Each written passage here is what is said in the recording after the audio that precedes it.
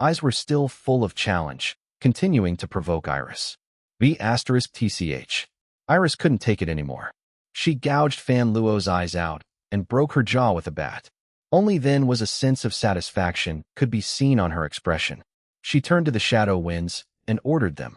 Throw the alarm girls back to the police. I don't care about them anymore. As for this *TCH, she spat as she looked at the bloody Fan Luo, kicking her several times. Tie her up to a car. Destroy the brakes. The Shadow Winds didn't respond, looking at Lu Zihao instead. What the *CK are you still waiting for? Have you forgotten that you are to follow my orders? Iris was enraged that her orders were being disregarded. *T up. Lu Zihao rebuked her in a cold voice. She immediately cowered and stepped back, frightened by him. But still he instructed his subordinates. Do as she says. Yes, boss. While they carried out the orders, Iris escaped from the room, afraid of Lu Zihao. It was still the remnant controlling the body. The other Shadow Winds members avoided her. They already concluded that she had a split personality, and the current personality was the one their leader hated. They followed Lu Zihao's lead and ignored the remnant-controlled Iris. Iris' torture of the alarm girls and Fan Luo took almost the entire daytime. Most of them were exhausted and hungry because they stayed up ever since the mission started all throughout the entire torture. However, the remnant didn't care about food or rest at the moment. All it cared about was completing its revenge. The barely alive Wanwan, Fei and Mimi were packed in a vehicle and dumped back to an area close to a police station far from the Shadow Winds compound. The other hackers had no choice but to lead this part of the mission because it seemed that Miss Xiaolan's other personality, who was also the great hacker Draken, wasn't coming out to take care of this herself. As for the now blind, mute, and crippled Fan Luo, she was strapped inside another car. A Shadow Winds member drove her out of the compound. Iris, Lu Zihao, and some of his subordinates followed in additional vehicles. They drove quite far in a remote rural area. It was a hilly forest. Finally, they all stopped and got out of the vehicles. The remnant-controlled Iris walked to the other car. The window was down, so she could see Fan Luo, who didn't even look like a human anymore. Surprisingly, she was still conscious and whimpering in pain. Iris leaned down. Now, I'll give you a taste of what you made me go through during that car crash. An eye for an eye, and a tooth for a tooth. Whether you live or die today will depend on your fate. I won't care about you anymore. Goodbye, Fan Luo. May you rot wherever you end up at. Then she stepped back and allowed the Shadow Winds to modify the car's controls.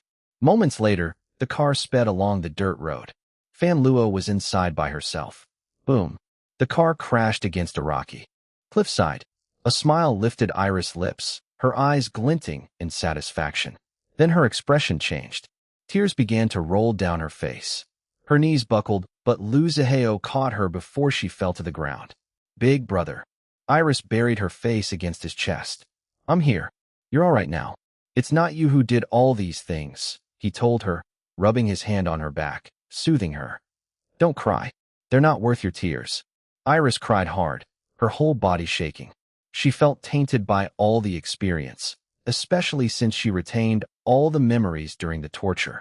Despite this, there was a sense of relief within her. It felt as if a great load was lifted from her shoulders. She had no idea whether the remnant was still in her body or not. She couldn't sense it anymore, but that didn't mean that it was completely gone. Nevertheless, it was as if something clicked into place inside her, like a puzzle piece finally fitting in. She felt it. The body was now starting to accept her more fully. Now that this revenge was finally over, exhaustion started catching up to her. Big brother, I feel. She fainted before she could even finish what she was going to say. Shocking headlines bombarded the nation one after another.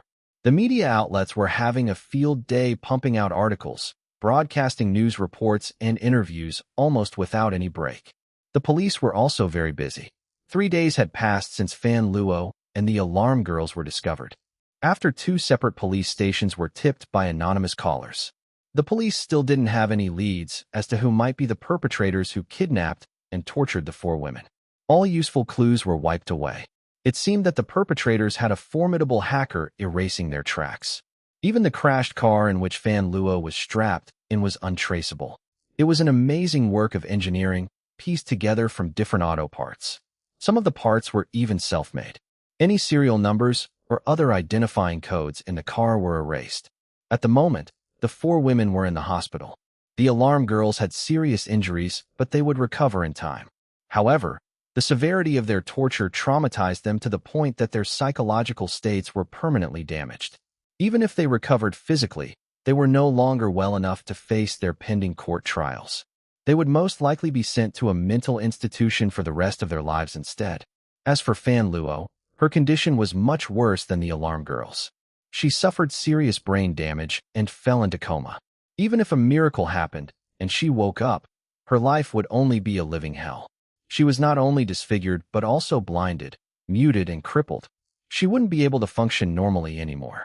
Not to mention that she was currently the most hated woman in the country besides her mother, Fan Yuming. If she woke up, she would need to face the legal punishment for her crimes and spend the rest of her life inside prison. In response to the news about what Fan Luo and the alarm girls went through, the people's opinions were mixed.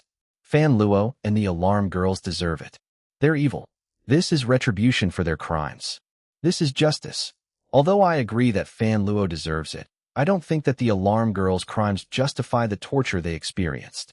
This is too extreme. Yes, Fan Luo is evil. She's a murderer. The alarm girls were also malicious for what they've done, but their crimes aren't grave enough to warrant torture. Nobody deserves to be tortured. Not the alarm girls, not even Fan Luo. Fan Luo is a criminal, but nobody has the right to torture her. Let the law decide the appropriate punishment for her crimes and bring legal justice to her victims. The people who tortured them must be condemned. They're not heroes, but criminals. Amidst this debate of whether the 4 women deserve their tragic fates or not, the people also speculated as to who might be the one who kidnapped and tortured them. The most popular suspects were Jin Chonglin and the Jins, Iris Long and the Longs, Fan Luo's other victims and their families, and also the now disgraced industry leaders who had sexual affairs with her and the other members of the Fan family. Of course, the Black Stars and Jin Chonglin's army of fans wouldn't stay quiet while their boss Iris and Prince Lin Lin were being suspected. A partnership between the 2 fan clubs formed to defend their boss and prince. While Jin Chonglin reassured his fans through his blog, there was still no updates from Iris Long. The ones suspecting her used her absence to prove their point. It was at this moment that Bright Summit released an official statement. We have received official confirmation that Iris Long is not in the country. She is currently recuperating at a private hospital abroad. The trauma of discovering the real cause of her accident 2 years ago triggered a health relapse. As for those who are doubting her innocence, we, Bright Summit Entertainment Company, stand behind our artist. We believe that she is innocent and incapable of the accusations being thrown at her. We also believe that she is one of the biggest victims in this entire affair. So shame on all of those who are still accusing her. We do not understand why people can continue to defend the criminals while accusing the real victim. We hope that Iris Long recovers and returns to grace us with her talent. We are all waiting for you, Iris Long. JJ's record label also echoed Bright Summit sentiments. After some time, the police officially cleared Jin Chonglin and Iris Long from the accusations of harming Fan Luo and the alarm girls. Jin Chonglin had a strong alibi. He stayed with his mother and grandmother at the Jin family's old house the whole time. As for Iris Long, several people also stepped forward to vouch for her innocence. Most of them were airport and airline employees who swore that they witnessed Iris Long stepping into a plane to leave the country. They said that this happened just a couple of hours after the revelation of Fan Luo's crimes. Meaning, there was no way that Iris Long was the one who kidnapped and tortured Fan Luo and the alarm girls because she wasn't even in the country during that time. Airport records and CCTV footage also supported Iris Long's alibi. Unbeknownst to the people, these were all arranged by Jin Liwei and Lu Zihao. Jin Liwei used his influence to pay the airport and the airline employees to create an alibi for Iris. It wasn't that hard because these people had family members who were beneficiaries of Jin Corporation's foundation. Their gratitude to the foundation made them willing to help him make up an alibi. Jin Corporation was also a major investor of the airline. Lu Zihao's team of hackers planted the fake records and CCTV footage. They might not be on Draken's level, but they were still skilled hackers who were better than Kimen SDR. After securing Iris' alibi, Jin Liwei and Lu Zihao continued to speak on the phone. Is she okay? Can I see her? Jin Liwei asked. Yeah, she's fine, Lu Zihao replied. If she wants to see you, she'll tell you herself. Is she really out of the country? Can you tell me where she is? Yeah, she's not in China anymore. I can't tell you where. You have to wait until she tells you herself. Grandpa took her somewhere. Don't worry. She'll be all right. The old man won't let anything bad happen to her. Jin Liwei sighed. Intense longing for his baby girl weighed down on his heart, making it hard for him to live each day without her. Be patient. She promised that she'll come back. So she will, he persuaded himself. After speaking with his fifth brother, Jin Liwei tried calling his baby girl's phone but failed yet again. He missed her so much that it hurt. Meow. Ice cream and popcorn rubbed themselves against him. He petted them and nuzzled against them. You miss Mommy, right? Me too. Let's wait for her to come back. Hopefully soon. These days, the kittens were always with him. Without their mommy, they only felt safe with their daddy. They refused to leave his side. As a result, he brought them wherever he went, even when he went to work at Gene Corporation. The first time he brought them to the company, his employees couldn't believe their eyes. Their frigid president actually brought kittens to work. Kittens, the adorable, furry creatures known to enslave humans with their irresistible cuteness. Not only that, he carried the fat gray one in his arms, stroking it in a loving manner, while the hyperactive orange kitten ran around everywhere. 2 personal cat sitters followed them. Young Master Popcorn, please don't run around. You might get lost, the cat sitter called while chasing after the orange kitten. The other cat sitter informed Jin Liwei, Master, it is now time for young Miss Ice Creams. Snack, please give her to me so that I can feed her. The minds of Jin Liwei's employees, including Su Tian, went blank. Young Master Popcorn? Young Miss Ice Cream? What in the world? Jin Liwei noticed their stares. His eyes turned even colder. Ice cream and popcorn are my children. You must treat them with utmost respect. If I learn that any of you harm my children in any way, say goodbye to your jobs, he told them. Their eyes almost popped out of their heads. Children. At first, it was very difficult for Jin Liwei's employees to get used to seeing their president being followed around by kittens and cat sitters everywhere. He even brought them to important meetings. His employees began to wonder if their president finally snapped and went cuckoo in the head after the scandal with the fans. However, like so many generations of humans before them, they became utterly charmed and enslaved by the irresistible power of feline cuteness. They began taking sneak photos of the kittens when their president wasn't looking.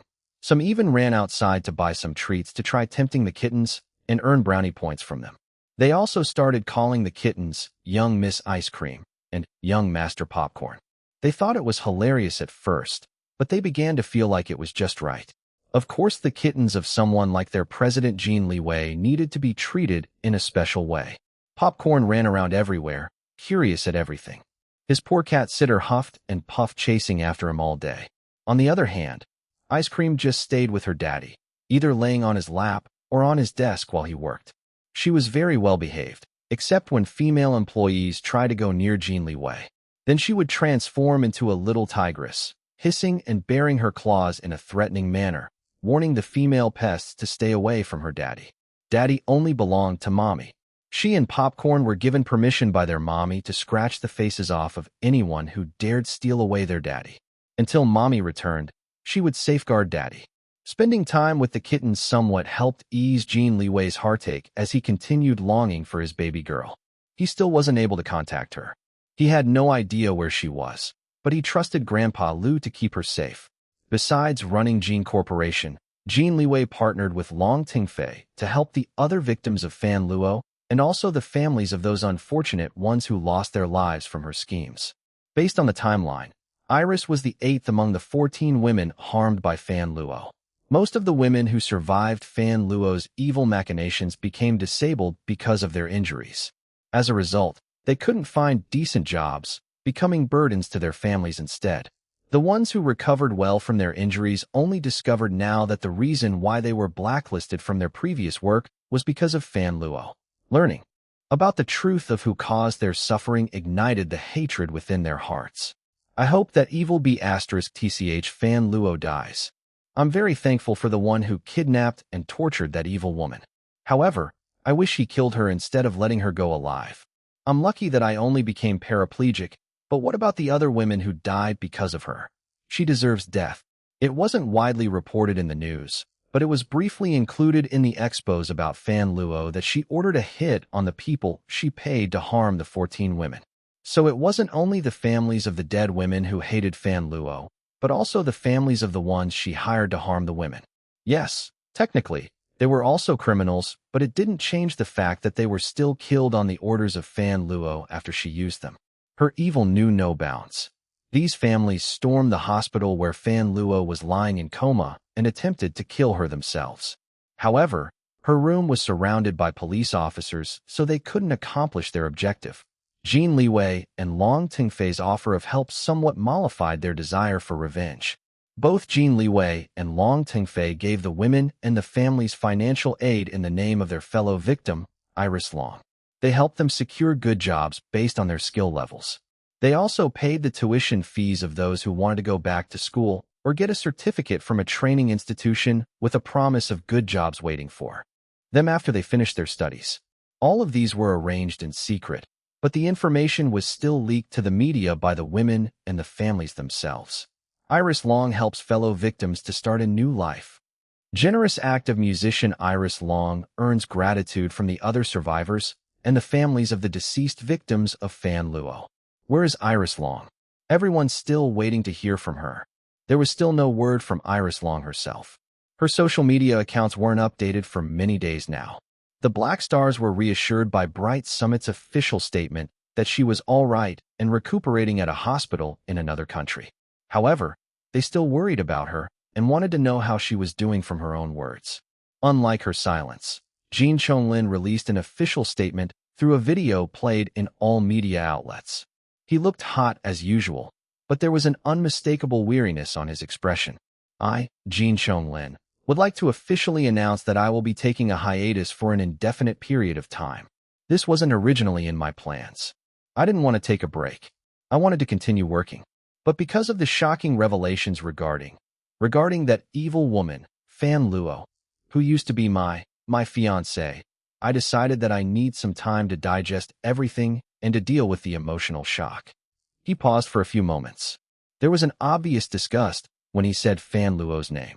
He took some deep breaths before he continued speaking while looking directly at the camera. I don't know how long this hiatus will last. Maybe only for a few weeks, or maybe months. Perhaps even years. I don't know. It will depend on how ready I feel to face the world again after what happened. I apologize to my fans. I hope that you understand my current situation. Thank you very much for your support. I also would like to extend my support for Iris Long for what she's going through right now. I'm so sorry for what happened to her. My thoughts are with her. Please get well soon, Junior Iris. And I sincerely hope that we can work together in the future.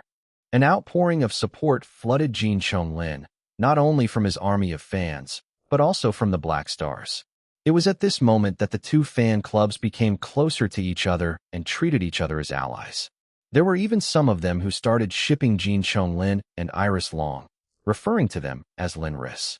Jin family's old house. For the first time since the successive scandals with the Fan family rocked the entire nation, the main members of the Jin family gathered together. Actually, the rest was just waiting for Jin Liwei to come. Jin Chonglin had been staying at the old house ever since Fan Luo's crimes were exposed to the public. He moved back because his own place was surrounded by reporters. The old house was more secure and safe. While waiting for her eldest son to arrive, Huang Yuyin was very nervous. She paced back and forth, looking like she was about to cry at any moment. Jin Chonglin sighed, watching his mother. Mom, don't be so nervous. Big bro won't eat you or anything like that. I know that, son. But your big brother can be scary sometimes, you know. Just like your grandfather. She then cast a glance at her mother-in-law who was reading a classic book of poetry near the fireplace. Indeed. Our Liwei takes after my dear husband, your grandfather, Grandma Li said without taking her eyes off the book she was reading. Shrugging, Jin Chonglin put on his headphones and started bopping to the beat of the music. Moments later, Grandma Li's assistant appeared and informed them, Master Liwei has arrived. Oh, Huang Yuyin paled and became even more nervous. Yin, get a hold of yourself, Grandma Li snapped at her. Don't you think it's ridiculous that you're acting so afraid of your own son? I know that you're feeling guilty, but you don't need to act so afraid. He's your son, for goodness sake. Didn't you say that you want to become strong? I'm sorry, Mother. Aw, Grandma. Don't be so hard on Mom. She's trying her best. Jin Chonglin came to his mother's defense. Grandma Li shot him a glare. Stop coddling your mother. Come on, Grandma. Don't be angry at Mom anymore. Jin Chonglin went to hug his grandmother and sweet-talked her. Even someone like Grandma Li was defenseless against her own grandson's oozing charm. She glared at him, but her expression already softened. Finally, Jin Liwei appeared carrying a fat gray cat in his arms. An orange cat was also perched on his shoulder. Two people followed behind him carrying cat stuff. What in the world? Jin Chonglin exclaimed. Big bro, are you alright? I think maybe you should take a break from work or something. Too much stress is not good. You know, stress can make even the sanest person a little bonkers. I'm also taking a break right now. Why don't you take one too? Jin Liwei looked at him without saying anything, and then decided to ignore him. He turned to his grandmother and mother instead, greeting them. Grandmother, Mother, I want you to meet the children of Shilan and I.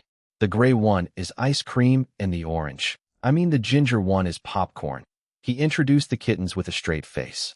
PFT. Jin Chonglin couldn't take it anymore. He doubled over and started laughing, clutching his stomach. Grandma Li's mouth twitched, but she was able to maintain a calm expression unlike her second grandson, who was already tearing up from laughing so hard. Oh, they're so cute. Huang Yuyan gushed and extended her arms, trying to get the kitten's attention. Ice cream just stared at her, but popcorn leaped from Jin Liwei's shoulder into her arms. Mother, that's popcorn, your grandson. Jin Liwei told her in a serious tone. This is ice cream, your granddaughter. She's a little shy, especially to people she hasn't met before. She needs to get used to you first before she'll let you hold her. Oh, big bro. I can't. This is too much. Jin Chonglin tried to suppress his laughter, but failed. Huang Yuyan smiled. Her anxiety from earlier already dissipated because of the kittens and her eldest son's unexpected cuteness. Everyone sat down and chatted. Jin Chonglin began playing with the kittens together with their cat sitters. Surprisingly, Ice Cream liked Jin Chonglin right away, leaving her daddy's lap to join the play. Huang Yuyan gathered her courage and sat beside her eldest son. She grabbed his hand and held it tightly. Her eyes watered. Jin Liwei frowned seeing his mother about to cry, but he stayed silent and waited for her to speak first. Son, I'm so sorry. I'm such a bad mother. I shouldn't have blamed you for distancing our family from the fans. It's all my fault. Everything is my fault. I was the one who let them enter our family and lives. She burst into tears. Mother, please don't cry, Jin Liwei told her. Son, please forgive me. Of course. Don't think about it anymore, Mother. It's all in the past. Huang Yuyan hugged her eldest son and cried harder. Jin Liwei held his mother, patting her back in an awkward manner. Jin Chonglin stopped playing with the kittens as he watched his mother crying on his brother's chest. She also cried hard when she apologized to him after he moved back to the house. The brothers never blamed their mother regarding the matter with the Fan family. It was the fans' fault for deceiving her and everyone from their Jin family. Of course, they were also stupid for trusting the family of vipers. The two of you should stop spoiling your mother too much. Grandma Li interrupted the emotional atmosphere. She is your mother, and you two are her sons. The way you're treating each other is like your roles are reversed. Is she your child, and are you her parents? Oh, Grandma. Grandma Li glared at Jin Chonglin. She was serious this time, so he had no choice but to shut his mouth. Yin, my dear, I won't always be here to pour sense to you. You said that you want to be stronger, so you have to start learning how to depend on yourself first. Do you want to burden your own children and depend on them for the rest of your life? I understand, Mother. Huang Yuyan tried to stop crying. It was at this moment that popcorn started clowning around, jumping and running and flipping all over the place. His antics elicited chuckles from everyone, most especially from the crying Huang Yuyan. The atmosphere lightened because of him. As for Ice Cream, she got bored. She returned to Jin Liwei, curling herself beside him and began sleeping. Huang Yuyan wiped the last of her tears and turned to his eldest son. By the way, how's Shilan? Is she all right? Jin Liwei's expression cracked. Sadness and longing escaped from his eyes. Meow. Ice Cream sensed his heavy feelings, so she moved from her comfortable position and settled herself on Jin Liwei's lap. Then she began rubbing herself against him. He petted her. Grandpa Lu took Xiaolan somewhere. I don't know where he took her, he said. What? That wily old man. Grandma Li huffed. How dare he steal our dear Xiaolan? I'm going to call that old buffoon and give him a piece of my mind. Wait. I keep hearing the name Xiaolan since you arrived, big bro. Who's she? Jin Chonglin asked. Xiaolan is your future sister-in-law. Sister-in-law? My future wife. Jin Chonglin looked shocked. Then he released a string of loud and graphic curses out of his mouth. Mind your language, Mr. Jin Chonglin, Grandma Li rebuked him. Sorry, Grandma. I'm just so surprised. I mean, wow. I never expected that my ice block brother will say these words. Wow. Jin Chonglin had no idea that his older brother already had a girlfriend. Even though he stayed with his mother and grandmother in the old house, they never mentioned this matter in his presence. They figured that it would be best if Jin Liwei was the one to mention and introduce his girlfriend to his brother. Now that Jin Chonglin knew, he became curious. The name Xiaolan didn't ring any bell to him at all. He didn't know that Iris Long's real name was Long Xiaolan. They also didn't tell him that Iris and Xiaolan were the same person. So when am I going to meet my sister-in-law? When she comes back, Jin Liwei replied, sighing sadly while he continued to stroke Ice Cream. You don't know where she is, and you don't know when she's going to come back. How come? Chonglin, stop asking your brother, Grandma Li told him. You'll eventually meet Xiaolan when the time is right. I miss Xiaolan. I want to see her again, Huang Yan interjected. I hope she comes back soon. Jin Liwei controlled his expression, which cracked even more. She's going to come back. She'll definitely come back. She promised. Baby, where are you? Please come back. I miss you so much. His heart called out to wherever she was. Zurich, Switzerland. Iris woke up from yet another nightmare. She was panting and trembling, drenched in her own cold sweat. Her heart raced wildly inside her chest. I'm all right, it's just a dream, I didn't do it, it's not me. She chanted to herself again and again, trying hard to calm herself down. The nightmare was always the same. It was of her torturing the alarm girls and Fan Luo. She could hear all their screams of pain, agony, hatred, and fear directed at her.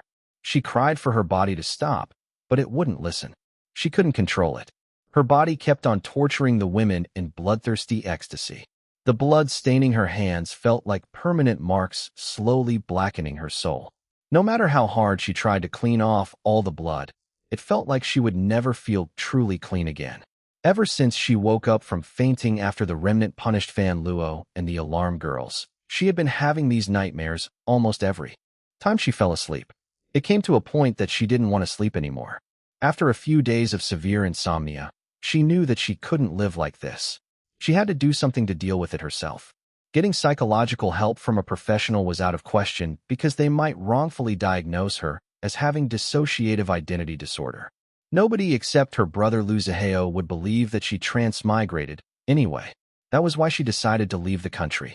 She hoped that distancing herself from the place where these traumatic events happened would help her regain a sense of balance within herself. She felt unwilling to leave Jin Liwei, but he had a close connection to the events.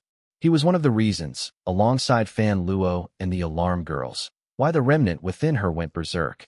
She worried that staying with him while she was still feeling unbalanced would only worsen her state. Besides, she also wanted to take this time away from him to fully figure out her feelings for him. Their relationship had been so fast that they already became lovers before she could even make sense of the situation. Ever since he barged into her life, they had been together. She wanted to know if her deepening feelings for him would change now that they weren't seeing or talking to each other on a daily basis. So far, the result was that she was missing Jin Liwei every single day. Her heart longed for him. She was tempted to call him, but she stopped herself. She had a feeling that if she heard his voice, her resolve to fix herself first would go down the drain, and she would want to immediately fly back to him.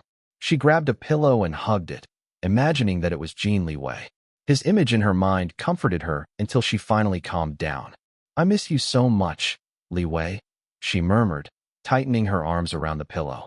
Sighing, she rose from the bed. The sky was dark outside. As usual, She woke up from the nightmares while it was still dawn. The sun would rise in about an hour. She wore a fluffy robe and headed downstairs to the kitchen. The middle-aged female caretaker was already awake and greeted her in German. The caretaker brewed some calming kava tea blend for Iris. They were at Grandpa Lu's mansion villa, which was located in one of the wealthiest neighborhoods in the city. The area was picturesque with sprawling hills and forests overlooking the lake. Unfortunately, Iris hadn't gone out exploring yet. At the moment, she just couldn't find it in herself to enjoy and appreciate the beauty of this place. She was still dealing with the emotional trauma the torture gave her. As a result, she spent her days inside the villa playing the piano almost nonstop. Immersing herself in music helped her in escaping from the memories of the torture. It seemed that this method was somewhat effective because her nightmares weren't as frequent anymore. Sometimes 3 days would pass by without a nightmare. The sky outside began to lighten. Iris sipped her tea and waited for the sunrise. The caretaker began cooking breakfast. "Good morning." Grandpa Lu's voice boomed while walking down the staircase. He was already dressed impeccably, ready for the day. Iris and the caretaker greeted him back. "Wah," he suddenly exclaimed, clutching his chest in a dramatic manner. "Oh, it's just you, Shalon, my girl. I thought it was a ghost. You're still beautiful, but let me just say that you look terrible. I didn't want to force you before and allowed you to be by yourself, but enough is enough. After breakfast, go get dressed. We're going out." Iris protested. "But Grandpa Lu, I don't think. We're going out even if I have to drag you. You're going to grow molds and mushrooms at this rate if you continue holding yourself inside the house. I don't know what happened to you, and I respect that you don't want to tell me, but I can't take it anymore seeing you like this. So we're going out today whether you like it or not." Iris sighed, not really looking forward to the idea. "All right, Grandpa Lu. May I know where we're going?" "To Cross Academy, of course. You haven't been there yet, right? So I'm taking you. That DuPont bastard has been pestering me every single day to bring you to the academy ever since he learned that you're here in Switzerland. I'm so tired listening to his nonstop nagging. So annoying. If he really wants to see you so badly, why doesn't he just come here instead? I know. He's just too lazy to come down from the mountains. Bossy bastard." A lovely chuckle escaped from her lips. It felt like it had been so long since she laughed.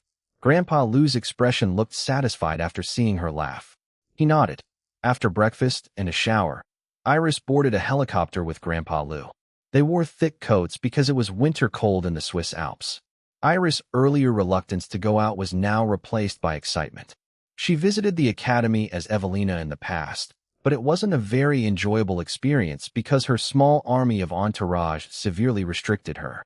They only allowed her a short amount of time to tour the academy and limited the people she met. This time, she didn't have any such restrictions. She could finally explore the academy in its entirety and meet the people comprising it. Grandpa Lu noticed her excitement. "We came at a good time. There are quite a number of people staying at the academy right now. You'll be able to meet some of your fellow students and their instructors. Some alumni are also visiting.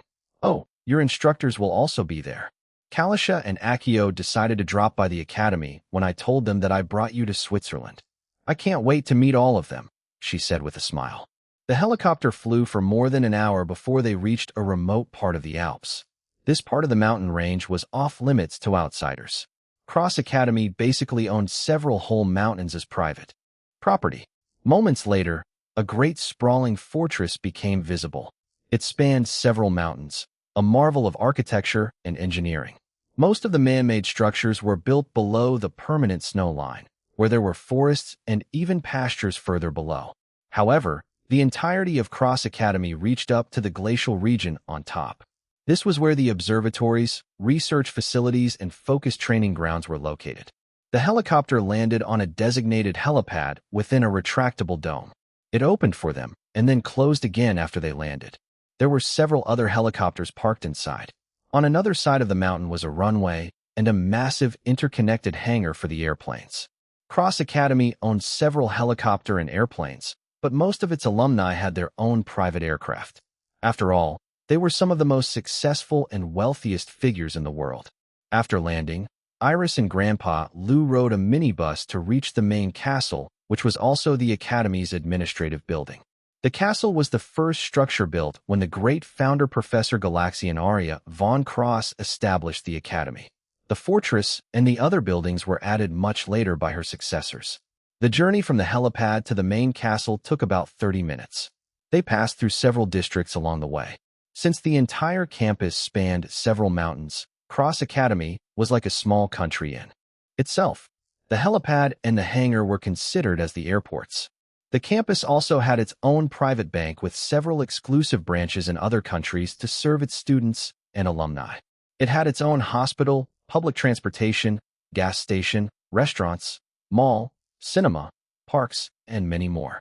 The academy's security force acted like the campus private police, enforcing the academy's rules. It also had a private fire station with trained firefighters. There were also residential neighborhoods for the students, alumni, and all the staff working permanently for the academy. Further down the mountains were crop and livestock farms, orchards, vineyards, and woodlands. The academy had its own food business supplying its residents and exporting any excess products to Switzerland and other partner countries. Its top-class brewery and winery produced world-famous beer and wines. Visitors could also stay at a 5-star hotel. Of course, they would need to pay for their accommodations from their own pocket. Not everyone could just enter the campus, so visitors needed to obtain special permission from the academy before they could come. Most of the time, the visitors were world and business leaders, royalty, and other important figures who wanted to develop a close relationship with Cross Academy. Basically, the campus had everything they needed to live conveniently, even luxuriously. Despite all of these, the academy's official students and alumni rarely ventured outside to enjoy the campus' convenient recreational features. The geniuses would rather spend all their time studying, learning, and improving their skills with their instructors and peers. The districts were mainly populated by the workers and their families. Not all people staying in the academy were students, alumni, and instructors. Some were regular people who came to work. Many of them lived in the campus permanently with their families. Finally, the minibus arrived in front of the main castle. Iris and Grandpa Lu disembarked and entered the intimidating castle made of stone. It wasn't a pretty castle like the ones built for royalty or nobility. It was big, crude, and unsophisticated. It was a castle built to weather the harsh elements of the Swiss Alps and to provide a safe haven for the Cross Academy students when it was just founded. In all honesty, it was the ugliest building in the entire campus. However, it was also the source of pride for everyone. After all, this was the building built by the great founder and the start of the long and magnificent history of Cross Academy. To the students, instructors, and alumni, this ugly castle was a sacred place. Grandpa Lu turned to Iris, waggling his eyebrows. What do you think? Hideous, isn't it? Such a shame that Professor Cross had such horrible taste in architecture. Waha! Iris pressed her lips tight to prevent herself from laughing. I don't know what you told Miss Long, but based on your evil laughter, I bet you're once again criticizing the founder's taste. Jin Hong, have a little respect for our founder Professor Cross. Professor Erwin DuPont's stern voice rebuked Grandpa Lu. Here comes the bossy bastard, Grandpa Lu whispered to Iris. She just smiled a little, not replying. Professor Erwin DuPont and Julia Moretti welcomed them. They spoke in German, including Grandpa Lu. Miss Long, it's been a while. I'm glad you finally have the chance to visit the campus. Welcome to Cross Academy. Professor DuPont's stern tone became a little gentle when he greeted Iris. Thank you, Professor DuPont. It's an honor to be here. They first headed to the headmaster's office for some tea to warm up. The castle's crude architecture clashed with the elegant interior design, somehow managing to produce a unique charm. One of Professor DuPont's assistants served them tea and some biscuits. Like Julia Moretti, the assistant wasn't a student or alumnus. Although they didn't hold the title of geniuses, all of the regular employees were still proud to work for such a world-renowned institution as the Cross Academy. How long do you plan on staying in Switzerland? Julia Moretti asked Iris. Iris hesitated before replying. I'm not sure. Humph. Grandpa Lu snorted, crossing his arms across his chest. If I didn't drag her out, that girl would have holed herself up in my house. Switzerland is such a beautiful country, and yet she doesn't go out to appreciate it. She looked down, a bit embarrassed. Fortunately, neither Professor DuPont nor Julia Moretti commented about it. deciding to move on to another topic instead. After talking for some time, Giulia Moretti invited Iris for a tour. The two old men waved them away, claiming that they had important things to discuss. Giulia Moretti leaned close to Iris and whispered, "They just don't want to walk because their knees might not take it." "I heard you, Giulia, you brat." Grandpa Lou's voice boomed, disgruntled. "This old man's knees are stronger than yours. And of course, stronger than DuPont's." "Huh? What did you say?" "Jian Hong, you're older than me," Professor DuPont said. "What does age has to do with one's strength?" "I want to know. I take care of myself, so I'm healthier and stronger than people 4 times younger than me. I'm not like you who sits on a desk all day." The two started arguing. Giulia Moretti and Iris giggled before leaving the two old men. Giulia toured her around the castle, introducing her to the employees they met on the way. So far, they hadn't met other students or instructors yet. They were probably busy with their own studies. "We don't have a lot of current students. Even among the geniuses in the world, we have an extremely high criteria and only accept the very best," Giulia told her. "Sometimes years pass by without us admitting a new student. You're actually the only student we admitted in the past 2 years. You're also one of the rare ones who chose to stay in your home country after enrollment.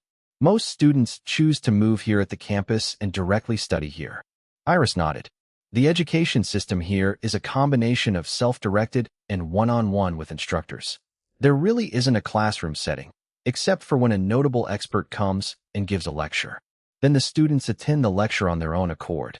Sometimes instructors will also want to bring their students out of the academy for practical experience. That's why there are times when the academy doesn't have any students at all, because they're all out getting experience in the real world." Giulia turned to Iris. "Although you didn't choose to stay here at the campus, you're still a student of the academy. All of our resources are available to you. You're also quite fortunate because there are quite a number of instructors and alumni who are visiting right now. Perhaps you can learn something from them." "That sounds great, Madame Moretti. I'm looking forward to meeting them." Then Iris paused, tilting her head to the side as she thought over something. Maybe I'll stay here at the campus for the time being." "I was waiting for you to say that," Giulia Moretti said with a pleased smile. "I've already prepared accommodations for you at the dormitory. Compared to the houses in the districts, it's more accessible to the learning centers and libraries." Iris smiled, feeling excited. She would have to thank Grandpa Lou later for bringing her here. The desire for new knowledge began bubbling within her, gradually drowning the painful memories of the torture. Perhaps staying at the academy was what she needed to recover from her emotional trauma. Iris and Grandpa Lou both stayed at the campus. He had a house in one of the residential districts which was mostly occupied by instructors. He sent someone to pick up her luggage from his mansion in Zurich and sent it to her dorm. The unit she was assigned to was more like an apartment suite. It had a bedroom, a living room, a bathroom, a study room, and a kitchenette. What pleased Iris the most was that it also had a computer room already equipped with 3 high-performance computers. Of course, the computers couldn't compare to her own back at the penthouse, but she knew that the academy had more advanced computers in the computer department available for her to use. She hadn't met with any of the other students yet, probably busy with their own studies. However, Giulia Moretti assured her that Professor DuPont would be throwing a welcoming dinner for her and Grandpa Lou soon. She would have a chance to meet her fellow students then. In the meantime, Iris began immersing herself in her own studies. She met with Professor Kalisha Schwartz and Professor Hisakawa Akio. Besides her language studies, she also visited the computer department. They were informed that the hacker Draken would be coming. When the current department head saw her, he teared up. Iris also blinked her eyes rapidly, trying hard not to cry. He was one of her previous instructors, as Evelina. "Oh, forgive me. I thought that you're one of my former students. For some reason, you give off the same vibes," he said, wiping his eyes with his sleeves. "But that's impossible. You're clearly a different person. And besides, she's not with us anymore." "Are you talking about Phantom? Or should I say Evelina?" she asked in a soft voice. His eyes widened. "You know her?" She nodded. She's my master. She taught me everything about computers before she passed away." "Oh, so that's why your style, Draken's style, is so eerily similar to Phantom's." "I see." It seemed that Professor DuPont didn't inform others about Iris' claim of being Evelina's student. "So you're the student of my student." I was a little disappointed when I heard that Draken didn't enroll in our computer department, but now that I know that you're Evelina's student, I'm not surprised. She had been a key force in advancing the development of our department to what it is now. She had long surpassed me and her other computer instructors in just 2 years since her enrollment. He sighed, shaking his head. It's unfortunate to lose such a genius among genius like her. A lump caught in her throat. She took a few deep breaths to control her emotions. After that, she began coming to the computer department regularly. In just a couple of days, she reinforced the campus. Computer security system. They were still using the old system she developed as Evelina in the past, albeit they made several improvements on it.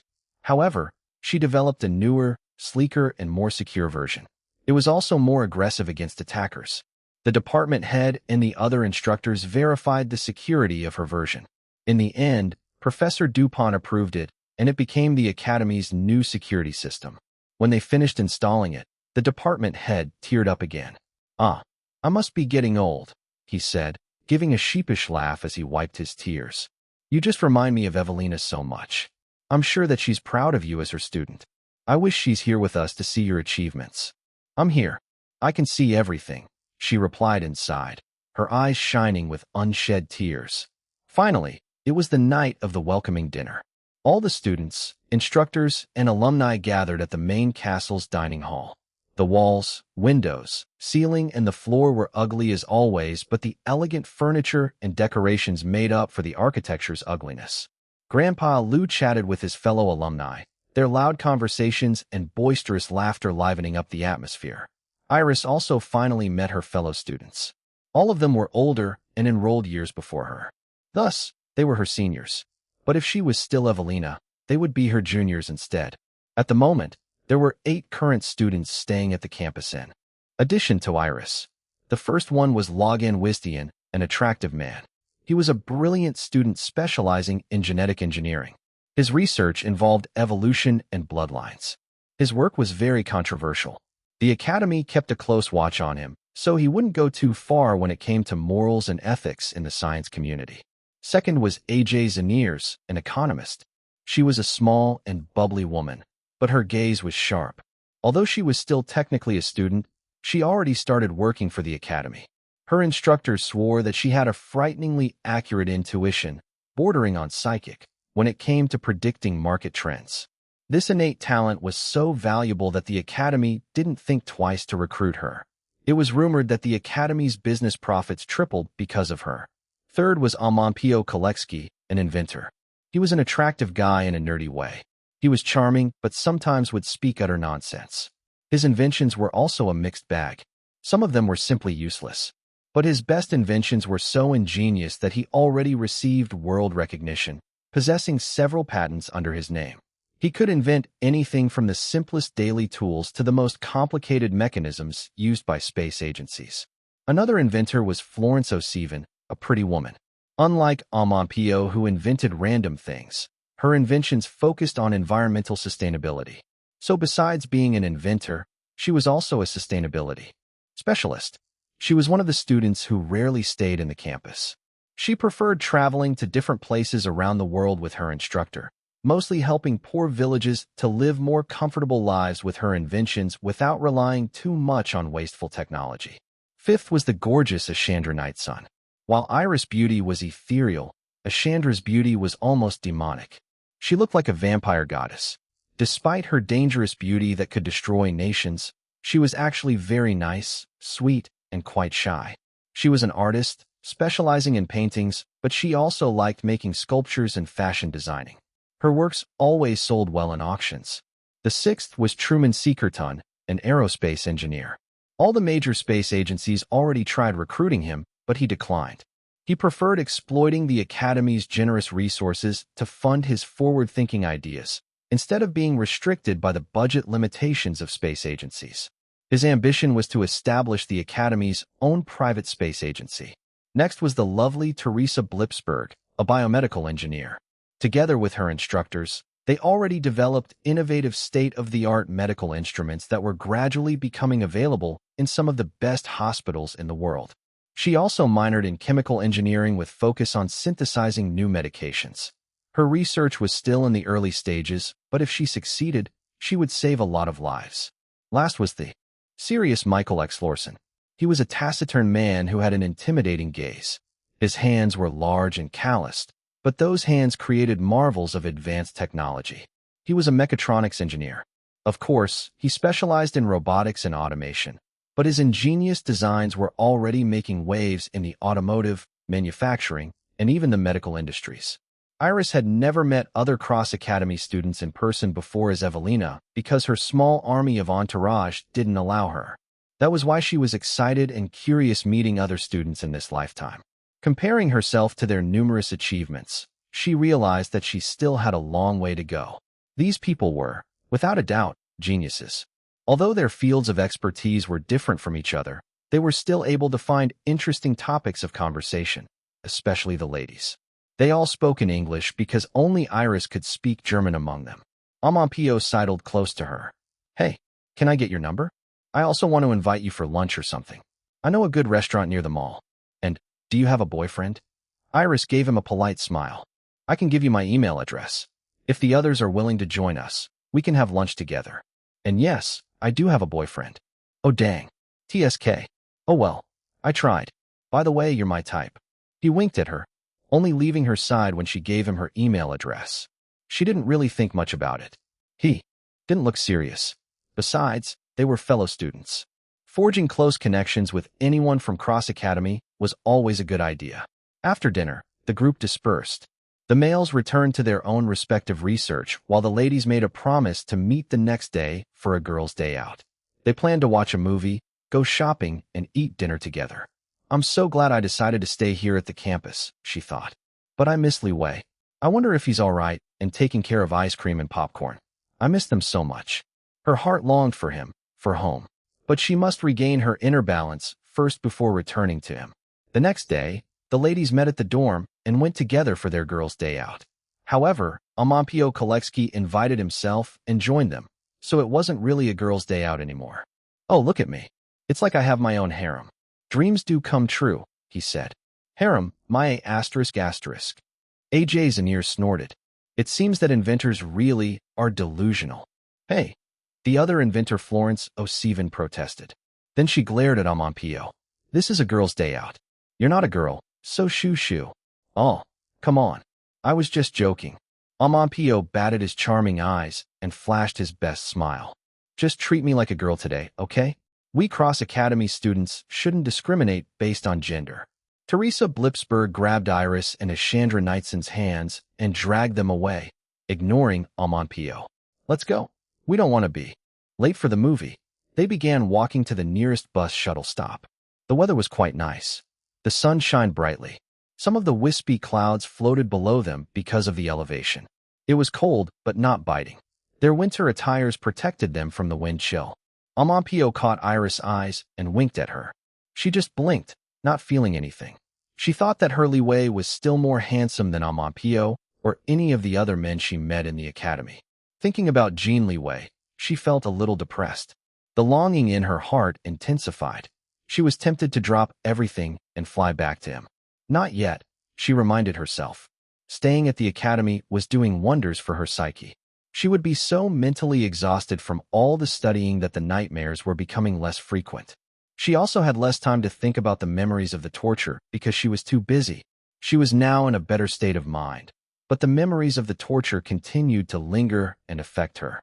She needed more time to strengthen her mind so that the memories and the nightmares would stop affecting her so much. Even though she longed to see and talk to Jin Liwei so badly, she needed to ascertain her feelings for him first. She already told him that she was falling in love with him, but what if she only got influenced because he kept telling her that he loved her? At first, she thought that distance would somehow lessen her feelings for Jin Liwei. But now, she was discovering that it was the exact opposite. Her feelings for him were becoming deeper and heavier each day they were apart that it hurt. There was a good-looking man like Amampio who was showing interest in her, but all she could think about was Jin Liwei. "How do you know if you're in love?" Iris suddenly asked aloud. Amampio's eyes lit up. "Oh, we just met each other, and you already think that you're in love with me? I know that I'm gorgeous and a genius, but this is still a bit too fast. Is this what they call love at first sight?" Don't worry. You're my type, so even if I have no idea what it's like to be in love, I'll give us a chance. Iris frowned. You're weird. Ahaha. Proudly. Weird is my middle name, he declared, winking at her. Teresa glared at him. Oh, shut it. The ladies began scolding Amampio. He stood there in a relaxed manner, looking like he was having the time of his life, surrounded by women. Ashandra ignored them, turning to Iris instead. Why do you ask? Do you think you're in love? Yes. I want to know if I'm in love with my boyfriend or not. Iris answered honestly.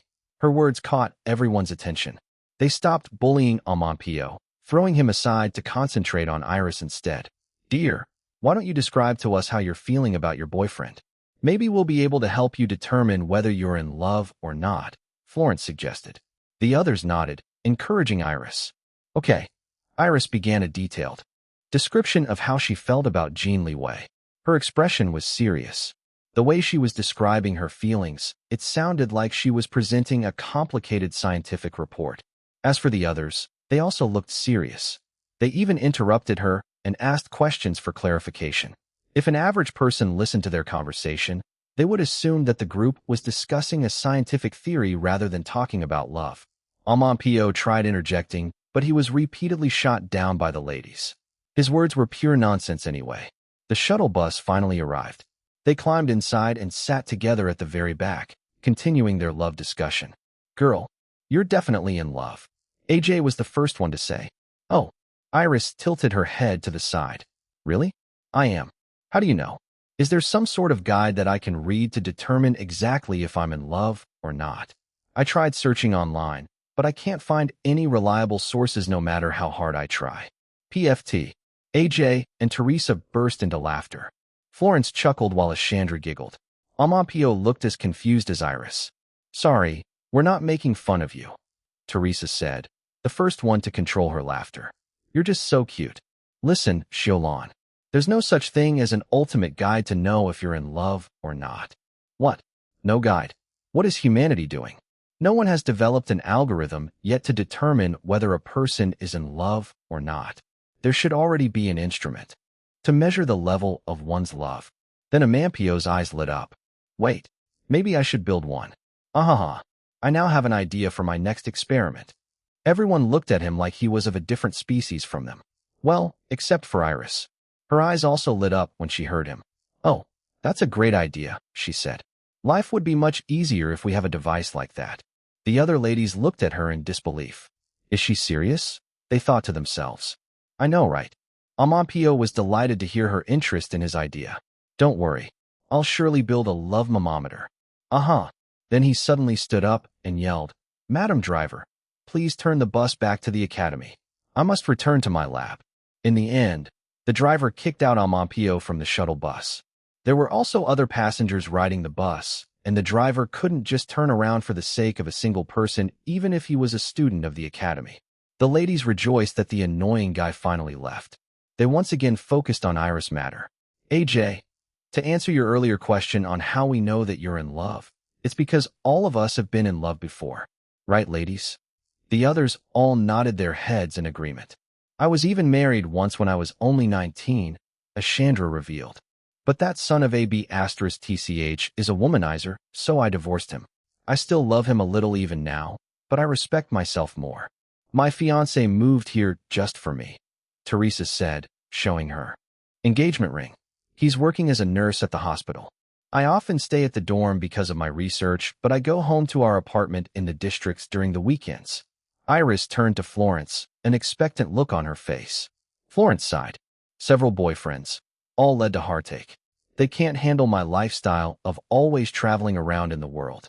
I'm still optimistic about love, though. As for me, I'm happily married, AJ announced. I live in the districts with my husband and our baby girl. He's my first love, and I still love him up to this day. Oh, Iris' eyes sparkled as she looked at everyone like they were living textbooks. She began asking them all sorts of questions about their love life. They answered her with gusto, reminiscing about their best romantic moments. In the end, Iris clutched her chest with her hands. Her eyes were filled with wonder. I'm in love with Liwei. A smile bloomed on her face with the realization.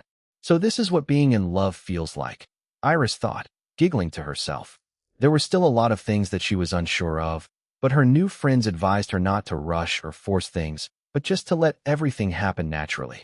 Iris was now looking forward to seeing Jin Liwei in person so that she could hug and kiss him, and of course tell him that she loved him. Then a small sense of insecurity crept in. They hadn't seen or spoken to each other for so long. Would he still love her? Determination flashed in her eyes. Well, she would just have to remind him. If he dared forget his love for her, she would just have to beat it back to him until he remembered again. Besides, she trusted ice cream and popcorn to constantly remind him of her. Satisfied of her plan, she nodded. Finally, the group arrived downtown. First, they watched a sci-fi movie which they harshly criticized as illogical and scientifically inaccurate. Then they went shopping at the mall. Only AJ and Iris had black cards. The others stared at them in envy, even though all of them were already wealthy in their own right since becoming cross-academy students. The difference in treatment between us students, Teresa sighed, shaking her head. Florence followed suit, sighing as well. Xiaolan is the student of the business genius Sir Lu Jianhong, while AJ is the academy's star child because she's making them so much money than they know how to spend. Ashandra giggled. She was actually offered a black card before because her artworks always sold well during auctions. However, she declined it because she didn't think that she needed it. She lived quite modestly compared to the others. As long as she could make art, she was happy. Afterwards, they pampered themselves at the hotel spa and then ate dinner at a family restaurant popular throughout the entire campus for their homemade recipes. Besides spending time with Jin Liwei, this was the happiest and the most relaxed Iris felt. With other people, she liked the feeling that within this new circle of friends, they treated each other as equals. The group then separated into two groups after dinner. AJ and Teresa headed to their district homes, while the rest returned to the dorm. It was such a fun day, but it wouldn't happen anytime again soon. All of them were busy with their own studies, research, and work.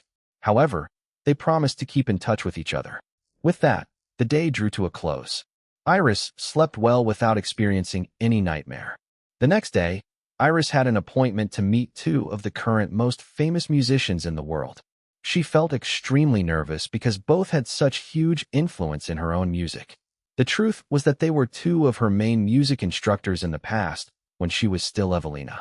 When she arrived at the meeting place, which was a rehearsal room in the music department, nobody was there yet. She came 10 minutes earlier than the agreed time. Her heart thudded inside her chest. Her palms also began to sweat. She had great respect for the two musicians. She was anxious and of course excited to meet them again, even though they wouldn't know that she was also Evelina. It was actually them who set up the appointment with her when Grandpa Lu introduced her to them as his student during the welcoming dinner.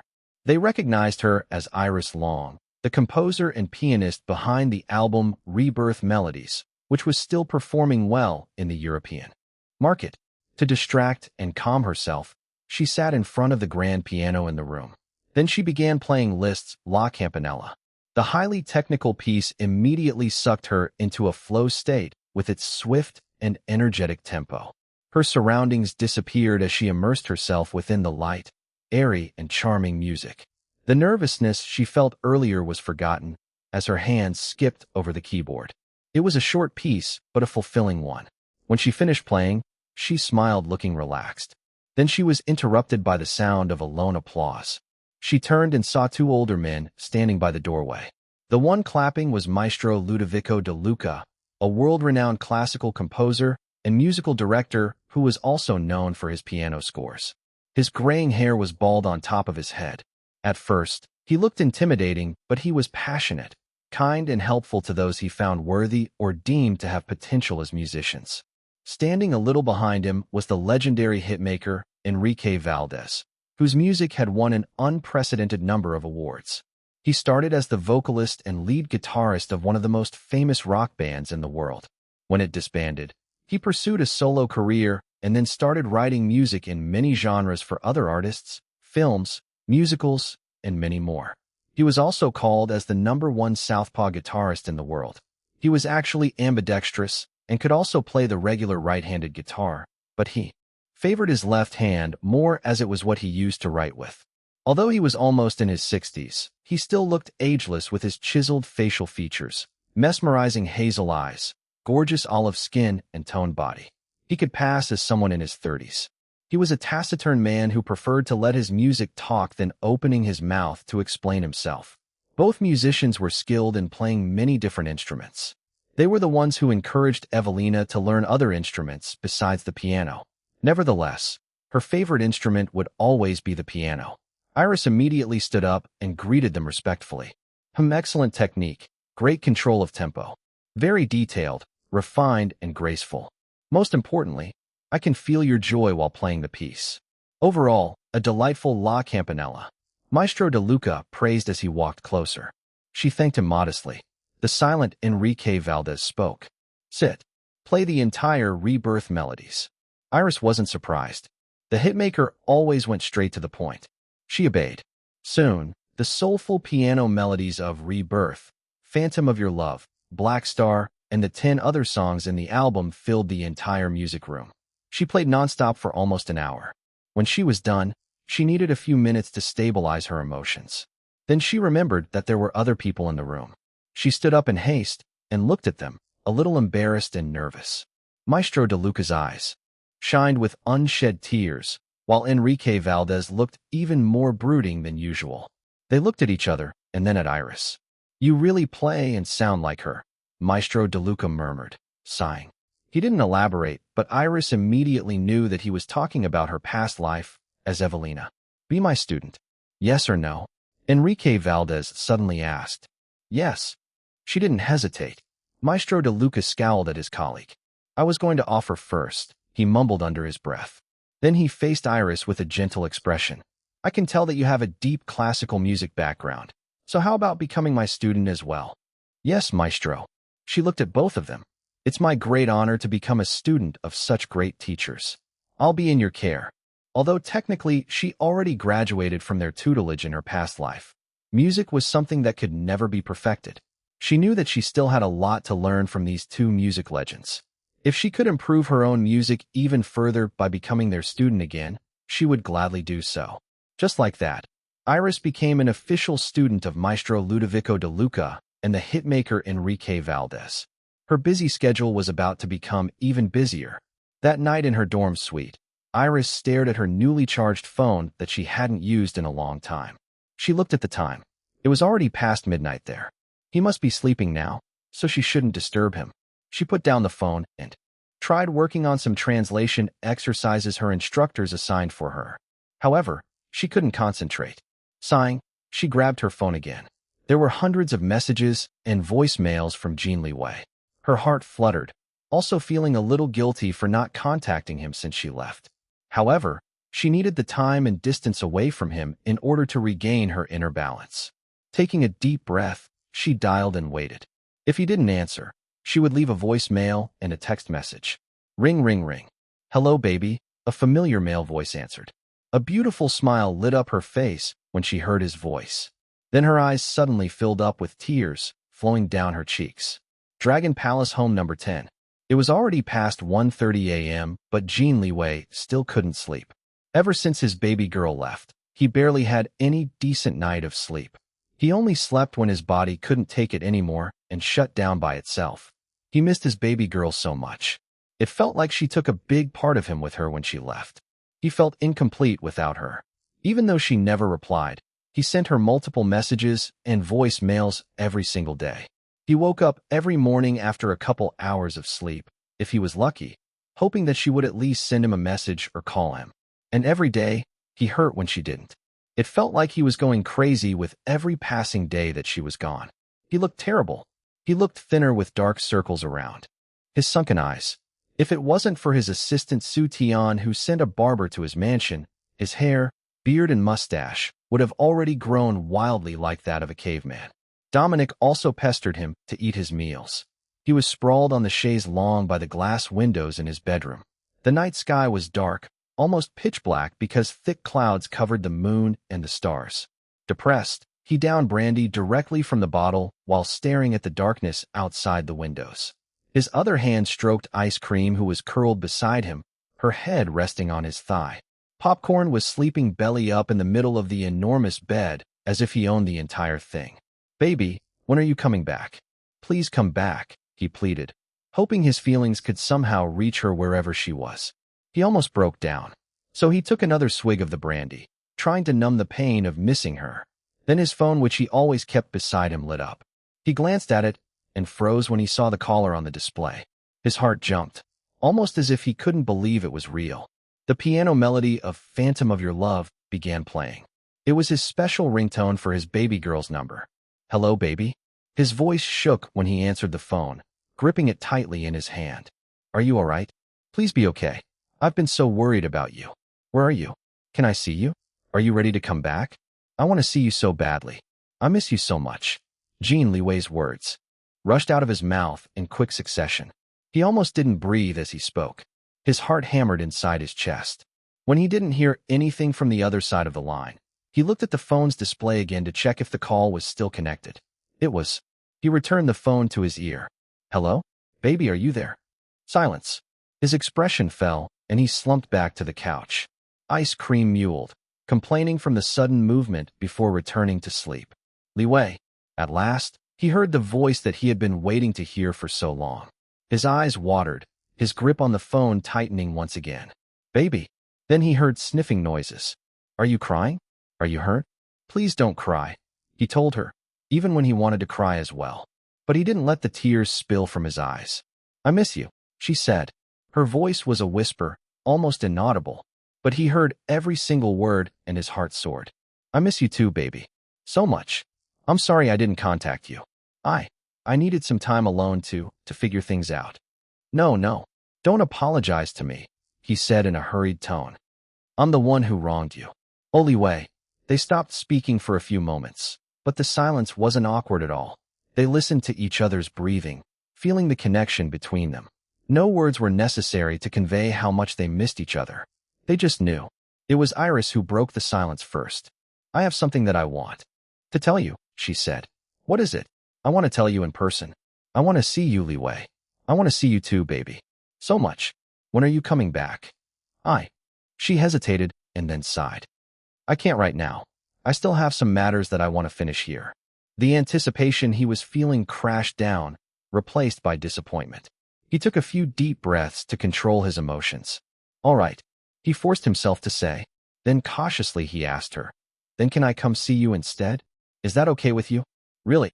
He could hear the excitement in her voice, making him hopeful once again. "Yes, of course. Tell me where you are." "But I'm far away.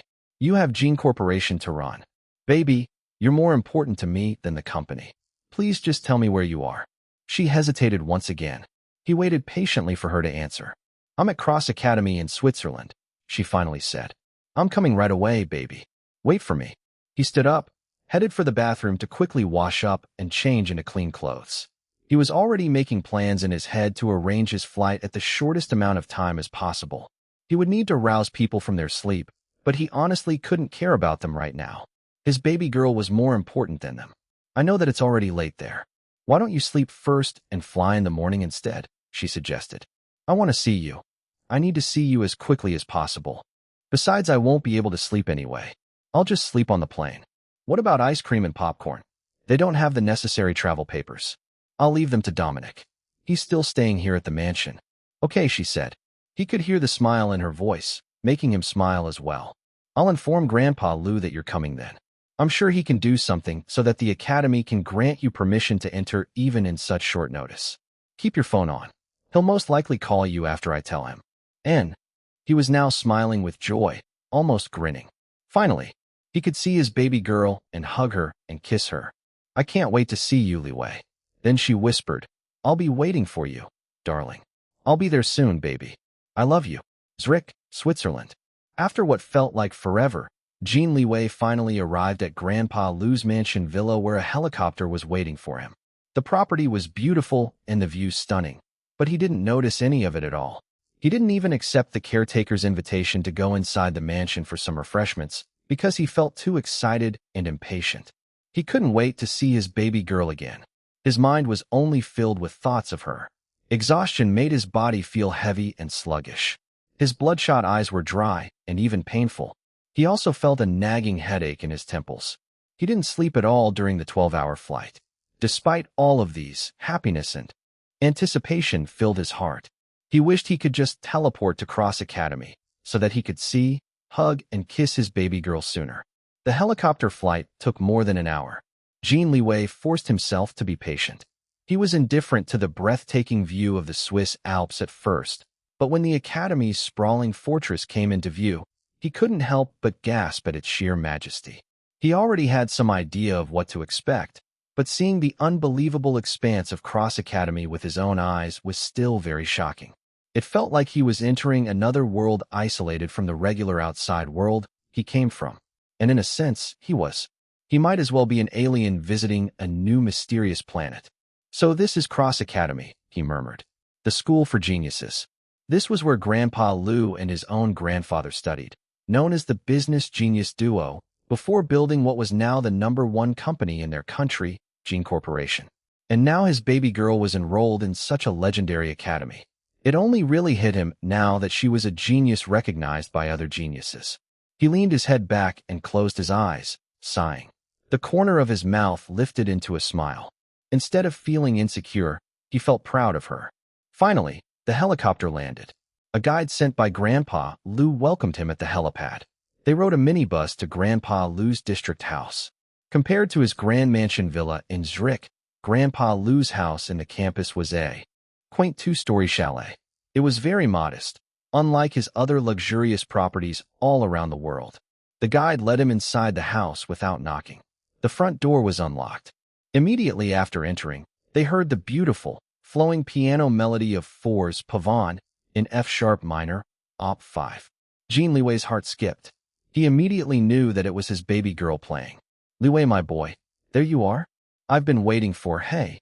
It was as if a trail appeared in Jin Liwei's mind, lighting up his way towards his baby girl. Everything and everyone else disappeared. He couldn't hear anything besides the piano melody.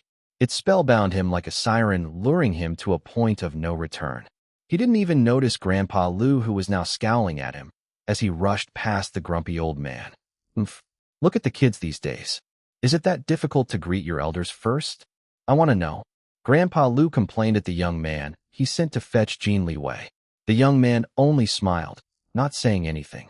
He also tried making conversation with Jin Liwei during their trip from the helipad to the elder's house, but Jin Liwei was too distracted to respond to him. While Grandpa Liu continued to grumble, Jin Liwei finally saw his baby girl playing the piano near the fireplace in front of the window. His breath caught in his throat at the sight of her. The sunlight shining through the window behind her looked like a divine halo, and she was the beautiful angel playing a heavenly melody. He was already in love with her, but seeing her at the moment, he fell in love with her all over again. For him, she was the most beautiful woman in the universe. He was so struck by his overwhelming love for her that he just stood there like an idiot with open mouth and eyes filled with awe. As the final notes drifted to a stop, Iris' hands floated over the piano keys for a few moments before she finally turned to look at him.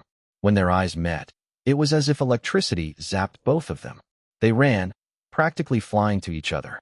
Iris leaped into his waiting arms, and he caught her, her legs wrapped around his waist. Then she grabbed his head for a hungry kiss. Their mouths smashed together, fusing, opening to devour and to be devoured.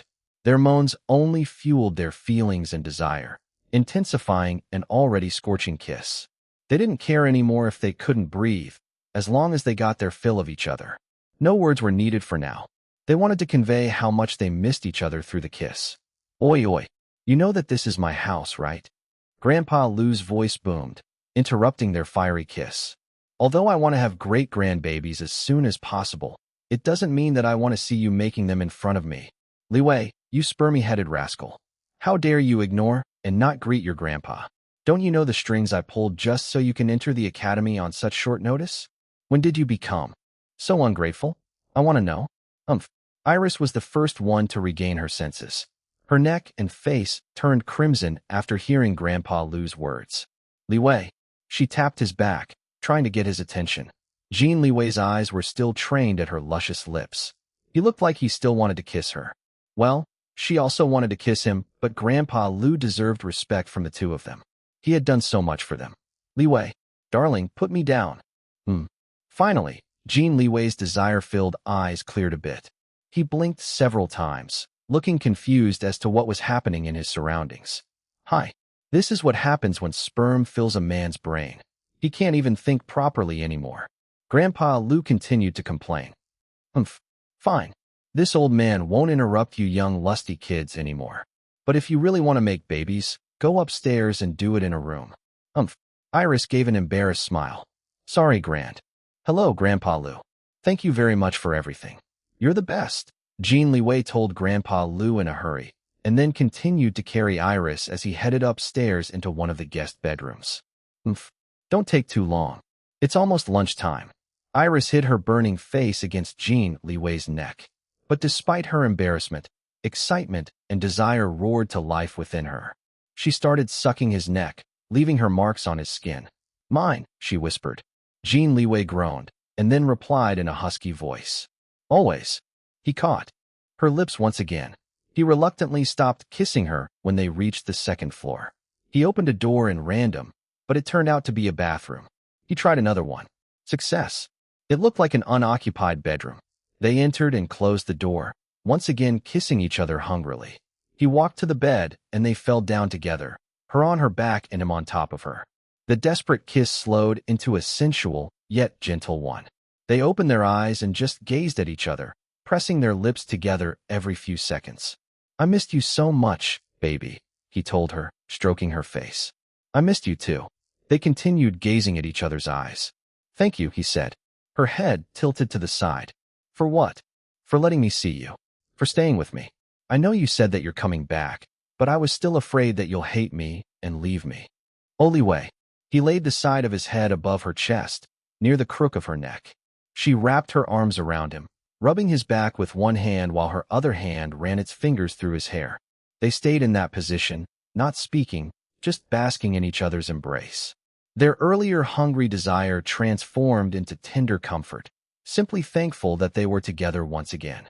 Love you, Jin Liwei mumbled before his eyes fluttered close, a soft smile on his lips. Jin Liwei's full weight bore down on top of her, crushing her down the bed. Liwei? Get off, you're heavy. He didn't respond. His entire body became relaxed and unmoving, his breathing deep and regular. Iris blinked. The man actually fell asleep on top of her. She lifted her head and peeked at him. When she saw the dark circles around his sunken eyes and the weary lines on his face, her brows scrunched together in concern. She was too preoccupied by desire and excitement at finally seeing him again that she failed to notice his exhaustion earlier. Sighing, she kissed the top of his head and struggled to get him off her. He was heavy, but she somehow managed to slide him beside her on the bed. She was gasping and sweating after the struggle. How worn out he must be to not even rouse with all the movements. Her heart ached, knowing that she must be the reason why he ended up like this. Sorry, she murmured, giving a gentle kiss on his lips. Then she proceeded to take off his coat, muffler, boots, and socks. Taking his coat off was very hard, but she didn't complain.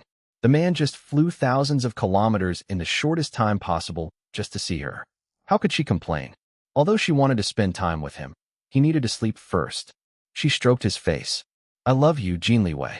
I'll tell you again sometime when you're awake. She gave him one more kiss before quietly leaving the room and closing the door. Then she headed downstairs. She could already smell the delicious aroma of lunch. Grandpa Lu sat on the couch in the living room, watching the world business news. He turned when he heard her, frowning. What? Done already? I know I said to hurry up and not take too long, but that was too quick. Hi. Kids these days don't have stamina anymore. TSK, TSK. Iris' face and neck turned crimson. She cleared his throat. Liwei is asleep. Even worse. Sleeping right after getting what he wants, and so fast too? It seems that I need to have a man-to-man talk with that boy and teach him how to properly romance his lady. Iris' face burned even more. No, Grandpa Lu. We didn't do it. He's exhausted from the long flight. Let's let him sleep for now. Bahaha. My girl, I was just teasing you. I already noticed that he's exhausted. All right, I guess it'll just be the two of us for lunch then. Come, let's eat. This old man is starving. Hashtag, hashtag, hashtag.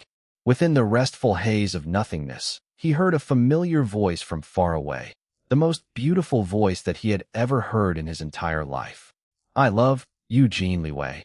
The words echoed within his heart, resonating with his own love for the owner of the beautiful voice. He was uncertain whether it was just a dream or not, but happiness still filled him before he sunk even more deeply into the cocoon of dreamless sleep. His consciousness floated within this comfortable blankness, slowly recharging his worn-out mind and body. Then suddenly, his entire body began to burn with a lava of desire.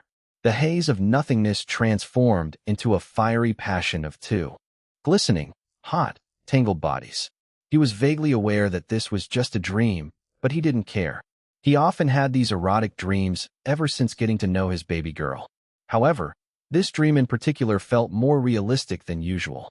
Phantom touches blazed a trail of pure pleasure all over his chest, abdomen, hips and thighs.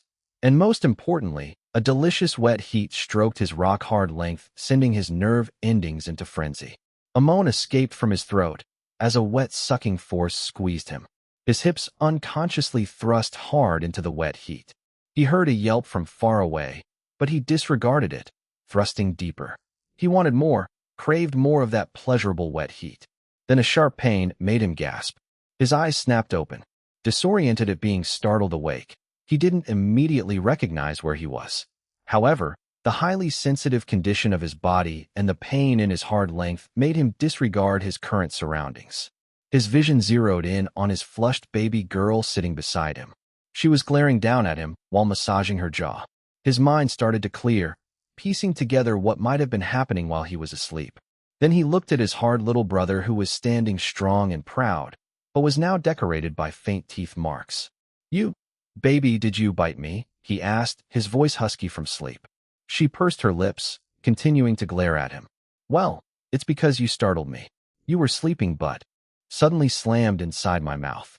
It hurt, you know. I bit you in reflex." "Sorry," he apologized, pulling her to his embrace. Why was he the one apologizing? He was the one who got his D***ck bitten. Then he mentally scolded himself. He hurt his baby girl's mouth, so of course he should apologize. It was his fault, even if it wasn't. Anything he did that hurt his baby girl, even if it wasn't intentional, was his fault. Everything was his fault. "It's okay. It doesn't hurt anymore," she said, kissing him on the mouth. Her hand reached his still hard length and started stroking him. "Baby, you're killing me," he gasped, groaning. Her thumb rubbed the teeth marks. "Does it still hurt? I'm sorry. I didn't mean it. It's your fault, you know." Yes, it's my fault." "Oh, how about you give it another kiss? So it won't hurt anymore." Her fingers tightened dangerously around it. "Whoa, baby. Careful. Be gentle. You want me to bite it again?" The pain and pleasure mixing together almost made him come, but he controlled himself. He gave her a sexy smile. "Go ahead. Bite me all you want. I'm all yours." She tried to maintain her glare, but failed, giggling instead. "Don't tempt me. Just lie back and don't move. If you do, I'll stop." "No, don't stop. I'll be good. Promise." "Good." She moved closer to his lower body, dipped her head down, and then took him once again in her mouth. He closed his eyes and gasped. When his eyes opened, he saw her looking at him as she pleasured him. The sight was so sexy that he groaned in protest when she stopped.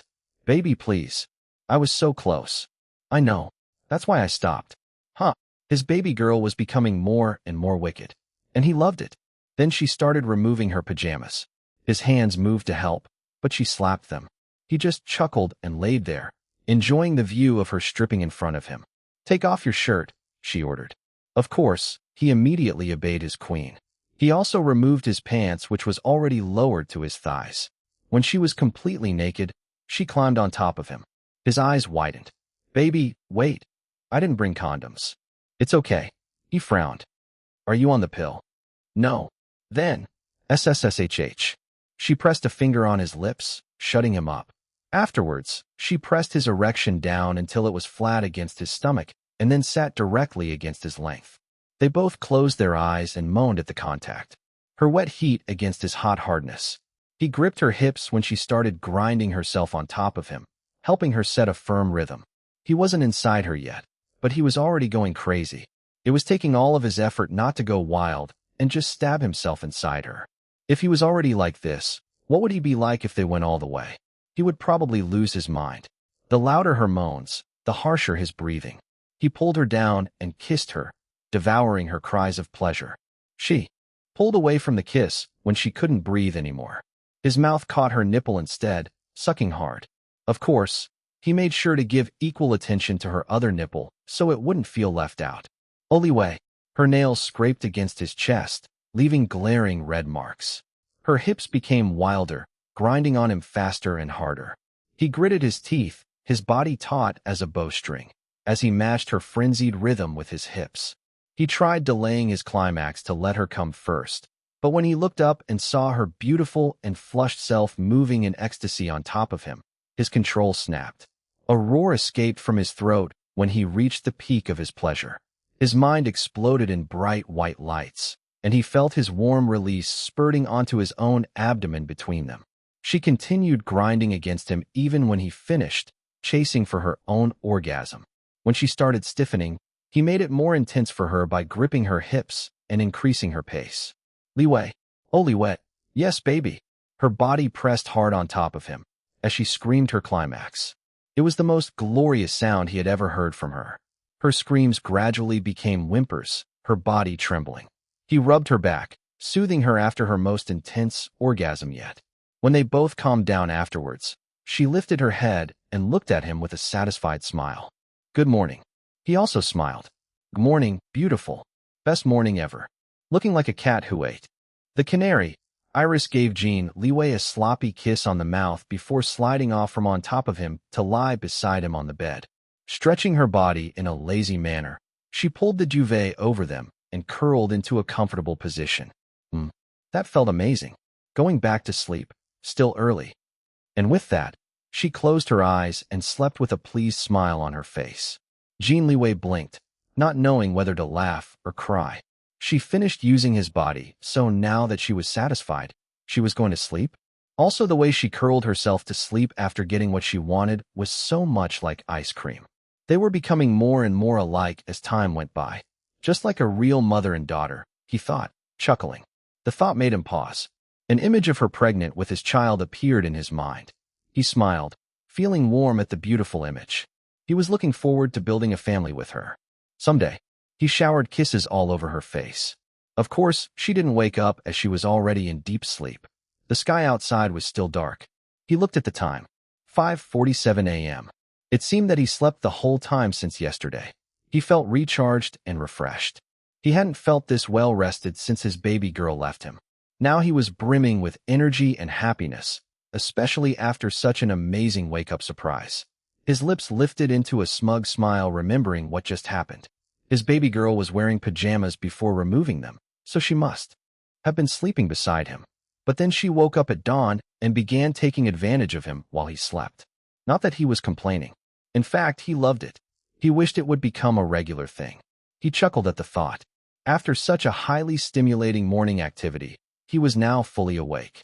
He rose from the bed and saw that someone delivered his small suitcase to the room. Seeing some folded towels on a nearby chair, he took a small one to wipe his sim*in from his abdomen. He also returned to the bed and wiped his baby girl. Then he took a large bath towel, wrapped it around his waist, and headed outside the room. The rooms didn't have their own bathrooms. Only Grandpa Lu's master bedroom had its own small personal one. So Jin Liwei used the bathroom he remembered opening the day before. Later, freshly showered and clothed, he went downstairs to the kitchen. He could already smell the strong aroma of coffee. There you are, my boy. Grandpa Lu's voice boomed by the coffee maker. Good morning. You look much better. Very good. Good morning, Grandpa Lu. Yes, I feel so much better. I bet. A teasing glint flashed in the elder's eyes. I was going to invite you for a jog outside. It's nice to run when it's cold, but it seems that you already had a vigorous workout so early in the morning. Just so you know, my chalet is not soundproofed. The tips of Jin Liwei's ears turned red, but his face maintained an impassive expression. I thought there was a fire or a natural disaster with all the roaring and screaming. I woke up in a panic. Oh, my old heart. Good thing I realized what was going on, or else I would have smashed the door open to rescue the two of you. Baha. Jin Liwei cleared his throat, deliberately ignoring the old man's mischievousness. He took over the coffee maker and poured a cup for each of them. Fortunately, Grandpa Lu didn't push the topic and moved on from the teasing. I don't know what happened between the two of you that you needed to separate temporarily. Your fifth brother, that dunderhead grandson of mine, called me out of nowhere and told me to bring Xiaolan out of the country. I asked why, but he wouldn't tell me anything. That girl also won't tell me anything. Well, I respect your secrets, so I didn't investigate, even though I was burning in curiosity. Never mind that. It looks like everything is fine now. I'm glad that you two are together again and very active in fulfilling this old man's wish of giving me great-grandbabies. Thank you very much for taking care of Xiaolan, Grandpa Lu. I knew that she was in safe hands when I heard that she was with you. Then a faint smile tugged Jin Liwei's lips. I don't mind having children now, but I want to marry her first. You'll have to wait after our wedding before you can have your long-awaited great-grandbabies. And also she's still young. I'm not sure whether she wants to have children right away. Grandpa Lu squinted his eyes at him. Wedding, eh? Well, you better move fast, my boy. That girl will only shine more brightly from here on. It's inevitable that there will be other men who'll want and desire her. If you ever take her for granted, I'm sure someone else will quickly steal her away from you. I'll never take her for granted. I love her, Jin Liwei said in a serious tone. That's what I want to hear. Very good. This old man will have to stay healthy then, so that I will still have the energy to carry and spoil my future great-grandbabies. Don't take too long, all right? After coffee, the two still went out for a jog around the hilly neighborhood. The weather was cold and running in winter attire was hard, but it was refreshing especially with such a breathtaking view of the Swiss Alps. They jogged back to the chalet when the sky began to lighten moments before sunrise. Iris was already awake when they returned. She was in the kitchen drinking tea while watching the chalet's caretaker cook eggs, bacons, and sausages for breakfast. Everyone greeted each other. Iris was glowing, her bright eyes sparkling. She jumped from her seat, ran into Jin Liwei's embrace, and then pulled his head down for a kiss. Jin Liwei was a bit surprised, but also very pleased at how forward she was becoming in showing her affection for him, especially in front of other people. His heart filled with pure happiness. He hooked his arms around her waist. When they finished kissing, there was a stupid grin on his face. You two haven't even married yet, but you're already acting like you're on your honeymoon. Humph. Let this old man eat proper breakfast, not dog food. Grandpa Lu grumbled, but his eyes danced in amusement. They ate together, a picture of a happy family. After breakfast, Grandpa Lu waved the lovers away. He said he needed some peace and quiet. Although he sounded like he was complaining and chasing them out of his chalet, the lovers knew that the elder was just giving them the opportunity to spend more time together. Iris freed her schedule for the entire morning and moved her lessons in the afternoon instead. They rode the shuttle bus to the main castle. She toured Jin Liwei around the academy, showing him where she usually spent most of her time. There weren't a lot of people, as most of the alumni and even some of her fellow students already left the academy after the welcoming dinner for her and Grandpa Lu. Nevertheless, they still met some alumni along the way who were even familiar with Jin Liwei. Most of them worked in the financial and business industries. Liam, what a surprise. One of them greeted Jin Liwei in English. I didn't expect to see you here. How have you been? Oh, hello, Xiaolan. We met at the dinner. Are you two together? Jin Liwei and Iris greeted the man. Then Iris looked at Jin Liwei, tilting her head to the side. I'm doing well, thank you, Jin Liwei said, pulling her closer to him by her waist. Yes, Xiaolan and I are together. I'm here at the academy to visit her, my girlfriend. Oh, I thought so. You two look great together. Truly a match. They exchanged pleasantries and then briefly talked about general topics before easing the conversation to an end. They said their goodbyes and went their separate ways. When the man was gone, Iris looked at Jin Liwei with deep, questioning eyes. He raised his eyebrows, a faint smile on his lips. Liam, she asked. N. My English name. Oh, it's a nice name. Then she paused. But I still like Liwei better. He chuckled.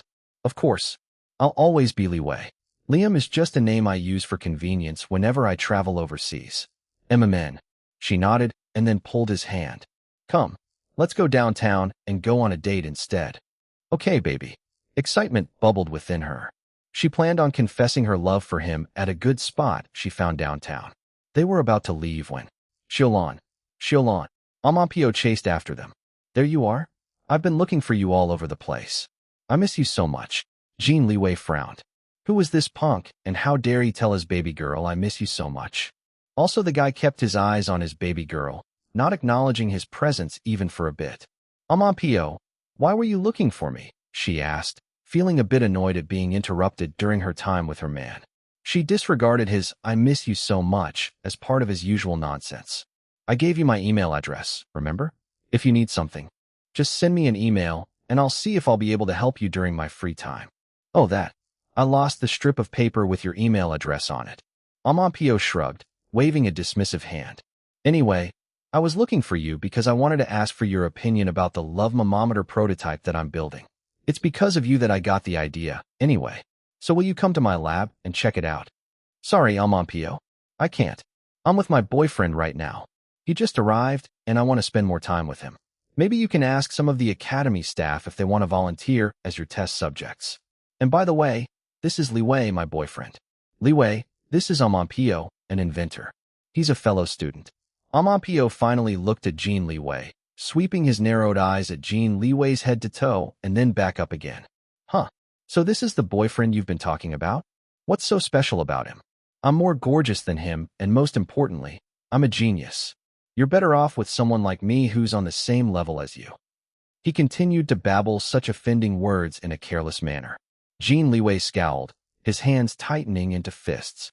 This bastard was just asking for a punch. How dare he flirt with his baby girl right in front of him and insult him at the same time? He might not be a genius compared to them who were cross-academy students, but he was still an important business leader recognized in the international level. He wanted to beat this bastard so badly, but he controlled his temper. This wasn't his territory. He didn't want to make a scene and trouble his baby girl who was the newest student in the academy.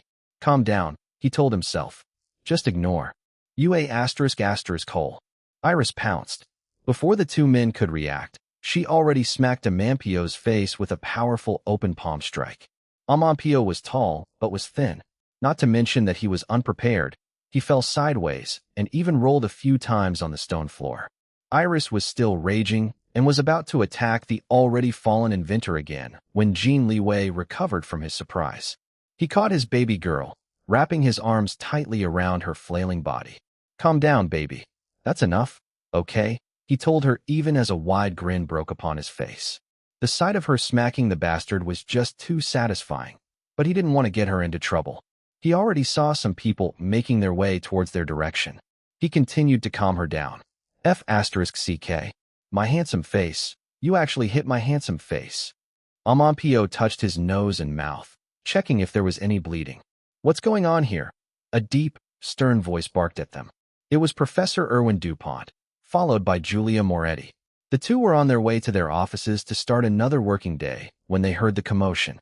They actually witnessed Iris' impressively quick movement of smacking Pio and sending him rolling to the floor. Headmaster, I've been wronged. Pio cried. Xiaolon suddenly beat me up out of nowhere. Everyone frowned at his claim. What beat you up? She just hit you one time, they thought to themselves. Jin Liwei and Iris glared at Pio at the same time. Look, Headmaster. Xiaolon and her boyfriend are bullying me. Please give justice for my handsome face. I mean, for my injured body. That's enough, Mr. Koletsky. Professor DuPont rebuked him. Then he turned to Iris with a stern expression. Miss Long, pray tell what actually happened here. But I already told you what happened. Pio complained. Mr. Koletsky, the headmaster wants to hear both sides. Please don't interrupt. Julia Moretti snapped at the overdramatic inventor. Jin Liwei drew Iris closer to him in a protective manner, but she reassured him with a pat. Then she stepped forward.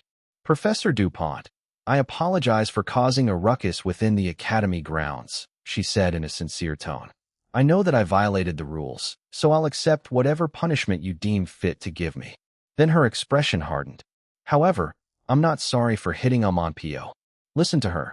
She's not even sorry. Pio finally stood up from the ground, pointing an accusing finger at Iris. Professor DuPont gave him a hard look with such intensity that Pio instinctively stepped back, shutting his mouth. Iris continued. I'm not sorry for hitting Pio because he insulted my boyfriend right in our faces.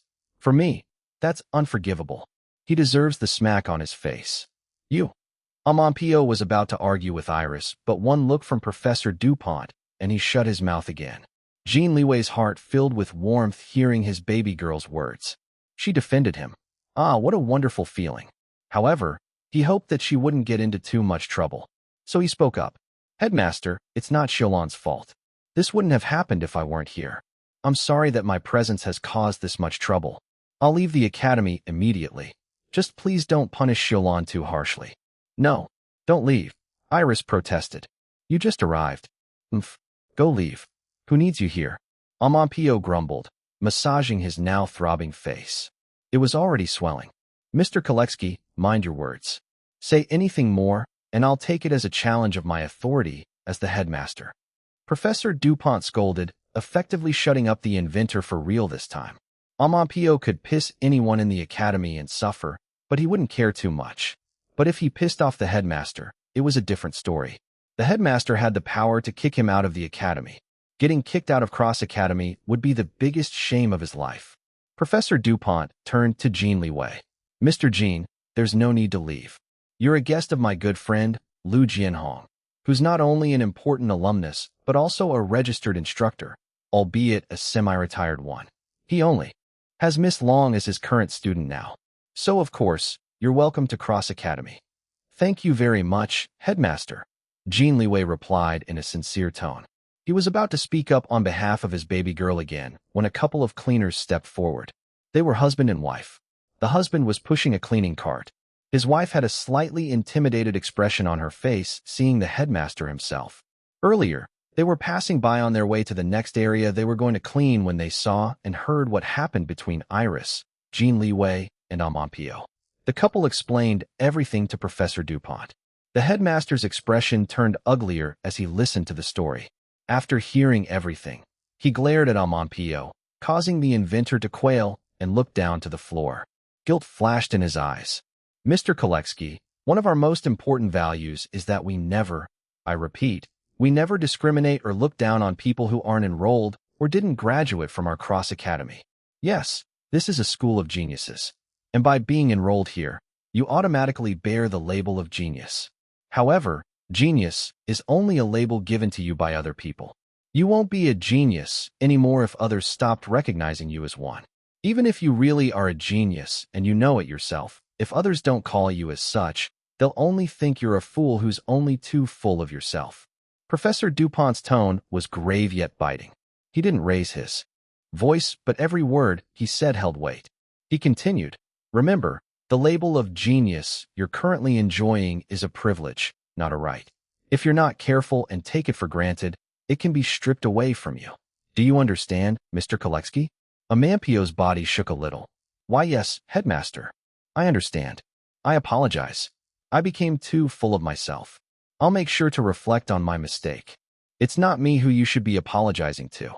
Amampio hesitated. He was slightly unwilling, but the headmaster's words made him realize how offensive he had been. He turned to Jin Liwei. Sorry, bro. I was rude. I don't have the best social skills in the world. I'm too focused with my inventions. It's just that I wanted to talk to Xiaolon about my latest invention, but she rejected me because of you. So I thought that you were an eyesore. That's why I treated you like that. So I apologize. Jin Liwei still didn't have any good feelings for the man.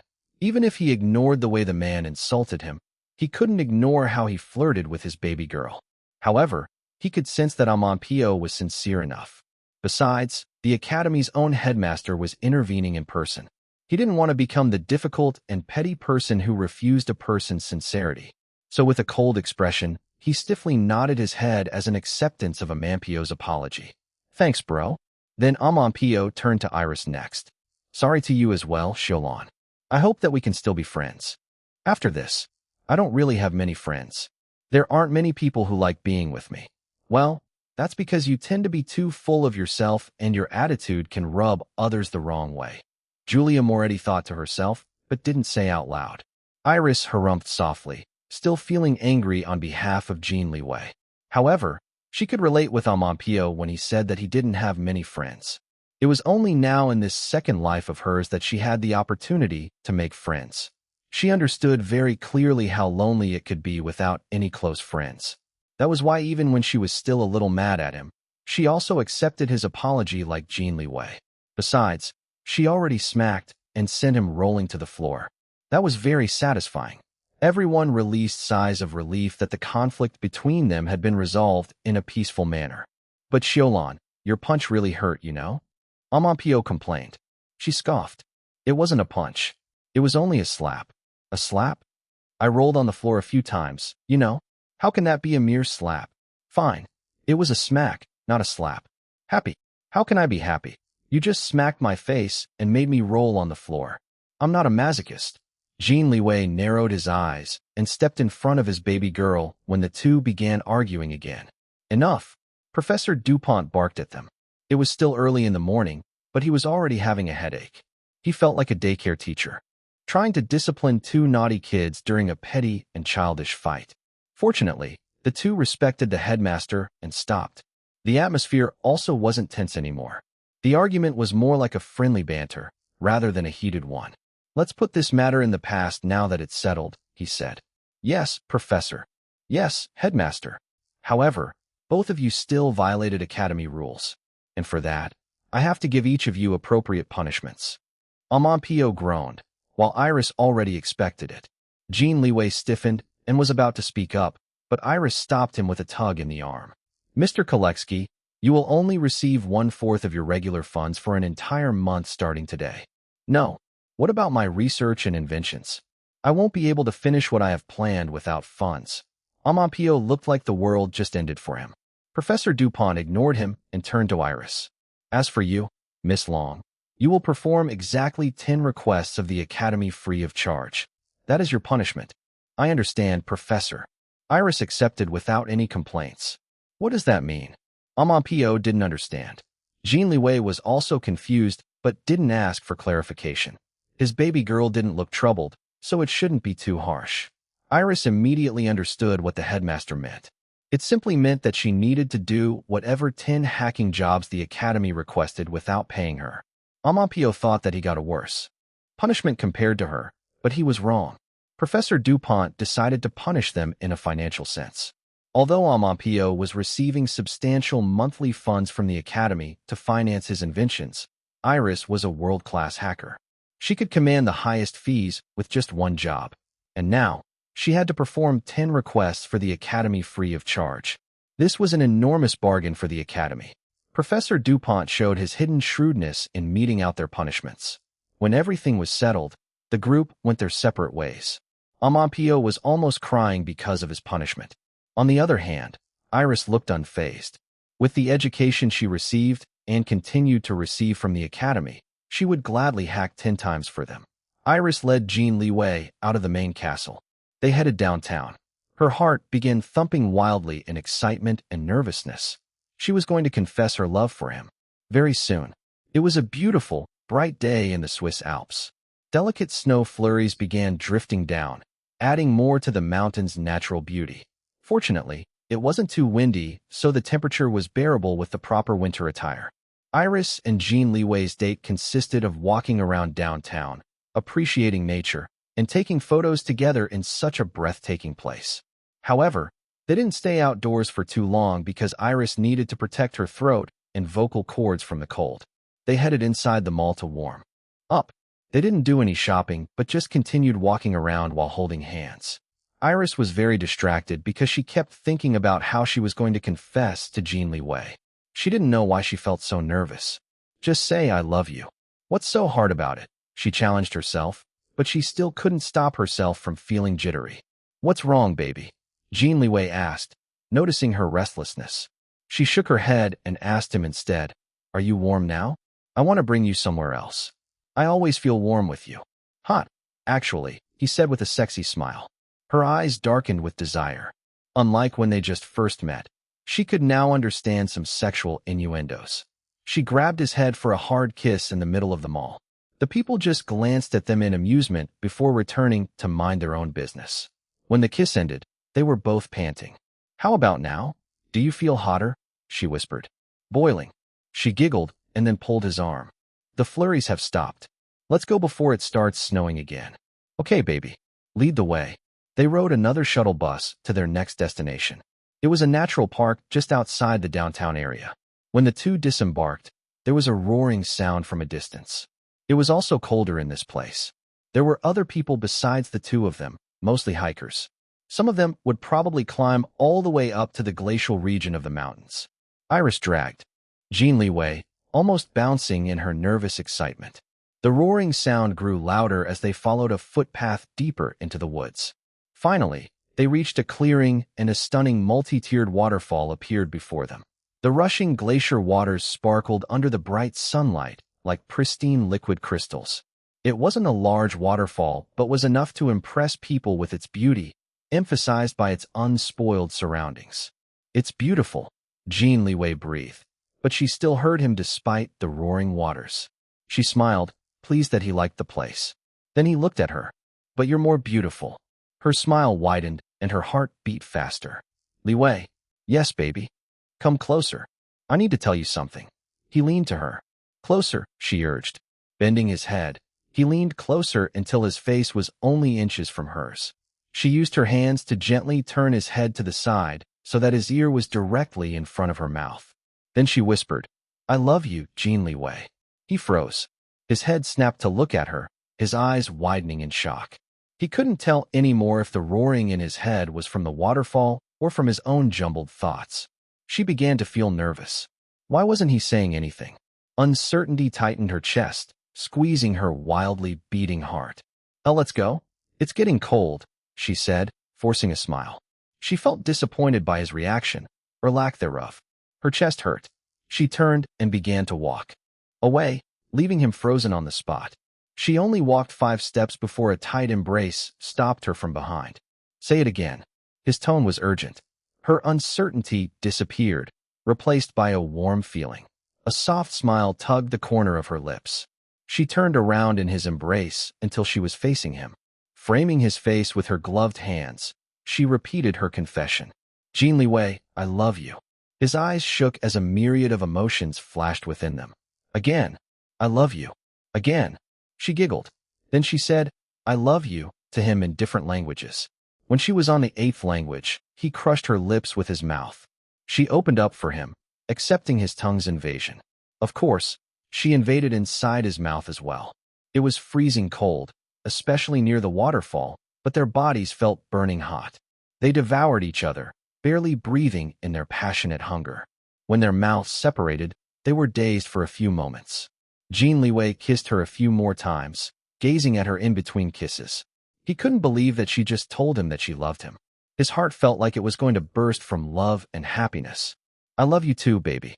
So much," he said, stroking her now red cheeks with his gloved hands. "Thank you for loving me, too. I'm so happy. I feel like I'm dreaming." "You're not dreaming. I love you, Liwei." Then she added, "You're mine. I'm yours always." His expression turned serious. "And you're mine."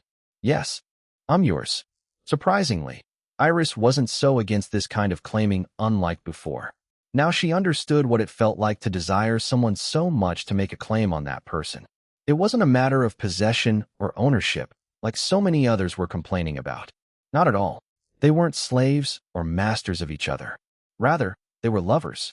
Claiming was a declaration of their feelings and desire to belong with one another. They were a man and a woman equal in love. This claiming was a promise and a commitment to each other and to not allow an outsider to come between them. It was as simple as that. Jin Liwei threw his head back in delight when he heard her words. He had been waiting for this day. Finally, "This is the happiest day of my life so far," he told her. "And I'm certain that my next happiest day will also be with you." A sweet smile blossomed on her face, making her even more beautiful. Then a warning glint flashed in her eyes. "It better be with me, or else you'll be in trouble." He chuckled, loving this new side of her. "Of course, baby. There's only you in here," he said, grabbing her hand and pressing it on his chest. Snow flurries began falling down again. It was as if the heavens were showering blessings on the two of them. It made the moment more memorable, forever imprinting it in their memories. After Iris' confession, the lovers became even more inseparable. She could barely leave Jin Liwei to attend her lessons in the afternoon with her instructors. She wished that she had cleared her entire schedule for the day to spend more time with him. Being in love is great and all, but make sure to learn how to balance it with the other aspects of your life. Grandpa Lu reminded her when the lovers returned to the chalet after their date. Treat love as your inspiration, not as a distraction. The elder's words of wisdom enlightened not only Iris, but also Jin Liwei. Compared to Iris, however, Jin Liwei could afford to focus on their relationship a bit more because he was already successful and stable. All he needed to do was to maintain the quality of his work. On the other hand, Iris was still on her way up. Yes, she was already enjoying the first fruits of success, but it wasn't stable yet. Any missteps or carelessness on her part, and everything would come crashing down back to square one. So with a lingering kiss, Iris left Jin Liwei and Grandpa Lu at the chalet and headed to her lessons after lunch. As for Jin Liwei, he wore a stupid grin on his face for the entire time before Grandpa Lu couldn't take it anymore. Grandpa Lu left the chalet and headed to the main castle to bother Professor Erwin DuPont in his office. It was only then that he learned about the altercation between Iris, Jin Liwei, and Amampio Koletsky. You cunning old bastard. 10 requests free of charge. That's not a punishment, but a rip-off. How dare you swindle my granddaughter? Grandpa Lu huffed. The headmaster ignored him, continuing to work on his desk. A smug smile could be faintly seen on his face. For the next couple of days, Jin Liwei and Iris were always together except when she had lessons. He refused to leave and returned to China before her. She still couldn't go home right away because she had a commitment with Maestro Ludovico de Luca to perform with him in his upcoming orchestra concert in Germany. There were quite a few urgent matters that Jin Liwei needed to attend to at work, but he insisted on making it harder for himself and worked remotely instead through emails, phone calls, and online conferences. He didn't inform Iris because she might send him back, but Grandpa Lu was aware of his situation. Fine. Your grandpa will run Jin Corporation in your stead again while you young, lusty lovers enjoy yourselves, he announced. I'm bored out of my mind here in the mountains, anyway. That DuPont bastard works all day and won't play with me. Worrying. And it's also getting colder here each day. Not good for this old man's creaking bones. So better for me to return to China and do something productive. I also need to check in on your fifth brother, that pinhead grandson of mine. I hear he's always out, but what in cuckoo's head is he doing? I want to know. Thank you, Grandpa Lu. I owe you, Jin Liwei said in his sincerest tone. Indeed, you owe me great grandbabies. Don't make me wait too long. This old man is not getting any younger. With that, Grandpa Lu dragged Professor Erwin DuPont and everyone else still remaining in the academy to party before he left and flew back to China. Before he left, he promised Iris that he would fly to Germany to watch her performance with Maestro de Luca. Shadow Wind's headquarters. While Iris and Jin Liwei were basking in their love in the Swiss Alps, Lu Zihao was busy developing and strengthening his group. His identity as Lu Zihao didn't have any roots at all in the underworld, so he decided not to make Shadow Winds an outright criminal group. Instead, they were becoming more known as an increasingly powerful vigilante group, a group which skirted the lines between crime and justice. Criminals were afraid of being targeted by them, while the authorities were wary of them. For now, the authorities were turning a blind eye on their activities to a certain extent. After all, they were helping purge the country of the most heinous of criminals while the authorities were restricted by legal boundaries. But at the end of the day, they were still only vigilantes who didn't have any legal capacity to punish criminals under the law. As long as the authorities deemed that they were still useful and within their realm of control, the Shadow Winds were allowed to run freely. Of course, Lu Zihao took advantage of the authorities' current lax attitude towards them. He knew that there would come a day when they would become a big threat and would eventually be suppressed. He needed to grow Shadow Winds into an unshakable force before then. At times, they were bounty hunters. At other times, they were good Samaritans. They dispensed justice in a vicious manner, not allowing their targets any chances of recovery. Their methods earned the gratitude and respect of the criminals' victims and their families. Some of them even readily joined the group, but only a few of them were accepted. Lu Zihao only chose those who met his high standards, and of course those he could make loyal to him. Despite their reputation as unofficial agents of justice, Shadow Winds wasn't a charity. They weren't doing all of these out of the goodness of their hearts. Everything they did was because they had ulterior motives. They chose targets based on how much resources they would be able to obtain in the end. Every single thing was planned to the smallest detail by their meticulous, cunning, and ruthless leader. Liu Zihao was reviewing a blueprint of their next mission with his subordinates when someone from the hacker team interrupted them. "Boss Hao, we found something about the matter you told us to keep an eye on." Liu Zihao's eyes lit up, but for only a fraction of a second, so nobody noticed his excitement. "Give it to me." The hacker handed him a tablet. Everyone was silent and unmoving as their leader read on the tablet. After a few moments of reading, Liu Zihao unleashed a bloodthirsty and murderous aura, frightening his surrounding subordinates. They looked at him in alarm, but still forced themselves to act impassive, even when they were sweating bullets and shaking in their shoes. Fortunately, the aura was quickly controlled, disappearing until the subordinates felt like they just imagined it. "How I see. So this is how they want to play it. I understand now." His devilish smile made everyone shiver. "I'll keep this," he said, referring to the tablet. He placed it on the table in front of him. "Return to your post now and continue keeping an eye on this matter," he instructed the hacker. "Yes, boss." Liu Zihao's eyes glanced once again at the tablet. A working title for a biography was displayed on the screen. Underworld Apocalypse: The Fall of a Criminal Empire and the Tragic Demise of the Most Evil Family in History. Munich, Germany. Iris, Jin Liwei, Maestro Ludovico de Luca, and Professor Kalisha Schwartz boarded Enrique Valdez's private jet. The flight to Munich was short, only a little more than an hour. After disembarking from the jet, they were chauffeured to the charming historical Old Town. They checked in at a 5-star Asian hotel, booking 3 suites for their group. Iris and Jin Liwei shared one, Maestro de Luca and Enrique Valdez another, while Professor Schwartz had an entire suite to herself. Since the group consisted of prominent figures, the hotel gave them the best suites and service. As an Asian hotel, of course they immediately recognized Jin Liwei. His presence even prompted the hotel's general manager to come out and greet them personally. The hotel staff was curious about the beautiful woman beside Jin Corporation's president-CEO, but they didn't want to get on Jin Liwei's bad side, so they controlled themselves. They didn't recognize that it was Iris Long. She still wasn't famous enough outside China. After settling in at their own suites, they went their separate ways. Maestro de Luca headed to the historic opera house a walking distance away from the hotel where the orchestra concert would be held. He wanted to check the venue first and meet with his orchestra. Iris was a last-minute guest performer for one solo piece and another one with the orchestra, so she only needed to join them for rehearsal the next day. Enrique Valdez went to meet some of his friends living in the city to drink some beer and go clubbing in the evening. Iris and Jin Liwei followed Professor Schwartz.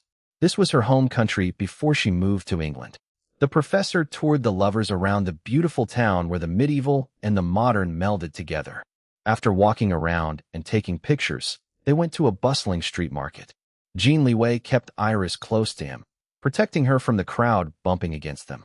Professor Schwartz expertly weaved through the people, leading them deeper into the market. Of course, they bought souvenirs and other goodies along the way.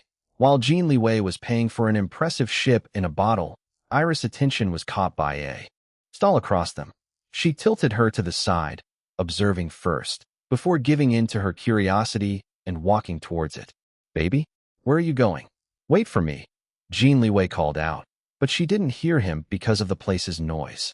"Don't worry, I'll go with her. Follow us when you're done," Professor Schwartz told him after she finished her own purchases. He nodded. Iris arrived in front of the stall. Different kinds of liquids and creams in glass bottles and jars were displayed. The packaging didn't look appealing, but Iris' intuition urged her to look more closely. The stall wasn't as busy compared to the souvenir shops around it, but there were quite a number of local women who dropped by to buy some of the liquids and creams. They looked like regular customers based on how they interacted with the seller. Iris immediately noticed that all of them had bright, glowing skin. After taking care of a customer, the female seller made eye contact with Iris. She was a cheery blonde woman in her 30s. Smiling, she greeted Iris in German. "Welcome, beautiful lady. Are you a tourist? You've come to the right place. We sell the best homemade skincare products in entire Germany. If you buy and use our products, I guarantee that you'll become even more beautiful. We sell lotions, moisturizers, cleansers, toners, masks, and other good stuff to improve your skin." Iris picked up a random bottle. "What is this?" Can you also tell me what's in it and how it can improve my skin? The seller's eyes widened at Iris' perfect German.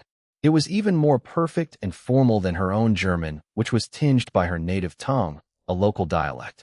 Then she smiled and began promoting the product in Iris' hand. That is our special night cream. It not only moisturizes and soothes your skin, it also boosts collagen production and cell renewal. What's more, it has effective anti-aging properties.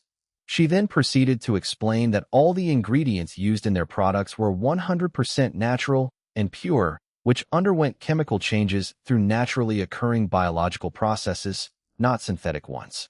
She also raved about using secret technology she developed with her brother to increase the effectiveness and longevity of the ingredients for better results while maintaining their gentle qualities. Chill on, my dear.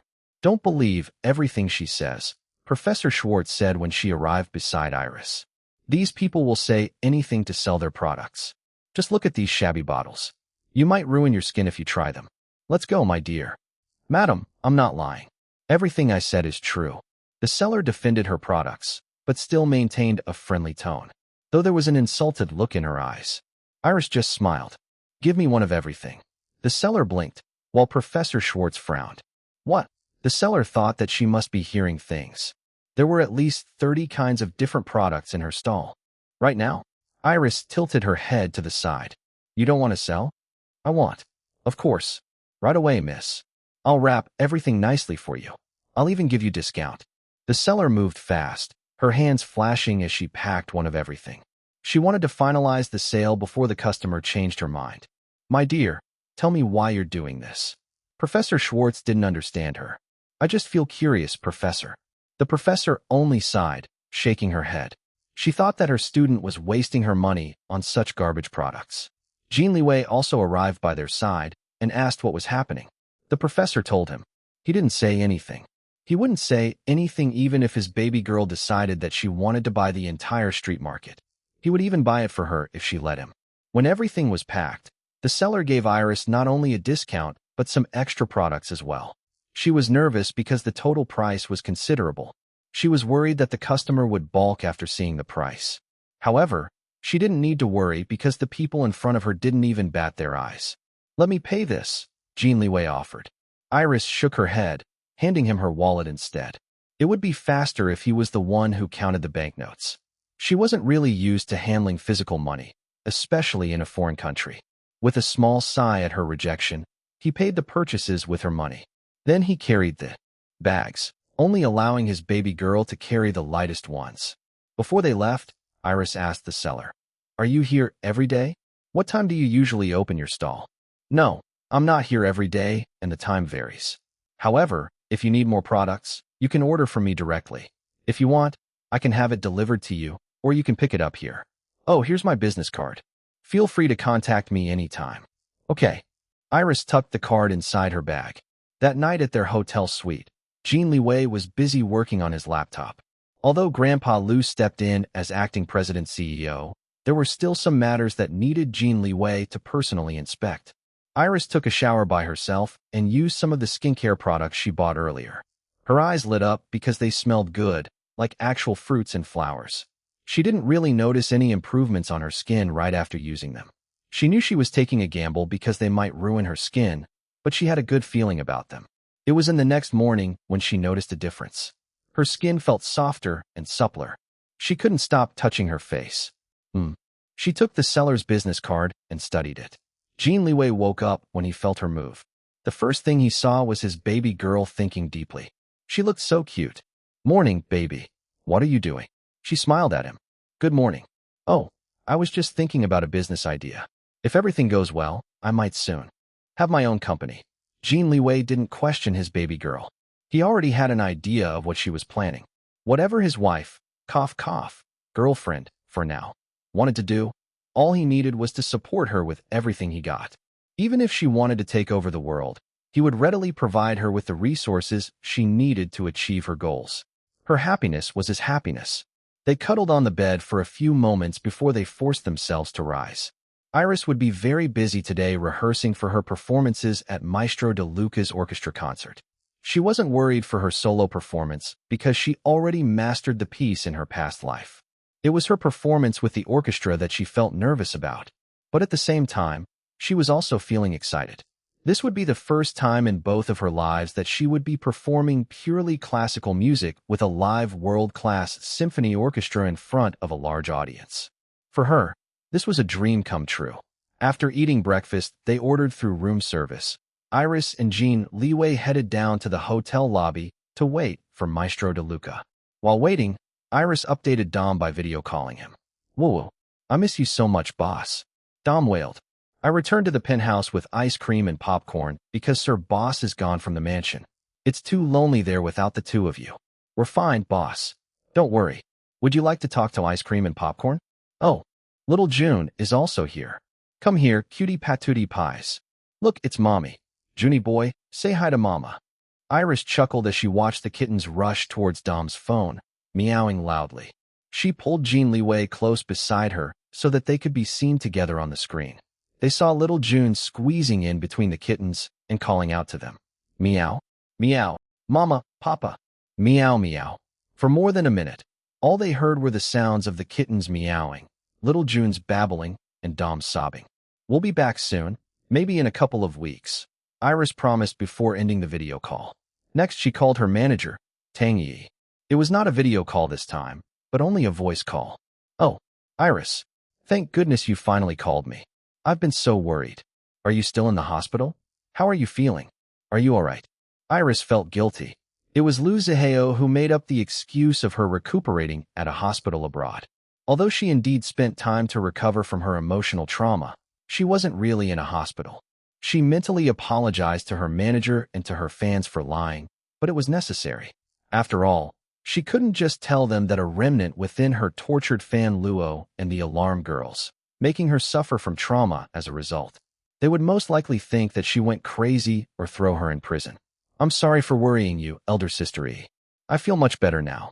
I'm planning to return in maybe a couple of weeks before the movie premiere of Strong Yet Broken and the launch of my soundtrack album.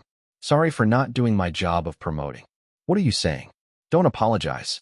What you went through was horrible. I can't imagine how you must have felt when you learned that Fan Luo was the one who's sorry. Let's not talk about this now.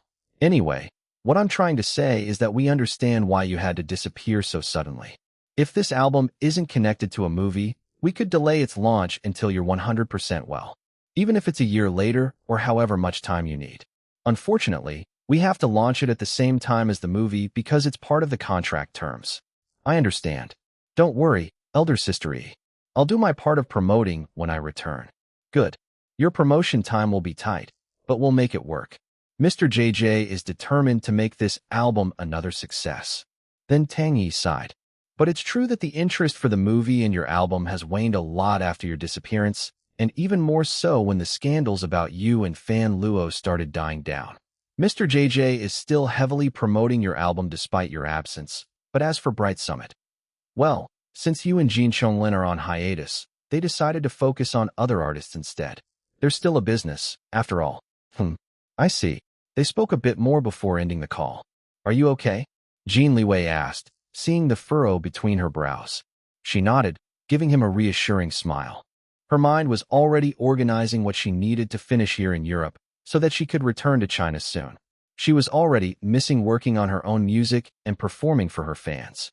"Thank you," she suddenly said, hugging Jin Liwei. For what?" "For being with me." For some reason, his presence gave her peace of mind to do the things she needed to do without feeling too pressured. Even if he wasn't saying it in actual words, his actions and just his presence alone were already telling her, "Go ahead and do what you want to do. I'll be here to support you. Don't worry. I love you, Liwei." He took a sharp inhale of breath, his eyes darkening with emotion. He kissed her hard on the mouth and then hugged her just as hard. "I love you too, baby. So much." A loud, deliberate cough interrupted them. It was Maestro DeLuca, his amused eyes looking at them. The couple greeted him. "Let's go," he announced, leading them out of the hotel. The three walked to the nearby opera house. Although the maestro gave permission for Jin Liwei to watch the rehearsals, he declined, saying that he had some matters he needed to attend to. Iris was a little disappointed but understood that he was also busy like her. "I'll come back and see you later for lunch," he said, kissing her. "Have fun." With that, Maestro DeLuca and Iris walked inside the opera house for their rehearsal. Jin Liwei waited until they disappeared from his view before he left to return to the hotel. Inside the suite, he immediately busied himself making phone calls. Excitement coursed within him as he made plans. He couldn't wait to. A grin spread on his face. Soon, he whispered to himself. For the next days, while Iris was busy rehearsing with Maestro DeLuca and his orchestra, Jin Liwei was also busy planning and organizing something in secret. Iris knew that he was hiding something from her. Although she felt curious and wanted to know what it was, she didn't force him to tell her. He would reveal it on his own when he was ready. She also continued using the skincare products she bought at the street market. The improvements on her skin only became even more visible, especially every morning when she woke up. It seemed that the product's effectiveness increased during sleep. However, she also noticed that some of the products didn't work quite well. Either there were no improvements at all, or her skin didn't feel comfortable after using them. Perhaps it was because these particular products weren't designed for her skin type. Or maybe they just didn't work well with Asian skin. She would need to ask the seller about it. There was another issue, which was that once the products were opened, they had shorter shelf life compared to the commercial products available on the market. True, they worked extremely well, almost miraculously so, but they needed to be used quickly or they would expire. If she wanted to build a company with these products, this issue must be addressed and solved first. Despite this, she was confident that with enough funding, resources, research, and equipment, these already amazing products would be improved close to perfection. She made plans in her head about how to approach to the seller, but for now, she needed to focus on the upcoming orchestra concert. The day before the concert, Grandpa Lu arrived to Germany like he promised to watch Iris' performance. Iris and Jin Liwei's hotel suite had an extra bedroom, so he stayed with them. Iris was at the opera house rehearsing when he arrived. Jin Liwei and Grandpa Lu were the only ones at the suite. Grandpa Lu handed something to Jin Liwei.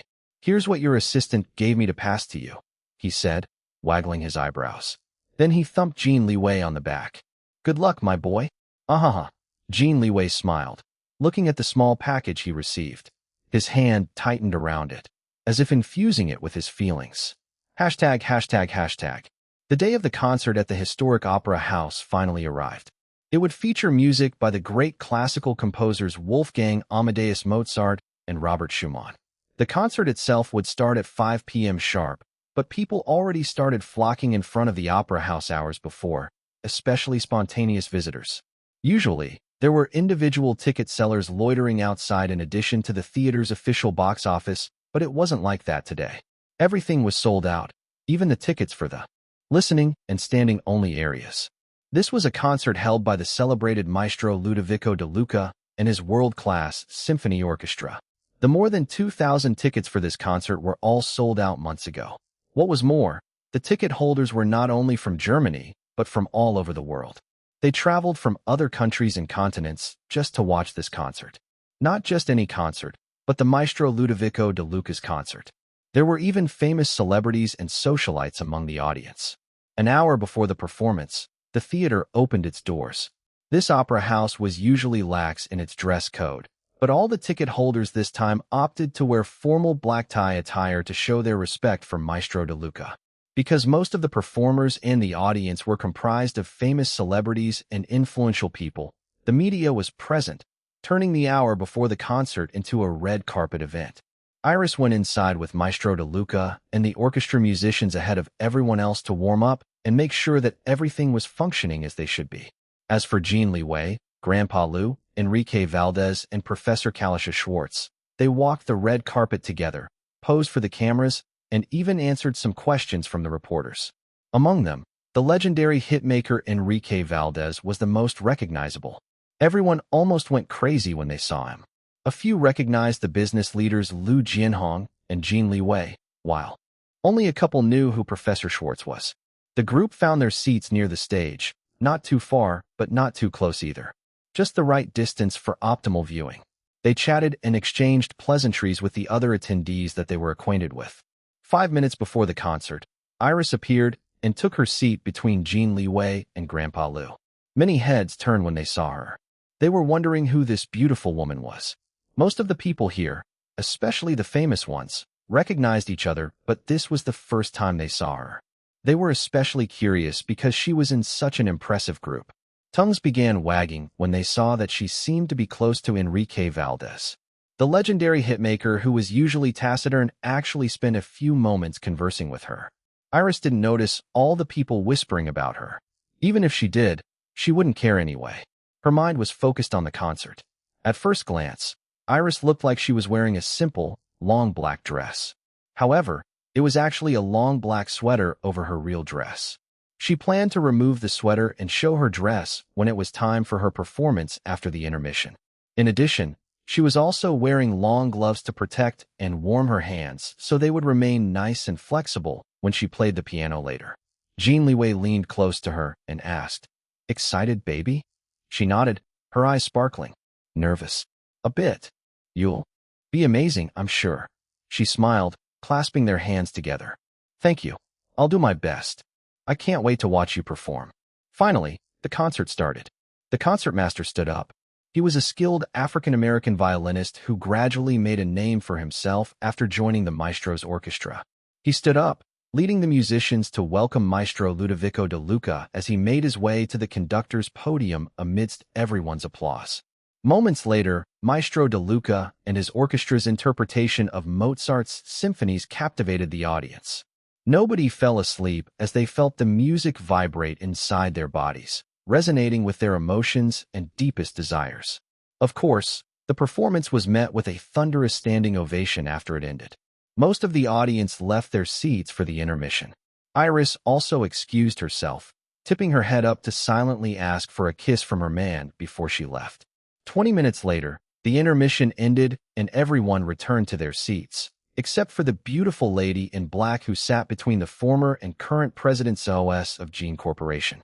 Some of the people who noticed her absence wondered where she went. Surprisingly, Maestro De Luca didn't start right away like he usually did. Instead, he spoke to everyone on the mic first. After greeting and thanking everyone for coming, he paused before speaking again. "There is a change for the second half of this concert. It will be different from what's printed on your programs.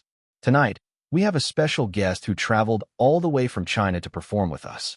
She is young and talented, extremely talented that I just had to drag her here to perform with us. Please welcome the beautiful and gifted Iris Long." A young woman in a fiery red dress appeared and walked to the center of the stage. Everyone gasped when they saw her. The dress smoldered and blazed under the light, like flowing lava every time she moved. A goddess of fire, someone breathed, completely mesmerized. Jin Liwei and his group led the welcoming applause as Iris reached center stage to greet Maestro Ludovico De Luca. Her fiery dress made her stick out like a lone bright flame among the musicians who were all wearing black and white.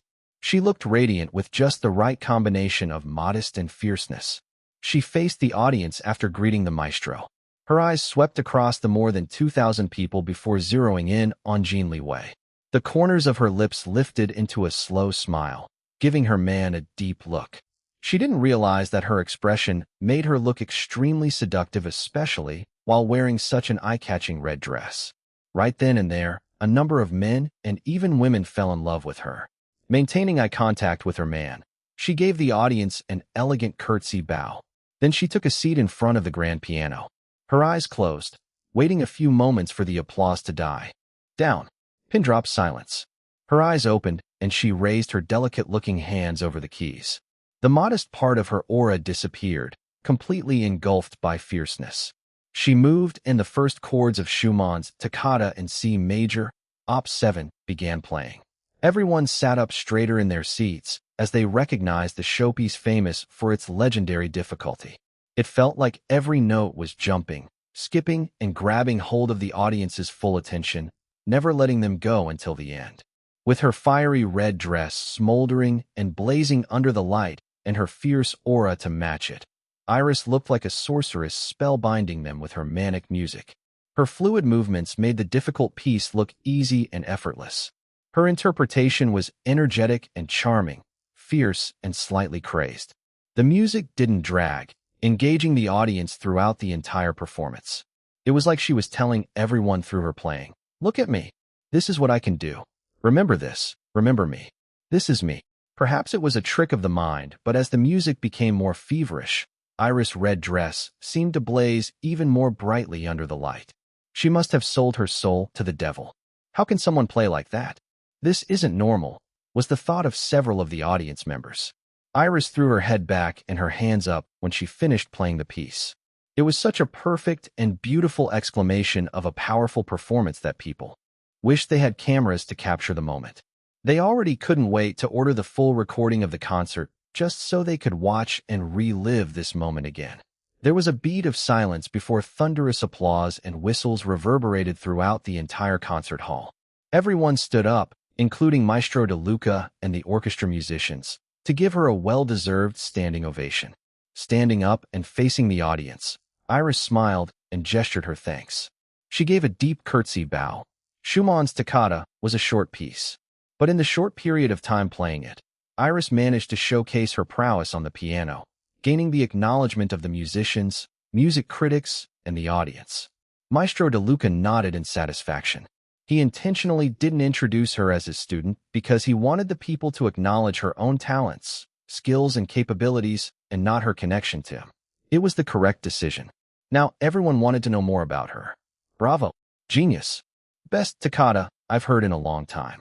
It's already on par with Maestro De Luca's Toccata, even though their interpretations are different from each other. Now I know why the maestro changed the program to include her. Her name is Iris Long, right?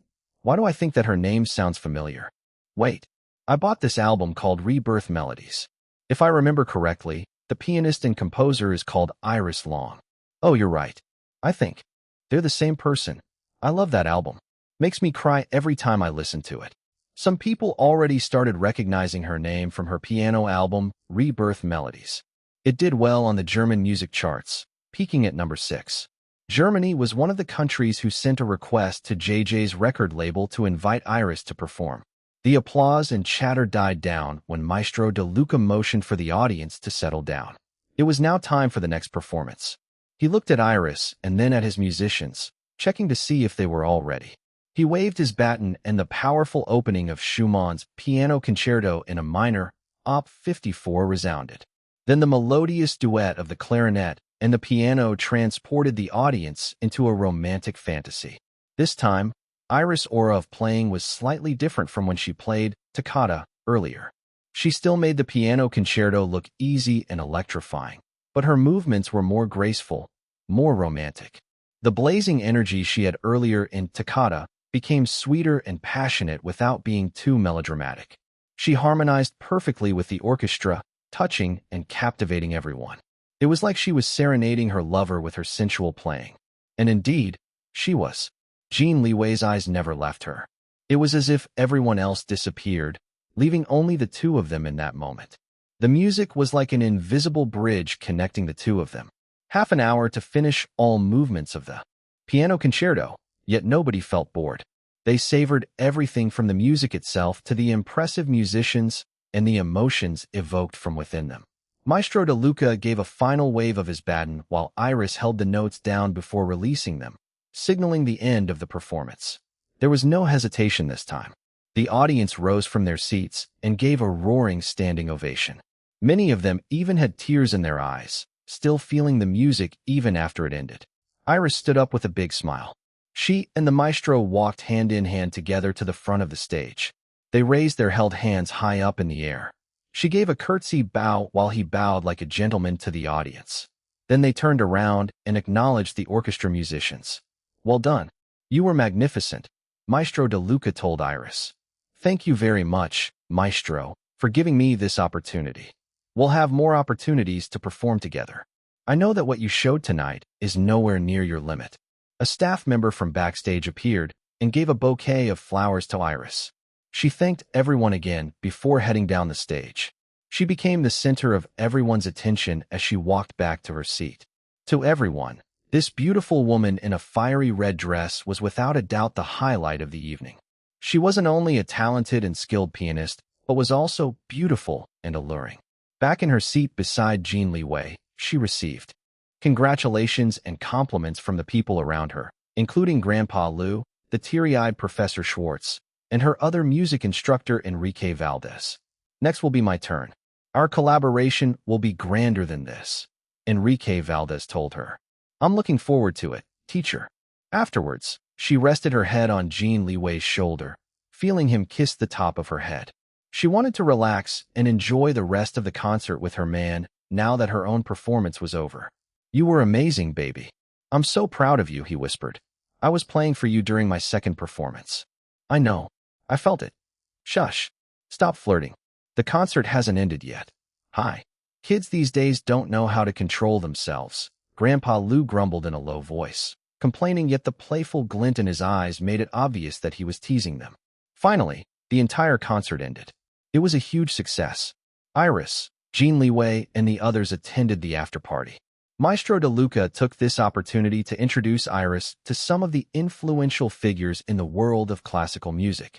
He still hadn't introduced her as his student yet, opting to wait instead for the right opportunity in the future when she became more well-known as a classical musician in her own right. The sky was already dark when Iris and Jin Liwei returned to their hotel suite. The elders chose to remain and socialize at the after-party. Iris felt drained, so Jin Liwei carried her. Princess style. He looked like a cold demon lord kidnapping a goddess of fire. People stopped in their tracks to gape at the sight of such a beautiful couple. The night drew to a close.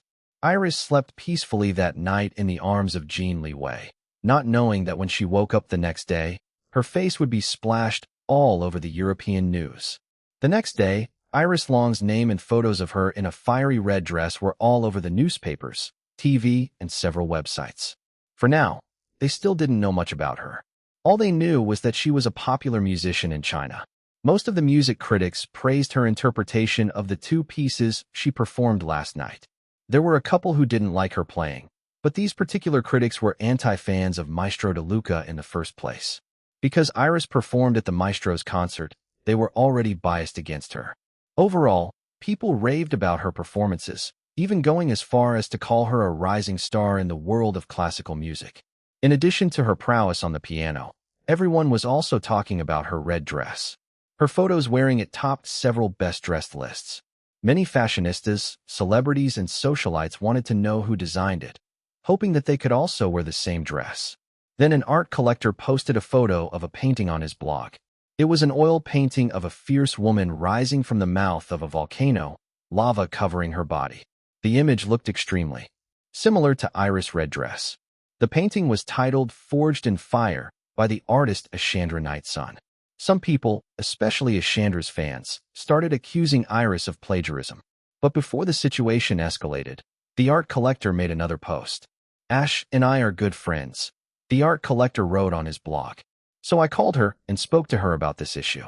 To my surprise, Ash said that she was the one who designed the dress based on her own painting. Some of you may not know, but Ash also dabbles in fashion design. She also told me that she and the pianist Iris Long are friends. I've also been tasked by Ash to let everyone know that she made the fiery red dress exclusively for her friend. She won't make the same dress for other people. That's all. So stop attacking my friend's friend. Iris Long didn't plagiarize. The art collector's blog posts quickly went viral. Now people became even more curious about Iris Long. Who was this young woman that she was friends with the artist Ashandra Nightsun? Not only that, she was also seen with a group of impressive people during the concert. After watching her piano performance, nobody doubted her connection to Maestro De Luca, who valued talent and potential in young classical musicians. But why did she also seem to be close to Enrique Valdez? The legendary hitmaker wasn't a classical musician. Tabloids claimed that according to insiders, Iris Long was the hitmaker's latest lover. He never married, but was known to have a string of lovers. Each fling never lasted for more than a few months. There weren't a lot of mention about Jin Liwei in the media, even though there were many people in the concert who witnessed him and Iris acting intimate on several occasions, kissing and cuddling. It was just the nature of the media. A relationship with the famous hitmaker Enrique Valdez sounded more exciting, more scandalous, especially in the West. Jin Liwei and Iris' relationship would only become big news if it was revealed in China. Jin Liwei already took steps to control the flow of information so that the news about him and Iris wouldn't reach China. Although he wanted to shout out their relationship to the whole world, he knew that doing so would only make it harder for her to prove herself in her career. They would naturally reveal their relationship to everyone in the right time. Several European media outlets reached out to her, inviting her for interviews. However, she declined all of them. She didn't have time for interviews. She had a more important matter she needed to do at the moment. The siblings Alona and Auric Bauer met with Iris in the hotel suite's living room. Alona was the one who sold the skincare products to Iris at the street market a few days ago. Her brother, Auric, was a gangling man with hair as blonde as his sister. Iris noticed that both the siblings' skin looked smooth and clear, making them look younger than their actual age. They were older than Jin Liwei, but they looked about the same age as Iris. Grandpa Liu and Jin Liwei observed the meeting but didn't interfere. Iris also didn't plan on asking for their opinions. She knew that Grandpa Liu was treating this as a test on how she would apply the things she learned from him. "Are you interested in mass-producing your products and selling it to a wider consumer market?" she asked. Alona was still dazed, especially after recognizing Iris on the news. Who could have expected that her previous customer would become so popular after only a few days? Since his sister wasn't speaking, Auric had no choice but to answer the question himself. He had a mumbling voice, making it difficult for most people to understand him. Fortunately, Iris had great ears, so she understood what he was saying. "Of course, we want to mass produce, have more people use our products, but we don't have enough money or experience to build our own company. Tried approaching other companies, but rejected us without even trying our products. Coals. Those who did try liked our products, but they want to buy all our rights, kick us out, and let their own people develop our products. Bastards. Offered big money, but I told them F***CKU, so they chased us out." "I see. I'm not surprised. Well, I like your products. However, I have some issues with them." Iris told him about the short shelf life and some of the products not working well on her skin. "Can you improve the formula?" "Of course," he said. Then he talked about having several ideas on how to improve the issues she mentioned plus other issues he noticed himself. It became apparent that he was the true brain behind the skincare products. He told Iris he needed several specific equipment that didn't exist yet. He knew how they would work, but didn't know how to build them. He also already developed some new compounds, all made from natural ingredients that may improve the products, but he needed an expert's opinion to verify whether he was on the right track or not. Amampio can build the equipment, and I'm sure Teresa can verify the compounds easily, Iris thought. Making a decision, she looked at Auric straight in the eyes. "I'll provide you with whatever you need. Money, equipment, even experts, no problem. I want to build a company with your products. I'll also help you patent whatever technology you develop under your name, but you'll have to sign an exclusive license to my company for a number of agreed years. As the developer of the products, you're entitled to shares, but of course, I'll still be the major shareholder and the boss since I'll be financing everything." Auric stared at her for a long time. She waited patiently, looking very calm when she was actually feeling nervous inside. "You'll let me do what I want in terms of product development?" "Yes." He stood up and extended his hand. "Deal." "Wait." Alona finally regained her senses. She pulled her brother. "Let's talk about the terms first." "No need," he said. "Don't care about shares. Just want to have the freedom and resources to develop my products, see them used by other people. As long as she treats us right, no complaints." "But I want shares." We want shares," Alona declared. "No problem," Iris reassured her. "Do we have a deal then?" "Yes." After shaking hands with the siblings, Iris made plans with them. "I'll be leaving soon, but I'll send some representatives to perform due diligence here with you. Hopefully we can sign a contract after that. Then you'll have to move to China. We'll build the company there." Auric shrugged, not really caring about the location. His sister, Alona, was excited as she had never experienced riding a plane or leaving Europe before. "It will take some time for your papers to be approved, but I'll start making preparations in China so that everything is ready when you come." They also discussed other details. The conversation became chattier with the excited Alona. "I know that it's still too early, but do we have a name for our company?" Alona asked. "My brother and I suck at naming, so we just labeled our products Amazing Homemade Lotion or Amazing Homemade Toner, and so on and so forth." Iris tilted her head to the side, thinking.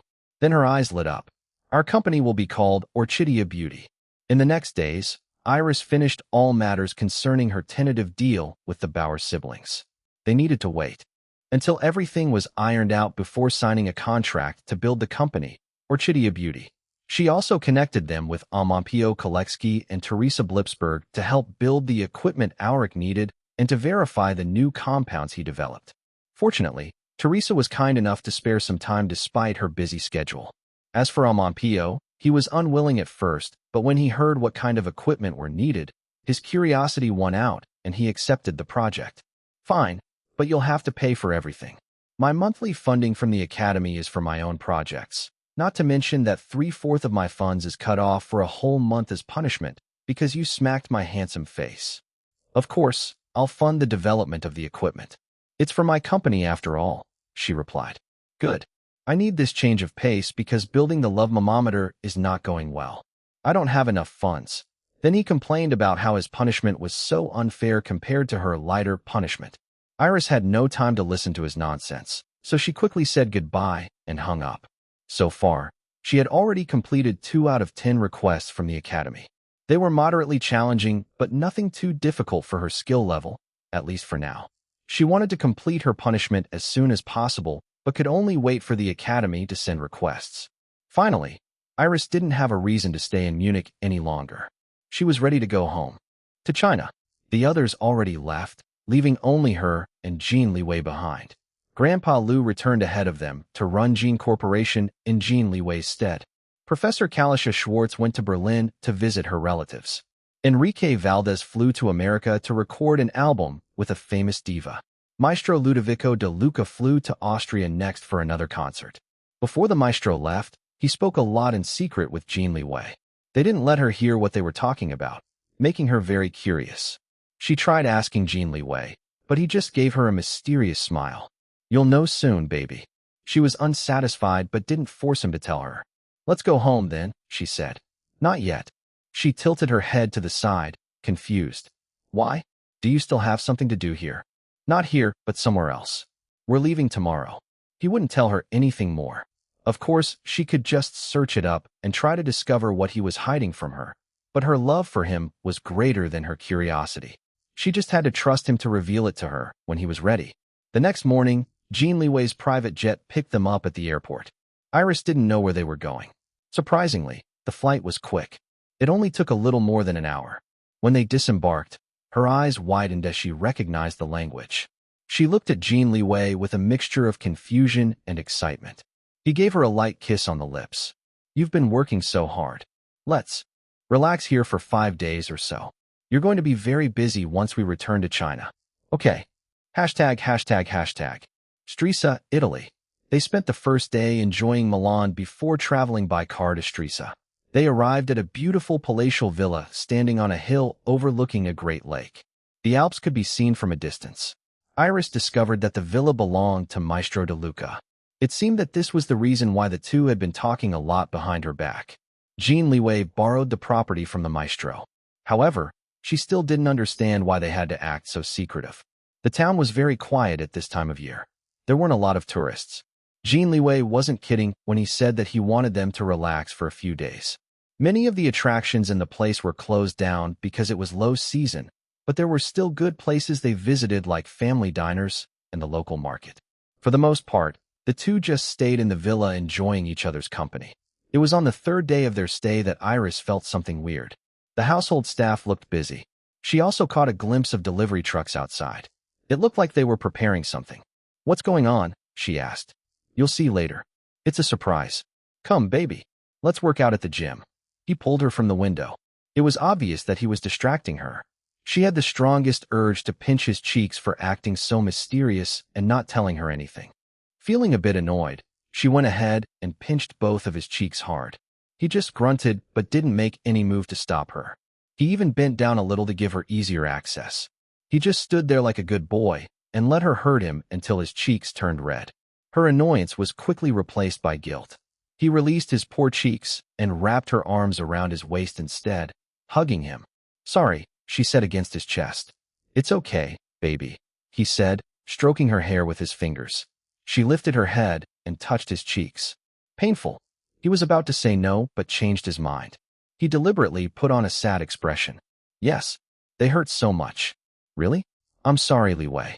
She gently massaged his cheeks, a concerned look in her eyes. "They're so painful. I think I need some kisses to feel better." Her hands paused in the middle of massage. Then her fingers curled and pinched his cheeks even harder. "Ow. Baby, stop. Please, it hurts." She harumphed, but let go of his poor cheeks. They looked tender and redder than before. Annoyance, guilt, and love all mixed together within her.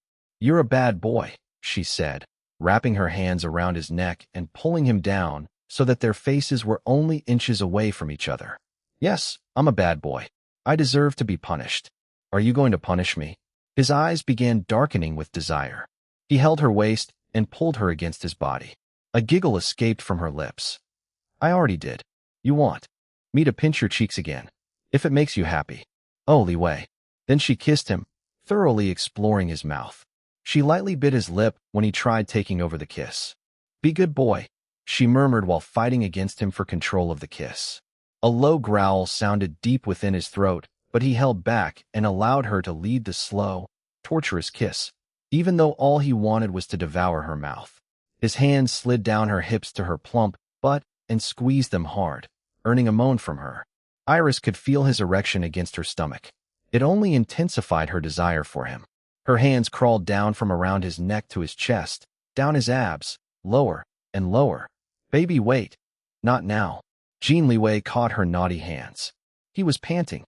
His expression looked pained as he restrained the wild beast inside him. It never failed to amaze him how his baby girl was becoming more and more skilled in seducing him. He wanted her, of course, so much. However, he still needed to do something special tonight. He needed to think with his heart and head for now, and not with his D*ck. Seeing her frustration, the corners of his lips couldn't help but lift into a smug smile. Her expression showed that she also wanted him as much as he wanted her. "You've changed a lot, Liwei," she said, pouting. She still looked annoyed and frustrated, but there was also approval in her eyes. "I've changed for you, baby. Only for you," he told her in a serious tone. She tried to stop it, but her mouth twitched and a big smile broke out of her face. She buried her face against his chest, grinning like an idiot. Of course, Jin Liwei was also grinning like an idiot. He hugged her, inhaling her scent that he loved so much. Then uncertainty clouded the smile on his face. He forced himself to calm down because he was starting to feel nervous. He couldn't wait for the night to come sooner. He felt anxious and excited at the same time. "Whatever happens tonight, I'll always love you," he told her in his mind. He tightened his arms around her, not wanting to let her go. The sun began to set, casting a stunning combination of orange and purple glow in the sky. It reflected on the lake, creating an illusion of two parallel worlds about to meet and merge. Iris stared at the breathtaking view from the large window of the bedroom. She wished she could paint like a Chandra and immortalize the picture on canvas. Behind her, Jin Liwei admired her breathtaking beauty. She wore a long, white dress that was both flowy and airy. She looked like a fairy who was about to become a bride. He already stamped this side of her in his heart and mind, preserving the picture for as long as he lived. Then she turned around and looked at him. Their eyes met, feeling the connection between them. It felt like there was an invisible rope drawing them closer to each other. He stretched out a hand in silence. There was no need for words. Her feet started walking towards him, and she accepted his hand. Maintaining eye contact, Jin Liwei raised and kissed the back of her hand. "My lady." Her other hand grabbed the collar of his shirt, pulling him down to her level. She caught his lower lip and sucked hard on it. "My man," she countered after releasing his lip. The tip of his tongue slowly licked his moist lower lip, faintly tasting her. A slow, sexy smile lifted the corner of his lips. He wanted to dive into her sweet mouth for more, but held himself back. He had an important mission tonight. Remembering it, anxiety flashed in his eyes, but he quickly controlled it. "Shall we?" he asked. She nodded. They headed to the farthest wing at the end of the mansion. It was the side that was situated at the edge of a cliff with the most direct view of the Great Lake. The entire wing was a huge solarium. The roof and the walls were all made of glass pieced together by artful beams. It was a great place to enjoy nature without actually being outside. They passed through a walkway on a mezzanine over the grand greenhouse where an impressive collection of trees, plants, and flowers were planted in a stylish indoor garden. When they reached the end of the walkway, Iris' breath caught in her throat. Her eyes widened as she looked around the place. It was originally a lounge area, but was now transformed into a flower wonderland. Thousands of white and pink roses on green vines attached from the high ceiling swayed. Like curtains. Between the curtains was a pathway framed by rows of lavenders and forget-me-nots. In the middle was a red carpet of rose petals lit by candles. Liwei, what? She didn't know what to say. Did he do all of these for her? What for? Aren't these thousands of flowers too much? It wasn't her birthday yet, nor was it his birthday. She racked her brain for a special occasion to warrant such an extravagant surprise, but came out blank. Her hands tightened on his hand, silently asking him what was going on. He leaned closer to her and tucked a lock of her hair behind her ear. Congratulations on your amazing performances at the concert, and also on your upcoming companies and album, and all of your other achievements so far. I'm sure you'll achieve more success in the future. I'm so proud of you, baby. Oh, so that was the reason for all of these. She smiled. Thank you, Liwei. Then she looked around again. This is so beautiful. So this is why you've been so secretive since we were in Munich. He didn't reply, only giving her another mysterious smile. They walked together, holding each other's hands over the red carpet of rose petals. When they reached the end of the pathway, Iris was in for another surprise. A romantic candlelit dinner table for two was set up in the middle of a heart-shaped formation of more red petals. The glass wall behind showed the beautiful view of the shimmering lake under the evening sky. Iris' smile widened. Her heart fluttered, seeing all the effort Jin Liwei made for her just to congratulate her on her achievements. When she turned to him, he was looking at her, as if memorizing every nuance of her reactions. You like it? His voice was low and sensuous. Yes, very much. Good. He led her to the table and pulled a chair for her before taking a seat on the opposite chair. His hand reached over the table and continued to hold her hand, never taking his eyes off of her. At that moment, a group of people carrying instruments walked to them. It was a four-piece band consisting of guitar, organetto, tambourine, and harmonica. They began serenading the couple with Italian love songs.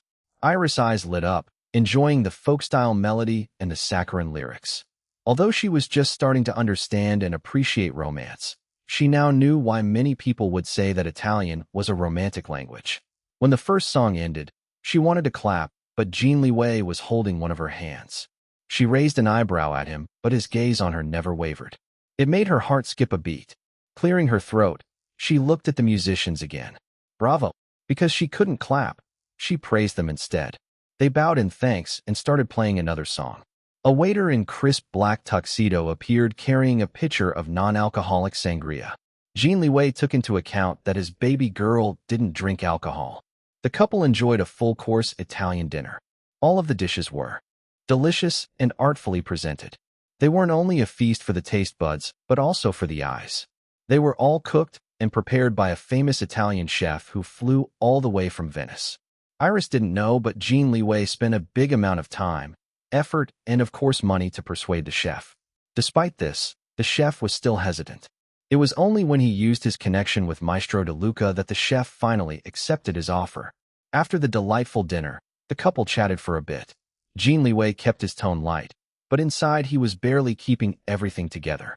His heart was racing, and he was sweating under his clothes. Are you all right? Iris asked, noticing his discomfort. Then he stood up and held up his hand to her.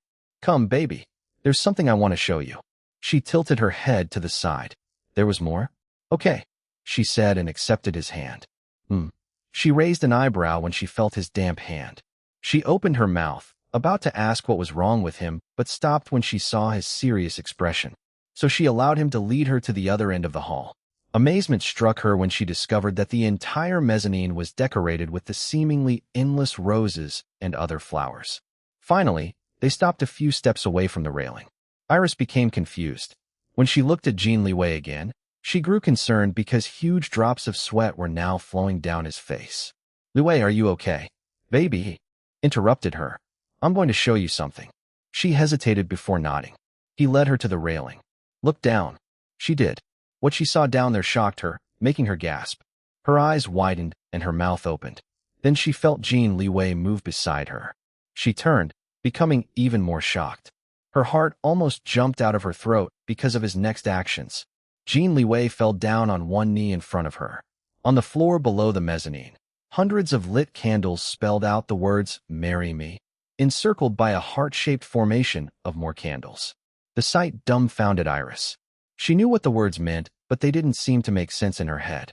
When Jin Liwei fell down on one knee, it confused and shocked her so much that she forgot how to think. What genius! In front of love, all became stupid. "I love you the most in this entire world, Long Xiulan," he began speaking. His voice trembled, filled with emotion.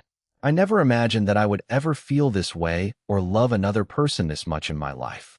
I promise to love you, take care of you, and cherish you. I'll support you in whatever you want to do and be there for you whenever you need me. I love you so much." He pulled out something from his pocket and held it up to her. It was a small red velvet box.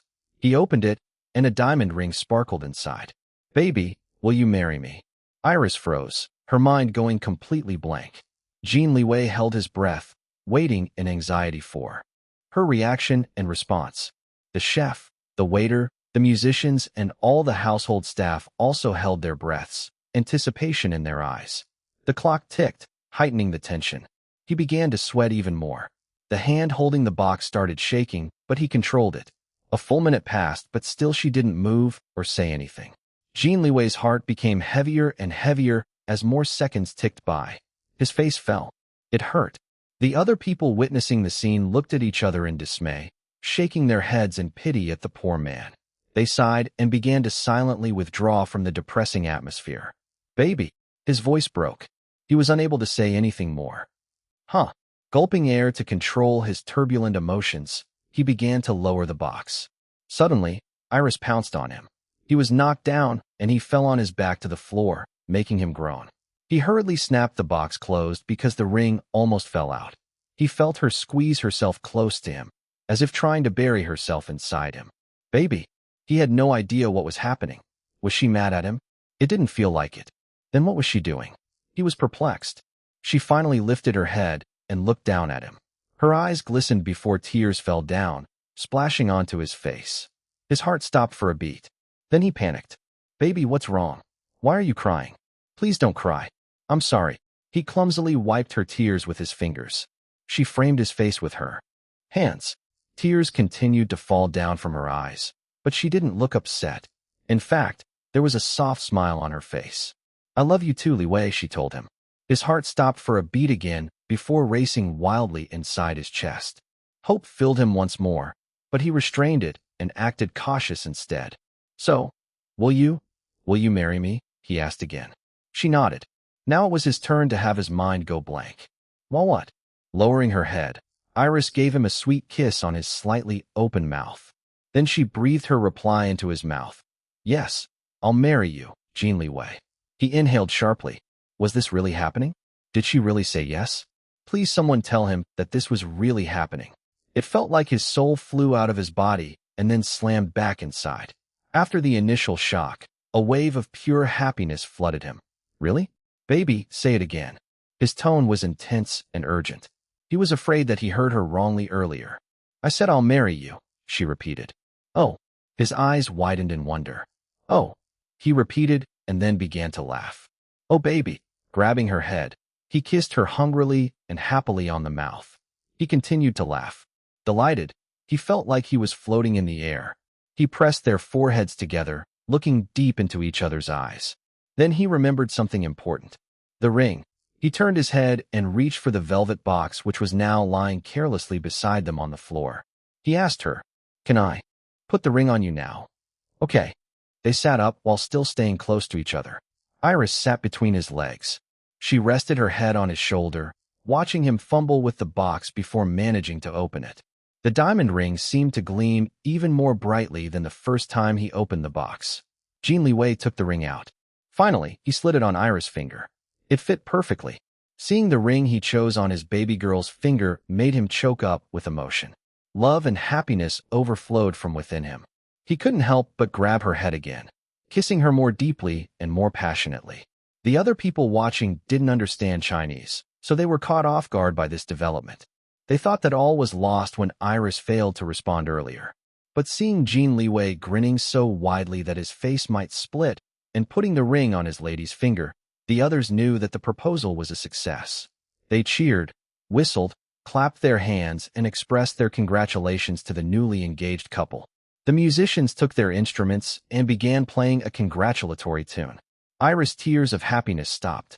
It transformed into a big smile of happiness, matching Jin Liwei's wide grin. "You like it?" he asked her, referring to the ring. "Yes." She wiggled her fingers, marveling at the weightlessness. It didn't feel like she had a ring on at all. The ring looked delicate and elegant, unlike the ostentatious engagement rings with giant rocks many men of Jin Liwei's wealth and status gave their ladies. However, it didn't mean that this ring was simple. On the contrary, the design was exquisite. A round diamond, not too big but not too small either, sat at the center, surrounded by other tiny diamonds in a flower-like pattern. There were also other tinier diamonds artfully inlaid on the ring's surface.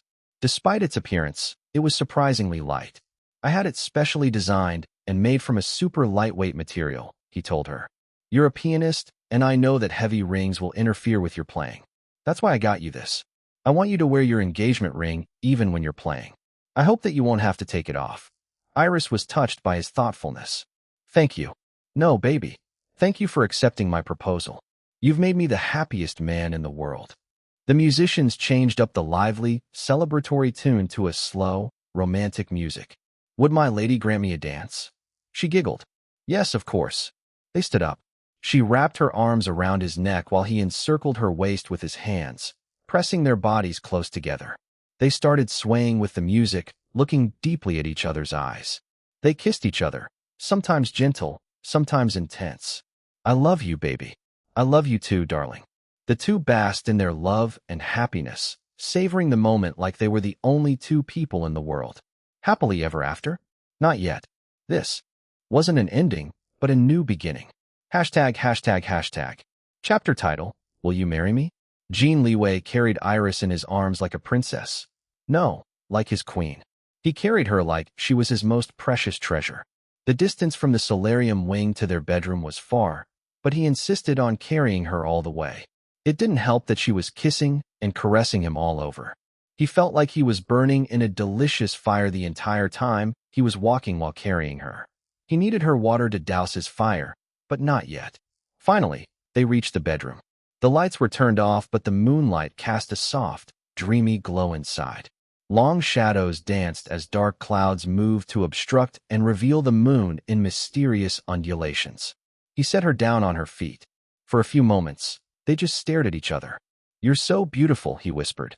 She looked flushed, her eyes heavy with desire. Her hair framed her small, alluring face like midnight silk. Her long white dress fluttered with each tiny movement. Under the moonlight, she became even more beautiful. He couldn't believe that such an amazing woman was his. It was Iris who moved first. She wrapped her arms around his neck, pulling him down as she stood on her tippy toes to kiss him. The kiss was slow and sensual. They savored each other as if they had all the time in the world. However, the flames of desire inside their bodies only burned hotter the longer they kissed. Their breathing quickened. Their kiss became hungrier. "Darling." Her arms tightened around his neck, and she pressed her body more urgently against him.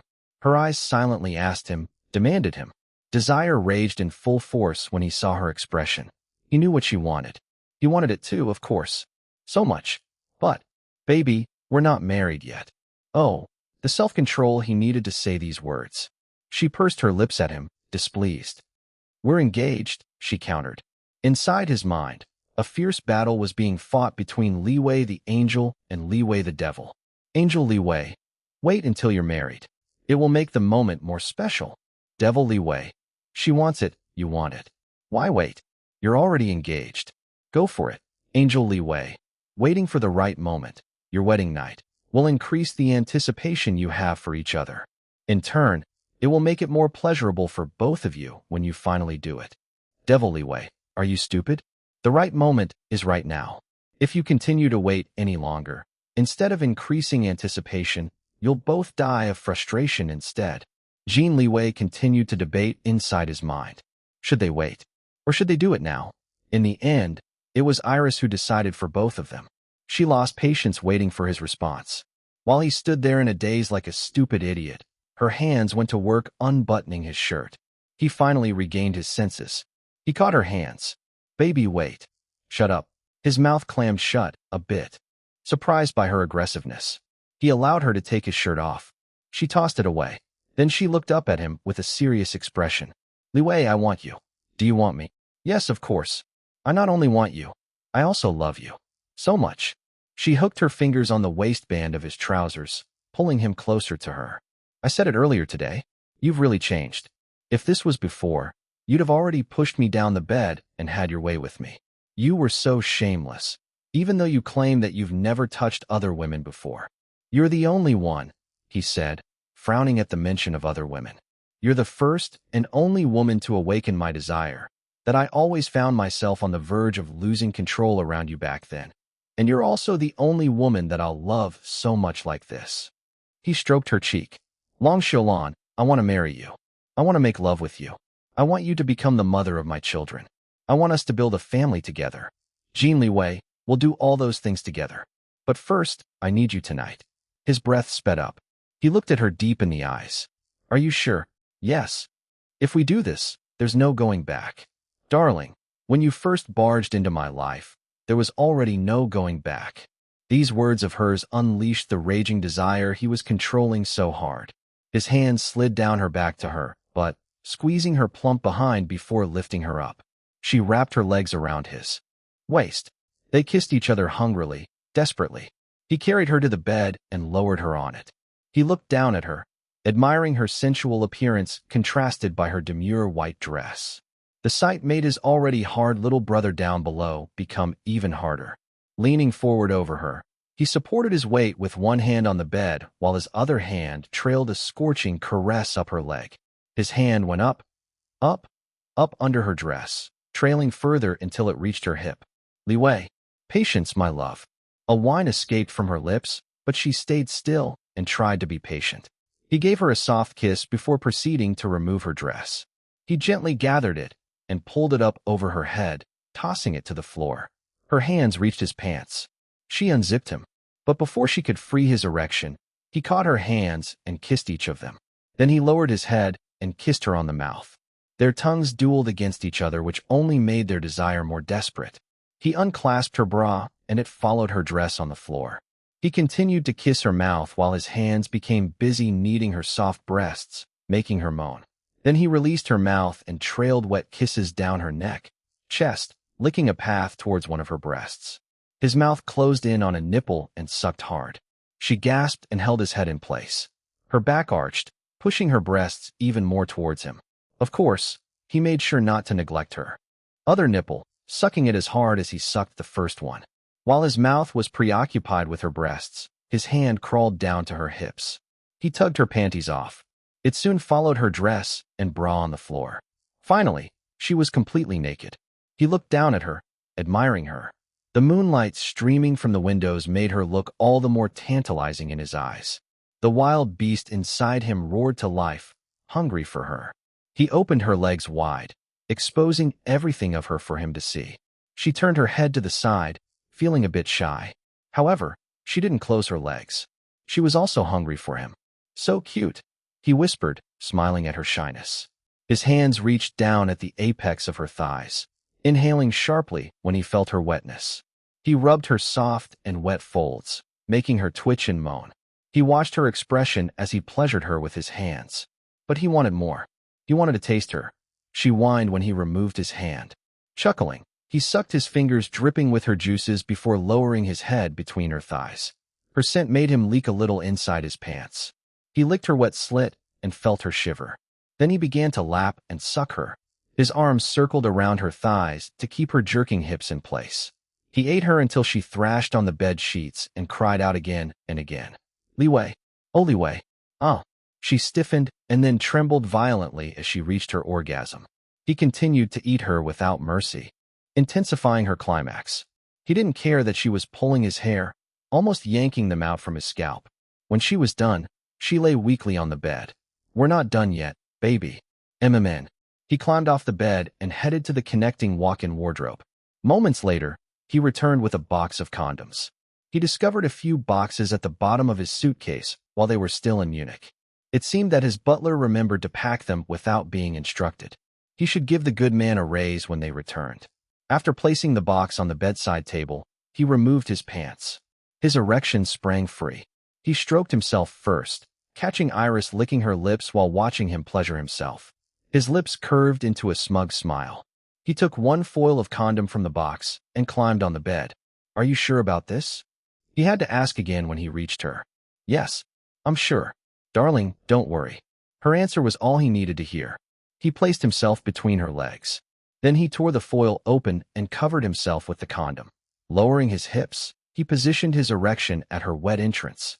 Both of them panted in anticipation at what was about to happen. Their hearts raced inside their chests. Iris bit her lip and watched Jin Liwei. He was drenched in sweat, his expression strained. A vein throbbed in his forehead. Nevertheless, these only made him look sexier to her. Although they already did so many erotic deeds together before, she still felt nervous right now. This was the first time that they would make love all the way after all.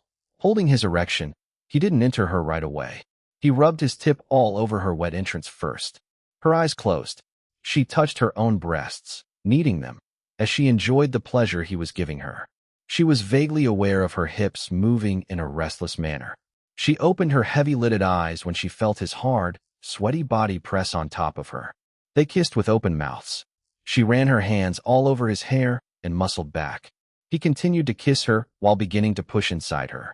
It was still only his tip that entered her, but it already felt so d***m good. His heart hammered in excitement inside his chest. Using his elbow as support, he raised his upper body so that he could have a better view of her flushed face. She looked so sexy that he felt his erection harden even more. Maintaining eye contact, he gritted his teeth and pushed all the way inside her. He felt the fragile obstruction of her hymen tearing from his invasion. Her body stiffened and she hugged his neck tightly. He released a loud groan at the pleasure of finally being inside her. It felt so d***m good. She felt so f***ing good. His instincts told him to ram himself into her, but he controlled himself. Her arms around his neck was so tight that it felt like she was choking him. She was also stiff, squeezing his erection inside her. "You're so tight, are you? All right, it hurts." He coaxed her to open her eyes and to look at him. Her eyes were watery, both from pleasure and pain. He kissed her eyes, tasting her tears. "Relax. I'll make you feel good soon. Okay, baby. 'Kay." He kissed her mouth and massaged her breasts. Then his hips began to slowly grind against her. Her tense body gradually relaxed. She began to undulate her hips in time with his grinding. When she began moaning, it was as if he received a signal. He pulled his length until it was almost out of her. Then he thrust back hard, earning a loud moan from her. Seeing that she didn't look like she was in pain anymore, he began thrusting in and out of her. Iris felt like her entire body was alive and on fire, like all of her nerve endings were active and stimulated all at the same time. It still hurt, but the pleasure was quickly overshadowing the pain. Jin Liwei straightened his arms, pressing his hands on the bed beside her shoulders to support his weight. Having a clear view of her below him, he increased his rhythm. Their sounds of pleasure fueled their desire for each other. She reached up and touched his face and body, as he continued his delicious thrusts inside her. Huge drops of his sweat fell down on her naked skin, mixing with her own. She knew from his taut expression that he was still controlling his pace for her. "Darling, it's okay. Don't hold back. Give me everything you've got." It was as if her words snapped his control. He growled, and seemed to transform into a wild and hungry beast. His hips pumped her hard and fast, making her bounce upwards on the bed. One of his arms circled her waist to hold her in place, as he continued to thrust inside her in reckless abandon. "Oh, Liwei. OF***CK.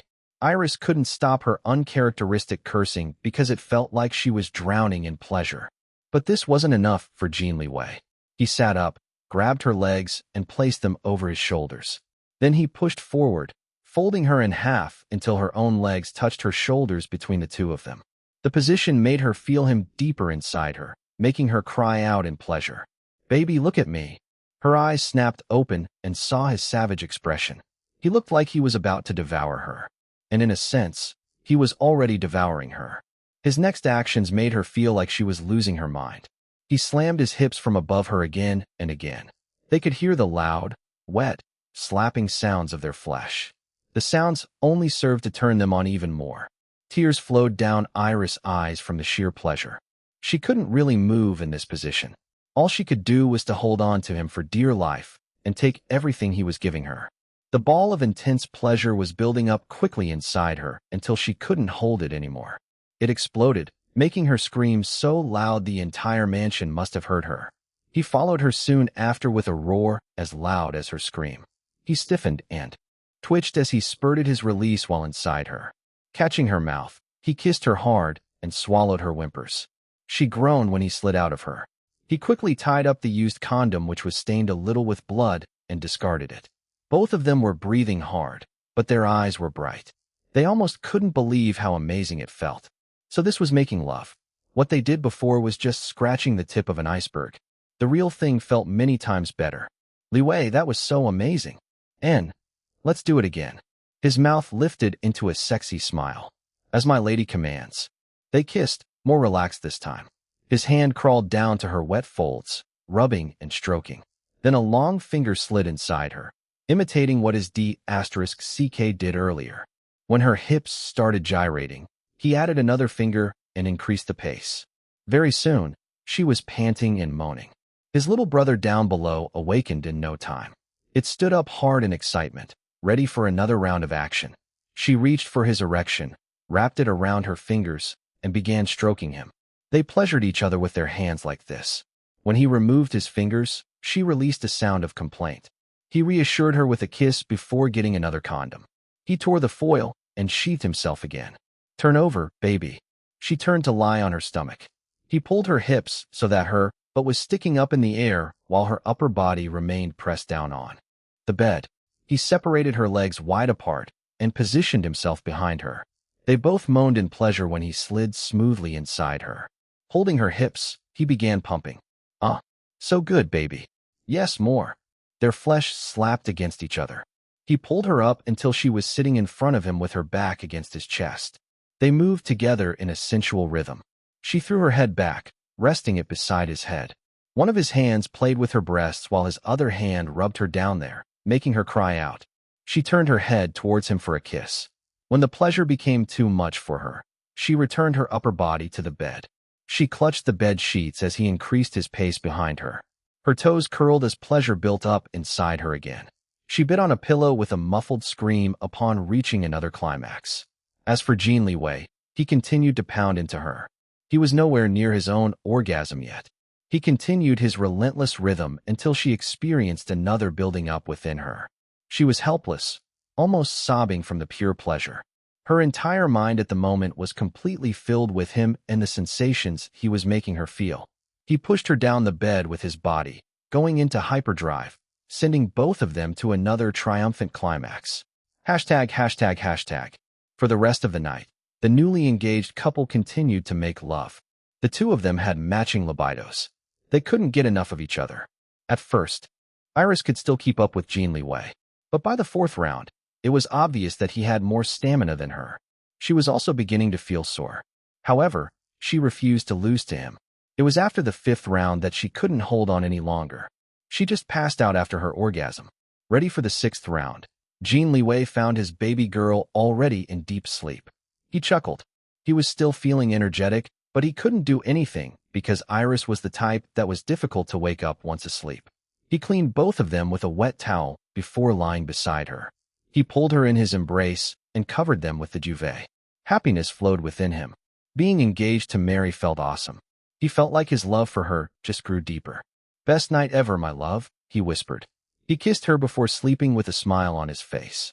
Apart from JJ's record label's consistent promotions and the Black Star's undying support, Iris Long's position in showbiz began to diminish. Even the hype surrounding the upcoming indie film, Strong Yet Broken, eventually dwindled after her sudden disappearance. Her music had also fallen from the charts. The upward trajectory of her music career, which took off with such a powerful momentum during her comeback, suddenly halted. Many shook their heads in regret, thinking that she had missed her chance to gain a stable foothold in the music industry. Bright Summit labeled both Iris and Jin Liwei as artists on hiatus. Unlike Iris, however, Jin Liwei's position in the industry remained as solid as ever. Not only had he been in showbiz longer, but he was also already one of the biggest stars. His fan base was also larger, with members not only in the country, but also across Asia. He could afford a hiatus and not suffer too much, unlike her. The public had moved on from the shocking scandals that caused the abrupt hiatuses of these two artists. The Black Stars fan club, especially the Slippers Army, became temporarily inactive because there weren't a lot of people bashing their boss Iris online anymore. To be more specific, there weren't a lot of people talking about their boss anymore besides them. Some of them were missing the thrilling chaos of their online battles as they waved their virtual mighty slippers in the name of their boss Iris. In addition to their boss disappearance, their troll leader I Eat Slippers wasn't online that much anymore as well. He told them he was busy helping a friend set up a company. In short, Iris Long was already being forgotten. Then one day, people noticed that she finally updated her social media pages. She posted, "I'm sorry and thank you for waiting. I'm coming back soon." A short video was attached. It showed her playing a few chords on the piano of the film version of Phantom of Your Love. After the 30-second melody teaser, she closed her eyes and gave a soft, gentle smile. Somehow, she looked even more beautiful than before, as if there was a radiant glow within her. The reaction was instantaneous. Plus 99,984. Plus 896,003. Plus 1,726,903 likes and counting. In just about an hour, it already received more than 1 million views. The Black Stars went crazy with delight, excitement, and anticipation. They had been so worried about her. They couldn't wait to see their boss Iris and listen to her music again. "Captain Black Star, welcome back, boss." The entire Black Stars fan club and the mighty Slipper Army unit are all awaiting for your grand return. We hope that you're in good health and spirits. Thank you very much for not abandoning us. We love you, Boss Iris Long. While the Black Stars celebrated their boss' upcoming return, the media also caught up with the news. The media's interest in Iris reignited. The almost forgotten scandal of Fan Luo ordering her car accident because of jealousy was placed under the spotlight once again. Of course, Jin Liwei's name was dragged into the mix because he was the reason for Fan Luo's jealousy. Jin Liwei had previously spoken out about the scandal before he went on hiatus, denouncing his ex-fiancée as an evil woman. They already heard from him, so people were eager to hear from Iris as the victim next. Everyone had been waiting for her own statement. They wanted to ask her so many questions. What were her thoughts about the crime? How did she handle the truth when she learned about it? Did she hate Jin Liwei? He was technically the reason why Fan Luo attempted to kill her. Iris Long became the most searched keyword on the internet in just a day. Then a netizen made an astonishing discovery while searching for information about her. He found photos of her all over the European news. It showed various images of her wearing a gorgeous fiery red dress. The netizens used an online translator to read the contents of the articles featuring her. They became shocked when they finished reading and learned what she had been up to while she was gone. Holy sh*t. The articles say that Iris performed at Maestro De Luca's concert. How can this be? She's not even a classical musician. Why would a maestro of such high standing invite her to perform with him at his own concert? This doesn't make sense. Of course, the Black Stars were ecstatic and proud. They celebrated more, almost taking over the discussion forums. They asked Iris if it was true. Iris actually replied to them. She posted, "Yes, it's true. I had the opportunity to perform with the great maestro Ludovico De Luca at his orchestra concert in Munich, Germany. It was such a wonderful experience that I will never forget in this lifetime."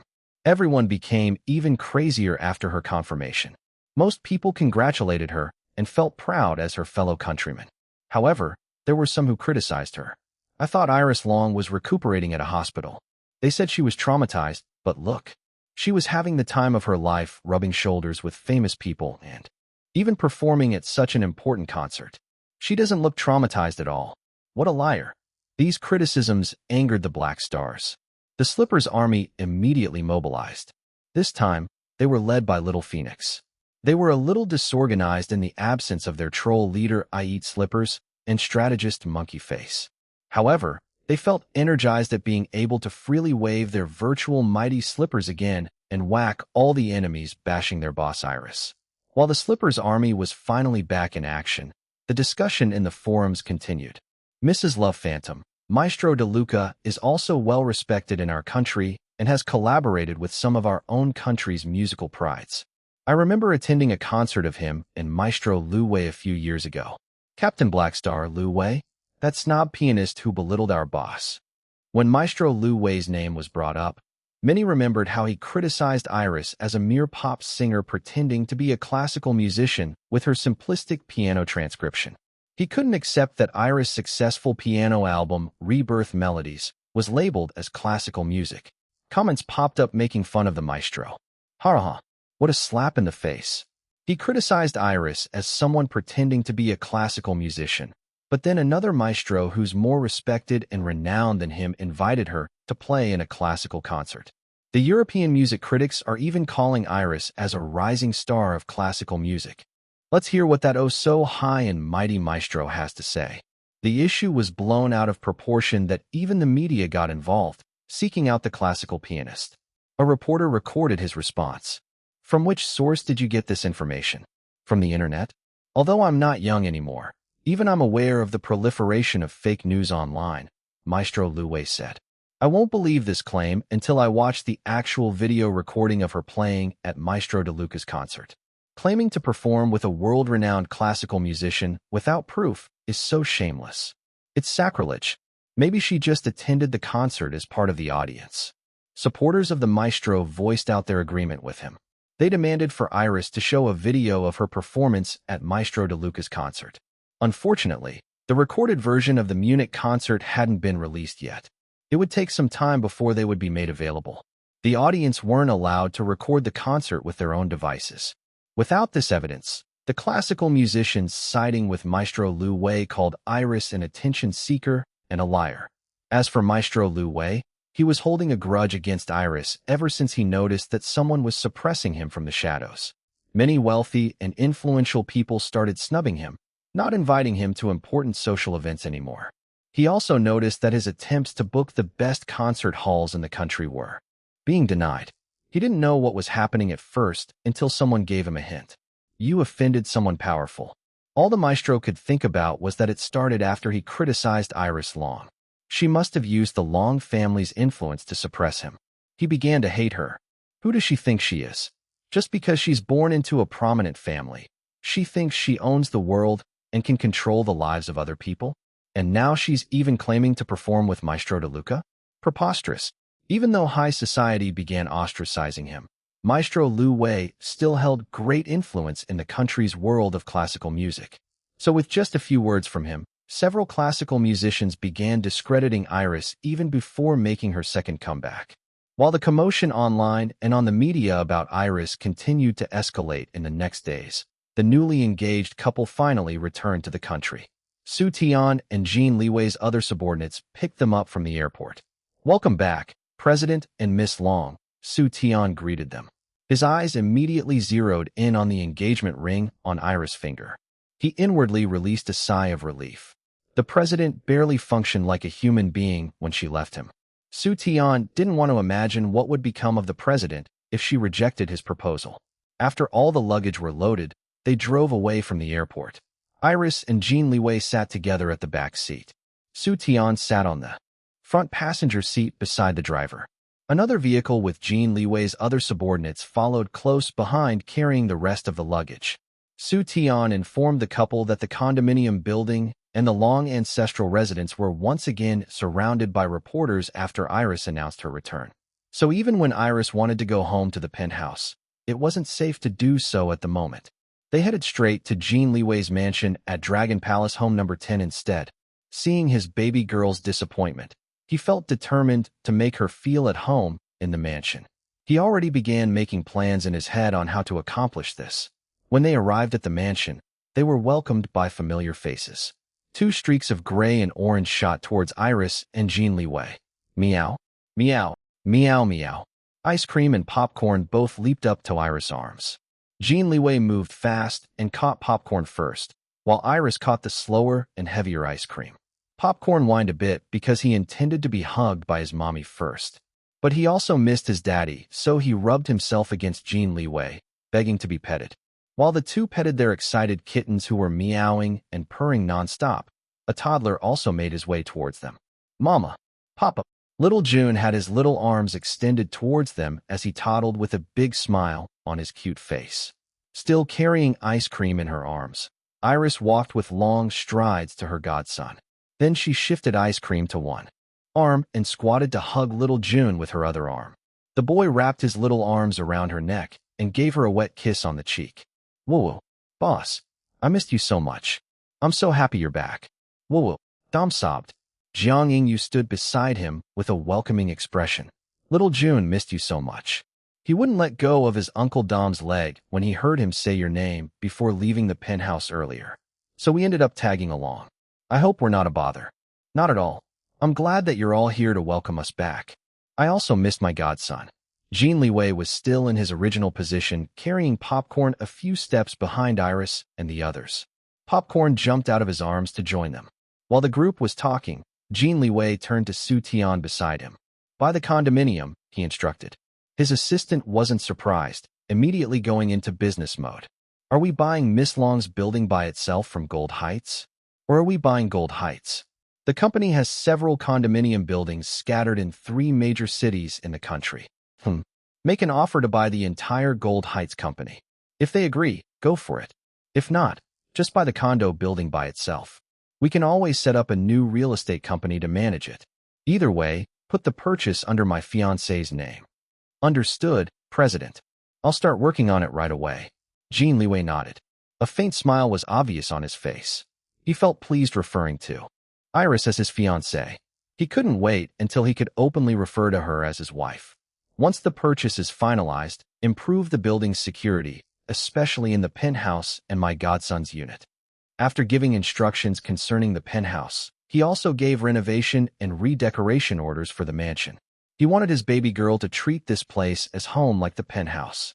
He wanted to add a recording studio and a computer room for her, and also a cat room for the kittens. When she left him, he slept with the kittens in his bedroom. Now that they were together again, he decided that the kittens should have their own room, just like in the penthouse. It was important because he and his baby girl had started making love. He didn't want the kids in the same room during their sexy time. In addition to the renovations, he also ordered for a complete redecoration of the mansion. He wanted the interior design to reflect their status as a couple. He had no intention of persuading Iris to give up the penthouse as primary residence. They could have both. There would be times that they would need to stay at the penthouse. Compared to the mansion, it was at a convenient location that was relatively near Bright Summit, JJ's record label, and the major TV stations. On the other hand, the mansion was nearer Jin Corporation. After giving out the instructions to Su Tian, Jin Liwei joined the group. They were still talking. Papa, little June called out, reaching for him. From Iris' arms, he took the child and carried him, listening to his happy babbling. Jin Liwei's expression looked cold and serious, but everyone in the group already knew him enough by now to notice the gentleness in his eyes while looking at his godson. I see that Boss is wearing a diamond ring.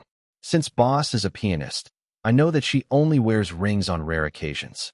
So the fact that she's wearing a ring right now immediately caught my attention. I don't want to assume, but I'm assuming. Could it be? Dom waggled his eyebrows in unconcealed excitement. Iris smiled, continuing to pet the kittens. Yes, we're engaged, she murmured. Dom froze. Jiang Yingyu gasped, surprised. Then she nodded afterwards, as if she already expected it. As for Dom, his reaction looked like it was in slow motion. His mouth fell down first, then his eyes opened wide. Even his gasp was drawn out. Little June giggled and clapped his hands when he saw his Uncle Dom's comical expression. The child must have thought that his uncle was making funny faces for him. Enko Dom. Iris and Jin Liwei shared an amused look. Wah, is this really happening? Dom finally regained his senses. He looked at his two bosses, his eyes streaming with flood of happy tears. He jumped up and down. Whoa, I knew it. I knew it from the start that Boss and Sir Boss are meant for each other. My momsy always told me that I have super-duper accurate intuition. See, I'm right. Whoa, I'm so happy. Boss, Sir Boss. May you live happily ever after and make beautiful babies, so that ice cream, popcorn, and little June can have playmates. I love your babies already, even though they're not born yet. Iris' eyes widened at the mention of babies. Her hand subconsciously went to rest on her stomach. Jin Liwei saw her action. A desire to impregnate her rose within him. He took a few deep breaths to control himself. We'll have a wedding first, and then have children, he announced. We can have them anytime, whenever you're ready. Don't feel pressured, love. Do you want to have a baby? She asked, observing his expression. Of course. Oh, okay. Now that Iris was engaged to Jin Liwei, the idea of building their own family together started to solidify in her mind. Excitement grew within her at the thought of giving birth to her own child. This was the first time that she thought of wanting to raise her own family. However, it was quickly drowned by anxiety. Her mothers in her past and present lives weren't exactly loving and nurturing. Iris worried that she wouldn't know how to be a good mother to her own children. Then her brows furrowed, thinking of something. Jin Liwei saw her expression. He handed little June to Jiang Yingyu before holding Iris' hand. Let's rest in our room first, he suggested.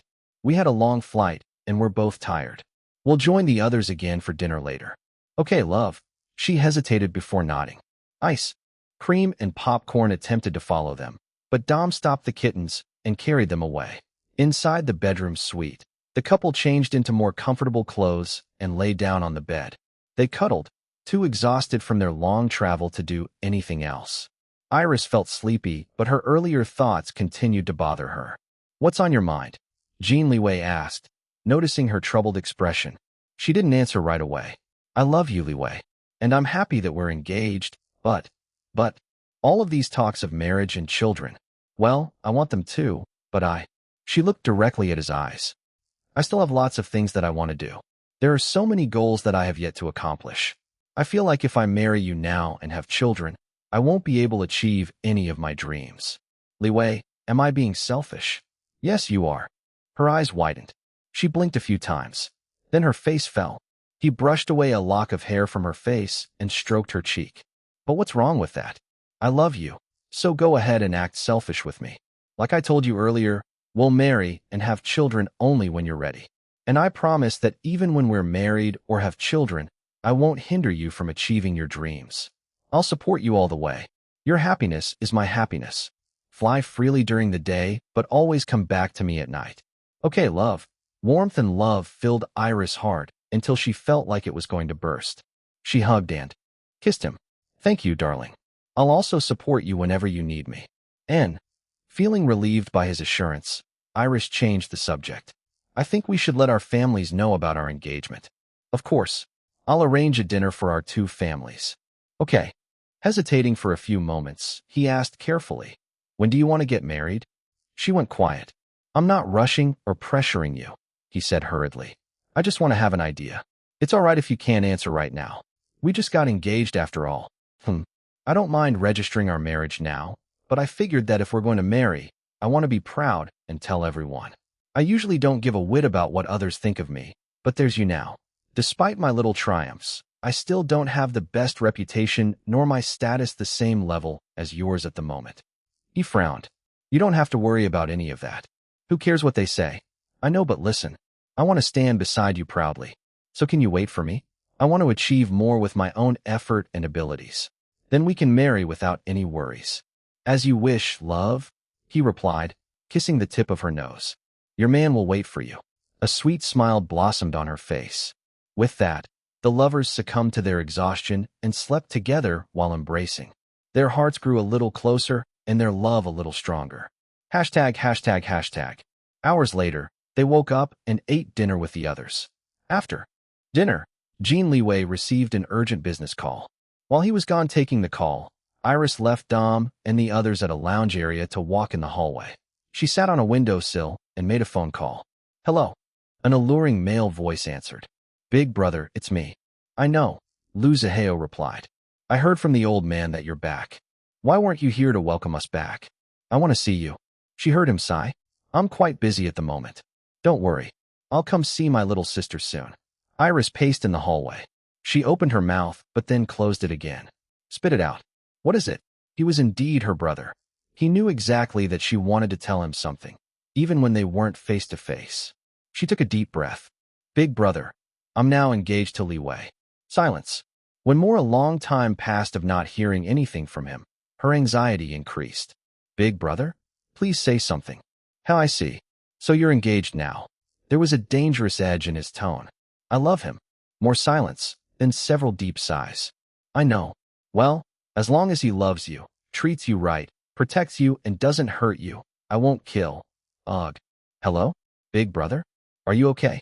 Iris became concerned when she heard a loud clattering on his side of the line. He also sounded like he was groaning. I'm okay. Damn it. This body is so. Her eyes widened, immediately thinking of the remnant in her own body. Are you also? Don't worry about it.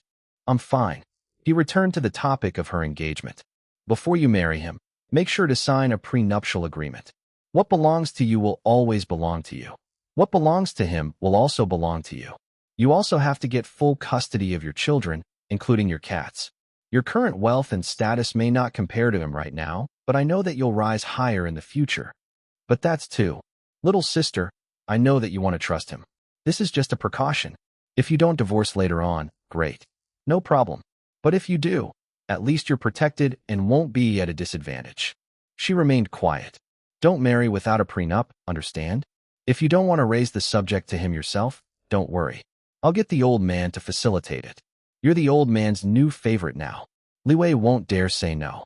No need, she said, sighing. I'll talk to Liwei about it. Good. Where are you, big brother? If you're busy, I can come see you instead. I'm at the compound. It's not really a good time to come right now. I'll make time and see you soon. She was a little disappointed, but still made a noise of agreement. Little sister, can you never mind? What is it? Nothing. Forget about it. He paused. Listen to me. If you ever discover something, anything that's gravely important, you have to talk to me first. Don't ever go off or investigate on your own. This is serious. Understand. What do you mean? She felt confused. Just keep what I said in mind. Okay, she replied, although still confused. Then she told him, I missed you, big brother. His tone became gentler. I missed you too, little sister. Iris smiled. She was now glad that her brother had been reborn like her. Hopefully, both of them could live happy and peaceful lives with this second chance that had been given to them. After speaking to her brother, Iris called Ho Liang next. They had been keeping in touch while she was at Cross Academy. She sent her financial manager, Xiao Yu, to connect with Ho Liang and provide the initial funds to set up their gaming company. Xiao Yu reported to her that Ho Liang's friend, Wu Chun, was also an accountant. It was decided that he would become the company's CFO who would be in direct contact with Xiao Yu regarding the finances. Ho Liang would be the CEO, while Iris would hold the titles of president and owner. They all decided that Ho Liang would be the public face and leader of the company because he was the main game developer. Iris wasn't really involved in the game development process, leaving everything to Ho Liang. Her main responsibility was to finance the company, provide manpower, connections, and other resources. Also, as a better hacker than Ho Liang and the others, she was the last line of the company's system's defense security. She had to make sure that the security was airtight. The game development was going well. The company also moved to their own headquarters in a commercial building unit. It was small for now. Iris treated it as temporary.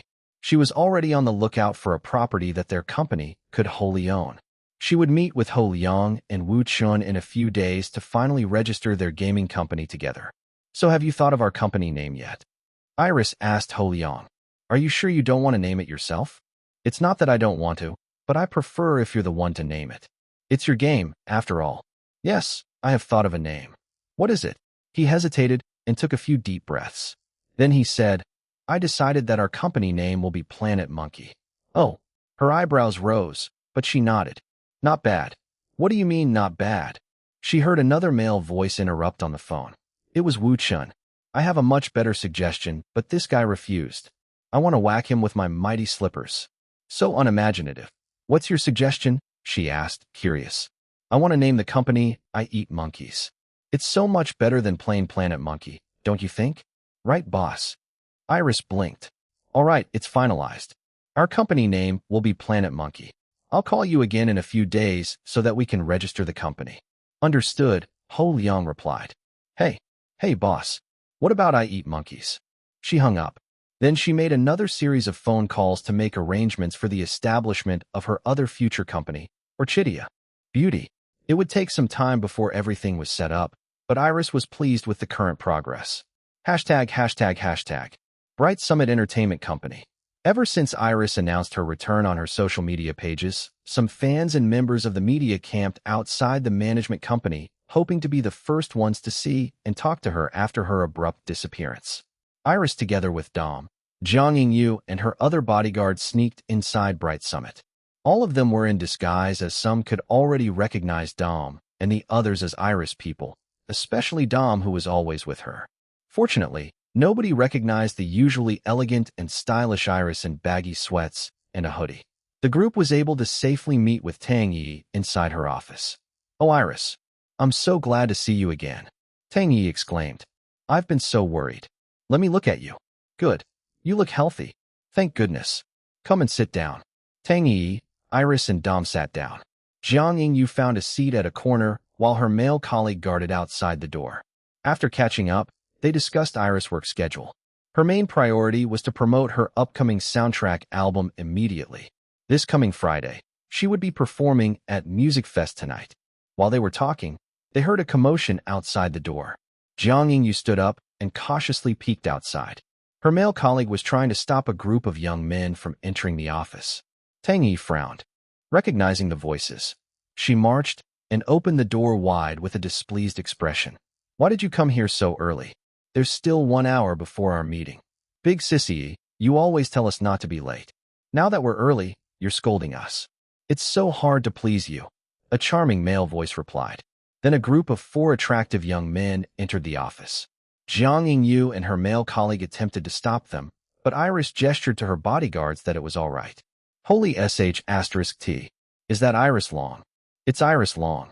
Ah, I'm finally meeting my goddess in person." The quietest one, with lots of piercings on his ears and one on his nose, stepped forward. He looked around and took a black marker from Tang Yi's desk. Then he handed it to Iris, turned around, and squatted in front of her.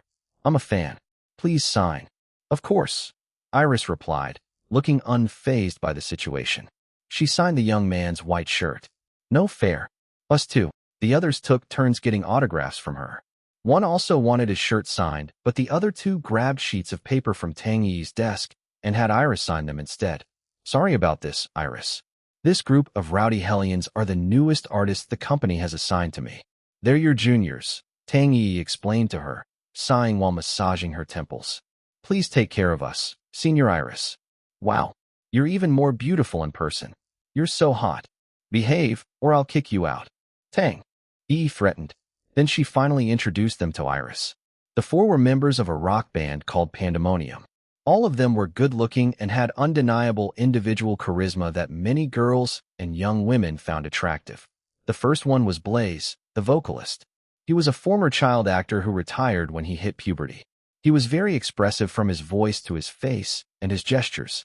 Second was the lead guitarist, and the most attractive among them, Eros. He was like seduction personified. He had an unexplainable feminine quality to him, but he was also oozing in masculinity. He was the type who could seduce all genders and any sexuality. The next one was the bass guitarist, Knight. He was the one who asked Iris for an autograph first. He was quiet and brooding, looking very much like a dangerous bad boy. The last one was Thunder, the drummer. He was the smallest among them, but was also the most energetic. He looked adorable with his big, goofy grin and friendly attitude. All 4 of them also worked as models in addition to playing as a rock band. However, their biggest passion was music, so they wanted to focus more on their band rather than on modeling. They were included in the new artists that Bright Summit was promoting, especially after both Iris and Jin Liwei took a break. "Iris, they'll also perform at Music Fest tonight this Friday," Tang Yi informed her. "You boys, make sure to learn from your senior and not cause any trouble." "Wow. Goddess Iris is also performing? Awesome. I can't wait. Don't worry, big sissy. We'll be good boys. We'll do our best to impress our beautiful senior." After chatting a bit more, Iris and her group left Bright Summit. The young men tried to persuade her to stay a bit more, but Tang Yi scolded them. Inside the executive van, Iris continued to think about the 4 young men. Although she was considered their senior, They were actually all around the same age in their early 20s. Actually, except for the youngest Thunder who was only 18, the other three were slightly older than her. Dom, get me all of Pandemonium's music, she instructed, feeling curious about them. No need, boss. I have their debut album. I'm actually a fan of theirs because they're all so hot and yummalicious, especially Eros. Ehe. Dom handed her his phone. Iris listened to all of the songs from the band's debut album. She returned the phone to Dom after she was finished. Not bad. Great vocals, very distinctive. Can be strong or gentle. Musicality is good. Lyrics are excellent, the best part of their music, in my opinion. But their playing is too rough and scattered. They're able to convey their emotions in the music well, though. Overall, a good band with lots of potential. With a well-composed song, they'll become even better, she thought to herself. In short, she liked them as musicians. She sank into deep thought, thinking about the possibilities. Friday, the executive van neared the TV station building, which was home to the big studio for the show Music Fest tonight. Iris and Jin Liwei sat at the very back cuddling while Dom was in front of them busy messaging Tang Yi on the phone. Jiang Yingyu was at the front passenger seat beside the driver. Another car was following the van with Jin Liwei's subordinates for additional security. When they arrived in front of the TV station, it was flooded by screaming fans. One group was very distinctive as they were all wearing suits carrying banners and pictures of Iris. They all patiently stood outside despite the cold weather. "Oh look," Dom exclaimed. "It's the suits, the Black Stars. Your fans are always the coolest, boss." Iris smiled, watching her supporters from inside the van. "Do you want me to come with you inside?" Jin Liwei asked her. "Of course I do. But everyone will go crazy if Jin Corporation's president-CEO suddenly appears. You'll probably outshine all the artists tonight." He chuckled. "You'll never be outshone by anyone, love." She giggled. Kaya, Dom fanned himself dramatically with his hands while watching his bosses flirt with each other. "I'll wear a mask and disguise myself as your bodyguard," Jin Liwei suggested. "What about your work? You still have lots of catching up to do. Grandpa Lu has been complaining and saying that he won't step in for you anymore.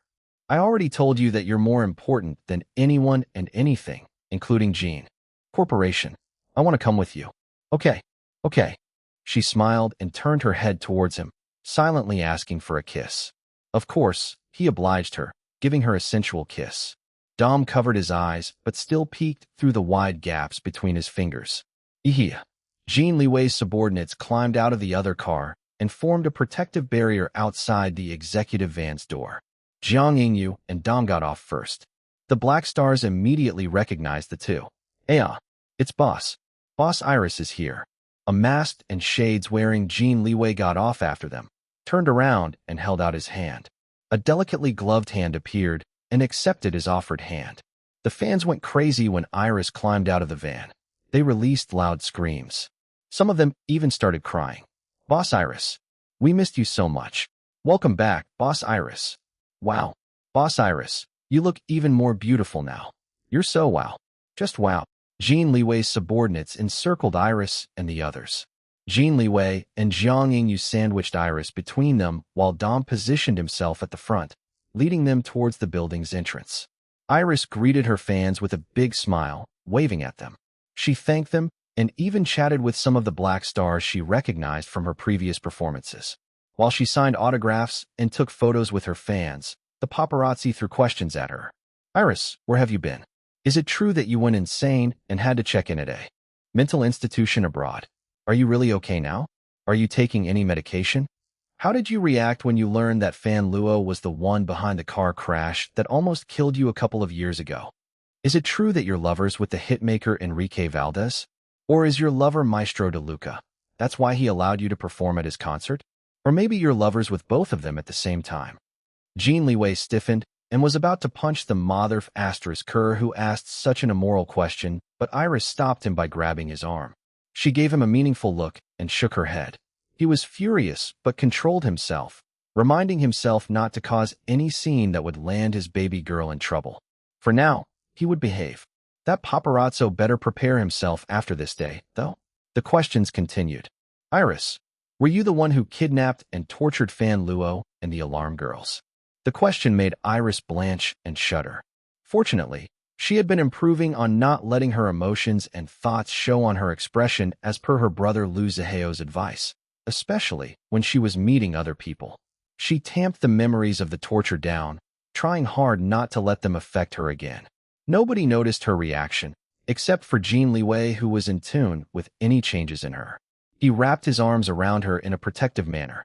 Fortunately, the crowd just viewed him as one of her bodyguards. Jin Liwei was fighting hard to control himself, but Dom lost it. He turned to the paparazzi. "I'm recording everything on video." He waved his phone. "If you want to be sued for libel, go ahead and continue to ask such ridiculous questions. I'm sure all the black stars present here will be willing to act as witnesses to your slanderous remarks to Miss Iris Long." "Yeah, we're willing. Who dares slander our boss? Come, my fellow comrades of the mighty Slippers Army. Let's whack these scumbags together." The threat seemed to work because some of the paparazzi withdrew. However, there were still some who continued to ask Iris malicious questions. This angered the Black Stars, and they formed a human barricade to block these insistent paparazzi from getting near Iris. Then they started harshly scolding the paparazzi. "Don't hurt each other," Iris called out to her fans. "And don't stay out here for too long. It's very cold." Her concern melted the hearts of her fans even more. They didn't try to hold her back anymore, even creating a pathway for her amidst the sea of different fans so that her group could safely enter the building. "Thank you, everyone. Please take care. I'll do my best to give you a great performance tonight. I am back," she told them before disappearing inside the entrance.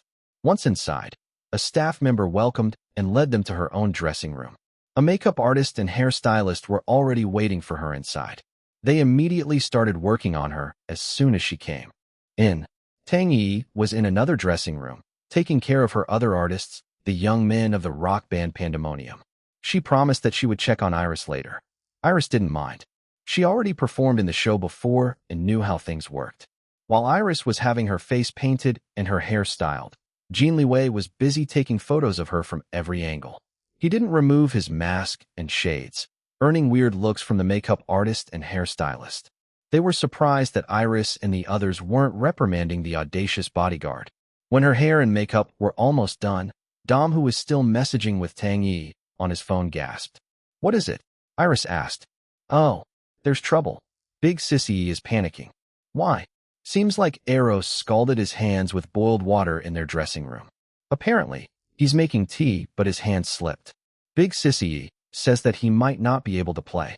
If they can't find a substitute lead guitarist, Pandemonium might cancel their performance for tonight.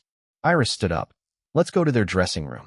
Staff members and other nosy artists crowded outside Pandemonium's dressing room. The door was open. When they saw that it was Iris coming, they made way for her. Eros was being treated by the show's first aid responders. Both of his hands were scalded, but his left hand had it worst. The entire hand, including the fingers and the upper arm, were angry red. Some parts were even starting to blister. Tang Yi was currently talking with the staff, asking if they could provide a guitarist. "We can, but are you sure you want to perform with someone who hasn't practiced with you? Your band is scheduled to perform soon." "I'll perform tonight," Eros said. "Don't be stupid. You're going to the hospital." Tang Yi scolded him. "We won't play with a stranger," Blaze added. Night and Thunder nodded their heads. "I'll play lead guitar," Iris suddenly announced. "Or do you consider me a stranger as well?" "Iris, what are you saying? You have your own performance to worry about," Tang Yi told her. "Don't worry about it, elder sister Yi. My performance will not be until the latter half of the show," Iris reassured her manager. "Besides, they're my juniors. I can help them, so why not let me?" It was Knight who spoke up from the band first. He looked at Iris straight in the eyes. "We've never played together before, and we don't have time to practice now. I can coordinate with you. I've listened to your music in the last few days. I know how to play your songs." Then she turned to Eros. "Can you let me borrow your guitar? If not, I can borrow one from the show." "Of course you can borrow my guitar," Eros replied with his mesmerizing voice. "But I use a left-handed guitar." "No problem. I can use either right-handed or left-handed." "Wow, goddess. For real? You're gonna play with us? I'm so stoked." Thunder was almost bouncing in his excitement. "Ahaha. This is great. I don't even care anymore if we mess up our performance tonight. Just having Senior Iris perform together on the same stage tonight will guarantee that we're going to be the talk of the town afterwards. Blaze turned to their manager. Big Sissy, let us do this. We want to do this. You. Tang Yi sighed, massaging her temples. In the end, the manager agreed to the idea. She trusted Iris, but not so much the young men. After asking Iris to look out for her juniors, Tang Yi left to bring Eros to the hospital for treatment. Iris returned to her dressing room to change into one of her backup dresses. She also asked her hairstylist and makeup artist to make some changes in her appearance. After a few minutes, a staff member called Iris to stand by backstage with the band members. Jin Liwei walked beside her, and she could feel that something was bothering him. He looked stiff, and although most of his face was covered by a mask and shades, she knew that his expression looked unpleasant. "What is it?" she asked him in a whisper. He hesitated before saying, "Nothing. Don't worry about me. Just do your best on the stage out there. I'll be watching and waiting for you backstage. I know you're going to be amazing, love. Okay, watch me, darling." And she met up with Blaze, Knight, and Thunder, who were already on standby.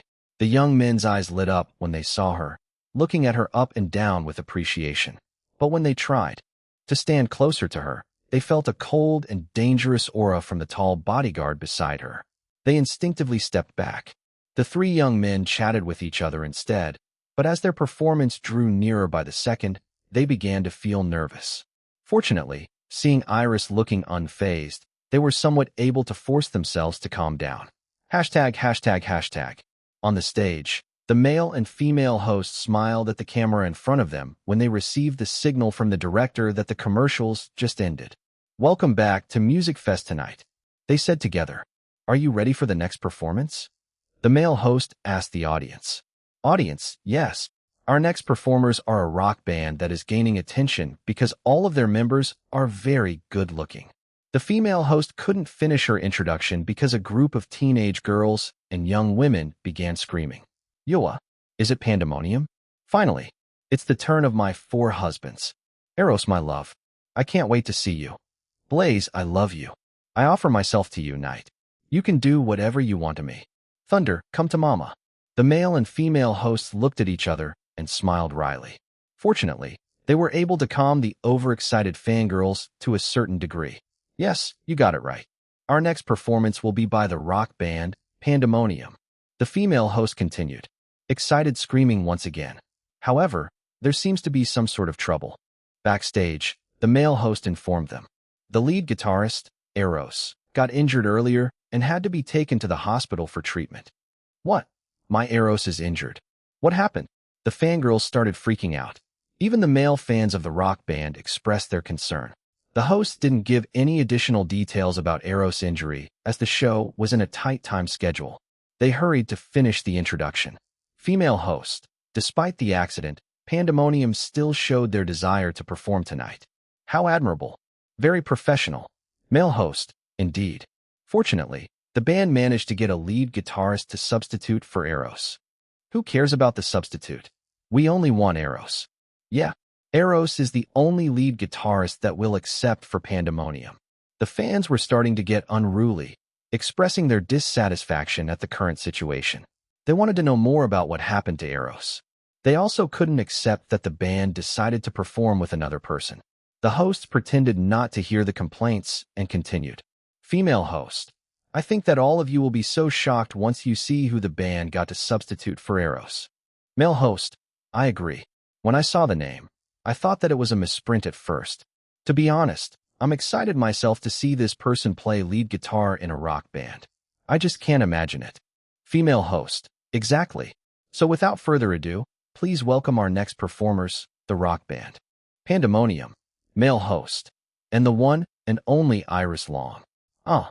The audience stopped, all looking confused. Did they hear it correctly? Iris Long was playing lead guitar in a rock band? What in the world? Even the Black Stars were taken aback. The fans of Pandemonium became even more unruly. What the hell? Why is Iris substituting for Eros? Can she even play lead guitar? This is ridiculous.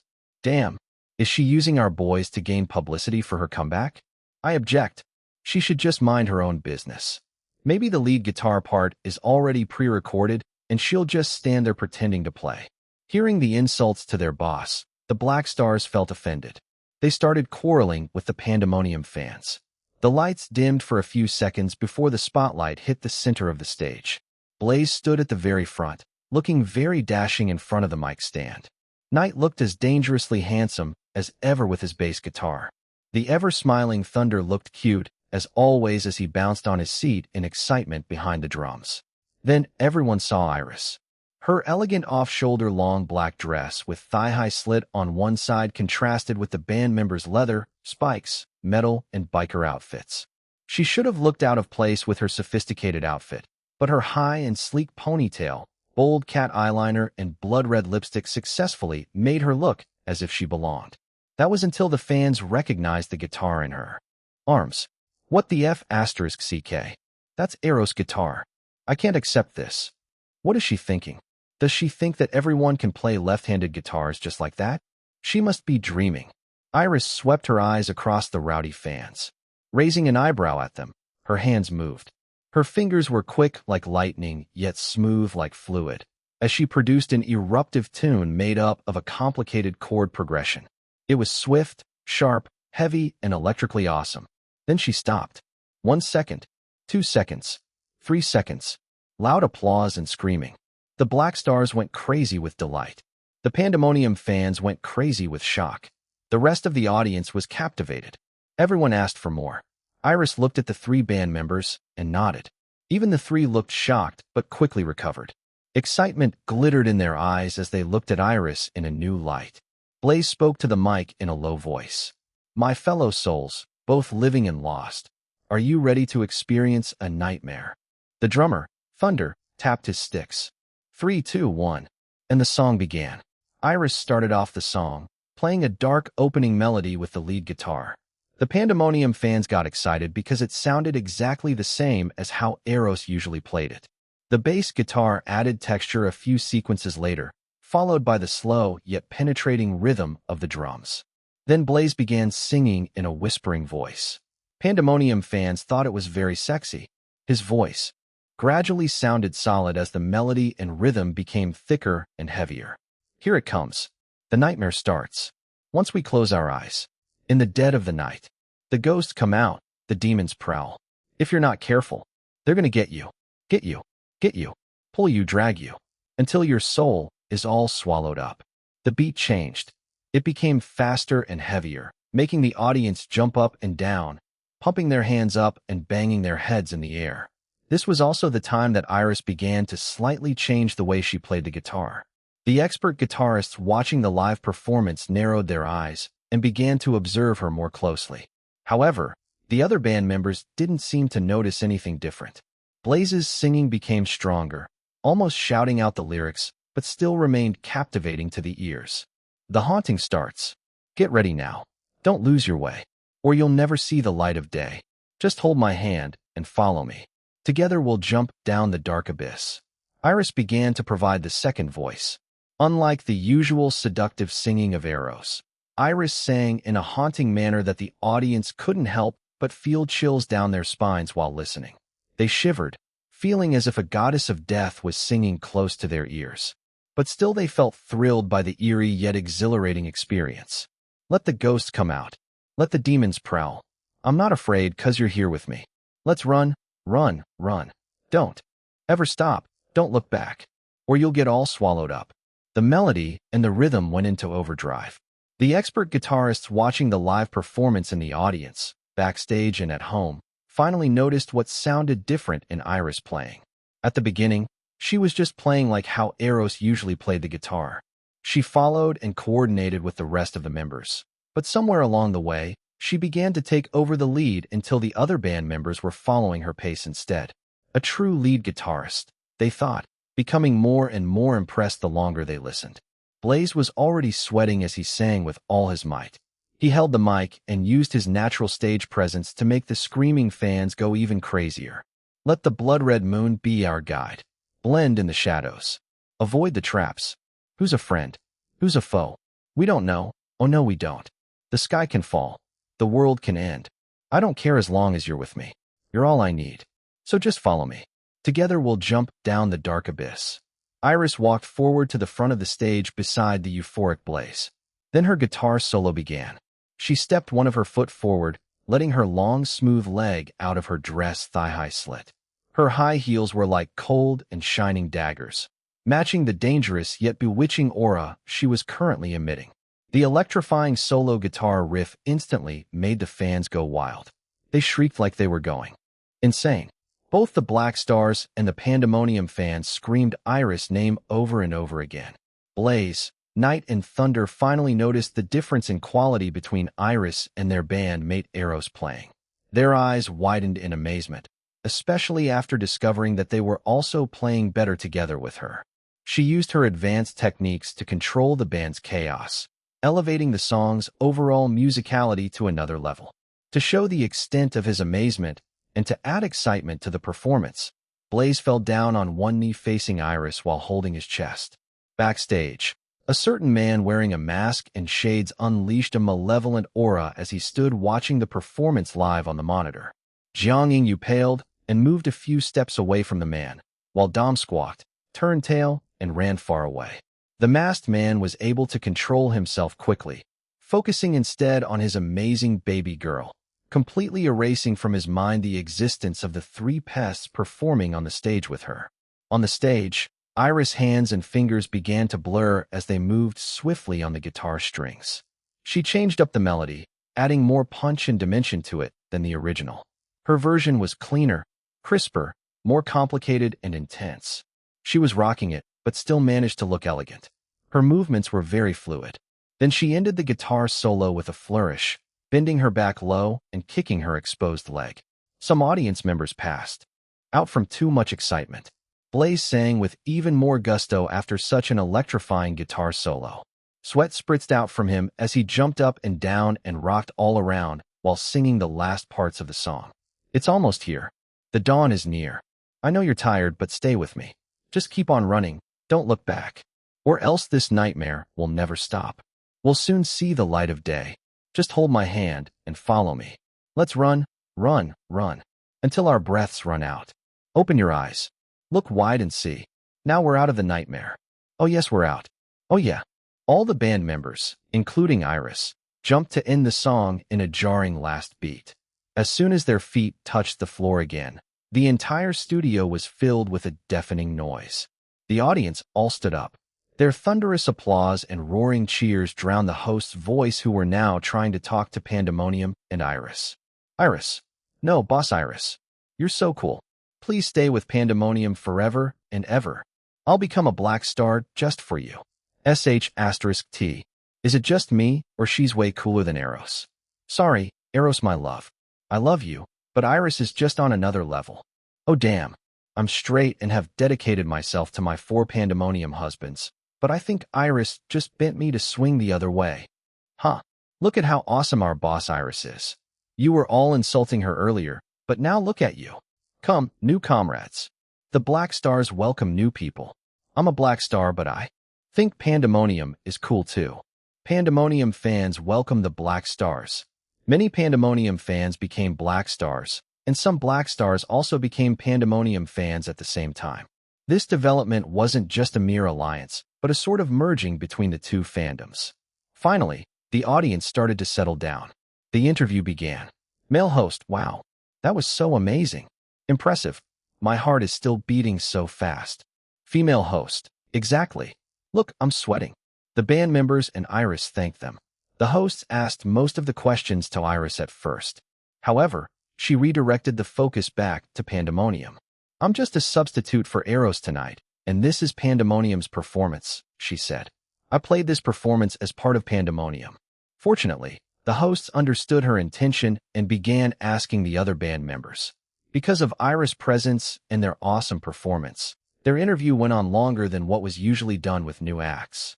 We would like to work more with Senior Iris in the future if we're given the chance, Blaze said. Yeah. Thunder agreed. Knight nodded. Male host. What do you say, Iris? Sure, she replied. Her affirmative answer made the Black Stars and Pandemonium fans cheer in excitement and anticipation.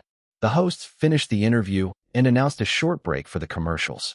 As Iris and the band members waved at their fans and the audience before returning backstage, the female host couldn't stop herself from staring at the diamond ring on Iris' finger. "What is it?" the male host asked his partner. The female host shook her head. "Nothing. Maybe I'm just thinking too much." As soon as Iris and the band members reached backstage, Blaze and Thunder started cheering in triumph. Even the usually silent and brooding Knight had an uncharacteristic grin on his face. "That was out of this world, Senior Iris," Blaze exclaimed. "We had no idea that you can play the guitar like that. It's official. You're the coolest female I know in my entire life." "Yeah, I think that was the best performance we ever had as a band." "Goddess, you're the best," Thunder added. Knight nodded. Iris tilted her head to the side. "You're incomplete as a band tonight, so it doesn't count." At the reminder of their missing bandmate, Eros, the three felt guilty.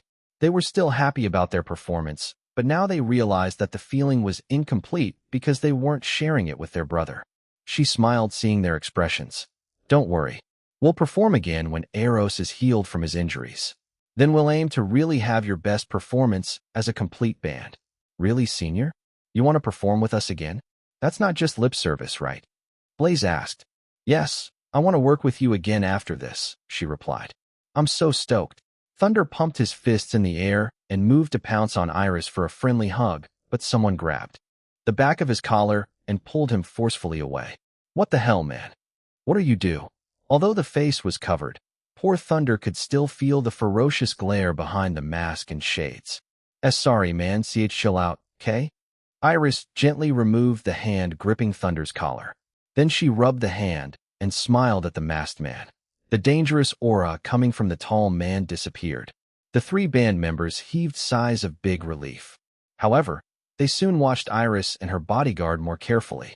The two weren't doing anything inappropriate, but they could see that Iris treated her bodyguard with affection. In turn, they noticed that the bodyguard stood too closely to her. They had suspicions about the relationship between the two, but it wasn't any of their business. Besides, she helped them tremendously tonight. Not only that, she made their performance shine in many ways that they couldn't achieve on their own. They might be foolish at times, but they wouldn't bite the hand that fed them. "I had a great time performing with you. I need to return to my dressing room now and get ready for my next performance," she told them. "Of course, Senior. Thank you very much for your help tonight. We'll stay and make sure to watch your performance later and cheer for you." She nodded and left them. The masked Jin Liwei walked beside her while Dom and Jiang Yingyu followed behind them. On their way to the dressing room, the show's staff and the other artists greeted her warmly and praised and congratulated her for her performance with Pandemonium. Finally, they reached her dressing room. As soon as the door closed, Jin Liwei removed his mask, pulled Iris in his arms, and kissed her deeply. "Turn around." Jiang Yingyu barked at the shocked makeup artist and hairstylist. "You too, Dom." Dom pretended not to hear her, opening his eyes wider as if doing so could make him see the hot scene in front of him more clearly. However, Jiang Yingyu was serious. She threw a towel over Dom's head to obstruct his view. Then she promptly turned around from the couple. "Sorry, love. I couldn't stop myself," Jin Liwei murmured after the kiss. He felt so much better now that his baby girl was in his arms. He knew that he had no reason to feel jealous of the three pests, but seeing them acting too familiarly with her just awakened the ugly green-eyed monster within him. MMN. Iris hugged his waist, feeling good after the kiss. She had no idea that it was a punishment kiss because he was jealous. She thought that it was her present for performing well on stage. "You were magnificent. So beautiful. The best," he told her while stroking her hair and kissing her head. She smiled and hugged him tighter. "Thanks, darling." They were interrupted by the loud sound of a ringing phone. "Oopsie doopsie, sorry boss, sir boss." Dom removed the towel from his head and answered his phone. "Hello, big sissy. How's Eros?" "Oh, that's a relief. I'm glad that he's okay." "Yeah, I know, right? Boss was so amazing. She rocked the stage." "Of course, the others were great too." Okay. Here's boss." Iris released Jin Liwei's waist and spoke to her manager on the phone. Jin Liwei wore the mask again and then sat on the couch. The makeup artist and hairstylist cautiously turned around, looking at him. They weren't able to clearly see his features earlier when he removed his mask. They were burning with curiosity, but they held their tongues. Unlike before, Iris hired her own makeup artist and hairstylist. She didn't want to depend on Bright Summit to provide her with a glam team all the time. Before she hired them, she made them sign non-disclosure agreements to protect her private matters. This was the first time that these two worked with her. They thought that the tall masked man was Iris' bodyguard, but after seeing the two acting so intimate, they now concluded that the two were lovers. Their attention was also now caught by the diamond ring on Iris' finger. Their tongues wanted to wag so badly, but they stopped themselves. Not only would they get into legal trouble for violating the NDA if they gossiped, but they also didn't want to lose their jobs because Iris paid well. After the phone call, Iris instructed the two to change her hairstyle and modify her makeup for her solo performance later. She also changed into another dress. They watched the other performances on the TV in the room while waiting for her turn. ####. I'm dead when awake, alive when asleep. How do I live when there is no you? Except in my dreams at night. The audience was completely silent as they watched Iris perform a second time tonight. She sat playing in front of the piano, wearing an elegant black and red gown. She was like a dark empress, instilling sadness, loneliness, and even fear to her subjects. Her voice sounded so otherworldly in this version of Phantom of Your Love that many in the audience shrank into their seats. The music was beautiful and mind-blowing, but it was also frightening. It didn't sound like music from the human world, but from the netherworld instead. Iris' pale makeup and dark, smoky eyeshadow made her look like a phantom beauty. Her current performance was the total opposite of her flashy performance with Pandemonium earlier. Usually, total silence was an indication of disinterest and boredom from the audience during a performance. This time, however, it was an indication of total focus and immersion with the music. Even the director became too dazed that he forgot to switch cameras many times during the broadcast. However, nobody really noticed his mistakes because everyone else was also dazed like him. It was like Iris hypnotized them with her music. It was actually scary. Oh. Spend 1,000 years with the Phantom of Your Love. After the performance, there was pin-drop silence. The audience couldn't think clearly yet. It was only when some of the black stars automatically clapped their hands for their boss Iris that the other members of the audience began clapping as well. The applause was weak and scattered at first, but became stronger, louder, and more enthusiastic as the people gradually recovered from their musical days. Iris, Iris, Iris. They chanted her name. Her double comeback performances for tonight exceeded all of their expectations. She was so impressive that it was unbelievable. Iris gave a deep curtsy bow to the audience and then to her symphony orchestra. The applause and cheers roared even more loudly. Finally, the long-awaited interview arrived. As this wasn't a formal interview, and because of Tang Yi's request beforehand, the host didn't ask Iris anything about Fan Luo or the other rumors surrounding her abrupt disappearance. They focused on her two performances tonight instead.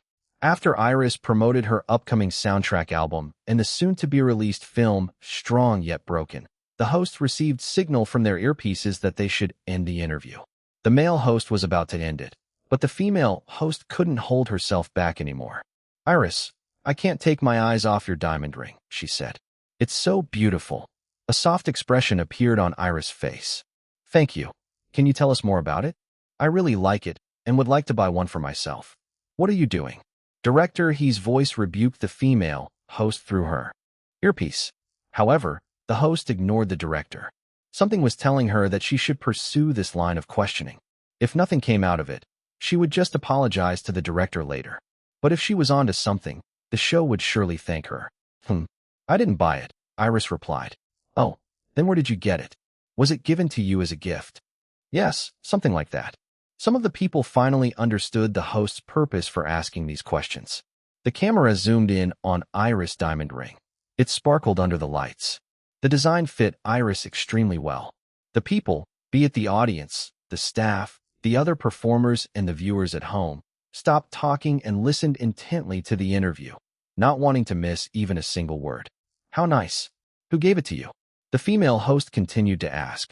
Don't tell me it's an engagement ring. Uh-huh. The male host also chuckled, including some of the people. They treated it as a good joke. Yes. Iris nodded. The laughter stopped. Eyes widened. Camera number 6 and number 10 focus on Iris' face. Make sure not to miss any of her expression. Director, he instructed. He almost rubbed his hands together. He had a feeling that this would drive up the ratings of tonight's episode. Iris, what did you say? You're engaged. The male host asked this time. Yes, I am engaged, Iris answered with a soft smile. Gasps everywhere. Male host. Oh wow. What a surprise. Congratulations. Iris. Female host. Congratulations. That's wonderful. Iris. Thank you. Female host. Can we know who your lucky fiancé is? Is he from showbiz as well? How long have you been engaged? Iris. I want to keep him to myself first. No, he's not from showbiz. Not that long ago. Only a few days before I returned to the country. Female host. I see. Do you love your fiancé? Of course. I love him very much. Iris answered, looking directly at the camera in front of her, knowing that Jin Liwei was watching. I love you, darling. Many people, especially the females, squealed when they heard her public declaration of love to her mystery man. Unfortunately, director, he had to cut the interview at that point even when everyone wanted to hear more. Iris' manager and even a Bright Summit higher-up were already calling the show requesting him to put a stop to the interview. It seemed that Iris didn't inform her management that she would be revealing her relationship status in the show tonight. They were freaking out. As a courtesy to Bright Summit and to maintain a good relationship with them, he instructed the hosts to wrap up the interview. The show took a short commercial break. Once Iris returned backstage, Jin Liwei embraced her. Many staff and other artists saw them. I love you too, he whispered. The way she looked at him was no doubt that of a woman in love.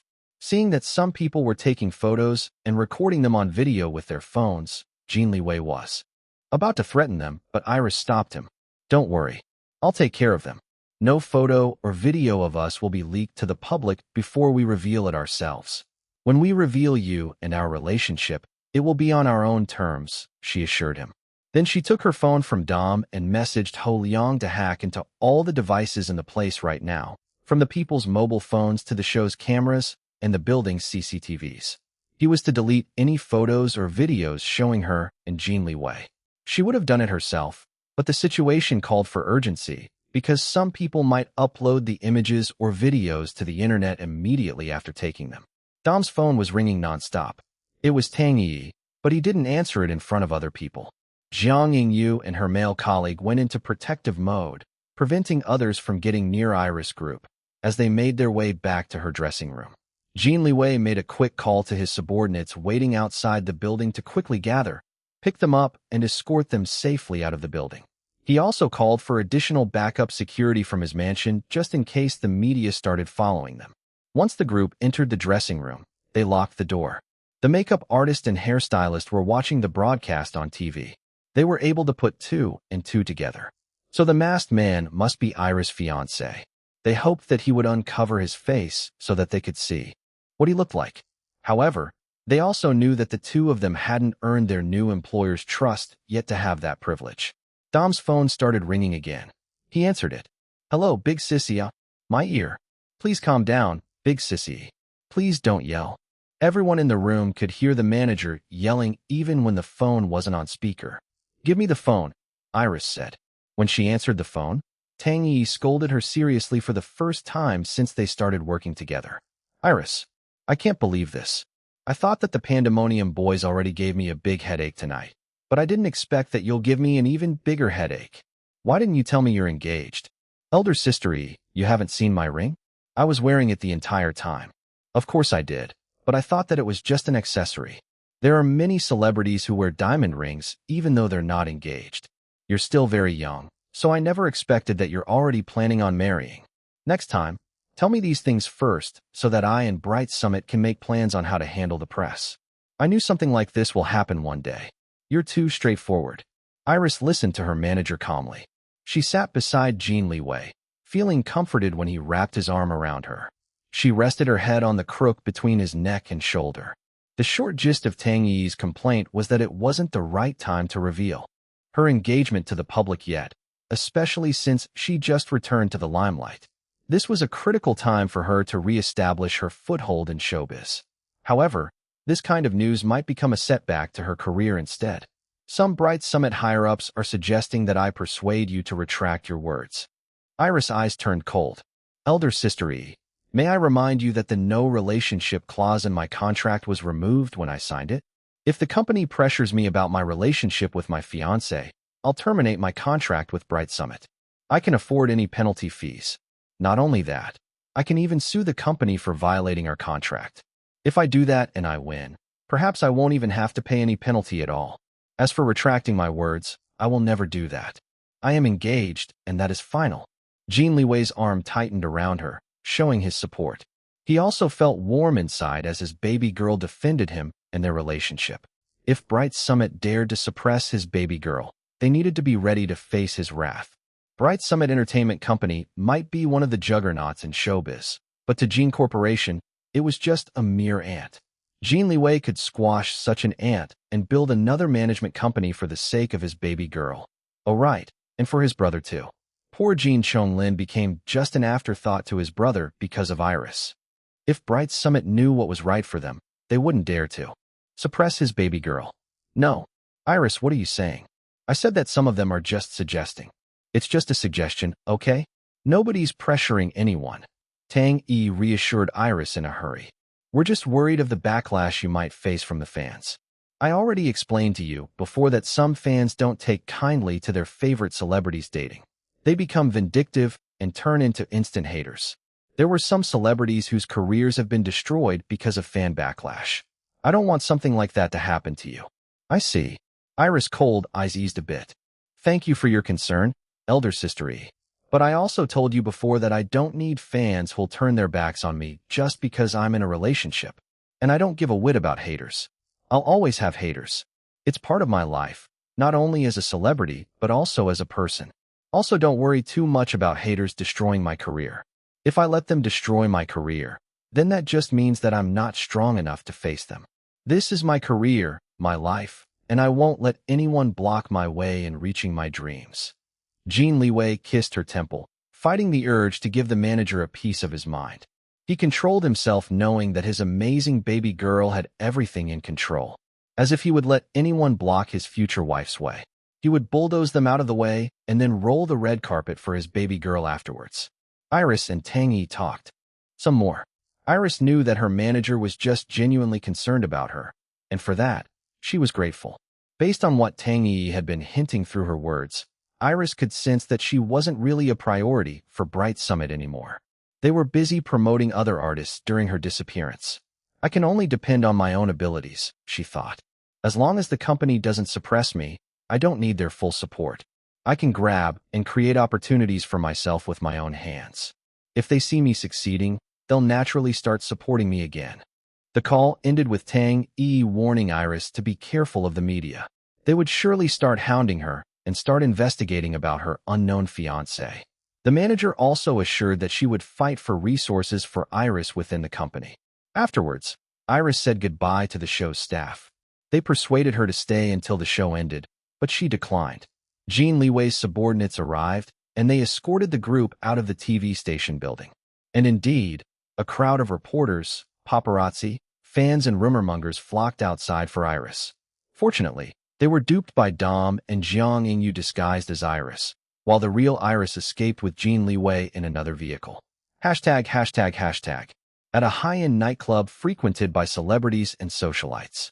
JJ was hanging out with his friends. DJ Song was there, and other quite influential figures in the country's music industry. They were inside a VIP lounge. However, instead of enjoying the club's party music, they used the room's soundproof feature to mute outside noise.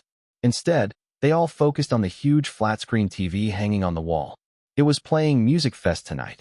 Old Jay, did you know that Iris can play the guitar like that? DJ Song asked. Yeah. I discovered early on that the brat is a multi-instrumentalist while we were making her album Rebirth, JJ replied. But I had no idea that she could also play a left-handed guitar, nor did I know that her skill level with the guitar was that advanced. Are you kidding me?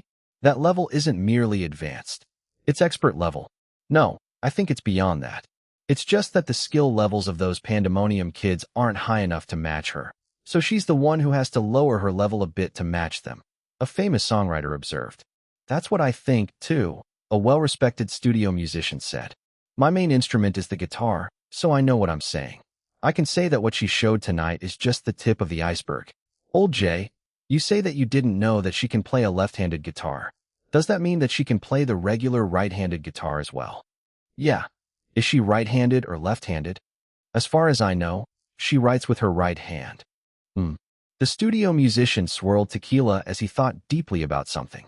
The way she plays the left-handed guitar reminds me of someone. I know, right? That's what I was thinking too, the songwriter said. DJ song. Enrique Valdez. Exactly. The studio musician nodded his head. Enrique Valdez, the legendary hitmaker, also considered as the #1 southpaw guitarist in the world. The way Iris played the guitar tonight demonstrates his exquisite style of playing. The advanced technical skills are a given, but even more than that, she even captured his total control of the music and the band's pace, and also his detailed, fluid, and seductive style of playing. And of course, it's even more noticeable because she played the left-handed guitar. Now that you mention it, I remember seeing on the news that Iris has been spotted with Enrique Valdez in Europe, the songwriter said. DJ song. If I'm not mistaken, it was when Iris allegedly performed at Maestro De Luca's concert in Germany. There are even rumors that she's lovers with both the Maestro and Enrique Valdez. Ridiculous. Those are just rumors. I know the brat, and I can feel her hunger and passion for music. She even dares to quarrel with someone as awesome as me.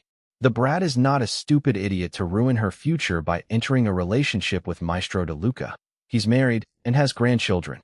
And Enrique Valdez, who's also known for his string of lovers. Besides, she doesn't need to sleep with people like them to succeed. She can succeed with her own abilities and talents. And of course, as long as she continues to work with a music producer as amazing as me. The friends laughed and continued to discuss Iris' performances on the show while drinking alcohol. They didn't care much about her engagement. They were all music professionals. Once they considered someone worthy of respect as a musician, they wouldn't care about the individual's personal circumstances. Iris was such a person. They already recognized her as someone worthy of their respect as fellow musicians. ####. Inside his music studio at home, Jin Liwei strummed his acoustic guitar. His eyes were intense as he jotted down several chords on paper to form a melody. He looked like a possessed man. Earlier, he was relaxing while watching Music Fest Tonight on bed. When Iris appeared as substitute lead guitarist of the rock band Pandemonium, he was surprised. He was watching the show because he knew that Iris was going to perform tonight. He didn't expect that she would make a comeback before him. He wanted to see if she was all right. Then he watched her electrifying guitar performance. Guitar was also his main instrument, especially when he just debuted as a musician years ago. Seeing her play the guitar like an expert pricked at his self-confidence. "I thought you're a pianist," he muttered. "Why are you playing the guitar like your King Enrique Valdez? Are you high or something?" After the performance, he turned off the TV and hurried to his music studio. He didn't watch her solo performance and had no idea about her engagement. A sense of urgency overwhelmed him after watching her. He was Jin Liwei, a superstar. However, he felt like if he didn't do something right now, a bigger superstar would soon surpass him. Iris Long was back, and she was stronger than ever. "I won't let you have the throne that easily. May the best musician win." The next day, the latest episode of Music Fest Tonight was trending online. The episode also swept the TV ratings against other shows broadcasting at the same time slot. Not only that, the episode's video recording posted online received a staggering number of views within a 24-hour period. Although it didn't break any records, it was still very impressive for a regular episode. Everything was because of Iris Long. First of all, nobody could deny that her two performances on the show were both outstanding. The people already expected that she would give an exceptional solo performance. She had established a track record of always delivering ever since her first comeback. What nobody expected was her surprise performance with the Pandemonium rock band. People couldn't stop talking about it. They were all shocked and amazed at her skillful playing of the lead guitar. Other musicians were now paying closer attention to Iris because they wanted to know how skilled she really was in playing the piano, the guitar, and other instruments. So Iris could also do rock. What else could she do? Were there things in music that she could not do? These questions swirled in people's minds. Many were already starting to believe that she must be some kind of a musical genius. That was why they felt so puzzled by her choices of trashy songs during her teenage years. Why did she allow herself to sing those kind of songs when she was actually so brilliant? Was it because she was going through a rebellious period that time? And the second reason why last night's episode of Music Fest Tonight trended so much was because of Iris' shocking confession that she was engaged. Not only was it trending online, it also became the headlines on TV and newspapers. Iris Long is engaged. Who is Iris Long's mysterious fiancé? There was even a poll listing possible men who could be her fiancé.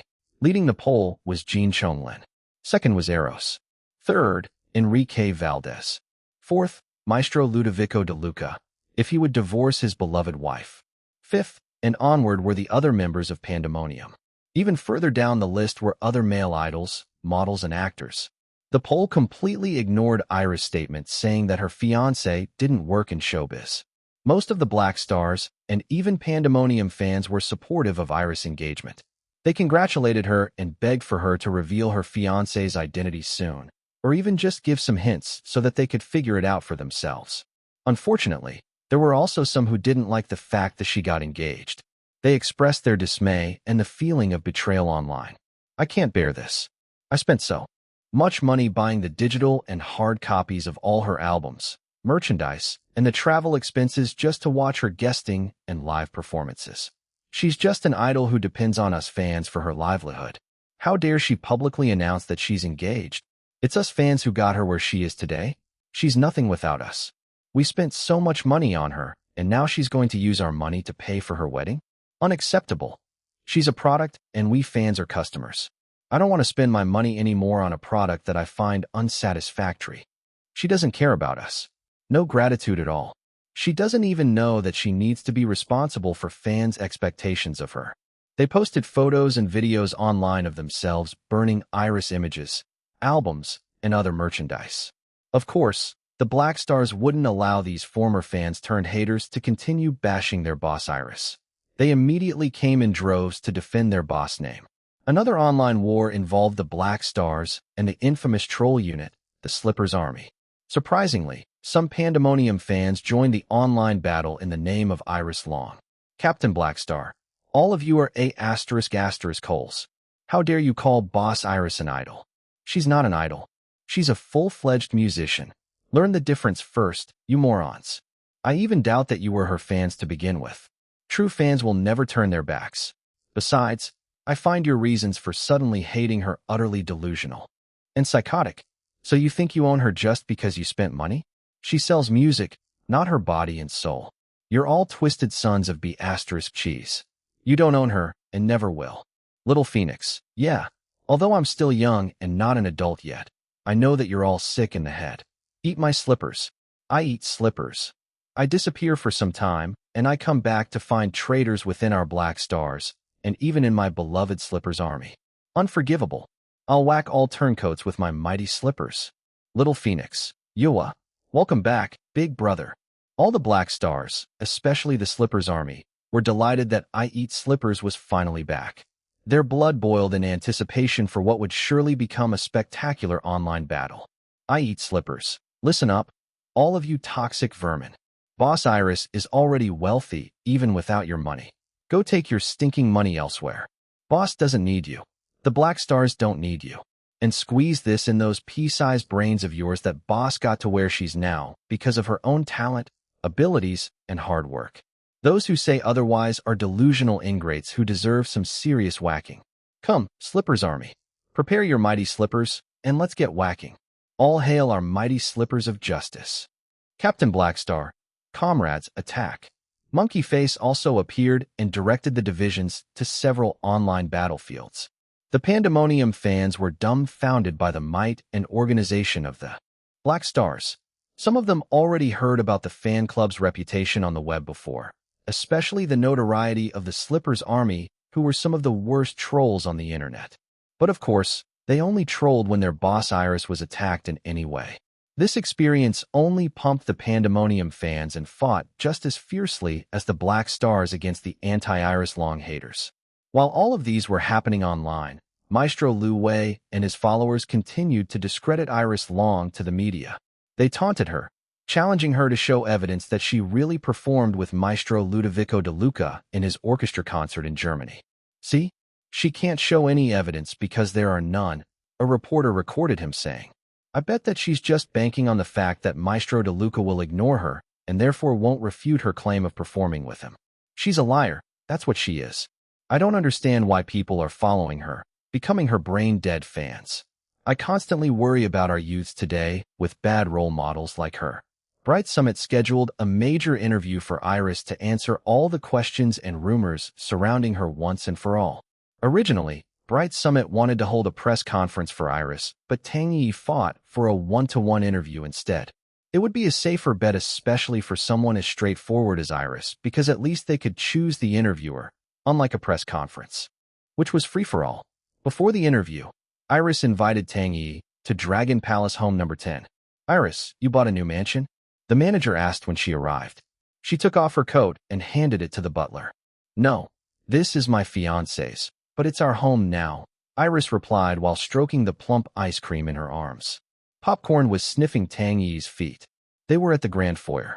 Tang Yi had seen a fair share of luxurious and palatial residences, especially since she worked in showbiz. But this mansion was on another level. After the redecoration, the mansion was now warm and welcoming compared to its previous cold and crypt-like atmosphere. There were monograms with the letters LX everywhere, from the pillowcases to the curtains and other decorations. LX? Sounds familiar, Tang Yi murmured. Iris, your fiancé is rich. I know. Iris led her manager further inside the grand foyer. Popcorn trotted beside them, while Ice Cream enjoyed her mommy's embrace. Oh, Tang Yi stopped. Her eyes widened as she looked up at the top of the twin staircases. There was a huge portrait of Iris and a cold, handsome man together with the two cats. Iris, is that your fiancé? Yes. Why do I think he looks familiar? I think I've seen him before. Iris didn't reply, leading her manager to the drawing room instead. A tall man was sitting on one of the sofas reading a newspaper. Popcorn immediately ran to the man and rubbed himself against him, meowing loudly, asking to be petted. Ice Cream also wiggled in Iris' arms, asking to be put down so that she could also go to the man. Darling, my manager is here, Iris said as she walked towards him. The tall man stood up after petting the two cats. Then he gave Iris a quick nuzzle before facing the manager. Tang Yi was struck by the beautiful couple in front of her. She just stood there like a stupid idiot, her eyes goggling at them. They looked so perfect together that they didn't seem real. When she finally regained her senses, Tang Yi had the strongest feeling that she knew this man. She just couldn't remember who he was at the moment. Hello, my name is Tang Yi of Bright Summit Entertainment Company. I'm your fiancé Iris Long's manager. It's nice to meet you, mister. The man stepped forward and shook hands with her. Hello. Welcome to our home, Miss Tang. Thank you for taking care of my fiancé. My name is Jin Liwei. It's also nice to meet you. Jin Liwei. Tang Yi's heart stopped for a few seconds. Her eyes felt like they were going to pop out of her head, while her jaw felt like it was going to dislocate from her shock. Of course, she recognized the president-CEO of Jin Corporation. Not to mention that he was also the elder brother of Jin Chonglin, who was one of Bright Summit's biggest prides. Why you? Iris, you're engaged to Jin Liwei. The Jin Liwei? She asked in disbelief. Iris nodded. Please sit down, elder sissy. Yes. Yes, I need to. Sit down. Oh. The manager dropped on the sofa like a heavy rock. Her wide eyes stared at the couple like they were extinct creatures brought back to life. The butler wheeled in some hot Dahong Pao tea and biscuits. Tang Yi shoved biscuits into her mouth. She gradually recovered from her shock only to discover that she already finished the entire plate of biscuits. She gulped down tea. Then they began to talk. Tang Yi was excited after knowing the identity of Iris' fiancé. She suggested revealing his identity to the public to stop all the rumors saying that Iris was lovers with Enrique Valdez and Maestro DeLuca. However, Iris rejected the idea.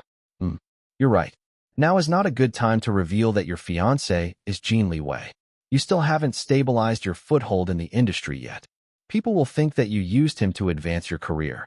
The three talked about the engagement and Iris' upcoming interview. They thought about the best ways to answer some questions that were sure to be asked. When Tang Yi was about to leave, she finally realized the meaning of the LX monograms around the mansion. How sweet and romantic using your initials together all over your home. Maybe it's just a coincidence, But the company that is co-producing the film Strong Yet Broken, which Iris is involved in, is also called LX Productions. It's my company, Jin Liwei told her. The poor manager was once again shocked out of her wits. ####. The day of the interview, Iris and her people arrived at a TV station building. It was different from the TV station of Music Fest tonight. As expected, a horde of fans and paparazzi waited outside the building for Iris. When she arrived, they swarmed to her. Jiang Yingyu and Dom stuck close to her, while several bodyguards encircled them. "We love you, Boss Iris." A group wearing suits indicated that they were Black Stars. Iris spent some time interacting with them, signing autographs and taking pictures. Then suddenly, tomatoes started raining down on Iris and her group. Iris calmly took the umbrella from Dom's bag and opened it over their heads. Tomatoes splattered on the umbrella, making Iris' hands shake from the force, but the important thing was that they weren't hit. Some of the bodyguards were hit, though. "I don't accept your engagement, Iris Long. Break up with your fiancé, and I'll forget about my anger and return to being a Black Star." Iris' eyes turned cold. The Black Stars present were enraged. "Who wants you back? The Black Stars don't need you. Even if you want to return, you're not welcome anymore. Go away and don't bother our boss." "Xiaolon, we need to hurry inside and get out of here," Jiang Yingyu told her in an urgent whisper. Iris nodded. Then she turned to her true fans. "Everyone, please hold your temper. I don't want anyone getting hurt because of me. Thank you very much for your support. Please know that I always appreciate you. Boss Iris, we're always here for you. We're not like these fake fans. We'll follow you forever and ever." With a last smile and a wave, Iris was led inside the building. The tomatoes and the hateful shouts continued to rain, but Iris' determination to not back down was way stronger than the umbrella she was holding. Her hands tightened around the umbrella. She felt angry that someone dared to order her around to break up with Jin Liwei. The building's security finally responded and controlled the anti-fan who threw the tomatoes. An assistant director welcomed Iris and her group inside and apologized for allowing such an incident to happen to her. She waved it off, not wanting to make it into a big deal. Relieved, the AD smiled and led them to the studio where the interview would be held. The studio housed the longtime talk show A Closer Look with Feng Jiao, hosted by the well-respected Madame Feng Jiao. She was a vivacious middle-aged lady who had interviewed countless personalities throughout her long career. She had interviewed some of the most famous figures not only in the country, but also around the world. Not much was known about her personal life. She preferred to live a low-key lifestyle despite her celebrity status. Inside Madame Feng Jiao's dressing room, she reviewed her list of questions while having her hair and makeup done. "Sister Jiujiu, take care of dear Iris, all right?" A posh middle-aged lady asked beside her. Feng Jiao sighed. "I know, but I still have to do a proper job as an interviewer. I just can't not ask her some juicy questions." "I understand, but I hope that you won't be too hard on her. The poor girl must still be feeling traumatized after learning that her car accident was an attempted murder." "Fine, I get it. You're my cousin, so I'll give you face in this matter. I'll be nice to her," Feng Jiao promised the posh lady. The talk show A Closer Look with Feng Jiao started. While Madame Feng Jiao was doing her opening monologue, Iris stood backstage waiting for the signal for her to head out. Tang Yi was beside her, whispering reminders for her to control her straightforwardness even for just a bit. Dom and Jiang Yingyu were already sitting in the audience. The other bodyguards placed themselves in strategic places throughout the studio so that they could respond and protect her immediately if something happened. "Don't worry, elder sister Yi. I'll be fine," Iris assured her manager. Tang Yi wanted to say more, but they heard Madame Feng Jiao's words. "Please welcome the beautiful and talented Iris Long." Iris gave a reassuring smile to her manager before straightening her back and walking out with confidence and elegance. She was wearing a tailored purple jumpsuit, which accentuated her svelte hourglass figure and long legs. Soft, shimmery makeup and a French braid updo hairstyle completed her sophisticated look. Loud applause greeted her as she reached the set. She smiled and waved at Dom, Jiang Ying. You and the suits wearing Black Stars all sitting together. They occupied more than half of the audience. She also saw Madame Feng Wan at the very front, looking posh as always. They nodded at each other. "Welcome to my show, Iris." Feng Jiao greeted her. "Thank you very much for having me, Madame Feng Jiao. It's a great honor to be here." After the greetings, the two sat down facing each other on big, comfortable armchairs. They first chatted about trivial topics before Feng Jiu eased the conversation to the interview. I watched Music Fest tonight, last Friday. Even though I'm not fond of rock music, I found myself totally captivated watching you perform with the rock band Pandemonium.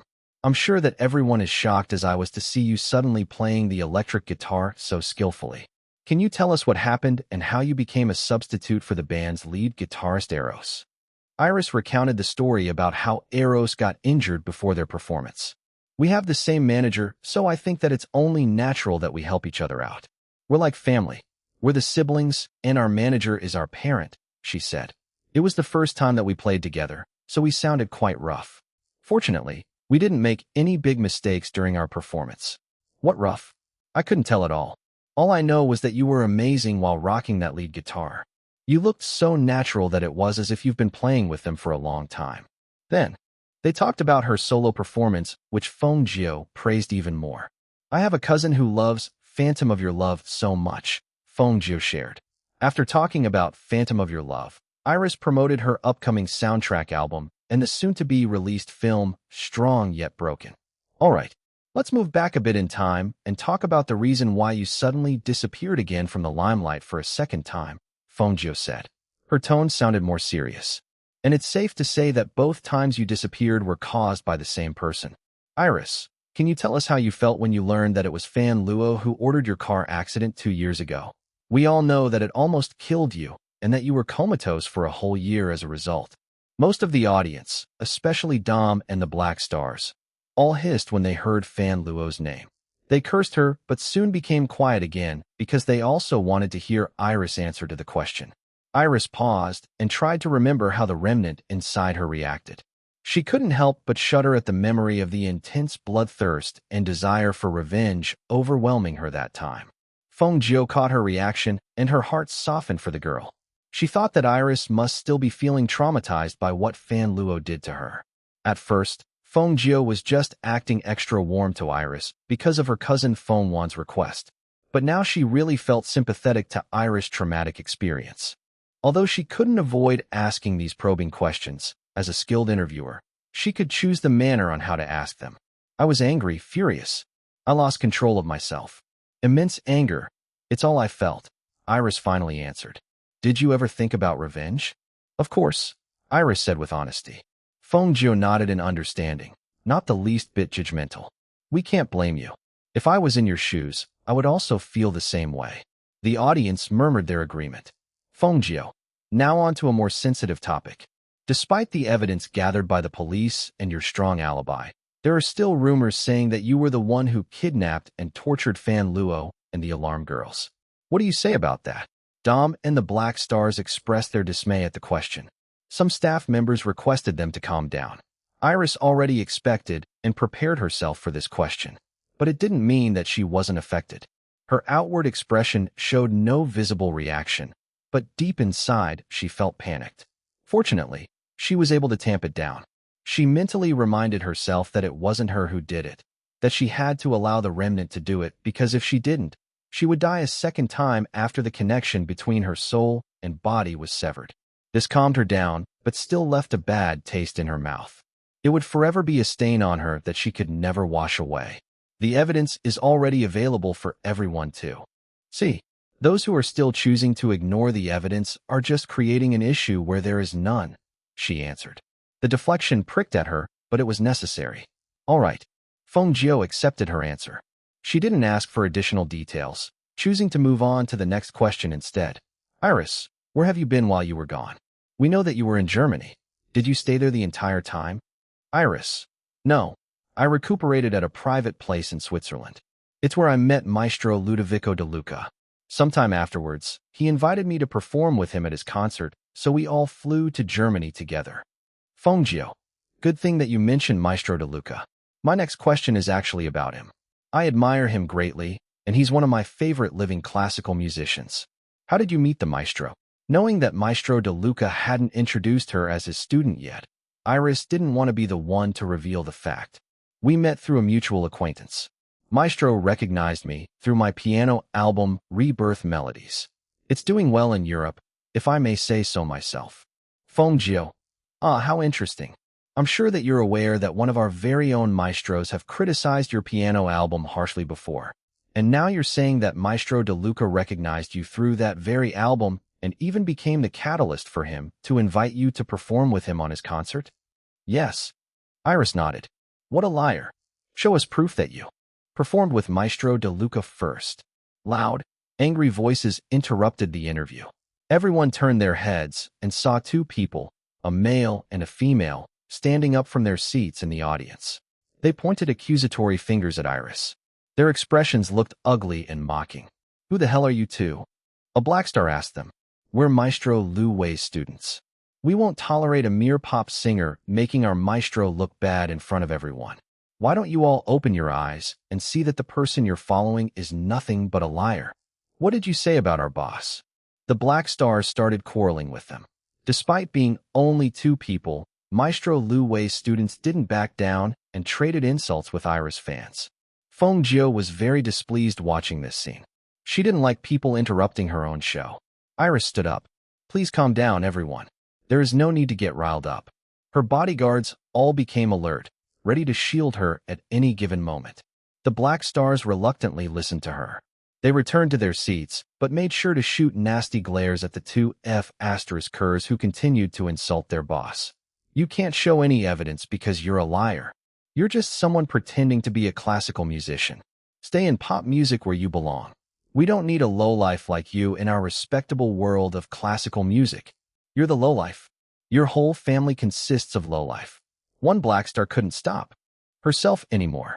If the world of classical music is filled with people like you and your maestro, then it's clearly not respectable. Tui, you? How dare you? Iris was about to move and intervene herself, but Feng Jiu stopped her. The host was listening to some new information from the show's director. Oh, we are receiving a call right now. From who? Then Feng Jiu gasped in shock. Her reaction drew everyone's attention. They stopped the ruckus and looked at her curiously. Oh my. On the line right now is someone that... I can't believe this, wow. Ladies and gentlemen, please welcome the one and only Maestro Ludovico de Luca. Several screens in the studio flickered and Maestro Ludovico de Luca's image appeared. The screen was split into two. A big square showed him, while a small square showed another person who was his translator. Everyone was very surprised because they expected that it would only be a phone call, but it turned out to be a video call instead. Feng Jiu greeted the maestro and introduced herself. The translator translated the maestro's introduction. The people were impressed, even though a lot of them didn't know much about him because they weren't really interested in classical music. It was only when the issue about Iris performing at his concert became the news topic that they learned about him. There you are, Xiao Iris. We talked on the phone the other day, but you never mentioned that you're facing all these problems regarding your performance at my concert. Why didn't you tell me? Maestro De Luca demanded. Hello, Maestro. Lovely to talk to you again. I didn't tell you because it's not a big deal, she answered, waving a dismissive hand. You silly child. He started lecturing her. Next time, tell me these things. I understand, Maestro. Everyone was too dumbfounded watching the exchange between the two. Most of them couldn't understand what they were saying because they were speaking in Italian. The translator was doing his best to keep up with them. Iris looked too calm and comfortable talking to such a distinguished figure. She looked like she was just speaking to a family member she met every day. Even the experienced interviewer Feng Jiu stuttered a bit while she was introducing herself to the maestro earlier. What was more, the people were surprised to discover that Iris spoke fluent Italian. The Black Stars became even more die-hard fans than before. Their boss was just too amazing. Was there anything that their boss could not do? As for Maestro Liwei's two students, their mockery turned into expressions of utter disbelief and horror. Of course, they immediately recognized Maestro Ludovico de Luca. They admired and respected him, even idolized him more than their own Maestro Liwei. His level was just beyond their own maestro. The director signaled for Feng Jiu to take over the situation as Iris and Maestro de Luca were getting carried away by their own conversation. Maestro de Luca, we are all so pleased and excited to have this opportunity to speak with you directly. It's such a great honor. Feng Wan skillfully interrupted the two. May I ask the reason why you decided to call us here today? I called because I was informed that Xiao Iris is being bullied by some of the classical musicians there. Maestro DeLuca said. If I had known earlier, and if I'm not so busy preparing for my next concert, I would have flown there right now. I'm severely disappointed in Maestro Wei Lu and the other musicians teaming up with him to harass Iris. I respected him as a fellow classical musician before, but I had no idea that he's actually a narrow-minded snob who bullies young, talented musicians. Music, be it classical or not, is meant for everyone. Music has no borders, and shame on those who create them from their own misguided sense of discrimination. The faces of Maestro Liu Wei's two students in the audience paled. They wished that the ground could just open up and swallow them whole. They mentally beat themselves up for listening to their maestro and joining in his hate campaign against Iris Long. Now their hopes and dreams of venturing outside the country to further their classical music careers abroad were all crushed. Who would respect them after Maestro DeLuca slapped their faces alongside their own maestro? They tried to quietly leave the studio, but they were blocked by several black stars and the studio's security, who just arrived at the scene. I'm here to confirm that Iris Long performed with me at my orchestra concert in Germany, Maestro DeLuca continued. His voice was heated and laced with anger. You are all demanding recordings from Iris? Are you just acting ignorant, or what? You're all classical musicians, and yet you don't know that cameras or any recording devices aren't allowed in my concerts. If you want recordings, then ask them from me, not from her. Although the recording for my entire concert is not released yet, I'll post Iris' 2 performances on my website. Go take a look and see for yourselves. If you still spout any nonsense after this, then you really have serious problems in your heads. The translator winced a bit at the harsh words the maestro said. She tried to soften the words with less accurate translations with similar meanings in order to make them more acceptable for general viewing on TV. Of course, she filtered out the curse words as well. If Iris is not appreciated there, she's always welcome here in Europe, Maestro DeLuca said to finish his tirade. Feng Jiu asked him a few more questions to which he was surprisingly accommodating to answer. After speaking to Iris and telling her not to let anyone bully her, he ended the video call. Everyone in the studio was in uproar after the call. Even Feng Jiu could barely contain her excitement. She instructed her staff to check Maestro DeLuca's website immediately. Iris watched all of these happening with a calm and unfazed expression. She wasn't really bothered by Maestro Liu Wei. Like all the other haters bashing her, he was just part of an unpleasant background noise in her life. Annoying, yes, but couldn't affect her in any significant way. She didn't tell Maestro DeLuca about this matter, so someone must have told him. Grandpa Liu? Jin Liwei? It wasn't Grandpa Liu's style to directly interfere with her career because he wanted her to learn how to handle everything herself. So it should be her man, Jin Liwei. A smile softened her expression.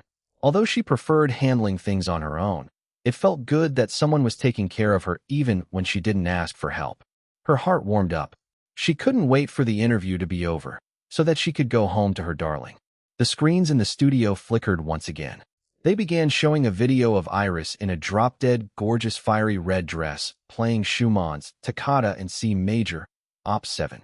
Her swift fingers skipping over the piano keys astounded everyone. The quick performance ended too soon.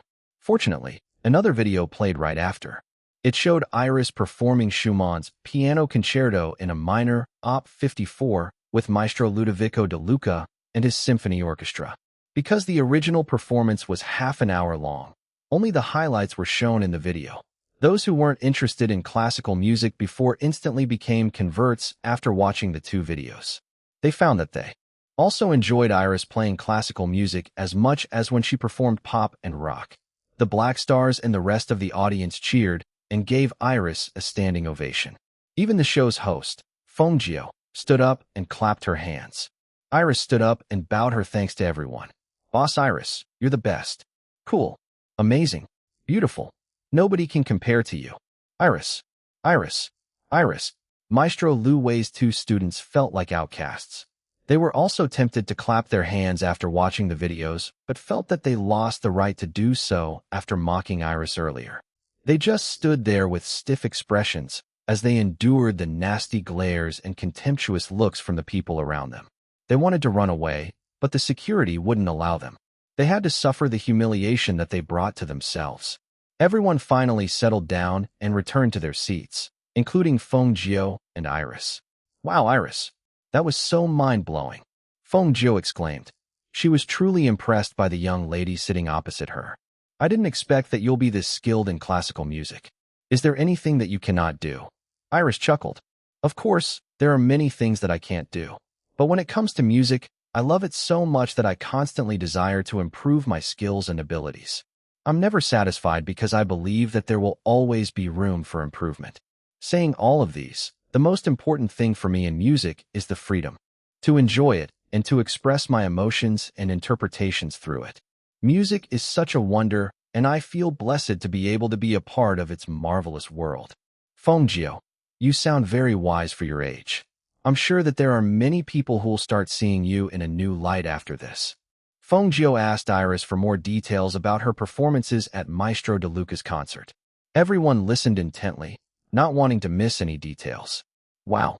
Not only did you perform with the world-renowned Maestro Ludovico De Luca and his award-winning symphony orchestra, but you also performed at the historical opera house in Germany in front of so many distinguished people from all around the world. I can't wrap my head around what you experienced. This is such a great achievement. I'm so proud of you as my fellow countrywoman.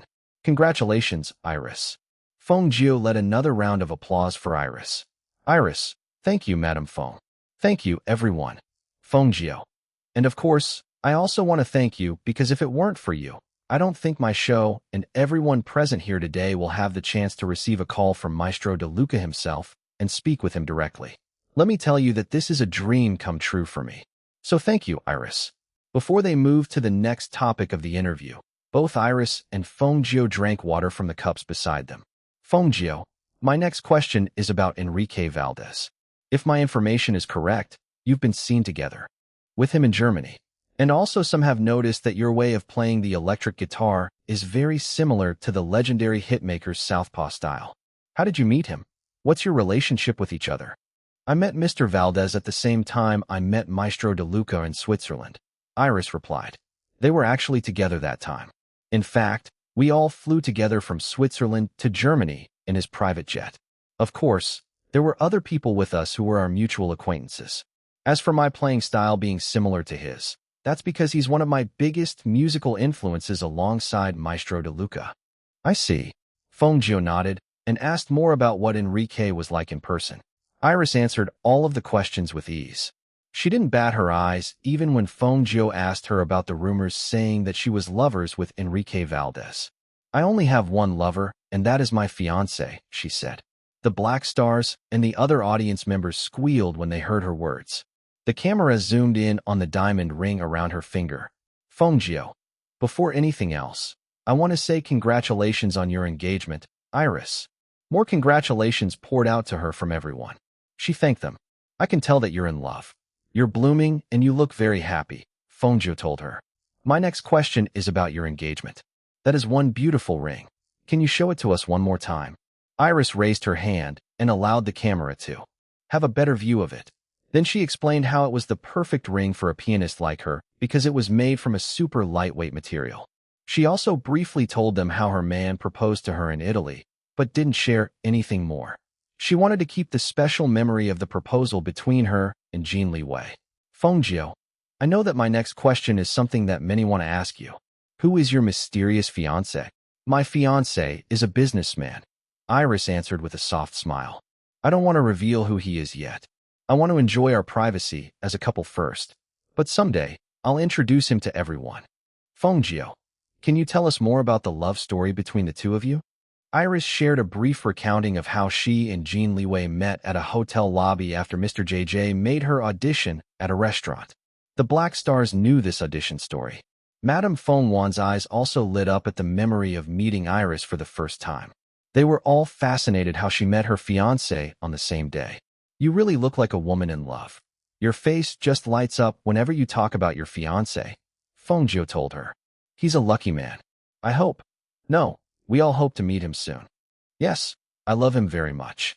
I never expected that I'll love a man like this. I also feel lucky because he loves me, supports me, and lets me chase after my dreams without complaining, Iris replied. Feng Jiu, have you already decided on a wedding date? Iris, not yet. Feng Jiu, do you want to have children? Yes, but not too soon. I'm still young after all, she answered after hesitating for a few seconds. But we have two adorable kittens. We consider them as our children. A photo of ice cream and popcorn was shown on the screens. The kittens, who didn't look like kittens anymore because they were so big now, were together on the floor with a tall man whose face wasn't shown. His strong, lean muscles were obvious even beneath a long-sleeved shirt and trousers. His wide chest and tight abdomen looked very attractive. Oh, Yua. So cute. Look at his body. Everyone was filled with excitement upon seeing the man's figure. Iris, is that your fiancé? Feng Zhou asked. Yes. He already looks handsome even without showing his face. Iris laughed along with everyone else. She nodded. Yes, he's very handsome. Dom squealed with the rest of the audience. The Black Stars begged Iris to give hints about her fiancé's identity. She only smiled, not responding to their request. I can't take this anymore. Iris Long, USL*T. How dare you show off your fiancé and brag about him in front of us? A man stood up and yelled from the audience. His eyes looked furious and crazed. You ungrateful B***TCH. I spent so much money on you, but here you are enjoying yourself and sleeping with a man instead of working hard to give me my money's worth. The man was wearing a suit, indicating that he came as a Black Star to watch Iris. Interview. His companions sitting beside him were horrified at his outburst. He continued his condemnation of Iris, throwing graphic curses at her that were completely inappropriate for general viewers. Break up with that king fiancé of yours. He's nothing but a bastard who's robbing you of your career and fans like me. If you stop acting like a SL*T now, I can still forgive you as long as you remain pure and continue to work hard pleasing us fans. All of the Black Stars felt enraged, not only because their boss Iris was being insulted, but also because at the betrayal. The fact that they had been sitting together with a traitor all this time and treating him as their comrade left a nasty taste in their mouths. They immediately banded together and scolded the traitor. They felt more furious now than when they quarreled earlier with Maestro Liu Wei's two students. Even as they were angry at him, they were also angry at themselves. It felt as if they failed to uphold the unity of Black Stars that they were so proud of. Watching another commotion happen in the audience, Feng Zhou was dismayed. This was her show, and it didn't sit well with her that things were going out of her control. The director, however, was filled with excitement. He fought the urge to rub his hands together. He instructed the cameraman to record everything. This will definitely make for a good show, he thought. All the drama in one episode. He was already fantasizing about the high ratings the show would rake in after this episode aired. As for Iris, she watched everything with cold eyes. She stood up, looking directly at the crazed man. Her aura changed. She was now like an empress whose decree was being questioned by one of her rebellious subjects. The crazed man flinched at her heavy stare. What? Thank you very much for your past support of my music. Iris spoke to him in a clear voice. It wasn't loud, but it was still heard throughout the studio. Her tone was cold and unyielding, giving off pressure not only to the man, but also to everyone else. However, I don't owe you anything outside my career as an artist. You used your money to buy my music, not my freedom or my life. I am not your slave. Just as you and everyone else here have the right to enter a proper relationship, I also have the same right to be with my fiancé. Everyone was silent now. They were all listening to her. Even the crazed man stopped shouting. Iris continued, her tone becoming gentle, yet also determined. I assure all of you that being engaged or married will not affect my ability to create and share my music with you. In fact, I feel very inspired right now. If you can't accept my relationship, then I can only thank you for your past support to me. I love my man and won't break up with him just because you asked me to. And to those who are still supporting me up to this point, you have my deepest gratitude. Always know that I appreciate all of you. Even when I'm married and have my own family, I'll continue to work hard to give you the best music that I can create to pay back all of the support you constantly give me. True Black Stars will always have a big place in my heart. Her speech touched all of the Black Stars. Even the crazed man was affected. After all, he was a Black Star up until a few moments ago. Don't worry, boss. We support you. People like him aren't true fans. We are. They're just sick psychos who have holes in their brains. We'll follow you until the end. The crazed man looked conflicted. He wiped tears and snot from his face. It was the kind of atmosphere that easily overwhelmed people. The feeling of devotion the Black Stars had for Iris was like a living entity influencing all the surrounding individuals. Iris was their queen. All of these trials they were experiencing together with her only reinforced their loyalty towards their queen. The interview officially ended in an emotional note. It was a roller coaster of surprises, both good and bad, but most would agree that it was a great interview with lots of juicy details. ####. After the show, Iris chatted with Feng Jiao and Feng Wan. She discovered that the two madams were cousins. They invited her to eat dinner together, but she regretfully declined. She felt drained after the interview. The two madams were understanding and let her go. Inside the executive van, Iris called Maestro Ludovico De Luca on the phone while Dom was gushing about everything that happened during the interview with Jiang Yingyu. Yes, Liwei is the one who informed me about the matter between you and Maestro Wei Lu, he told her, confirming her suspicion. Maybe I should have revealed that you're my student earlier. No, Maestro. I don't want to be given special treatment because I'm your student. I want to gain achievements through my own abilities and not because of my connection to you. After the phone call, Iris closed her eyes to rest. She played with the diamond ring on her finger. So it really was Jin Liwei who called Maestro De Luca. A soft smile lifted the corners of her lips. Everything she said about Jin Liwei during the interview was the truth. She loved him and wouldn't break up with him even if some of her fans turned their backs on her. ####. A few nights later, the latest episode of A Closer Look with Feng Jiao finally aired on TV. Many people tuned in because they all wanted to hear what Iris had to say regarding all of the issues surrounding her. The episode showed all of the major incidents during the taping. It was the first time the show featured the audience so heavily. It was as if the audience kept on spitting out problems after problems for Iris to face. People actively discussed as they watched the show. Whoa, did all of these really happen? I feel like I'm watching a drama instead of a talk show. I know, right? The events are so gripping and exciting that I can't even make myself run to the toilet to relieve myself because I don't want to miss anything. I checked Maestro De Luca's website and Iris performances are really posted there. Did you see the reactions of Maestro Liwei's two students? Priceless. I wish their maestro was together with them. I would love to see the old man's reaction as well. Maestro Lu had been busy lambasting Iris to the reporters lately, calling her a liar every chance he gets. Let's see what he has to say after his face got slapped by Maestro De Luca himself. Serves him right. He thinks too highly of himself. Just like what Maestro De Luca said during the interview. Shame on him for putting borders on music when there should be none. The netizens were unforgiving. Just as how harsh Maestro Liwei was in criticizing Iris before, the netizens also harshly made fun of him. He was trending online alongside Iris Long for all the wrong reasons. Maestro Liwei, the biggest disgrace of our country's classical music scene. Ever since Maestro Liwei got unofficially banned from most of the country's major concert halls and high society events, he took solace from the classical music community. Even though his connections to high society were stripped away from him, he remained an influential figure in the country's classical music scene. He was still Maestro Liwei after all. At the request of a longtime friend who was the president of a private music academy, Maestro Liwei guested as a special one-time lecturer. Almost all the students and the instructors attended, so it was a big event. The lecture was scheduled on the same night as when the latest episode of A Closer Look with Feng Jiao aired. Of course, he was aware that Iris Long's interview would be airing. He wanted to watch it, but since he had an earlier commitment with the music academy, watching the interview had to wait. There was also something bothering him for the past few days. Two of his students suddenly stopped coming to see him. He also couldn't contact them. He asked around, and it seemed that the two returned to their hometowns.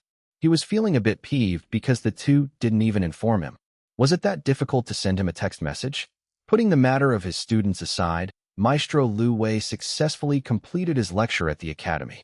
He was gathering his notes from the lectern on the stage when he heard some disturbance arising from the students who had yet to leave from their seats in the audience. Almost all of them were looking at their phones, tablets, and laptops. A disapproving frown appeared on his face. Young people these days just didn't have the same discipline as his generation. He, the lecturer, hadn't even left yet, and they were already acting like monkeys let loose in the jungle. After a few moments, he realized that something was amiss. Why were they whispering to each other while looking at him? Why did it feel like they were mocking him? He scowled. intending to complain.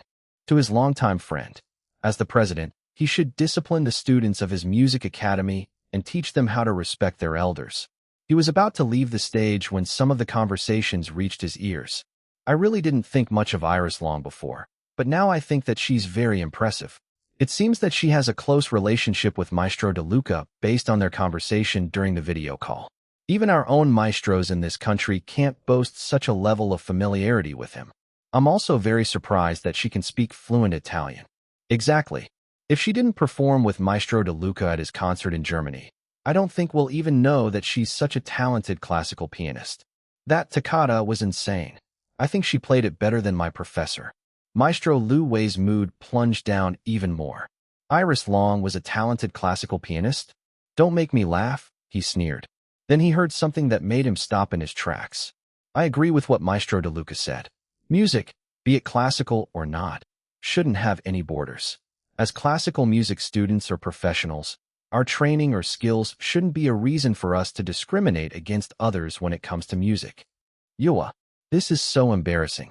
If I were Maestro Liwei and a world-renowned figure like Maestro De Luca called me out on national television, I wouldn't have any face left to show the world. I'll probably hide inside my house and never come out until I die. SSSH. Look at him. It looks like he doesn't know what happened yet. What were they talking about? Maestro Liwei was very confused. Although he didn't yet understand what was going on, something was telling him that it wasn't anything good. A sense of dread started to weigh heavily on his chest, especially at the mention of Maestro De Luca. Finally, his longtime friend and the music instructors came to him, handing him a tablet. It showed several video snippets of Iris Long's interview with Feng Jiao. His complexion turned paler and paler the more video snippets he watched.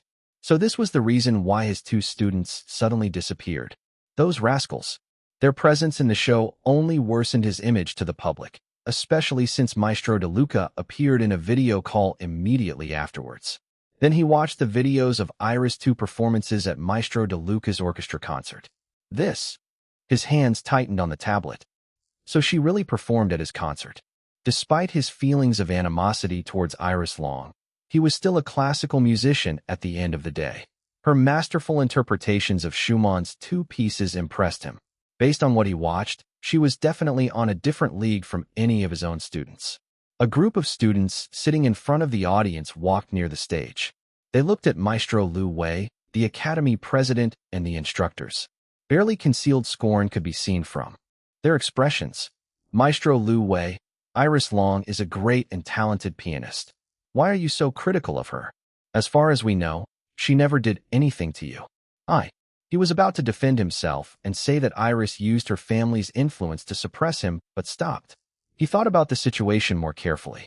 He didn't have any evidence for his accusation.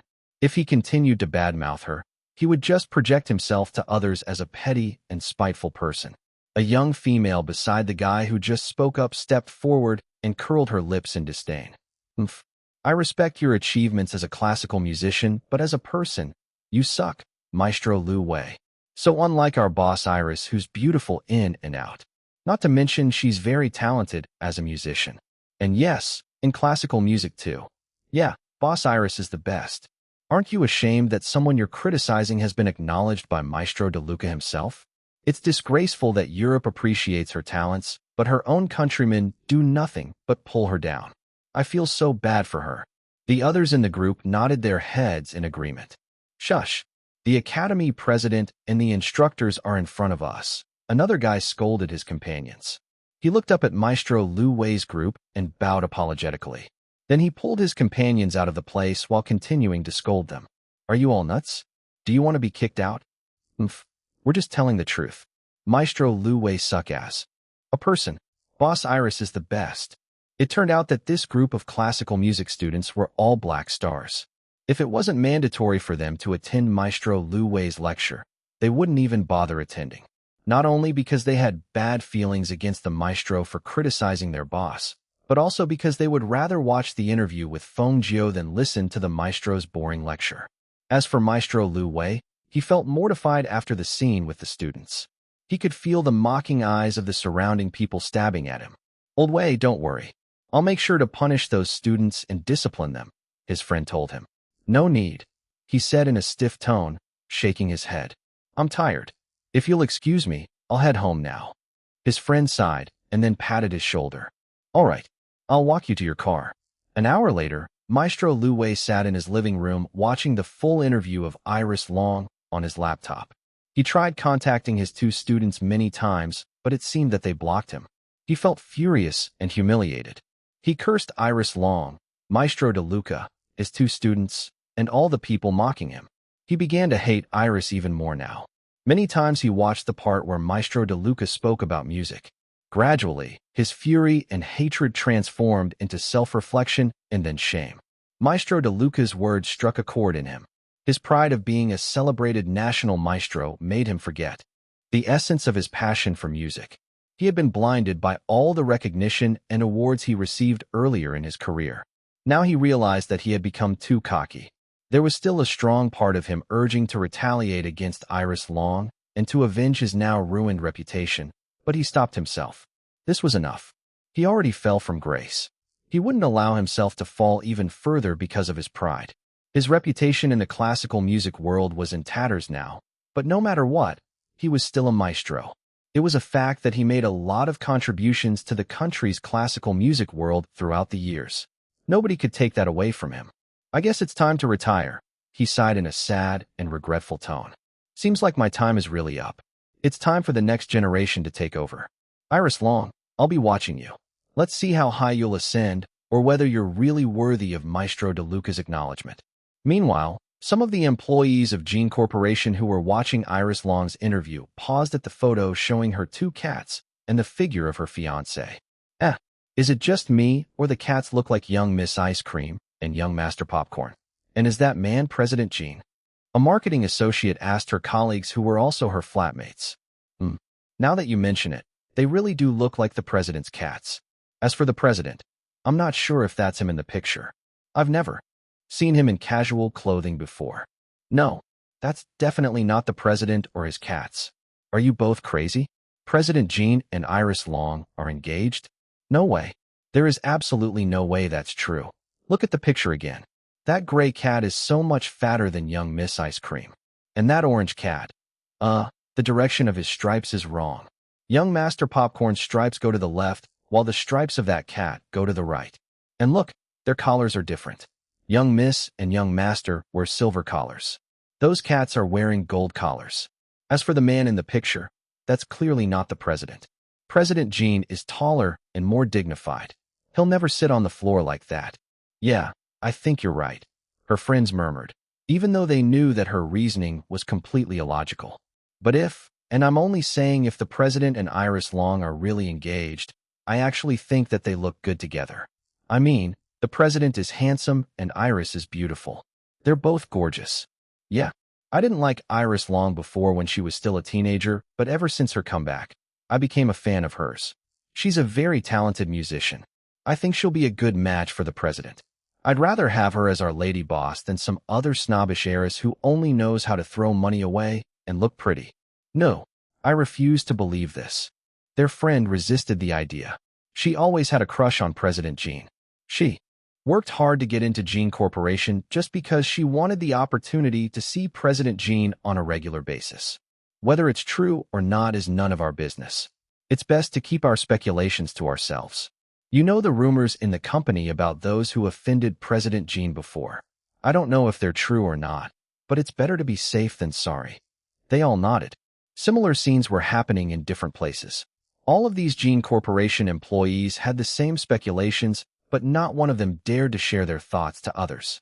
A big reason of this was because they were terrified of their president. They only knew him as a cold and ruthless leader. Another reason why they chose to remain silent was because they were proud working for the #1 company in the country. It wasn't worth it to destroy their respectable status in the business industry as Jin Corporation employees and their career prospects within the company just for some quick cash by selling information to the media. Besides, they weren't even sure if their speculations were correct. What if they were wrong? They would just end up with a libel lawsuit. It wasn't worth it. The employees could only gossip among themselves, careful not to let any outsiders hear them. If it was really true that President Jin Liwei and Iris Long were engaged, then Iris was truly impressive. She succeeded where countless women failed 100% of the time in seducing such a terrifying ice block. Wait, what if President Jin is just using her to cover up that he's gay? A junior financial analyst suddenly wondered out loud. SSSH. Not so loud. What if someone hears you? His colleague looked around the bar they were in, a paranoid expression on his face. No. The junior financial analyst sobbed on the bar counter. Poor Boss Iris. She deserves better than that unfeeling King Yama. Boss Iris, find someone who's more capable of emotions. Even Jean Chonglin is better than the president. You're drunk. Let's go home. Among these Jean Corporation employees, some were black stars. If they were to choose between their two bosses, Jin Liwei or Iris Long, they would hands down go with their boss Iris. ####. Jean family's old house. The place was bustling with activity. Huang Yuyin directed the household staff to clean, decorate, cook, and make everything look as perfect as possible. She checked the table settings on the dining table. She tasted the dishes being cooked and prepared in the kitchen. She was all over the place. Maybe we should change the curtains to bright red, she suggested. Yuyin, my dear, the curtains are fine. You already had them changed 6 times today. Why don't you relax? Grandma Li told her in a lightly exasperated tone. The way you're acting, it's as if some members of royalty are visiting. Mother, it's a special day. My son is bringing Xiaolon and the Long family later. They're more important than royalty.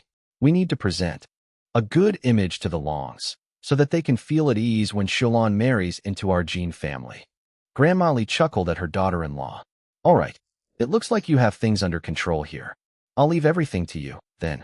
I'm already old and don't have the energy for all of these preparations. Don't worry, Mother. I'll take care of everything. Please rest for now. Huang Yuyin looked at the time. She took her phone and called someone. Hello, son. Where are you? Are you on your way here? What? You're still at home? I already told you that you need to be here. Your brother is bringing your future sister-in-law and her family today. What are you waiting for? Hurry up, get ready and come here. Is Chonglin coming? Grandma Li asked after the phone call. Yes, Mother. He said he's going to get ready.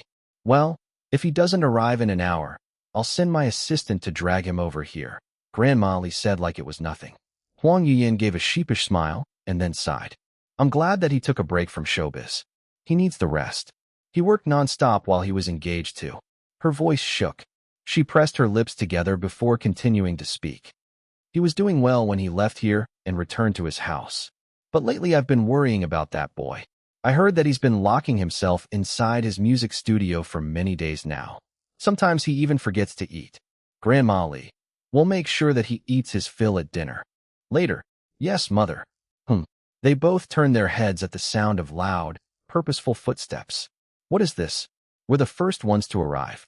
A booming voice sounded across the grand hall. Why is nobody here yet? I want to know. The household staff paused what they were doing to bow in greeting and show their respect to the sprightly old man. They treated the elder as if he was the Jin patriarch. And in a sense, he was. A handsome, roguish younger man followed closely behind him. Sister Zhurua? Yuyin, did you give me the wrong time? Look at your household staff. It's obvious they're still preparing. Did you call me and my Hao this early to help out with the preparations? I'm telling you, I'm old already. I don't have the energy to work. Do you want this old man to break his back? Grandpa Lu complained in a loud, booming voice. However, it was obvious in the twinkle in his eyes that he was just teasing the 2 Jin madams. How, my boy, your Aunt Yuyin wants to enslave you today. Go help her out. Hello, Grandma Li and Aunt Yuyin. It's been a long time. Good to see you all again. Lu Zihao ignored Grandpa Lu and greeted the 2 madams instead, flashing them a devilish smile. They were slightly taken aback by his overflowing charm. Huang Yuyin couldn't stop herself from blushing. Grandma Li squinted her sharp eyes and looked more carefully at Lu Zihao. She nodded with a pleased expression. Zihao, my dear, you look absolutely dashing.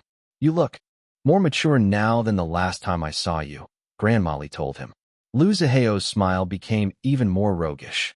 Grandma Li, what can I say? I've grown up. That you are? Very good. Grandma is happy for you. Oh, I'm so glad that Li Wei snatched Xiaolon early, Huang Yuyin mumbled before she could stop herself. She covered her mouth when she realized what she just said, blushing even more. Oi, Yuyin. What did you just say? Are you rubbing in this old man's face that my Hao didn't get Xiaolan? I want to know. And no? Of course not, uncle. Huang Yuyin began fidgeting. A devilish chuckle made Lu Zihao even more handsome. Aunt Yuyin, don't worry. Even if third brother and Xiaolan aren't lovers, there's no way I'd pursue her. Xiaolan and I are brother and sister. A romantic relationship between us is out of question. We don't practice incest. Oh, I see. Huang Yuyin felt a little confused at how serious Lu Zihao was treating his sibling-like relationship with Iris. However, she didn't ask him why because she was just relieved that her own son got Iris. Grandma Li led her noisy friend and Lu Zihao to the living area for some tea, while Huang Yuyin returned to the kitchen to make sure that all the dishes would be ready in time for dinner. Lu Zihao charmed Grandma Li, making her laugh and feel like a younger woman. Zihao, my dear, you're still as naughty as ever, just like your grandfather. But there's something different about you. I can't pinpoint what it is, but I know you've changed somehow. Whatever it is, I like that you seem more mature now, Grandma Li said. Lu Zihao kept the roguish smile on his face, but his eyes darkened dangerously for a few moments before the playful twinkle in his eyes returned. Nobody noticed the quick change in his expression. He quietly sipped tea, not really listening to the two elders who were bickering about various trivial things. If not for his little sister, he wouldn't even bother coming here. He had so many things to do as leader of the Shadow Winds. This was a critical time for his group to consolidate their power before the authorities started suppressing them. About half an hour later, someone arrived. Lu Zihao's sharp senses allowed him to be the first one to notice Jin Chonglin's arrival. However, he didn't really care much about the younger man, so he just stayed silent, continuing to sip his tea. Grandpa Lu soon noticed the new arrival. There you are, Chonglin, my boy. His voice boomed, catching the attention of Grandma Li. Hello, Grandma, Grandpa Lu, Brother Hao, Jin Chonglin greeted them. He walked to his grandmother and gave her a hug and a kiss on her cheek. Dark shadows encircled his red eyes. He looked exhausted and thinner. Nevertheless, he still looked hot and stylish as always. You look terrible, my boy. Why do you look like a zombie? I want to know. Jin Chonglin laughed weakly, scratching his head in an awkward manner. I've been busy writing some new songs. For my comeback. Hi. You musicians are a bunch of weirdos. That's what. Xiaolan also looked like a zombie playing the piano all day when we were at Switzerland. Oh. She was depressed that time. Are you also depressed, Chonglin, my boy? Tell Grandpa. Maybe I can help. No, Grandpa Lu. I'm not depressed. I'm all right, really. Just feeling inspired to write some music. That's how you look when you're inspired? Bah. It's better if you're not inspired then.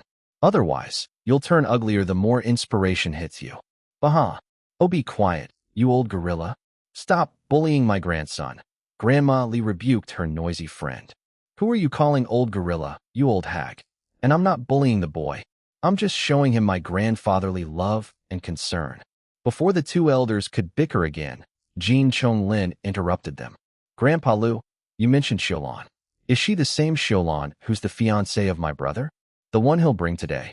Of course, she's the same Xiaolan. Why do you look so clueless, my boy? Don't tell me you don't know who Xiaolan is.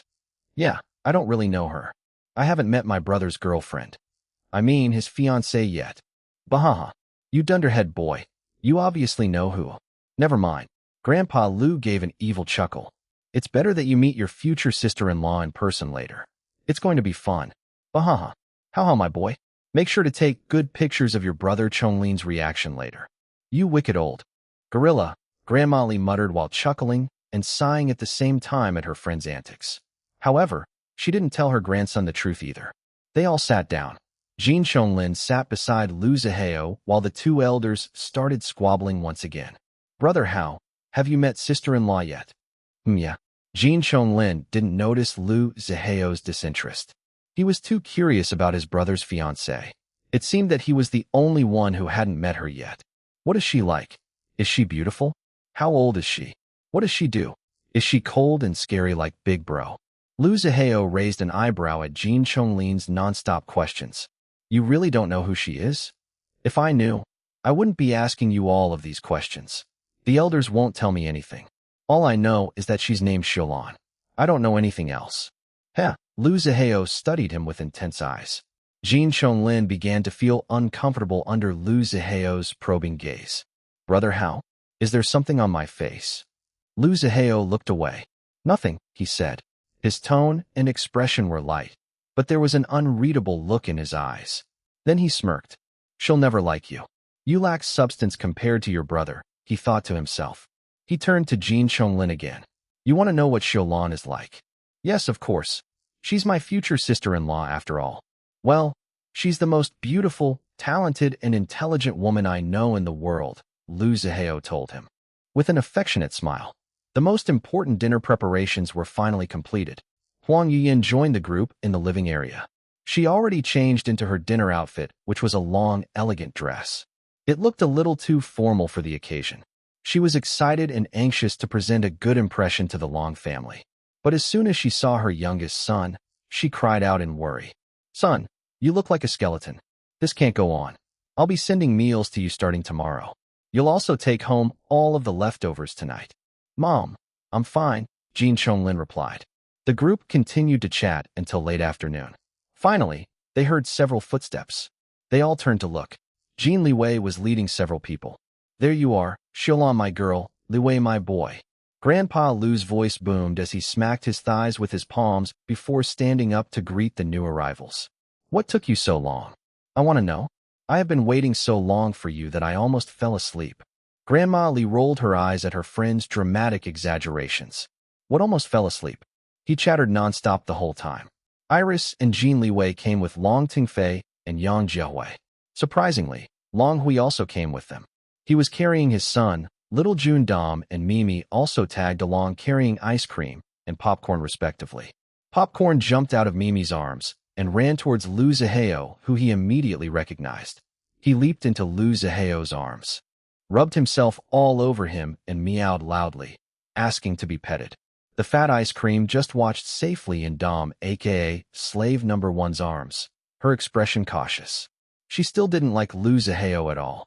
Since the two groups already met each other before in the hospital when Iris went into coma for the second time, there wasn't really any need for introductions. They greeted each other like old friends. No, this time, they greeted each other like family. It was only Jin Chonglin, Long Hui, and Little Jun who were unfamiliar with the other people. Needless to say, both Jin Chonglin and Long Hui were shocked out of their wits, while Little Jun just looked curious and shy meeting these new people. Sir Lu Jianhong. Long Hui couldn't believe that he was meeting the business legend in the flesh. As the heir of Long Industries, and like so many other business people, he admired and looked up to the true king of the country's business world. As for Jin Chonglin, his expression was a sight to see. His eyes widened so much that they looked like they were about to pop out of his head. He kept closing and opening his eyes, even rubbing them, to make sure that what he was seeing was actually real and happening. He looked at his brother and his fiancée. His brother's arm was wrapped possessively around the beautiful young woman's waist. There was also a gentleness in his brother's expression whenever he gazed down at the woman beside him. The expression looked so foreign on his brother that Jin Chonglin suspected for a moment that he must be an imposter. Iris. Is that you, Iris Long? Iris finally turned to look at Jin Chonglin. She gave him a smile so lovely that his breath caught in his throat. Hello, Senior Jin Chonglin, she greeted. It's lovely to see you. You? He looked at her, then at his brother, and then back at her again. His eyes zeroed in on the diamond ring on her finger. It sparkled under the light. Why you and Big Bro? Ah, hold on. I think I exhausted myself too much these past few days that I didn't realize I've fallen asleep, and now I'm dreaming. This must be a dream. He laughed weakly. The others just looked at him in amusement. Grandpa Lu was busy recording Jin Chonglin's reaction on video with his phone. His expression was filled with merriment and mischief. He tried ordering Lu Zihao to do it, but his grandson ignored him. Lu Zihao chatted with Dom and Mimi instead while he stroked the purring popcorn in his arms. The reality was gradually starting to register in Jin Chonglin's dumbfounded brain. However, his disbelief only heightened as he observed the intimate touches and gestures between his brother and Iris. Unbelievable. Impossible. He kept on mumbling under his breath. Jin Liwei led Iris towards his brother. Chonglin, meet Long Xiaolan, my fiancé. Love, this is my younger brother, Jin Chonglin. You already know each other. It's been a while since we've last seen each other, senior. Iris said, Jin Chonglin marched forward until he was directly in front of her. Before anyone could react, he grabbed her shoulders and stared at her face. You're really Iris Long? The ugly, green-eyed monster roared to life inside Jin Liwei. He grabbed his brother's hands and wrenched them away from his baby girl's shoulders. Then he placed himself between them. He glared at his brother, warning him away. Jin Chonglin was too shocked to react in time. He just stood there like a moron, confused at his brother's scary expression. Dom and Mimi almost squealed out loud in excitement at the drama unfolding in front of them. This was better than any of the TV dramas they were watching. Whoa, easy there now. Grandpa Lu's booming voice interrupted the sudden tense atmosphere. You two rascals. This is a happy family gathering. Stop acting like two alpha wolves fighting over a female. Are you listening to me? Keep ignoring me, and I'll bang you two brothers' heads together. Darling. Iris pulled Jin Liwei back. She reached her hand up to his face and forced him to look at her. Calm down, okay? She whispered to him while stroking his cheek. His cold eyes became gentle. Okay. He held her hand that was stroking his cheek. Then he turned his head slightly to the side and gave it a kiss. Jin Chonglin couldn't believe that the passionate man in front of him was his own brother. It was like he was meeting him for the first time. Who was this person acting all lovey-dovey with Iris Long in front of everyone? Where was his cold and indifferent brother? He was about to open his mouth to ask them questions when, Mama, Papa, a child's voice called out. Jin Chonglin looked at the toddler struggling in the arms of Iris' brother. The toddler was reaching his little arms to Jin Chonglin's eyes widened once again as he watched his brother move and take the toddler. Papa and Mama are here, Jin Liwei murmured, patting the child's back gently. Jin Chonglin's mind went blank. Mama? Papa? You two have a child together already? Jin Chonglin was almost shouting in shock and disbelief.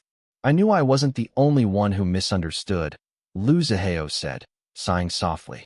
However, Jin Chonglin was too preoccupied with the unbelievable scene of his brother's happy family of three in front of him that he didn't hear Lu Zihao's words. His loud voice startled little June. The toddler's little face scrunched up. He began to wail in Jin Liwei's neck.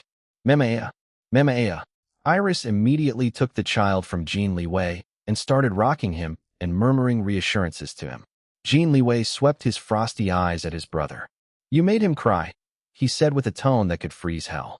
His arm wrapped protectively around his beloved wife and child. Be big, bro. Jin Chonglin didn't know what to do. He instinctively stepped forward to Iris and the child, but his brother blocked him with a cold glare. He mumbled, Sorry, didn't mean to scare your son. My dear nephew, please stop crying. Your uncle was just surprised earlier. I'll buy you lots of toys and treats. Please don't cry anymore, okay? Long June is my son. Long Hui stepped forward and tried to take little June from Iris, but his son wouldn't let go of her neck.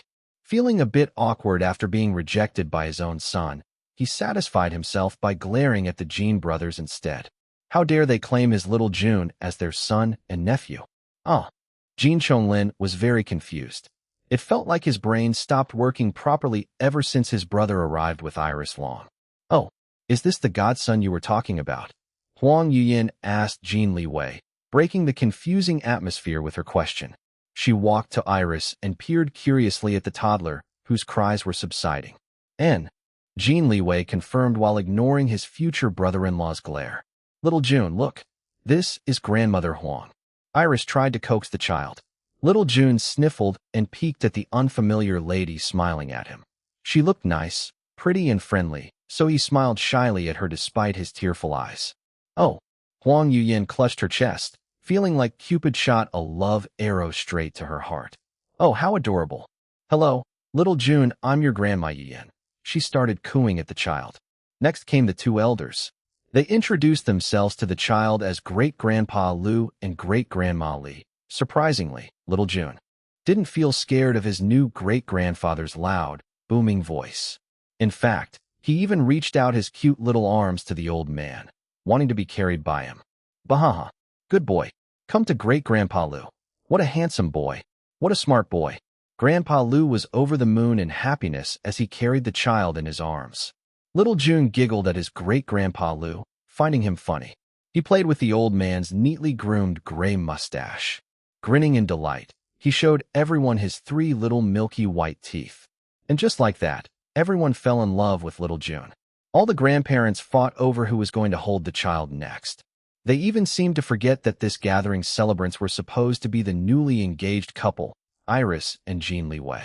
Poor Long Hui had to compete with more people now for his own child's attention. Finally, everyone settled down in the living area.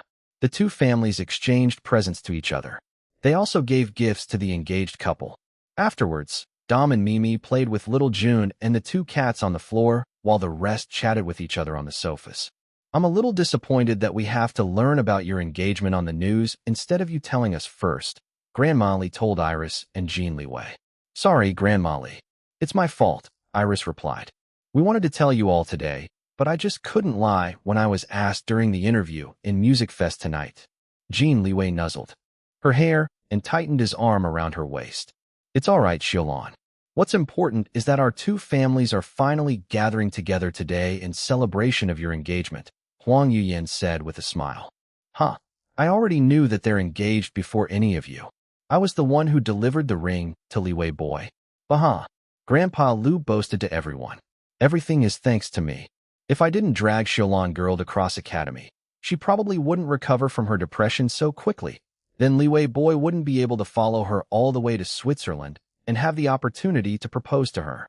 I even returned to the country ahead of them just to manage the company in Liwei boy's place, so that the lovebirds can enjoy their premarital honeymoon in Italy. So if it wasn't for me, we wouldn't be sitting here together celebrating their engagement. Bahaha, where's my thanks? Thank you, Grandpa Lu, Iris said to the old man. Even though she was chuckling, there was deep sincerity in her tone. I owe so much to you, Grandpa Lu. Thank you, Jin Liwei said as well. Bahaha, if you want to thank this old man, go marry as soon as possible and start making great grandbabies. Little June needs some playmates. Iris squeezed Jin Liwei's hand, feeling a bit nervous when she heard Grandpa Lu talking about babies. Jin Liwei noticed and understood her reaction. He leaned closer and whispered to her ear, Don't worry, love. There's no rush. We'll take our time. We're in this together, okay? Okay. The 2 stared into each other's eyes. The others could almost see red and pink flowers, hearts, bubbles and sparkles surrounding the lovebirds who were now absorbed in their own little world. As for Jin Chonglin and Long Hui, the 2 still hadn't completely recovered from their earlier shock. Jin Chonglin stared at his brother and Iris Long acting lovey-dovey to each other, while Long Hui looked starstruck whenever Grandpa Lu spoke. Then something finally registered in their stupefied brains. Grandpa Lu, you said that you brought Iris, Xiaolon to Cross Academy? Jin Chonglin asked. For what reason? Did she have some business there? You and Grandpa Jin never brought any of us to the academy before. Long Hui also wanted to know. Cross Academy was a legendary place and outsiders weren't allowed to visit without any special permission from the academy itself. How come his sister was able to go? He felt envious of her. Of course she has business there. Your sister-in-law is a Cross Academy student. Even if I didn't bring her, she has every right to go there herself. Grandpa Lu's voice boomed. What? Once again, both Jin Chonglin and Long Hui were dumbfounded. If the 2 of them weren't young and healthy, they would probably have already suffered multiple heart attacks from all the shocks they were experiencing today. Iris, why you're a genius? Jin Chonglin stood up and asked in incredulity. Long Hui also felt incredulous. He knew his sister's grades in school. She barely graduated from senior high school. If it wasn't for their father, she probably would have failed and dropped out of school. Then he remembered challenging her to get a university diploma when she visited the Long ancestral residence. He thought that she ignored his words because he hadn't heard anything about her enrolling in a university. But now he was hearing that she was actually enrolled in Cross Academy, the legendary school for geniuses. How did it happen? Did their father know? He glanced at their father. Long Tingfei didn't look surprised at all. It seemed that he was already aware. There was unmistakable pride in their father's eyes for his sister. I was assigned to be Xiaolon's business mentor, Grandpa Lu added. So in addition to being my beloved granddaughter, she is also my treasured student. I don't plan on taking any more students after her. Grandpa Lu. Iris' eyes watered, feeling touched by his words. She stood up, walked to where the old man was sitting, and gave him a hug. Thank you very much, Grandpa Lu. I feel blessed to have you not only as my mentor and teacher, but also as grandfather. I can't thank you enough for all the things you've done for me and Liwei. You silly girl. Why are you being so emotional? I want to know. After the hug, Grandpa Lu took a handkerchief from his pocket and wiped his tears. What? I'm not crying. My eyes are watery. Because it's allergy season. What allergy season? It's almost winter, you old gorilla, Grandma Li retorted. Well, my allergy arrived ahead of time. While the two elders bickered once again, Long Hui thought deeply. He looked at his sister who returned beside her fiancé, then at Sir Lu Jianhong who considered her as his beloved granddaughter and treasured student. Business mentor? Cross-academy student? Did his sister plan on working in the business industry? A sense of anxiety bubbled inside Long Hui, especially after seeing their father's proud expression for his sister. His hands clenched into tight fists. I'm the successor of Long Industries, not her, he told himself. Nobody noticed the change of expression in Long Hui. Everyone was busy chatting with each other, congratulating the newly engaged couple, and doting on cute little June. Finally, it was dinner time. They all moved to the dining hall where a lavish feast was prepared. Huang Yuyan and her staff really went all out. She even asked someone to quickly go out and buy the best cat food and treats for ice cream and popcorn, so that they could also eat together with all of them. At this rate, it was inevitable that ice cream would only get fatter after this. Dom was already scolded by the veterinarian when he brought the cats for their latest checkup. The vet ordered for ice cream to start losing weight. However, Iris couldn't bear to deprive ice cream today's feast. Today's a special day. Let her eat whatever she wants, but only for today. Restart her diet and exercise tomorrow, she instructed Dom. And indeed, ice cream started eating like there was no tomorrow. She wolfed down all the cat food and treats, demanding the staff for continued refills. If popcorn had endless energy for play, then ice cream had endless appetite for food. While the cats were feasting, the humans were also enjoying the many different delectable dishes. They continued their conversations as they ate on the dining table. After dinner, the group moved to another lounge area for some digestive tea. The atmosphere was light and cheerful. Sometime later, Jin Liwei and Grandpa Lu went to another room to discuss some important business matters regarding Jin Corporation. Iris and Lu Zihao were chatting when Jin Chonglin sat beside Iris. He took this chance to talk to her while his brother was gone. So Iris, it looks like you're really my sister-in-law. Senior, it's future sister-in-law, Iris corrected him. I'll just call you Sister Iris then. I mean Xiaolan. She nodded. Sister Xiaolan, you should call me Brother Chonglin from now on too, not Senior. All right, Brother Chonglin. Lu Zihao sipped his tea in silence while listening to their conversation. Are you working on some new music? Or are you just focusing on promoting your upcoming soundtrack album? Jin Chonglin asked. By the way, congratulations on composing an entire film score. That's a big achievement, something that even I haven't tried before yet. Thank you. Yes, I'm working on something right now that I plan on releasing sometime in the near future. How about you? Jin Chonglin's eyes twitched when he heard that she would be releasing something soon. It had only been a few months, and she already had almost 3 albums under her belt ever since her first comeback. How could she create quality music so quickly like it was nothing? He was supposed to be the superstar, and yet he was struggling to single-handedly complete his planned album.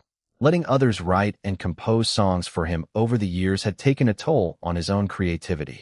He remembered the time when he just debuted as a musician. He only needed a few hours to complete writing and recording an entire song. But now, it felt like trying to make a rusty engine run again. It was a struggle to start and keep it going. I see. That's good, he replied.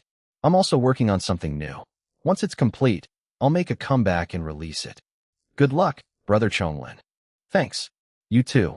He wanted to tell her something, but hesitated. He opened and closed his mouth a few times, but it seemed that he couldn't say it. Spit it out. How annoying. Lu Zihao muttered when he lost patience watching the younger man's repeated hesitations. I want to apologize for what you went through because of Fan, that woman. Because of her obsession with me, you and those other women had to suffer from her evil schemes, he finally told her in a low tone. Iris shuddered. She couldn't stop the memory of the torture from popping in her mind. But she was much stronger now and wouldn't break down anymore remembering what the remnant within her did. She was already starting to accept that the torture was something that she could never get rid herself of. She took a few deep breaths to calm herself. The two men beside her saw her reaction. Jin Chonglin apologized to her again. He mentally scolded himself for reminding her of such a horrible, traumatizing memory. However, he needed to say sorry to get closure from what happened. "It's not your fault. You weren't the one who harmed us," she replied. "Let's put the past where it belongs and move forward." "Yes, you're right." Lu Ziheo's eyes darkened. Danger lurked within their depths, but he tightly controlled it. He could see that his sister was still affected by the memory of the torture. He wanted to protect her from everything, but he was also glad that she growing stronger from these bad experiences. Fan Luo and the alarm girls needed to be thankful that his sister was recovering from the trauma well. If she failed to recover, he would have ended those cheese with his own hands once and for all. While Lu Ziheo restrained his murderous intent, Jin Chonglin changed the unpleasant topic. "Since you're my future sister-in-law, we're like family now. When both of us have some free time, how about working on something together? Maybe a single or two. I'd love to work with you, you know. And it's also easier to work together now, especially after what happened. What do you think?" She tilted her head to the side, thinking about his suggestion carefully. "Sure," she finally said. He flashed her his best smile. "Cool. I'll take that as a promise then." It was at this moment that Jin Liwei returned with Grandpa Lu. He saw his baby girl and brother sitting together. All he could see was his brother flirting with his baby girl, trying to seduce her with his smile. With a dark expression, he marched towards them. Lu Ziheo noticed his arrival and smirked. He swirled the tea in his cup and watched the show. Jin Chonglin was oblivious of the approaching danger. He continued to chat with Iris, subconsciously exuding his sex appeal in front of a beautiful lady. Iris noticed Jin Liwei a few beats slower than Lu Ziheo. She turned her head. Her lovely smile turned into a confused expression when she saw the dark and ugly expression on his face. "Darling," she asked when he arrived in front of them. He didn't answer. Instead, he carelessly pushed his brother to the side and squeezed himself between them on the couch. "Ow. What the hell, big bro?" Jin Chonglin complained, but unsurprisingly, his brother ignored him. Jin Liwei looked at his baby girl. His expression softened, seeing her beautiful eyes blinking in confusion at him. Before he realized what he was doing, he was already kissing her on the mouth in front of everyone. Iris was only startled for a few seconds before responding to his kiss. The two of them were quickly consumed by their own passion and had forgotten that there were other people around them. "Quick, someone cover little June's eyes." Grandpa Lu's voice boomed amidst the gasps and giggles. "Hi. Kids these days can't control themselves. You too. If you can't hold it in, is it that hard to excuse yourselves and find an empty room? This house has lots of rooms, you know." Surprisingly, it was Jin Liwei who stopped the kiss first. Iris flopped like jelly on his chest. She hid her face against his neck while desperately trying to calm her own arousal. He stroked her back to soothe her. Sitting beside them, Lu Ziheo closed his eyes and thought about other things to prevent himself from punching the bastard Jin Liwei's face. Jin Chonglin, on the other hand, was once again a picture of utter shock. He was still finding it hard to believe that this passionate man was his own brother. Did his brother die and another soul transmigrated into his body? He laughed at his absurd thoughts. The teasing and conversations continued until late into the night. The family gathering drew to a close. They dispersed and returned to their own homes. Although the two families weren't officially connected by marriage yet, the Jins and the Longs already considered themselves as one family. As the seasons started to transition from autumn to winter, the film, Strong Yet Broken, finally premiered. Although its premiere couldn't compare to the huge blockbuster-intended movies, it was still leagues better than most indie films. There was even a small red carpet event, and select media representatives were also invited. The majority of the people who waited behind the barricades to watch the red carpet event were the Black Stars. Their suits couldn't be seen beneath their coats, but they still wore them nonetheless. It was like their uniform whenever they went out to support their boss Iris. Joining their ranks were their new comrades, the Pandemonium fans. They also wore suits, but their metal rock background was still apparent in their accessories, piercings, and makeup. Another distinctive group who attended the premiere consisted of the supporters of Guan Jintao, the famous blind Paralympian gold medalist. The film was based on his late mother's story. About half of them were persons with disabilities. LX Productions already expected this, so they reserved the best place behind the barricades for the group. It was more spacious and even had portable heaters to make them comfortable in the cold weather. The actors and actresses starring in the film weren't really popular.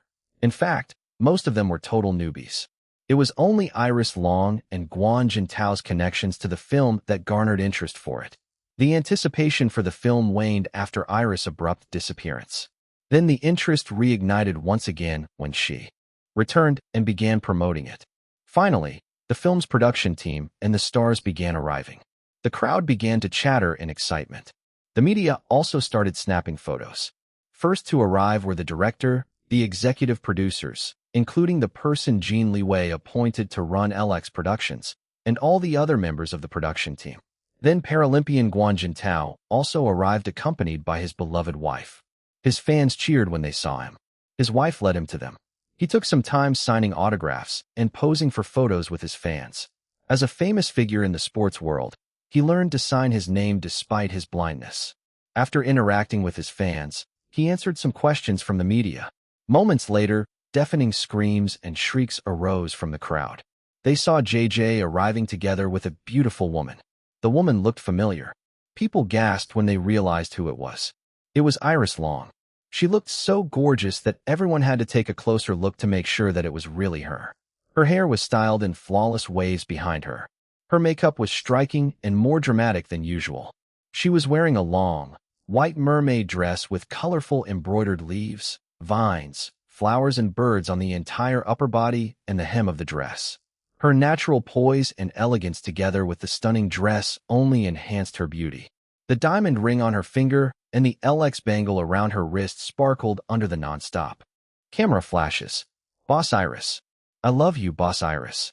You're so beautiful." She waved at her fans, making them scream even louder. "Mr. JJ, you're so handsome. Marry me, Mr. JJ." JJ straightened his back and puffed out his chest after hearing some people screaming his name.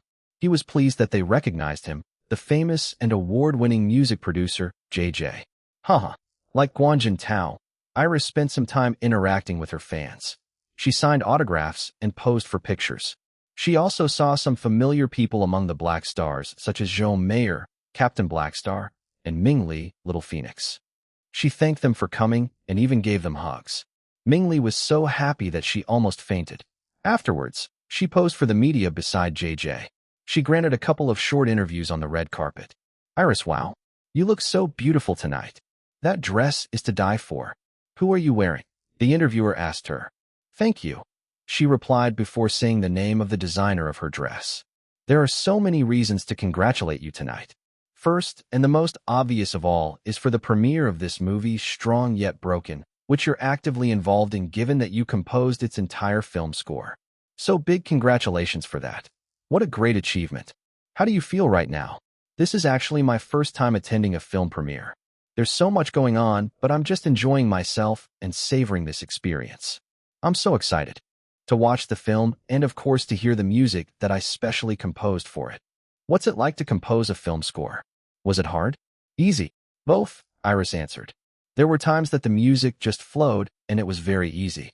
Then there were also times that I had to struggle imagining what kind of music fits a certain scene the most.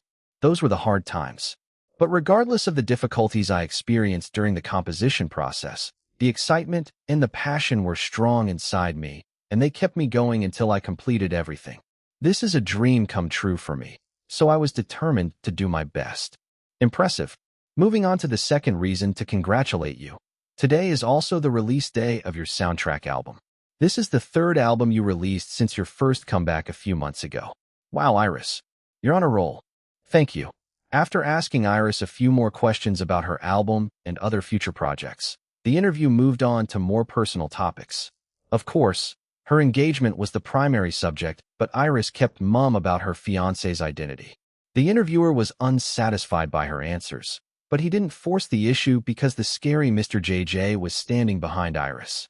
When the short interview was done, Iris and JJ joined the director, the producers, production team members, and Guan Jintao and his wife. The head of LX Productions greeted Iris with great respect. He was aware of her relationship with his real boss, Jin Liwei. After all, the production company was created solely to support her showbiz career. The actors and actresses arrived next. Since most of them weren't that popular, the attention showered upon them by the crowd and the media couldn't compare to what Guan Jintao and Iris received earlier. Nevertheless, they still enjoyed the moment because they never expected that the indie film they decided to partake in would receive this kind of reception in the first place. When everyone had arrived, they all posed together in a group photo. They didn't really have any high expectations. Strong Yet Broken was still an indie film, after all. They were already happy receiving this much attention. Before getting Iris Long involved in this movie project, the original producer never imagined that his film would have such a grand premiere night like this, complete with screaming fans and various media representatives attending. He treated Iris as his lucky charm because after she joined the film production, they not only received overwhelming attention and interest for the movie, but also financial assistance from LX Productions. Not to mention that Guan Jintao himself started showing his support for the film after listening to the cinematic version of Phantom of Your Love and the other soundtracks from the film score. The producer asked Guan Jintao why he was suddenly showing interest in the film when the Paralympian ignored his previous attempts of communication. "It's because of the music you sent me," Guan Jintao answered. "I could almost hear my mother's anguish again when I listened to the music. With that kind of music, I think that you'll do a good job in depicting my mother's story." So in short, all the blessings raining down upon the film was because of Iris Long. This was what the producer thought. He could never thank her enough. Even if his film flopped in the box office, he would still be proud. "Thank you for everything, Iris." He made sure to tell her before they entered the movie theater after the red carpet event. "Sir, this is your film. I should be the one thanking you for giving me this opportunity," she told him instead. He smiled, still feeling grateful to her. As they entered the movie theater, they had no idea that this moment was the start of their legend. After the film finished playing on the big screen, there wasn't a dry eye in the theater. Strong Yet Broken was, in simple terms, a very depressing movie. From the beginning to the end, a great sense of desolation permeated the entire film. Despite its almost unbearable atmosphere, the viewers could still feel the hope weaved seamlessly within the agony. This kept them engaged and emotionally invested for the whole duration of the movie. The background music in every scene only intensified their already high-strung emotional states. Even when it ended in a tragic manner, it was still a form of release and relief from all of the anguish. A good portion of the audience wailed loudly during the ending, as the theme song, Phantom of Your Love, played. Everyone needed some time to get a hold of themselves. Their emotions were so intense that they could almost touch and taste them in the air like a big viscous cloud floating all over them. When they calmed down enough, the film's production crew and cast gathered at the front facing all of the viewers. Of course, Iris was included in the lineup. They all spoke one by one, talking about their experiences working for the film and thanking everyone for coming to watch. The premiere night successfully ended. Iris, JJ, and the others headed to the private after-party celebration. It wasn't lavish, just a simple buffet meal in a private room at a restaurant. Tears of happiness were shed as everyone reminisced about their memories working together.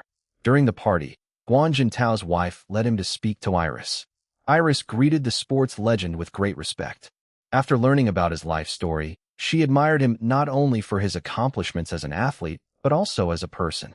He was truly inspiring, even more so because of his disability. "Miss Long, I want to thank you for your contribution in bringing my mother's story to life," Guan Jintao told Iris.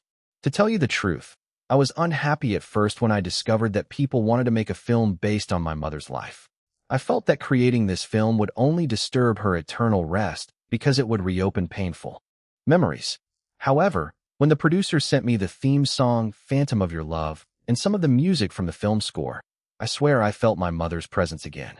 At that moment, I knew that this film isn't a disturbance to her eternal rest, but a respectful memorial to the life she lived instead. So thank you for bringing back a piece of my mother with your music."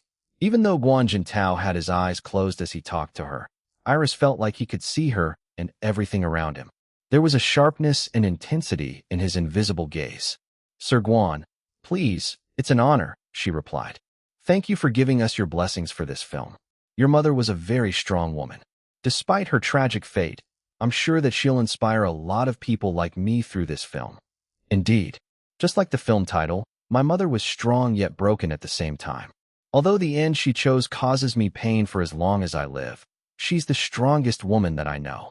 Her broken strength will forever live through this film. The night drew to a close. Everyone in the after-party went home with a giddy feeling of accomplishment for completing the film they had worked on for so long.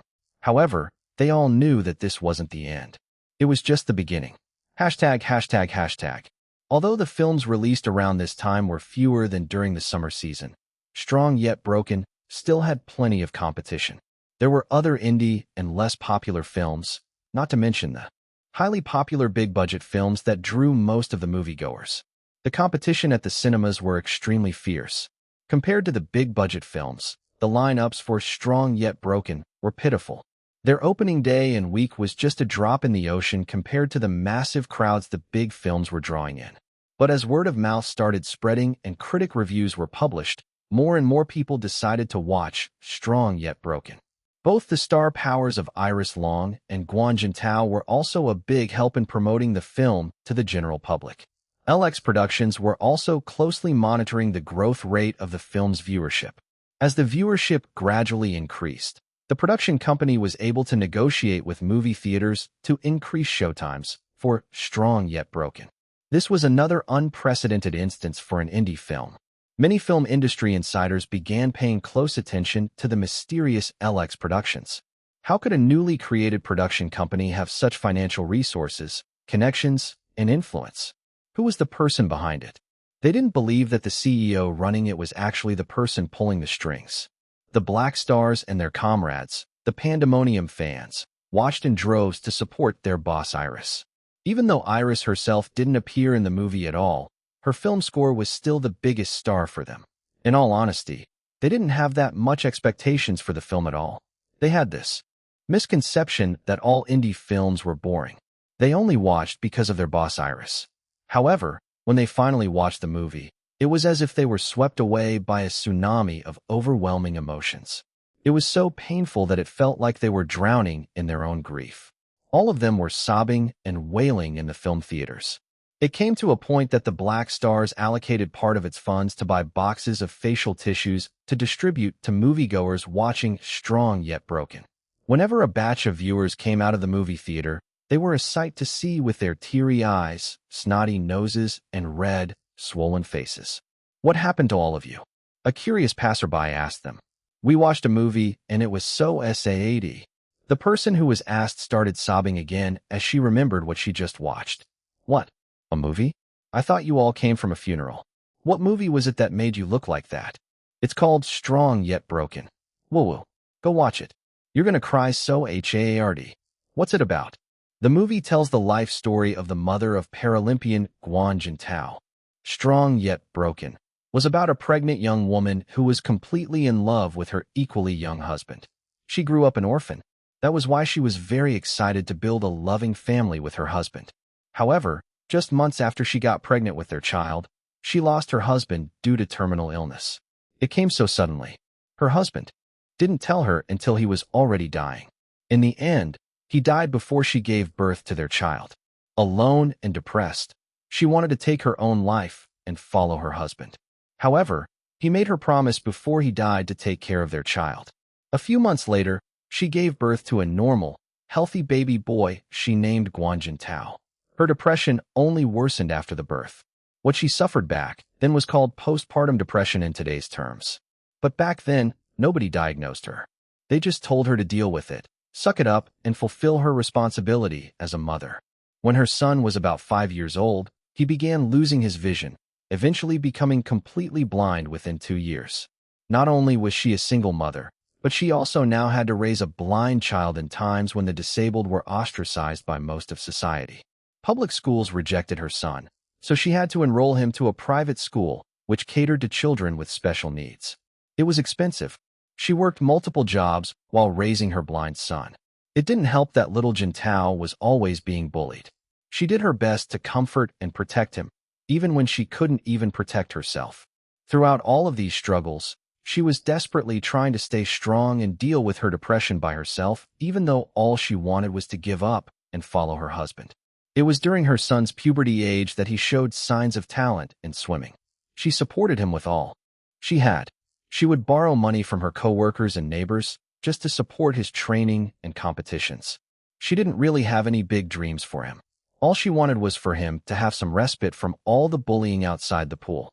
In public, she was the most supportive mother, but in private, she attempted to kill herself many times. Each time, however, her husband's dying words would play in her mind. "Take care of our child for me." She would cry herself to sleep after her failed suicide attempts, dreaming of happy times with her beloved husband until she had to wake up to reality the next day again. Dead when awake, alive when asleep. This was how she felt for the rest of her life. The rare cheerful parts of the film was when the young Guan Jintao started winning some minor competitions in his teenage years. His proud mother was happy, but deep inside she was hurting because her beloved husband couldn't celebrate their son's achievements together with them. She continued to work hard to support her son's increasing expenses. Guan Jintao wanted to help earn some money, suggesting that he work part-time, but she rejected his idea. She wanted him to focus on his training and leave all the money worries to her. This was also around the time Guan Jintao finally noticed that his mother was suffering from depression, though she tried hard to keep it to herself. However, she just dismissed his concerns, telling him not to worry about her. "It's a mother's job to worry about her child, not the other way around," she told him. After winning a major swimming competition, a coach noticed Guan Jintao's talent. Many already knew about this part of the story from Guan Jintao's own biopics. The coach and athlete would create history together. The coach took the teenager under his tutelage, greatly easing off most of the financial burdens from Guan Jintao's mother. Guan Jintao started to dominate swimming competitions nationally and internationally. He gradually became a well-known figure in both parasports, and unified sports. Knowing that his mother was cheering for him among the stands, he thought that perhaps she was already recovering from her depression. He was wrong. Her depression continued to fester within her, killing her slowly day by day. Finally, Guan Jintao's biggest dream came true. He participated in the Paralympics held in another country and took home multiple gold medals. When he returned to the country, he received a hero's welcome and was even awarded recognition by the country's president for his achievements. He promised his mother that he would make life easier for her from now on. Although he couldn't see her smiling because of his blindness, he still felt it. It warmed his heart and made him hopeful that his mother was finally all right. Throughout his rise as a Paralympian star in the country in the next few years, his mother appeared to become more serene. He took this as good sign and continued to work hard in his sports career. He eventually met and fell in love with a woman. They married and lived together with his mother. Everything was perfect. Despite his disability, he felt like the happiest man in the world. Or so he thought. One day, they found his mother dead on her bed, clutching a framed picture of her beloved husband. People who saw her observed that she looked like she was just sleeping peacefully. There was even a soft smile on her face. An empty packet with traces of an unidentified powder was found on her bedside table beside a sealed envelope labeled, "To my son." It contained her last words before she ended her own life. It took a few months after his mother's funeral before Guan Jintao gathered enough courage to open her suicide note. His wife read it for him. The suicide note was several pages long. It was through the letter that Guan Jintao finally learned the whole story of his mother's struggles and sufferings throughout her whole life, especially after his father died before his birth. His mother fought her inner demons by herself. She must have felt so alone, yet she tried to be strong for his sake.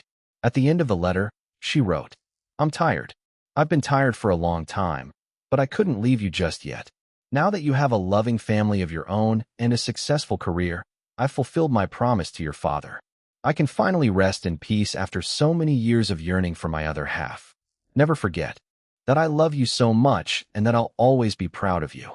Now I'm off to meet up with my lover, my husband, your father. I'm happy, so please be happy for me too. Farewell, my beloved son. Your father and I will continue to watch over you and your family." Guan Jintao continued to grieve for his mother, but at the same time, he was also relieved that she was finally free from all her living sufferings in this cruel world. ####. The film's exposure during the first weeks since it premiered was excellent for an indie film, but nowhere near the level of the big-budget blockbuster movies. A large part of its publicity was attributed to Iris Long's continued promotion of both the film and her accompanying soundtrack album.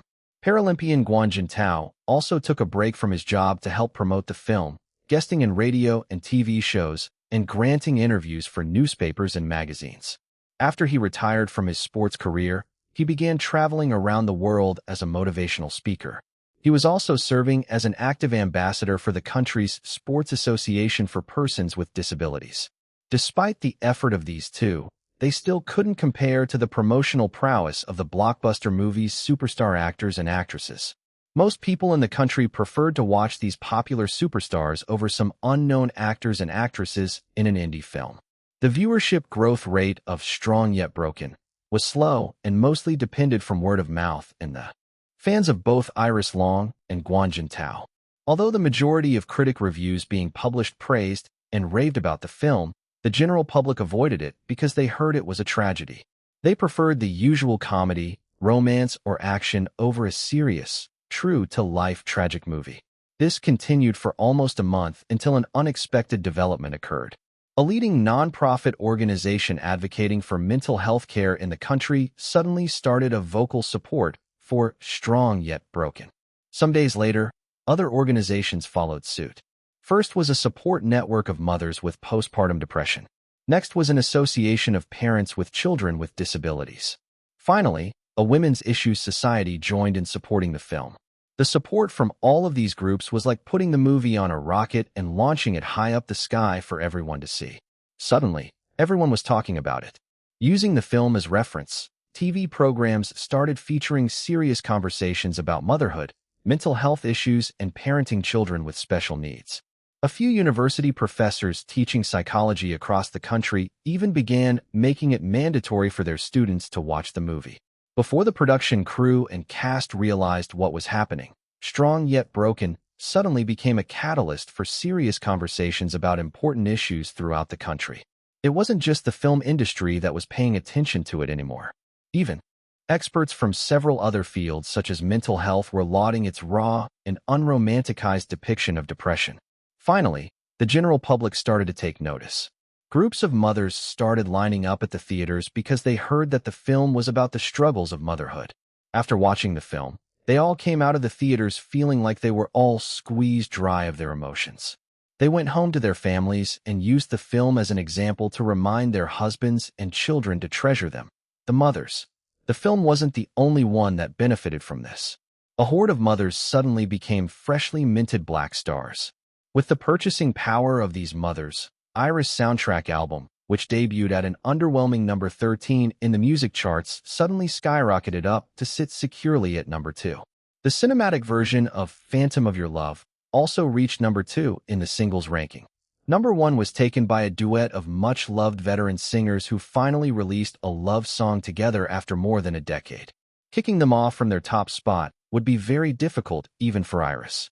I can't believe that the entire film score was composed by a 20-year-old kid, a mother exclaimed to her fellow new black stars who were also mothers. I know, right? My eldest son is older than Iris Long, but compared to her achievements, my son still has no idea what to do with his life. Iris Long, I want to hate you because every time I hear Phantom of Your Love, I start remembering the film and cry. You don't understand how embarrassing it is to suddenly start bawling in the middle of shopping for groceries when the song plays inside the store. Iris welcomed her new fans and thanked them for their support. Although she never experienced the warmth and love of a mother, she still commended these mothers for all of their sacrifices. While all of these were happening, LX Productions called the film's original producer and the director for a meeting. The topic? Award submissions. ####. Notes. 1. Sports played by people with disabilities, including physical and intellectual disabilities.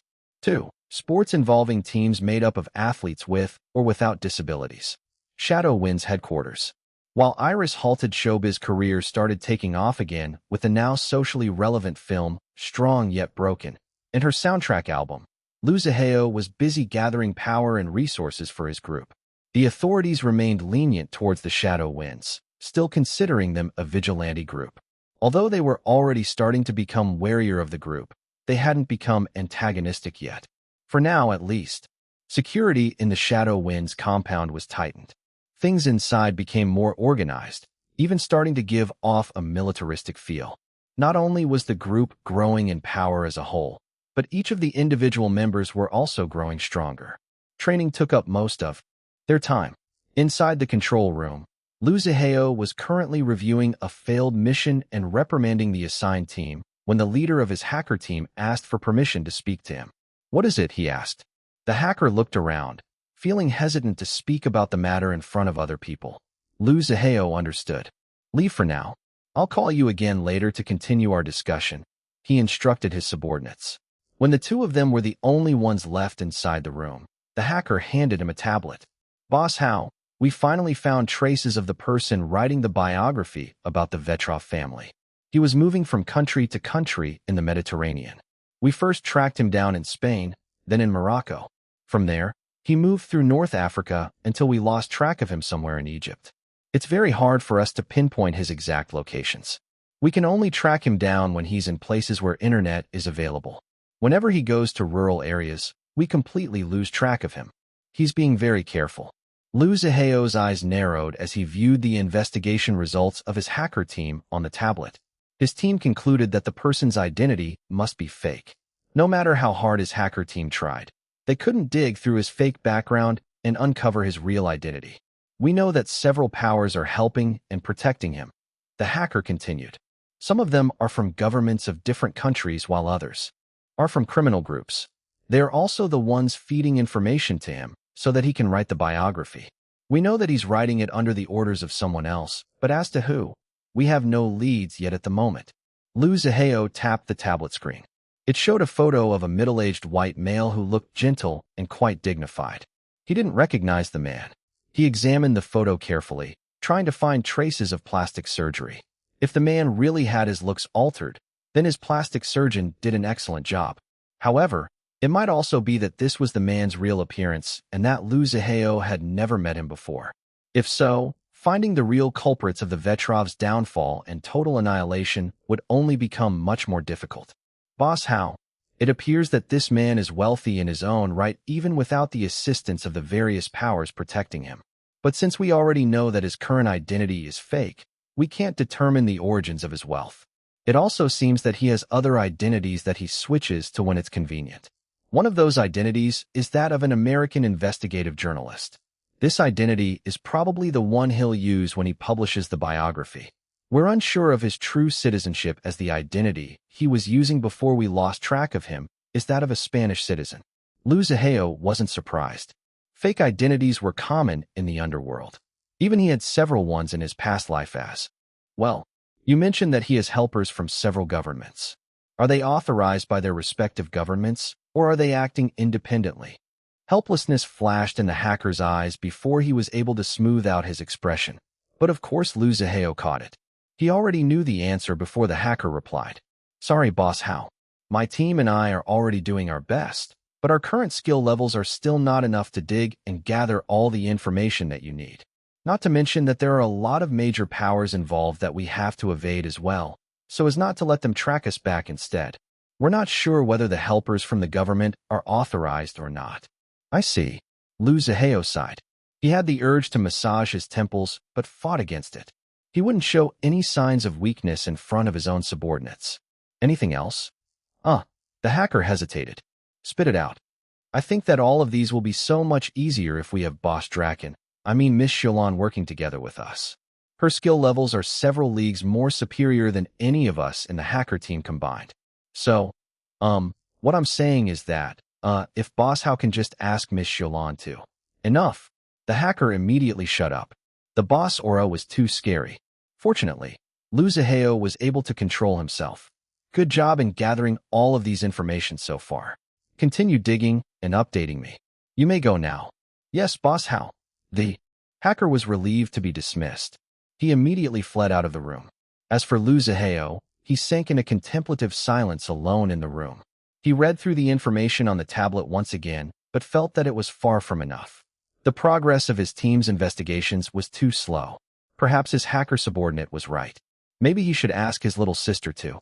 No. She's already happy living her second life. Her career is doing well and will only improve in the future.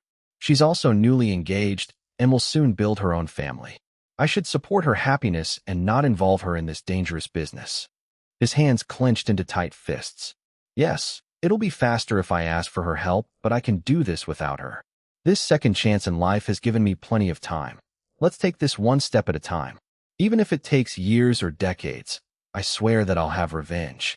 And even if something happens to me, she has Jin Liwei to take care of her and protect her from danger. I don't have to worry about her much. A determined look flashed in his intense eyes. I have to do this alone, he murmured to himself. The two siblings had chosen different paths from each other. One was growing her wings and flying as high as she could to reach her dreams and happiness. If she failed, she could still stand up and try again. If she succeeded, virtually nothing would be impossible for her anymore. She could do whatever she wanted. The other chained himself to the past and was trudging towards the dangerous and deadly pits of vengeance. If he continued at this rate, he would eventually reach a point of no return where success and failure no longer mattered. The end result would be the same either way. He would burn in the fires of hell. Would their paths remain separate? Or would their paths meet up somewhere along the way? The wheels of fate were slowly sealing the destiny of these two siblings. It would be up to them whether to follow this destiny or fight against it. The elevated status of Strong Yet Broken to a socially relevant film improved its performance at the box office. The longer it played at the cinemas, the more interest it garnered. LX Productions managed to negotiate with the theaters to extend its cinema run. Its viewership was only growing with each passing day. Its sales trajectory was also the exact opposite of the other movies released at the same time, including the blockbusters. Compared to Strong Yet Broken, which opened modestly, the others already reached their peaks within the first 2 weeks. Their ticket sales began gradually declining, and many of them were already taken off the cinemas. On the contrary, the sales of Strong Yet Broken were increasing in a steady manner week after week. There were also several talks among experts in the film industry of its eligibility to join various international film festivals. They thought that the film had a good chance of making it to the final selections. This speculation was only reinforced when they heard that LX Productions rejected offers of an international release in foreign movie theaters at this time. It was because most film festivals didn't accept movies that had been released anywhere other than their country of origin. Since LX Productions was containing the film within the country for now, then perhaps they were really planning to join international film festivals next year. As for Iris' soundtrack album, it held a comfortable number 2 position in the music charts. JJ wanted her to overtake the number 1 song held by the formidable duo of veteran singers, but it was proving to be difficult. This only made it apparent that Iris Long still had a long way to go. Her music was high quality, but there were other musicians, especially the veterans, who could also produce quality music. If both sides had music of similar levels, then the winner would be decided by status and popularity. Iris Long was only beginning to stabilize her music career, while the two veterans had already grown deep roots in the industry for decades. Their experiences and connections to the masses weren't something Iris could obtain in a short amount of time. Although she couldn't obtain the top spot in the music charts this time, she wasn't bothered. The music charts rankings were only an afterthought to her. Besides, she thought that the number 1 song was really good as well. The music charts this time lacked drama. There were no fierce competitions. The fans wanted some action and excitement, but they could only be disappointed. That was until one day, Jin Chonglin posted an official announcement on his blog. He wrote, "The year is almost ending. My hiatus will also be ending soon. I am excited to announce that I will be coming back sometime after the new calendar year with a new album. This album is extra special because I wrote all of the songs myself. It's partly a rediscovery of my core musical style and partly a reinvention of myself as an artist. You'll soon be able to meet a new Jin Chonglin and listen to my new album before Spring Festival. Please look forward to my comeback because I can't want to see you all again. I hope that you'll support my upcoming album titled Hey, It's Me. See you soon." The post was shared and confirmed by Bright Summit and the record label producing Jin Chonglin's music. As soon as it was posted, his army of fans went into frenzy. The anticipation only heightened when Jin Chonglin began releasing a music video teaser and promotional posters. His upcoming album trended online and even became the headlines in the entertainment news. Many were already predicting that Jin Liwei would slay the music charts once he made his comeback. That was until JJ's record label released its own announcement on its website and social media pages. The announcement said, "We are beyond excited to announce that Iris Long will be releasing a new single with the rock band Pandemonium." Iris is the sole songwriter. She created the song specifically to perform it with the talented Blaze, Eros, Night, and Thunder of Pandemonium. What's more, Iris will also be the single's official co-producer together with Mr. JJ. Release date is scheduled sometime after the new calendar year and before Spring Festival. Title is to be announced, but we guarantee that it's a song that will rock your world. Iris, JJ himself, the Pandemonium members, and Bright Summit all shared the announcement to their own followers. Needless to say, the Black Stars and the Pandemonium fans all went crazy with excitement. After Iris and Pandemonium's impromptu performance in Music Fest tonight, when Eros got injured, both their fans wanted them to perform together again. Although Iris and Pandemonium expressed their desire to work together, their fans didn't expect that it would happen so soon. This time, Eros would also get to perform together with Iris. His burns already recovered, although the marks could still be seen on his skin. Finally, someone noticed an important detail in both the announcements. Wait a minute. Is it just me, or did someone else notice that Lin's album and Iris single with Pandemonium will be debuting at around the same time? Is this intentional? OSH*T, you're right. Oh ho ho. This is war. Our Prince Lin made the announcement first, so it's obvious that Iris and Pandemonium are the ones who intentionally set their release date to compete against our prince. How audacious. It seems that Iris had become too full of herself when she beat Prince Lin in the music charts before. Hey, poster above. Don't you dare blame our boss Iris. The one who made the announcement is JJ's record label. It should be JJ's fault. And besides, there's nothing wrong with our boss and Pandemonium releasing a song at the same time with Jin Liwei. It's not like Jin Liwei has the only right to release music during that time. Did you really read the announcement? It says that Iris Long is the co-producer. It means that she has the same authority as JJ to decide the release date. Why the hell are you all fighting? I, for one, am glad that Jin Liwei and Iris, and Pandemonium too, are releasing music at the same time. Both are excellent musicians. This just means that we have more great music to enjoy.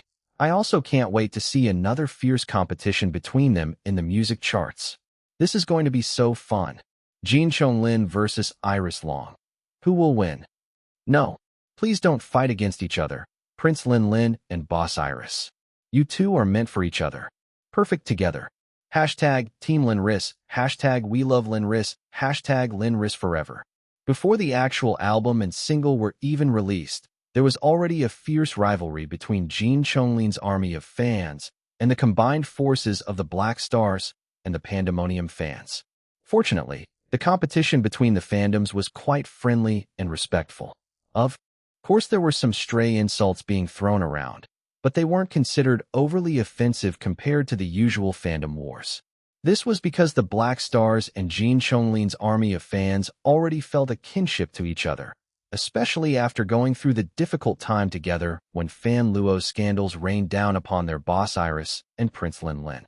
All of them couldn't wait for the new year to arrive. When Iris first informed JJ that she wanted to collaborate with Pandemonium, JJ didn't like the idea. He thought that she should collaborate up with veteran musicians rather than down with newbies like Pandemonium. We can collaborate up, as you say, Mr. JJ, but later. I want to work with Pandemonium now. I already wrote a song for us, she told him. When it came to music, she knew what she wanted and could be very stubborn when persuaded to change her mind. You brat. My advice is for your own good, but you never listen to me. Where's the song then? Let me listen to it. Iris played the demo tape. As soon as JJ began listening, shock appeared on his face. He frowned and looked at Iris. What the hell is this? She nonchalantly sipped tea instead of replying to him. Her calm expression was the total opposite of JJ's. She wanted her music to speak for itself. Just as she had confidence in the music she created, she also had confidence in JJ's ability to judge quality music. Seeing that she was ignoring him, JJ harumphed and continued to listen to the song. The frown never left his face. In fact, it only deepened after the song ended. He played the song again, listening more intently this time. In the end, he listened to the whole song a total of 8 times before stopping. He was frowning the entire time. His frown, however, wasn't because he was displeased, but because he was bewildered. "Damn it, Brat. Tell me the truth. Did you really compose this song?" "Of course," Iris replied, tilting her head to the side and raising her eyebrow at what she thought was a stupid question. Of course, she composed the song. Who else? I don't know how to categorize this kind of music, JJ mumbled. Although he was frowning, there was excitement in his eyes. It's hardcore rock, but more fluid and melodic, and at the same time, it's also classical music. What the hell is this? It's like you've combined pieces of heaven and hell and made a harmony out of such incompatible elements. I think it's the most appropriate song for a collaboration between me and Pandemonium, given that we have very different musical backgrounds. I want to collaborate with them, but I'm not comfortable releasing an entirely rock music under my name. And I'm sure that they also won't appreciate leaving rock aside to perform my classical-inspired style. So why not merge the two? JJ looked at her in amazed disbelief. You make it sound so easy. I'm sure that there are other musicians in the world who have done this before. But I bet that nobody could do this as well as you do, Brat. This is a highly technical piece that needs a lot of finesse in order to make the merging of the different styles as seamless as possible. I have no doubt that this is a breeze for you. But can those Pandemonium brats even perform this? Not sure. Iris replied in a careless manner, shrugging her shoulders. Then she continued to sip her tea. If they can't do it, we still have time to find a more capable rock band. No, Mr. JJ. I wrote this song because I want to collaborate with Pandemonium. If I can't perform this song with them, then I won't release it. You brat. After ironing out the details, JJ was able to frighten the smaller record label handling Pandemonium's music into lending the rock band to his record label for this one-time collaboration with Iris Long. JJ's record label would be producing the single. Iris was also adamant on being a co-producer this time. She wanted the title and the experience. Surprisingly, JJ didn't put up a fight against the idea. He allowed her because he knew that she was capable of the role. As a result, he appointed himself as her mentor, showing her the ropes in becoming a music producer. After all, a music producer's job wasn't just limited to recording songs inside the music studio. Good producers also needed to have extensive connections within the music industry. But before anything else, Pandemonium needed to learn the song first. When they first listened to it, their eyes blanked out for a few moments. Could they even play this? Senior, are you sure this is the song that you composed for us? Blazed asked her. Yes. Eros had a worried expression. He clenched and unclenched his hands. This kind of lead guitar? I think it's beyond my current ability. The Quiet Knight also looked worried. However, determination flashed in his eyes. Giving up? She asked them. No. Eros said in a hurry. I said it's beyond my current ability. I'll train hard. I'm sure that I'll be able to play this. F***CK. This song is amazing. I want to play. I will play it. Knight nodded his agreement. Oh, Goddess Iris, let's start. Come on. I can't wait. I'm so stoked. Thunder was already bouncing in excitement. While they were learning the song, they were also training to improve their technical skills. Iris took it upon herself to coach the four. She was very strict and her standards were extremely high. The 4 band members trained almost every day. They had never worked so hard like this in improving their technical skills. The 4 were already talented to begin with. Iris was pleased that they learned fast, especially Knight. He only needed to be shown something once or twice. Finally, it was time to start the recording sessions. Eros would play lead guitar, Knight the bass guitar, Thunder the drums. Iris would play the piano in addition to being the lead vocalist together with Blaze. They also hired other musicians to play the flute, violin, and cello. As usual during the recording sessions, Iris and JJ butted heads like 2 evil dragons. The arguments were even more intense this time because Iris had more authority as co-producer. The poor Pandemonium members who never experienced working with these 2 stubborn perfectionists quailed and quaked every time Iris and JJ halted the recording to bare their fangs and claws to breathe fire. Cough, cough, to argue with each other. They already expected that JJ would be scary based on his reputation in the music industry. What they didn't expect was that Iris would be scary as well. While they were busy recording, Jin Chonglin's announcement of his comeback album reached their ears. JJ became excited and wanted to release the single around the same time as Jin Chonglin's album. "Mr. JJ, we are not rushing the production of this single," Iris said, displeased at the idea. "There's only about a month left before senior Jin Chonglin makes his comeback and releases his new album. With our current slow progress, we won't make it in time. I don't want to release substandard music just because we're chasing a deadline. And whose fault is it that we're so slow? Tell me, brat. If you'll just listen and follow my suggestions, we would have finished this song ages ago. Please, Mr. JJ, why are you blaming me when your suggestions don't make sense?" "What did you say, brat?" Before the two could start arguing again, the usually quiet night interrupted them. "I know that a big part of the delay is because our skills aren't up to your high standards yet. I have no problem with that. In fact, I want to improve my skills to make this song as perfect as we can.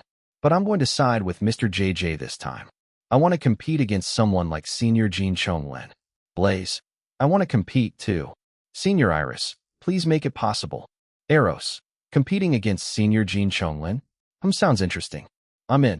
Thunder, Goddess Iris, please let's do it. Come on. I'm so stoked."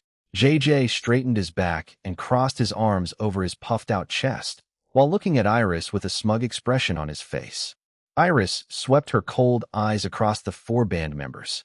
Blaze and Thunder shivered under her gaze, but Night and Eros looked back at her with determined eyes. "Fine," she said, sighing.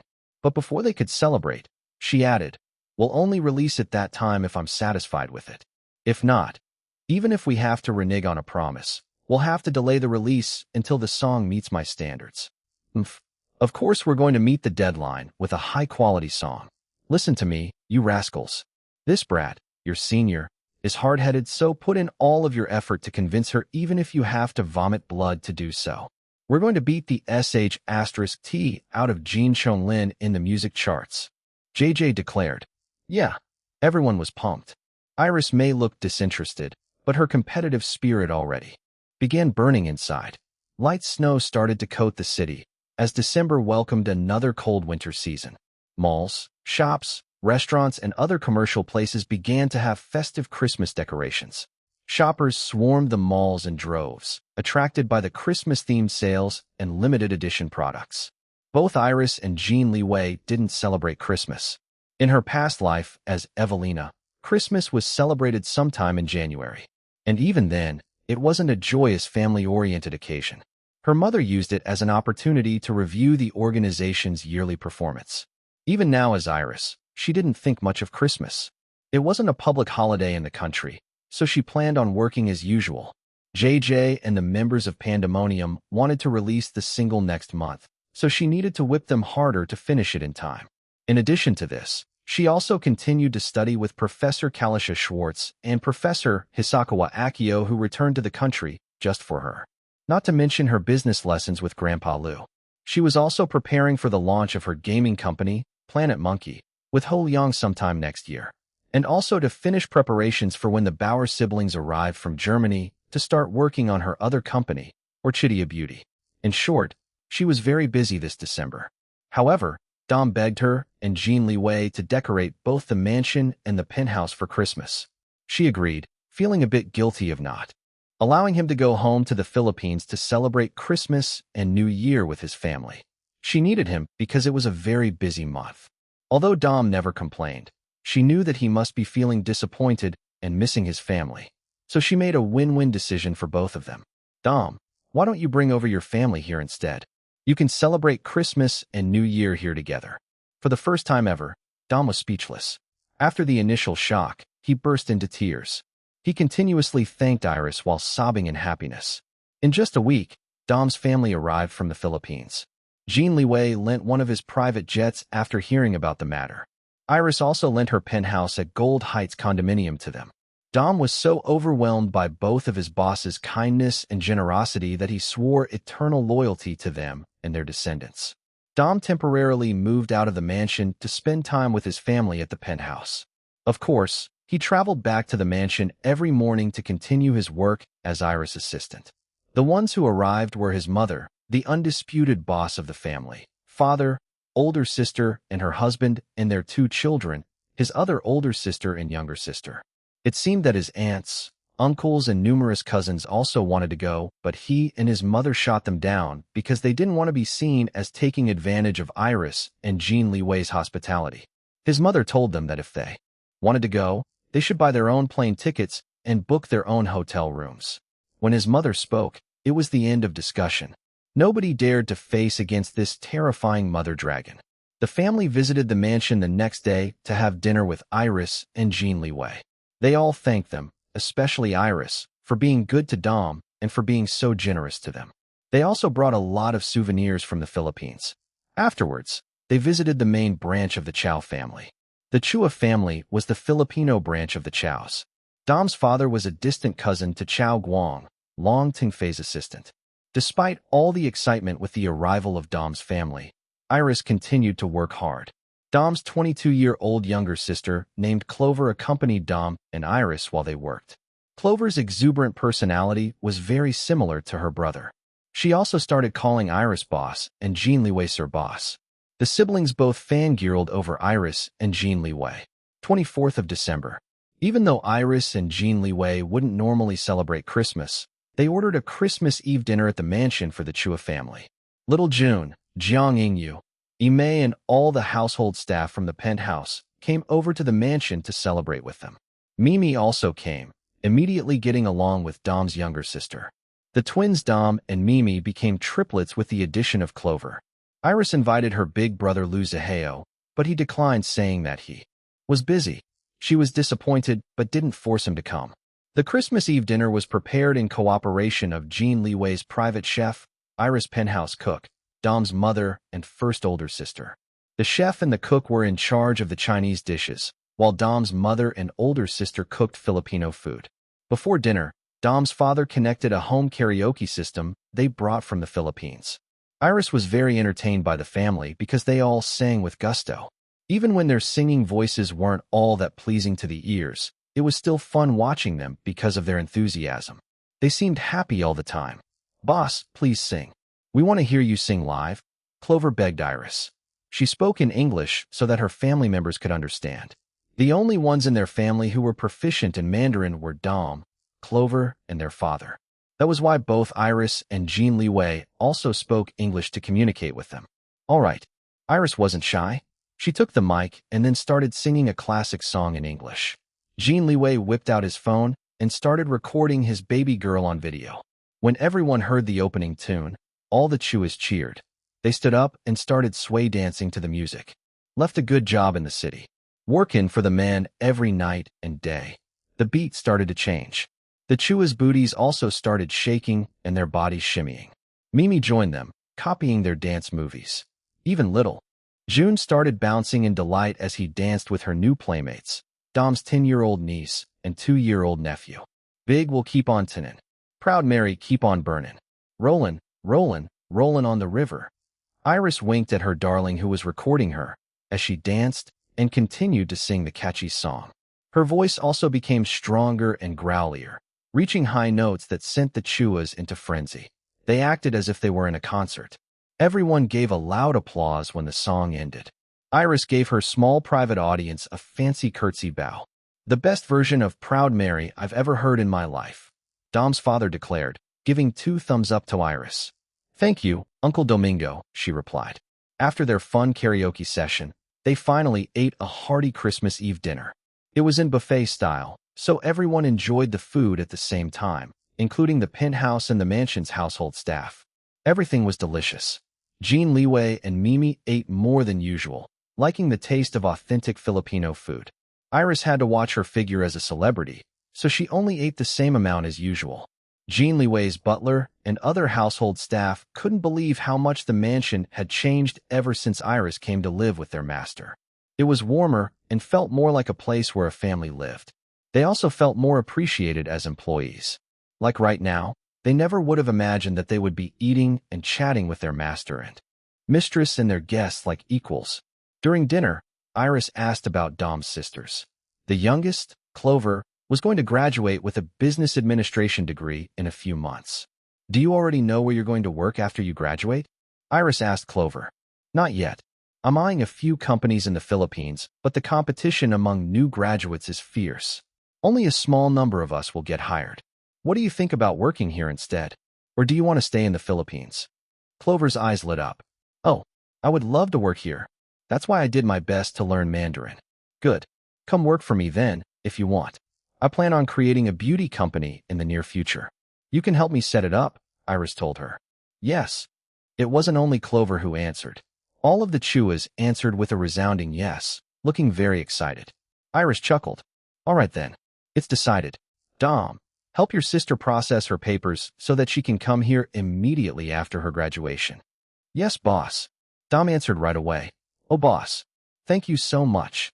Clover clutched her chest as she was overcome with emotions.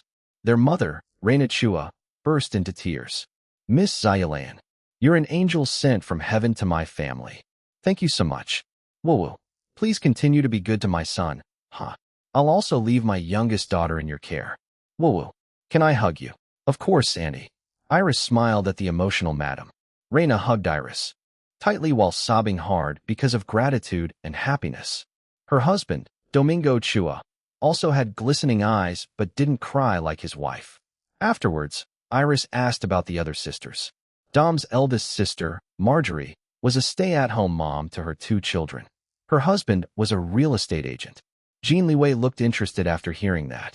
He then began talking to Marjorie's husband, asking him about his work. Jin Liwei was thinking that it would be nice to buy a vacation home in the Philippines for him and his bride. Dom's second older sister, Linda Chua, was a marketing professional working for a Filipino company. Iris wasn't saying anything now, but she planned on poaching this sister to open Orchidia Beauty's Filipino branch in the future. Later after dinner, everyone exchanged Christmas presents. Iris and Jin Liwei were very generous and extravagant in their gifts. Both the penthouse and mansion household staff received not only gifts but also bonuses in their salaries as well. Of course, the children got the most presents. Little June, ice cream, popcorn, and Dom's 2-year-old nephew looked delighted at first, but quickly became bored after opening only a few presents. The cats especially were only interested in the wrappings and boxes. They abandoned their mountain of gifts to resume playing with each other instead. It was Dom's 10-year-old niece who was old enough to feel excited at all the presents and continued to open hers. The Christmas celebration drew to a close. The children fell asleep, and soon the adults felt tired as well. Everyone stayed and slept over at the mansion. Iris and Jin Liwei returned to their suite. Both looked excited because they each had their own surprises for each other. Jin Liwei stopped before they could enter their bedroom. Wait, love.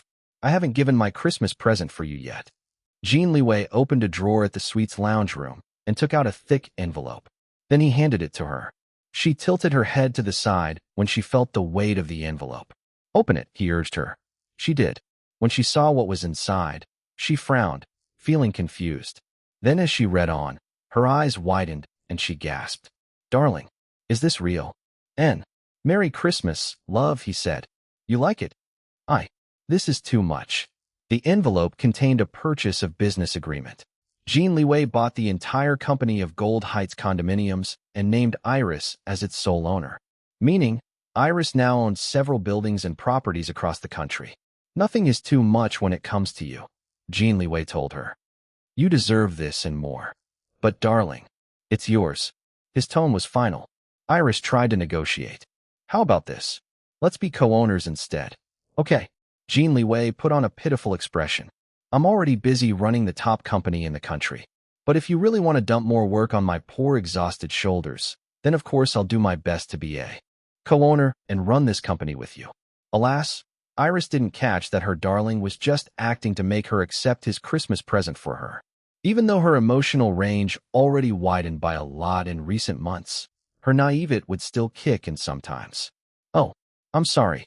I was too selfish and didn't think about how busy you are. All right, I accept this present. I'll do my best to run the company and make it more prosperous.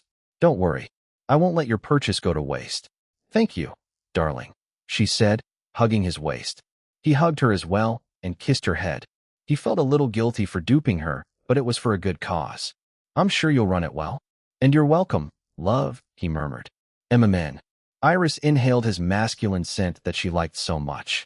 Still hugging him, she looked up at his face. Darling, what is it? It's my turn to give my Christmas present to you. Oh, let's go to the bedroom, she whispered. He raised an eyebrow at her suddenly sultry tone, but followed her like a puppy as she pulled him to their bedroom. When they entered inside, his eyes widened in surprise. Petals of red roses were all over the bed and the floor. Scented red candles burned on tall golden stands, casting a soft, romantic glow across the room. He turned to look at his baby girl, silently asking her with his eyes what was going on. She smiled and then ran her fingers over his clothed chest. However, Jin Liwei still felt the heat from her. Light touch. I'm not giving you any normal gifts because you can buy all the material things you want. So I decided that I'll give you a special treat tonight instead. He took a sharp inhale of breath, his eyes darkening with desire. But before he could wrap his arms around her and carry her to the waiting bed, she pushed him away and stepped back. Go shower first. I'll read through this purchase of business agreement while I wait for you to finish. Let's shower together, he said in a husky voice. No, thanks. You go first, she insisted. He groaned and was about to persuade her to join him in the bathroom, but she already sat on the chaise longue and began reading the documents. Ignored by her, he sighed and entered the bathroom alone. He showered as quickly as he could, excited about what was soon to happen. After using the bathroom at the fastest speed possible, Jin Liwei returned to the bedroom. He was already primed and ready for action. With just a towel around his tight, muscled waist to cover his already half-hard little brother down below, he strode over to his baby girl who was still reading the documents on the chaise longue. His desire, however, still needed to wait. Iris placed the documents safely inside a drawer and headed to the bathroom for her turn. He pulled her arm. Love, it's okay if you don't shower, he said. She frowned. I sweated a lot during our karaoke session earlier. I want to shower. Sighing, he let her go. Okay, I'll wait for you here. She nodded. Her eyes lingered all over his bare, muscled chest. He could feel her heavy gaze on his skin like a burning touch. But before he lost control of his desire, she turned around and disappeared inside the bathroom. He blew out a shaky breath, trying to calm himself. He could hear the water running inside the bathroom. He started to pace around the room, glancing at the closed bathroom door now and then.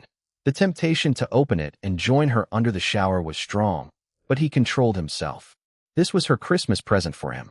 He shouldn't ruin it and just allow her to run the show tonight. After what felt like forever, the bathroom door finally opened. His heart rate and breathing sped up in excitement. Iris came out wearing a fluffy bathrobe. She looked flushed from her steamy shower. So sexy, he thought, feeling saliva pool inside his mouth at the sight of her. He started walking towards her, but she raised a hand to stop him and shook her head. Her eyes dropped at the noticeable protrusion underneath the towel wrapped around his waist. She became even more flushed, but still managed to tear her gaze away from his groin area. Wait for me. I'll be back quickly, she told him. Her voice sounded low and husky. Then she hurried to the walk-in closet before he could reply. Fortunately, she wasn't gone for too long. She returned in a minute, still wearing her bathrobe. She held two of his own neckties. His eyes narrowed at the objects in her hand, but he didn't say anything. Remove your towel and lie on the bed, she ordered. There was no need for her to tell him twice. Of course, he immediately obeyed his queen. The towel dropped to the floor covered by red rose petals. His erection sprang free, pointing and waving at her. Her eyes darkened with desire at the sight, but she didn't move or say anything. She just stood there, waiting for him to climb on the bed. When he was lying on his back on the center of the bed, she followed and crawled beside him.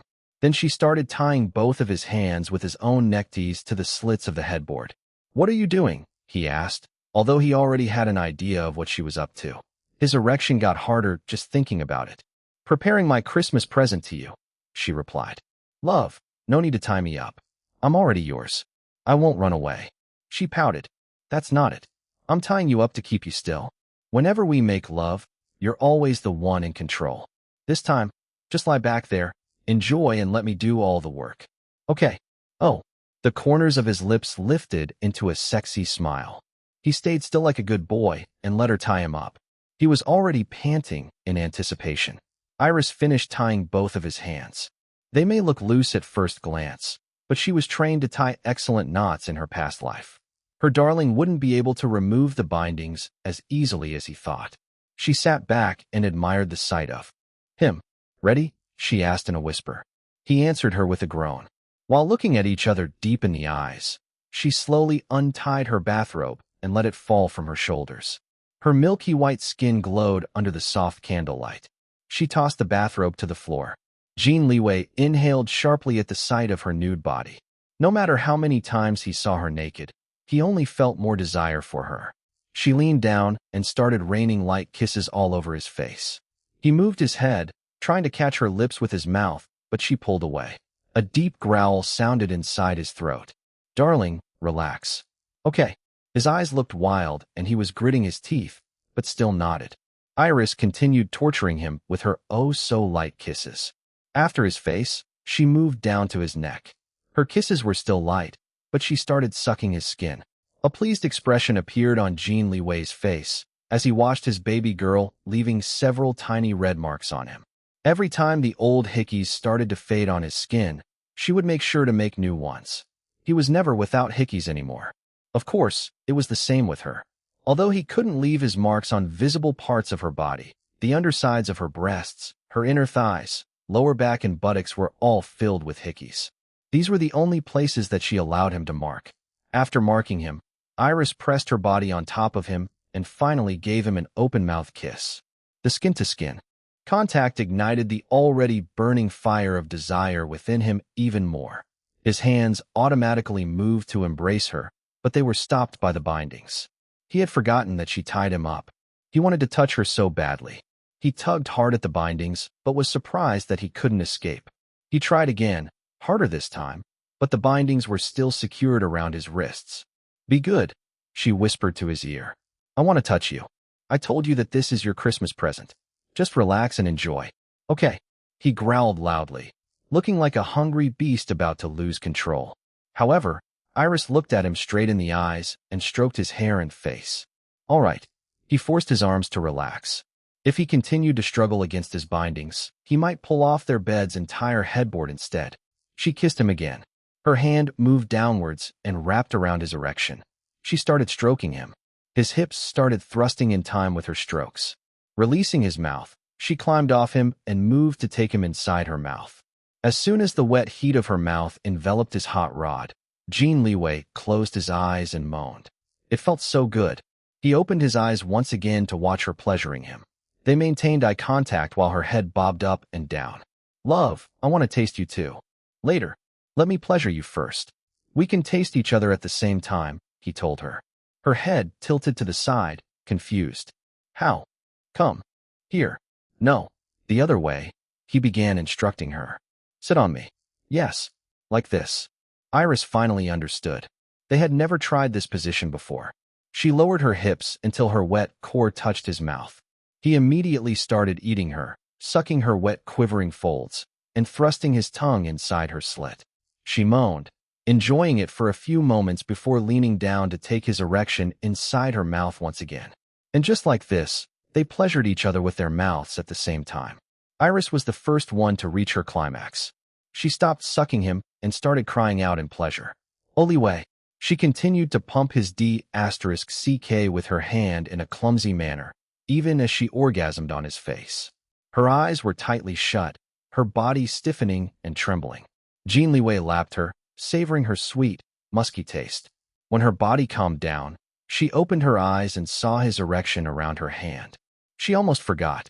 She immediately returned to pleasuring him with her mouth and hands until he shot his release. She pointed it to his abdomen, not really wanting to swallow. She climbed off him and kissed him on the mouth again, tasting herself on him. They continued to kiss until she noticed that his little brother down below was standing up once again, ready for round two. "I want to be inside you," he told her. His half-lidded eyes looked dark and feral. Okay." Iris left the still tied-up Jin Liwei on the bed and headed to the bathroom. She returned with a small wet towel and cleaned him up. "Can you untie me now?" he asked. "Not yet." "Huh." He closed his eyes, trying hard to calm his inner beast whose sole desire was to devour her completely and make her cry out in pleasure again and again for the entire night. Seeing his inner struggle visible on his facial expressions, Iris contemplated on releasing him from his bindings. However, she stopped herself. If she did that, he would just take control like always. Although she was calling this her Christmas present for him, it was actually more of a treat for her than for him.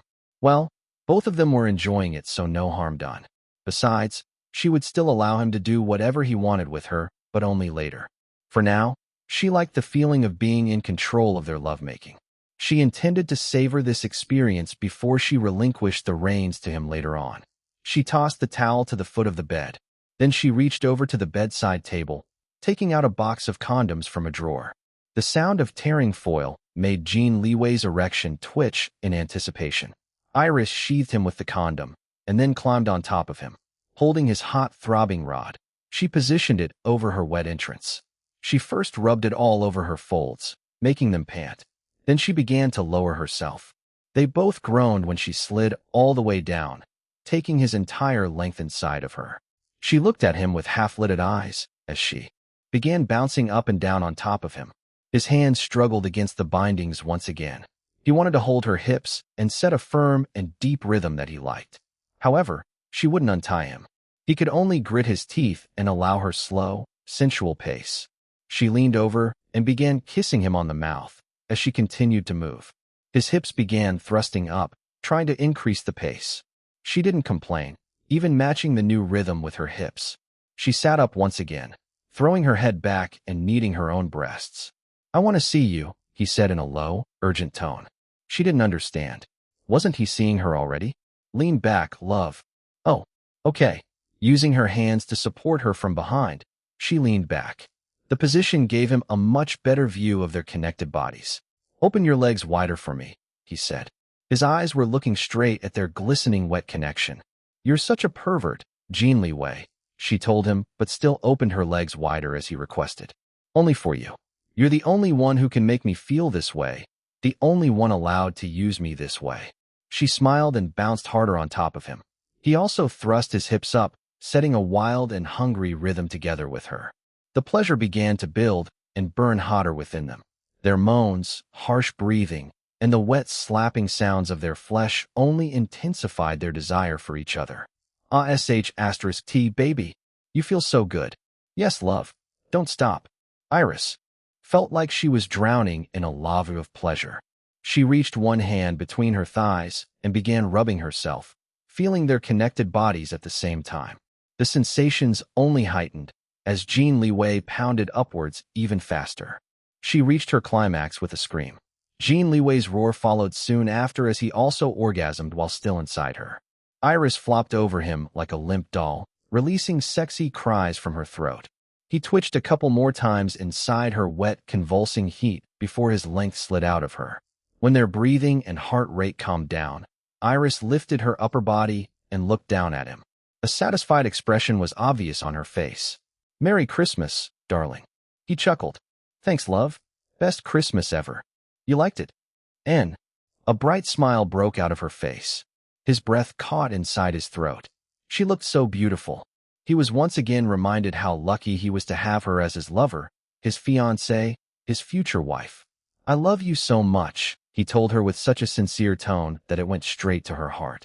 "I love you too, Jin Liwei," she replied before giving him a light, sweet kiss on the lips. Then they just looked at each other's face, smiling like idiots. "So, can you untie me now?" "Oh, right." Finally, Jin Liwei was freed from his bindings. He held his two neckties, looking at them with affection. He folded them neatly and placed them on the bedside table like treasures. He planned on framing them later as a memento of this wonderful night. Iris discarded the used condom for him and cleaned up the two of them with the wet towel. Her eyes widened as she noticed something starting to harden and stand up once again. He smirked seeing her reaction. "I'm not finished yet," he told her. "I noticed." He pulled her and flipped her on her back to the bed. Then he climbed on top of her. She wrapped her arms around his neck and willingly gave him control for the next round. For the rest of the night, the sounds of their lovemaking filled their bedroom. This was their first Christmas together, and it was surely an unforgettable one. ####. The calendar officially changed to a new year. Like Christmas, both Iris and Jin Liwei didn't normally place much importance on the December 31st to January 1st New Year, but the Chua family once again made the occasion special. They celebrated New Year at the mansion with the same people as before when they celebrated Christmas a few nights earlier. Iris once again tried inviting her big brother Liu Zihao. She was ecstatic when he finally accepted. Knowing that he was coming over, she instructed the household staff to make more delicious food. The triplets, Dom, Mimi, and Clover, immediately went into hyper-fangirl mode when Liu Zihao arrived. They squealed and giggled, as if they were meeting their favorite idol in the flesh. Liu Zihao flashed them his signature devilish smile when he noticed them ogling him. The three almost went crazy with excitement. Clover looked like she was going to faint. She thought that Jin Liwei was the most handsome man she had ever met, but she changed her mind upon seeing Liu Zihao. Although Jin Liwei had the advantage in overall physical looks, Liu Zihao had a special charisma. He may look carefree and friendly at first, but there was a sense of danger in his aura. It was a very attractive combination. The New Year celebration was once again very fun thanks to the Chua family. They were such a delightful group of people to be with. They seemed happy all the time. They were also very warm, loving, and affectionate. Dom's family stayed a couple more days after New Year before they prepared to return to the Philippines. Iris tried inviting them to extend their stay and celebrate Spring Festival, aka the Lunar New Year, with them. However, they declined with regret, saying that they needed to return to work or school after the holiday season. Iris was a little disappointed, but she didn't force them. It was already enough that they made Christmas and New Year special for her and Jin Liwei for the first time. So the Chua family all flew back to the Philippines using Jin Liwei's private jet again. If everything went well, Clover would be returning in a few months after her graduation to work for Iris. With them gone, Iris and Jin Liwei returned to their usual schedule. They both worked hard, especially Iris. Her single with Pandemonium was finally done. They also finished shooting the music video. She was just polishing it with JJ to make it better before they released it. When Jin Chonglin announced the official release date of his album, JJ's record label followed suit. Of course, the release date of Iris' single with Pandemonium was also scheduled on the same exact day. Now everyone was certain that Iris and Pandemonium wanted to directly compete against Jin Chonglin. Their fans escalated their rivalry against each other. Even though the combined forces of the Black Stars and the Pandemonium fans still couldn't compare to Jin Chonglin's large army of fans, they refused to back down. Seeing the friendly fandom war online, Iris turned to Jin Liwei beside her. "Darling, my music with Pandemonium is set to compete against your brother soon. JJ especially wants us to beat Brother Chonglin in the music charts. How are you feeling?" she asked him. "HM, go beat him, love. I know you can do it. You're the best," he told her. "But he's your own brother." He shrugged. "He's a grown man. He can handle himself. Besides, you're my lover. I'm always on your side. You'll be accused of showing favoritism, you know," she told him, giggling. "So what? I told you. You're the most important person to me now." Once again, the couple spent a long time just staring at each other, smiling like idiots.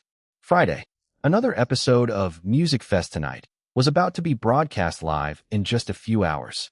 Exactly a week before the release of their new music, Jin Chonglin and Iris Long plus Pandemonium were all scheduled to perform this night. As a result, the studio's audience was filled with almost all of their fans. Those who couldn't fit inside the studio waited patiently outside the TV station building, even though it was winter cold. They were declaring tonight's episode as a showdown between their Prince Lin Lin and Boss Iris plus their Pandemonium hubbies. When Iris and Jin Chonglin learned about their fans' situation, it was as if they were of the same mind. They both ordered huge tents and portable heaters to be delivered in order to shelter their fans from the cold. Of course, Iris took care of the Pandemonium fans as well. She even went the extra mile and ordered some food and hot beverages to be delivered. Jin Chonglin's army of fans watched the Black Stars and the Pandemonium fans in envy as they ate. The Black Stars weren't petty people, so they shared some of the food and drinks to them. The two separate groups intermingled and began to cross over the tents. It didn't look like a fandom war at all, but a festival instead. All of them were touched by the actions of their prince and boss, even though the two hadn't arrived at the location yet. The people among them shipping Linris increased after this. Some even speculated that perhaps Jin Chonglin and Iris were together when they heard about their fans' situation because they acted almost at the same time. Director He of Music Fest tonight heard about the situation outside. Wanting the publicity, he ordered to have several big TV screens placed outside so that the fans could still watch the show. Some hours later, Music Fest Tonight finally started broadcasting live. Jin Chonglin was scheduled to be the finale performance, while Iris Long and Pandemonium would perform just before him. Director He decided on this order because he was sure that the two would completely overshadow the other artists performing on tonight's show if they were to perform before anyone else. As for the other artists, they felt more like opening acts for the main stars in a concert. They were already regretting having been scheduled to perform in the same episode as Jin Chonglin and Iris Long. It was obvious that most of the audience tonight were their fans and were waiting for the performances of these two. ####. The moment had come. Iris and the members of Pandemonium were called for standby from their separate dressing rooms. They walked together with Tang Yi, who looked excited and nervous at the same time. She knew that this performance was going to either make or break Pandemonium. She felt anxious because if the performance failed, Iris would also get dragged down with them. "Don't worry, big sissy. We rehearsed this performance so many times until we puked. Besides, we have Senior Iris with us. She won't allow any of us to make mistakes," Blaze reassured their manager. The other band members nodded in agreement. Iris looked calm, as always, even posing for Dom, who was snapping photos of her. Some would be posted on her social media pages, while the majority would be sent to Jin Liwei. They finally arrived backstage. To their surprise, Jin Chonglin was already standing there waiting for them. He was accompanied by his manager, Lin Dong. They greeted him because he was their senior at Bright Summit. Tang Yi and Lin Dong greeted each other with a nod. "Sister Xiaolan, didn't we already agree that you'll call me Brother Chonglin from now on instead of Senior? After all, we're already family," he said to Iris. His eyes roved in an admiring manner over her beautiful appearance. "I understand, Brother Chonglin," she replied. Lin Dong, Tang Yi, and the Pandemonium boys all looked surprised and curious at how familiar the two were acting. Although the boys wanted to know the relationship between the two, they didn't ask because it was none of their business. However, their eyes lit up at another part. So Xiaolan was their Senior Iris' real name. So very fitting for such a beautiful woman. As for Tang Yi, she intended to ask Iris about her relationship with Jin Chonglin later. Her eyes dropped at the diamond ring on her finger. Maybe her fiancé is? No, Iris is straightforward and honest to a fault. She said that her fiancé is not from showbiz, so it can't be Jin Chonglin. "I'm just overthinking," Tang Yi thought to herself. Lin Dong was actually having similar thoughts as her. His eyes flitted back and forth between Jin Chonglin and Iris, suspicion clear in his eyes. "Good luck, Sister Xiaolan. And you too," Jin Chonglin told Iris and the Pandemonium boys. Then he gave them a confident smile. "You'll need it because I'm going to own the stage tonight." Iris raised an eyebrow at his statement. "Thank you very much for your well wishes, Brother Chonglin. It's too bad that we're going to perform before you because people will be thinking of our performance instead when it's your turn." The eyes of Lin Dong, Tang Yi, and the Pandemonium boys all widened. They didn't expect for Iris to respond to Jin Chonglin's provocation. What was more, she even threw a more biting provocation back at him. Even the staff and the other artists around them felt excited while watching the great stare down between Iris and Jin Chonglin, who were tonight's most important stars of the show. The competition between them was on fire. "Yeah." Dom giggled quietly by himself and snapped a photo of the stare down between the two. Then he sent it directly to Jin Liwei. The phone in his hand immediately rang. "Aya," he yelped in surprise, almost dropping the phone to the floor. He picked up the call. "Hello, Sir Boss." "Okay, got it." Dom turned to Iris. "Boss, it's Sir Boss. He wants to talk to you quickly." Iris took the phone. "Hello, darling." Jin Chonglin narrowed his eyes when he heard her words, knowing already who was on the other end of the line. "Yes, it's almost our turn." "Oh, Brother Chonglin and I were just wishing each other good luck." "Yes, of course. Thank you, darling." "Hey, what are you?" Jin Chonglin snatched the phone from her, surprising not only Iris, but also their managers and the others as well. What surprised them even more was that he began talking to who was obviously Iris' fiancé. Lin Dong couldn't believe what was happening. Was Jin Chonglin crazy? Was he picking a fight with Iris' fiancé? "Don't worry about your wife too much. I'm here. I'll take care of your wife in your stead." "Huh? Hello? Hello, are you still there?" Jin Liwei looked at the phone's display and scowled. What the hell? He hung up on me. Am I still his bro? Hey. Iris snatched the phone back from him. Her cold eyes made him flinch a bit inside. The phone beeped. Her expression became gentle when she saw that it was a text message from Jin Liwei. You'll own the stage tonight, love. No one else can outshine you. I'll be watching you on TV and will be waiting for you to come home, he texted. She sent a quick reply, giggling. Jin Liwei rolled his eyes at the dog food being thrown at his face. Finally, a staff member motioned for Iris and Pandemonium to get ready. Jin Liwei stepped aside, ignoring the warning looks Lin Dong was giving him. The countdown started. Iris and the members of Pandemonium stepped onto the stage. Performing this new single for the first time ever on television, please welcome Iris Long and Pandemonium singing Monster of Insanity. The audience all stood up and cheered like crazy when the hosts introduced the next act. They had been waiting for this moment. Finally, the first of the two most anticipated acts that night was about to start. Although the stage was still covered in darkness, the Black Stars and the Pandemonium fans could already feel their boss and their hubby's aura emanating from the front. At least, that was what they were imagining. The lights turned on with a loud click, illuminating the stage. Everyone gasped when they saw Iris Long wearing a beautiful black and purple ombre gown. Her dark and dramatic hair and makeup made her look like a stunning, evil, demonic queen. Her cold eyes swept across the audience, making them squeal and shiver in excitement. The Pandemonium members were dressed like gorgeous and sinful vampires about to seduce mortals with their music. Even the musicians playing the flute, violin, and cello looked striking in their dark outfits as well. They hadn't started performing yet, but some of their fans were already starting to feel faint. They cheered and clapped their hands with everything they had. Iris slowly raised her index finger and pressed it over her blood-red lips, gesturing for everyone to be quiet. Director He, the two hosts, the show's staff, and the other artists watching backstage were all amazed when everyone was silenced by just a single action from Iris. What powerful charisma, Director He commented. Iris lowered her finger and gave a lingering cold gaze to the audience before smoothly sitting in front of the grand piano at the center of the stage. After positioning her hands over the piano keys, she closed her eyes and stopped moving. It was as if she froze into a beautiful statue. The others were also frozen on stage, giving the audience a dark and alluring tableau of wickedly beautiful creatures. Then Blaze suddenly opened his piercing eyes and swept his arms high up in the air. Thunder sharply beat the drums to match his action, making it more dramatic.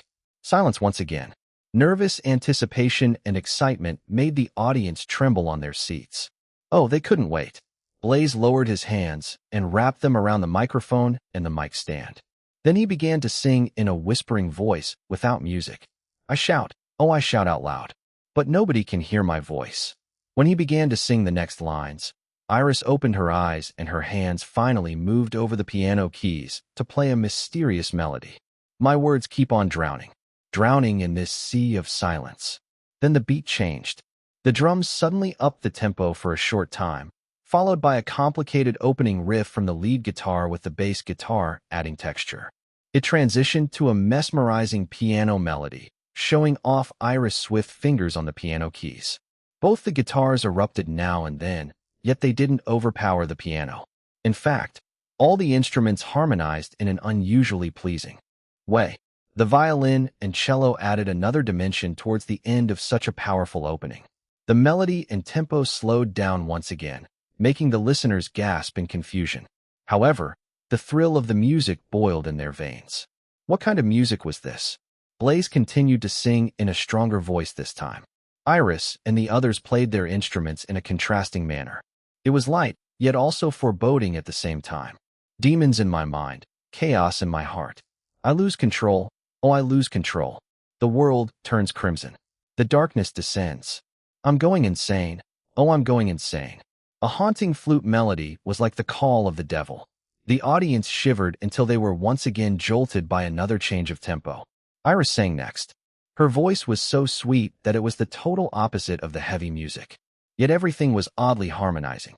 It should have sounded chaotic, but there was a seamless orderliness within the chaos of contrasting musicality in the song. It was so weird, yet very delightful. Cut me up, shoot me down. I'm a monster born from the heart. Your tainted love, your crazy love. Destroying me from deep inside. Save me, oh save me. I'm losing myself. I'm a monster created by love. Blaze joined her, and they sang together. Your love, oh your love. It's haunting me, it's turning me into a monster of insanity. The drums took over the music with Iris' piano providing the melody's undertone. Then to everyone's shock, the usually silent Knight opened his mouth and began rapping. The original Pandemonium fans almost had a collective heart attack. What the hell? Listen to me. I cannot breathe. Your love is suffocating me. You think it's right, but it's oh so wrong. Don't twist my words to hurt me more. I'm going crazy. I'm feeling dizzy. I still love you, but I also hate you. You made me like this. I'm so insane. So drunk in love. There's no restraint. The rage inside is controlling me. It's a poison that's tainting me. It's like our world is made only of us. There's no one else allowed between us. You nurtured this monster inside of me. Our twisted love born from insanity. When Knight finished rapping, the audience went crazy. So many panties got wet because of his shockingly amazing rap. But before they could even make sense of the situation, the melody changed yet again. The drums slowed down and the classical instruments took over. Iris' fingers glided swiftly over the piano keys while the flute, violin, and cello made the music soar. She began to sing, her voice so powerful and high that everyone got goosebumps. Take me away, oh take me away. This sweet love, this poisonous love. It's killing me, oh killing me. Can someone hear me? Can someone save me? Oh that light, that glorious light. Is it salvation or just delusion? Bathe me in the light. Cleanse me of this love. Oh, cleanse me of this tainted love. Allah. She punctuated it by singing in mind-blowing whistle notes. It sent the audience into frenzy. Everyone's minds went into hyperdrive. They couldn't think of anything else but the amazing performance in front of them. What the F***ck was going on with this performance? Then the seductive Eros stepped forward to the front of the stage for his guitar solo. More panties got wet, and also a lot of briefs and boxers. What was happening? Eros was playing so much better now compared to before his injury. After the superb guitar solo, the melody and tempo reached crescendo. It was a brilliant harmony between heavy rock and classical music. Blaze finished up the song, almost shouting the lyrics, yet still retaining the graceful melody. I'm a monster created by love. Your love, of your love. It's haunting me, it's turning me into a monster, a monster, a monster of insanity. The music abruptly ended. 1 second. 2 sec. A deafening applause and cheers filled the entire studio and the tents outside the TV station building. Even the viewers watching the show at home couldn't help but join the studio audience in cheering for such a spectacular performance. I don't know what I just listened to, but it's so freaking awesome. Kaya, Kaya, Kia. This particular fan fainted in the middle of screaming. Everyone chanted the names of Iris and all the members of Pandemonium. The situation was chaotic and insane. There was no order, and the hosts couldn't find the chance to begin the after-performance interview. Blaze helped Iris stand up from the piano, benched like a knight, sending the fans into frenzy even more. Iris faced the audience. Repeating her earlier actions before their performance, she swept her cold eyes across the audience. She slowly raised a finger and pressed it over her blood-red lips, gesturing for everyone to be quiet. And just like before, everyone turned silent. Director He laughed in delight, shaking his head in amazement. Backstage, Jin Liwei, who was watching everything from the monitor, closed his eyes. His hands clenched into tight fists. They trembled a bit. When he opened his eyes again, they looked dark and stormy. His manager, Lin Dong, saw his reaction. Just like everyone else, he was also shocked beyond belief by Iris' performance with Pandemonium. What the hell is that song? Lin Dong muttered under his breath. Jin Liwei gave a bitter smile. F***ck. It's my turn next. Nobody really knew what kind of song Iris Long and Pandemonium were working on because unlike the usual pre-release promotions, they didn't release any music teasers. The people assumed that it was rock from the brief statement from JJ's record label. So it was quite a shock to hear such bizarre music from Iris Long and Pandemonium in this episode of Music Fest tonight. For most of the people, it was the first time that they heard this kind of music. It was very strange, yet oddly familiar at the same time. Although it was different, It fit Iris Long's musical style that she had been using ever since her first comeback. Dark and technically detailed, but also soulful. The after-performance interview started off with the hosts praising Iris Long and Pandemonium on their mind-blowing performance. Then they asked about the conception and development of the song. I wanted to work with Pandemonium, so I wrote a song that we could use for a collaboration. It was as simple as that. Iris answered in a straightforward, nonchalant manner. Then all the members of Pandemonium shared their experiences working with her on the song. Blaze. The song was too hard that we couldn't record it right away. We needed to train first before we could even play it properly. Senior Iris helped improve our individual techniques. I've learned so much from her, and my voice has definitely improved a lot ever since I started training with Senior. Eros. I actually had the most difficulty in keeping up with the song's advanced techniques. It's the first time that I realized how much a song can improve if the lead guitar pays more attention to every little detail of the entire song. Now I know that lead guitar doesn't mean to be the flashiest, but to actually lead and make sure that everything sounds good together. So I'm very thankful to Senior Iris for squeezing that into my brain. Iris responded to their words with a smile. The hosts turned to Knight next. The female host looked especially interested in him. She was one of the many whose panties got wet while listening to Knight rapping earlier. Her eyes sparkled as she asked him directly. I think that one of my most favorite parts of the performance is when you rapped. Knight, you were so good. We didn't know that you can rap so well. How did this rap part come about? Were you assigned to do it since the beginning? Knight looked at Iris first, silently asking if it was all right to answer the question. Iris nodded. No, the rap part wasn't actually part of the original song. It was only added later on, he replied. Mr. JJ wanted to add a rap. He and Senior Iris argued a lot about it. In the end, Senior gave in to Mr. JJ when the majority of us voted to have the rap added. So she wrote it and made all of us try it out. In the end, she chose me to do it. I actually was almost chosen to do it. Made me so stoked. Thunder interjected. Blaze, no way. Senior said that your rapping sounds too babyish for the song. Everyone laughed when they heard that. Thunder pouted but wasn't offended at all. He even laughed with everyone else. Thunder is also a talented rapper. His tone just doesn't fit this particular song very well. With the right song, his rapping style will shine for sure, Iris said. Yay, Goddess Iris praised me. I'm so stoked. Thunder bounced on the balls of his feet. He looked adorable while doing so. He was the type of guy that awakened the maternal instincts among females. The interview ended after Iris and Pandemonium promoted their single Monster of Insanity. The show went into a commercial break. Iris and the band members spent some time waving at their fans before returning backstage. They saw Jin Liwei preparing for his turn. Great performance, he told them. Magnificent song. Thank you, Brother Liwei. Iris replied with a smile. Do your best on your performance. Oh, I will. Another great stare-down occurred between Iris and Jin Liwei. Finally, the commercial break ended and Jin Liwei walked to the dimly lit stage for his performance. Iris and the Pandemonium members stayed backstage to watch. She looked calm, but the band members looked nervous. They sided with JJ to release the song earlier in order to directly compete against Jin Liwei. Although Iris was the one exchanging provocations with Jin Liwei, it wasn't actually her idea to compete with the big star. Blaze, Eros, Knight, and Thunder wanted to win against Jin Liwei. However, they weren't praying for him to fail. On the contrary, they wanted him to perform his best. It was only right because they also did their best during their just-finished performance.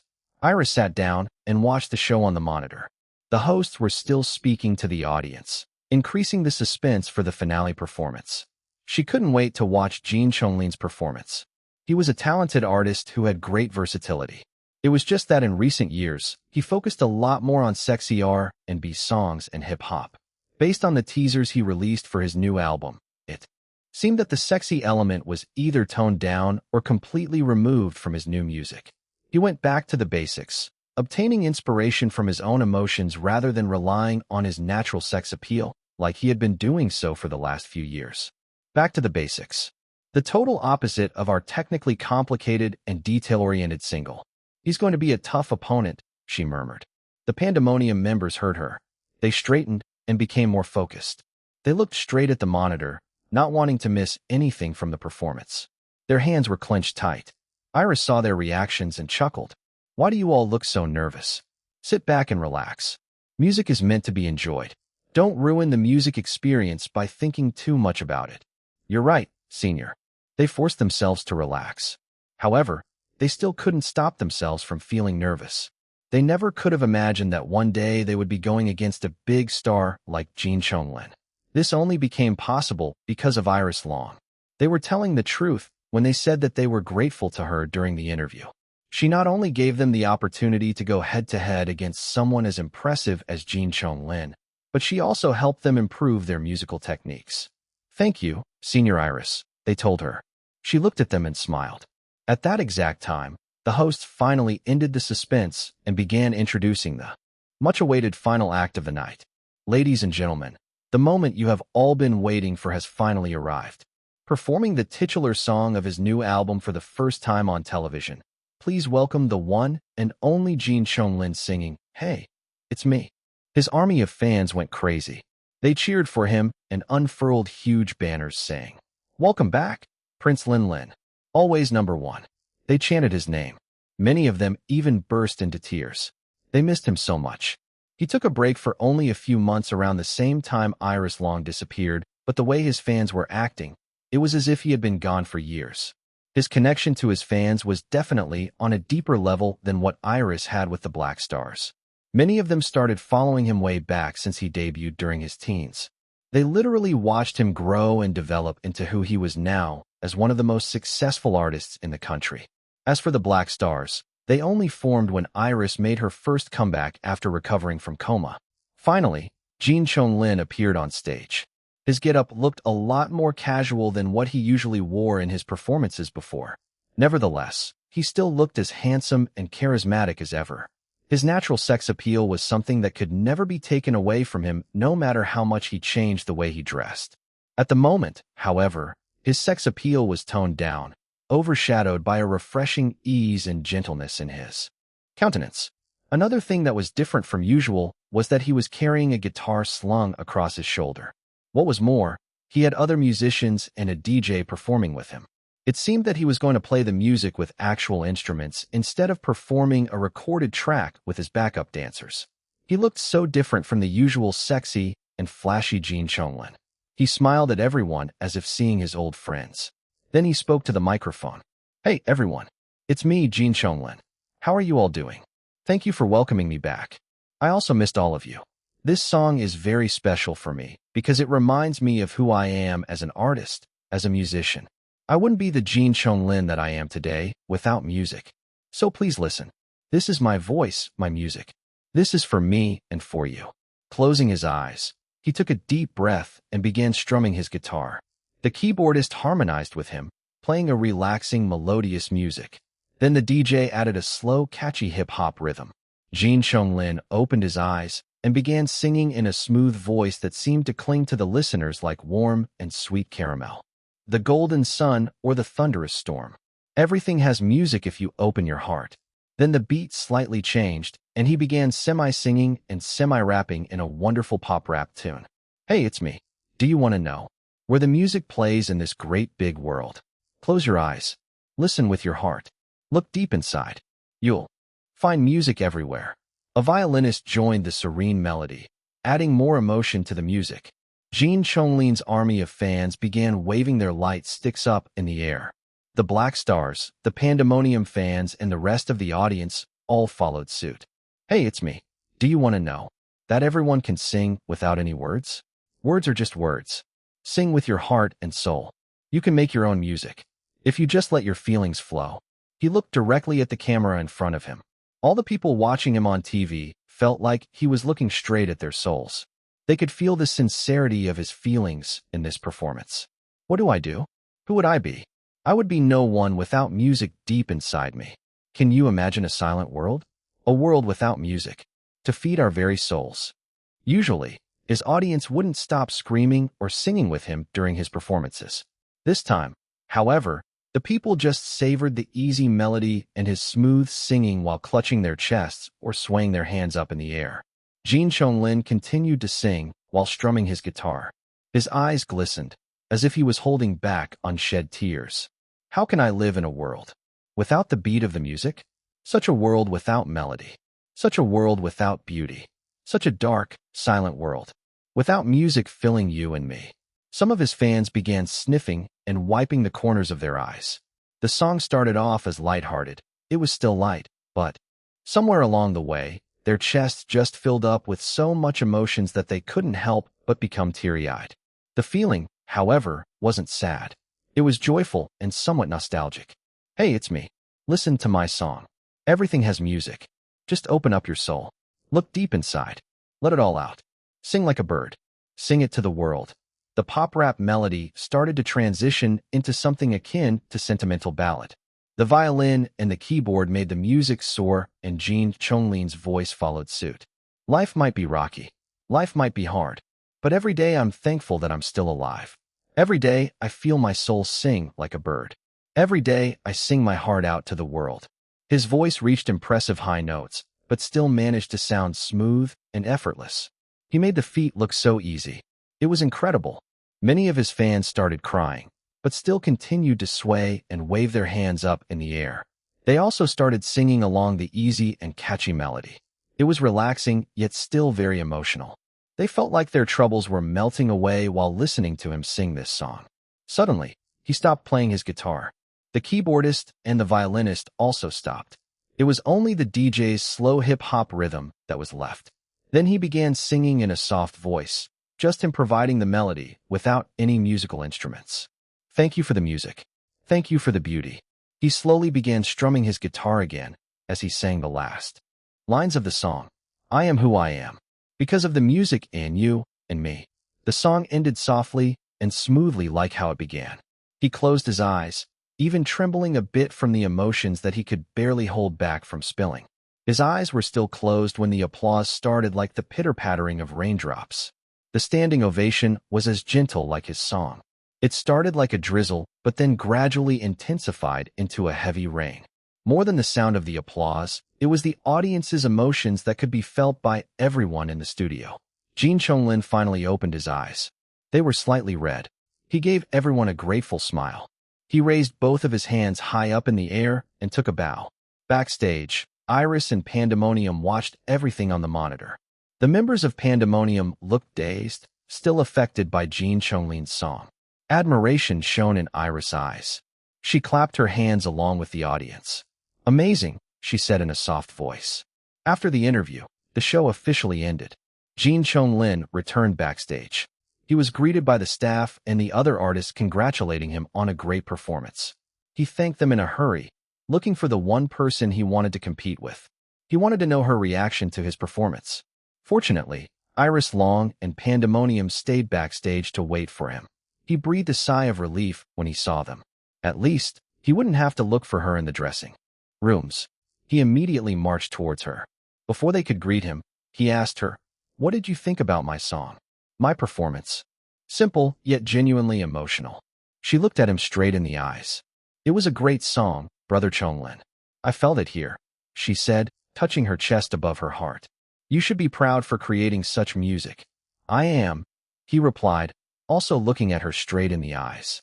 He could see that she was sincere in her words of praise to him. She nodded but then added, "But our performance was better than yours." Pandemonium's eyes widened in surprise at her words, but they quickly became excited and proud.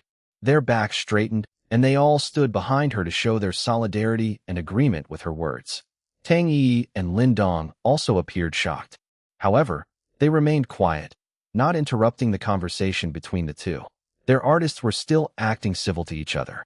They would only step forward and separate the two if the situation escalated into a full-blown argument. Tang Yi especially wasn't that worried because she already knew the relationship between Iris and Jin Chonglin. They were future in-laws. Jin Chonglin's eyes narrowed, but he didn't contradict her claim. Another great stare-down arose between the two of them. This time, however, Jin Chonglin appeared more subdued. It seemed that he somewhat accepted her claim. The sound of a ringing phone interrupted them. "Aya, Dom!" exclaimed. When he saw the caller, he immediately answered it. "Hello, Sir Boss." "Yes, please hold on." "Boss, it's Sir Boss." "Hello, darling." Iris' demeanor became sweeter and more feminine. She instantly became more attractive than she already was. Jin Chonglin looked away and took a few deep breaths. For some reason, he didn't want to watch Iris acting all lovey-dovey to who he knew was his brother on the other end of the phone line. He was about to leave and return to his dressing room when Iris called him. "Brother Chonglin, wait." "What?" he asked, a little annoyed. She handed him the phone. Sighing, he answered. "You did well," Jin Liwei's voice told him without even a greeting. "Thanks." Jin Chonglin felt a bit better. "But my wife shone the brightest tonight." Jin Chonglin scowled. Although he inwardly agreed, it still left a bitter taste in his mouth. He grunted in response and shoved the phone right back to Iris. With a nod to her and to the others, he turned and left. His manager, Lin Dong, followed after him. "What did you say to him?" "His expression didn't look good," Iris asked. "I praised him," Jin Liwei said. She tilted her head to the side. "If you praised him, why did your younger brother look like he's sulking?" she thought to herself. "Don't mind him anymore, love. Like I told you before, he's a grown man. He can take care of himself." He changed the subject. "I can't wait for you to come home. I miss you already." A big smile blossomed on her face. Her eyes softened and sparkled as she continued to exchange cloyingly sweet words with her darling. The other people around them couldn't stop looking at her. Her sweet expression didn't match her evil demonic queen attire, but the contrast only made her more alluring. The members of Pandemonium all stared at her. They couldn't tear their gazes away, mesmerized by her beauty. Tang Yi looked a little alarmed and distracted them. "Come on, let's say goodbye to Director He and the others before we head home. You did well tonight. Make sure to rest up. You deserve it," she told them and started pulling them away. She wanted to tell these rascals not to have any wayward thoughts for Iris. Their senior's fiancé was too powerful. If these rascals did anything to displease or offend Jin Liwei, their careers would be over.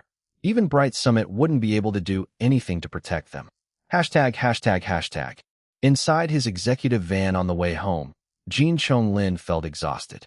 He set his seat on a reclining position and rested with his eyes closed. He wondered why he was feeling so tired. It was weird because he didn't even dance during his performance earlier. The exhaustion he felt wasn't really physical, but mental instead. He put so much of himself in his new music. From the conception, development, and finally performing one of the songs for the first time to the public, he felt proud of himself. He knew that he improved so much as a musician this time. Yet what was this feeling of dissatisfaction that was weighing down on him right now? An image of Iris Long's performance with Pandemonium flashed in his mind. His hands clenched into tight fists. As a musician, he recognized the technical genius of the song Monster of Insanity. It was an explosive powerhouse when it came to difficulty in terms of playing and even singing. He was once again in awe of Iris Long's ability as a musician. "I want to see how her mind works," he thought. He wondered if her brain consisted of musical notes or something. It was like all she needed was to sneeze and voil. She just produced another masterpiece. Compared to the innovative Monster of Insanity, his song seemed too easy, simple, and uncomplicated. He didn't think that, "Hey, it's me," was in any way inferior to Monster of Insanity. But if the criteria was about musical techniques, then Iris Long would win hands down. As for their performances, he also had to give this round to Iris and Pandemonium. Theirs was just too mind-blowing. He definitely believed it when they said during the interview that they trained long and hard just to be able to play the song at that level. "Your performance was amazing," Chonglin, Lin Dong told him. His manager was sitting on the seat beside him. Jin Chonglin opened his eyes. The vehicle's dark ceiling greeted his sight. "Yeah, I know. But you were amazing," Lin Dong insisted in a firm voice. They had been working together for so long now that he already knew. What was bothering Jin Chonglin, even though the guy wasn't telling him anything? "Yes, their performance was more spectacular, but yours was more heartfelt. I'm sure that the audience resonated more with you."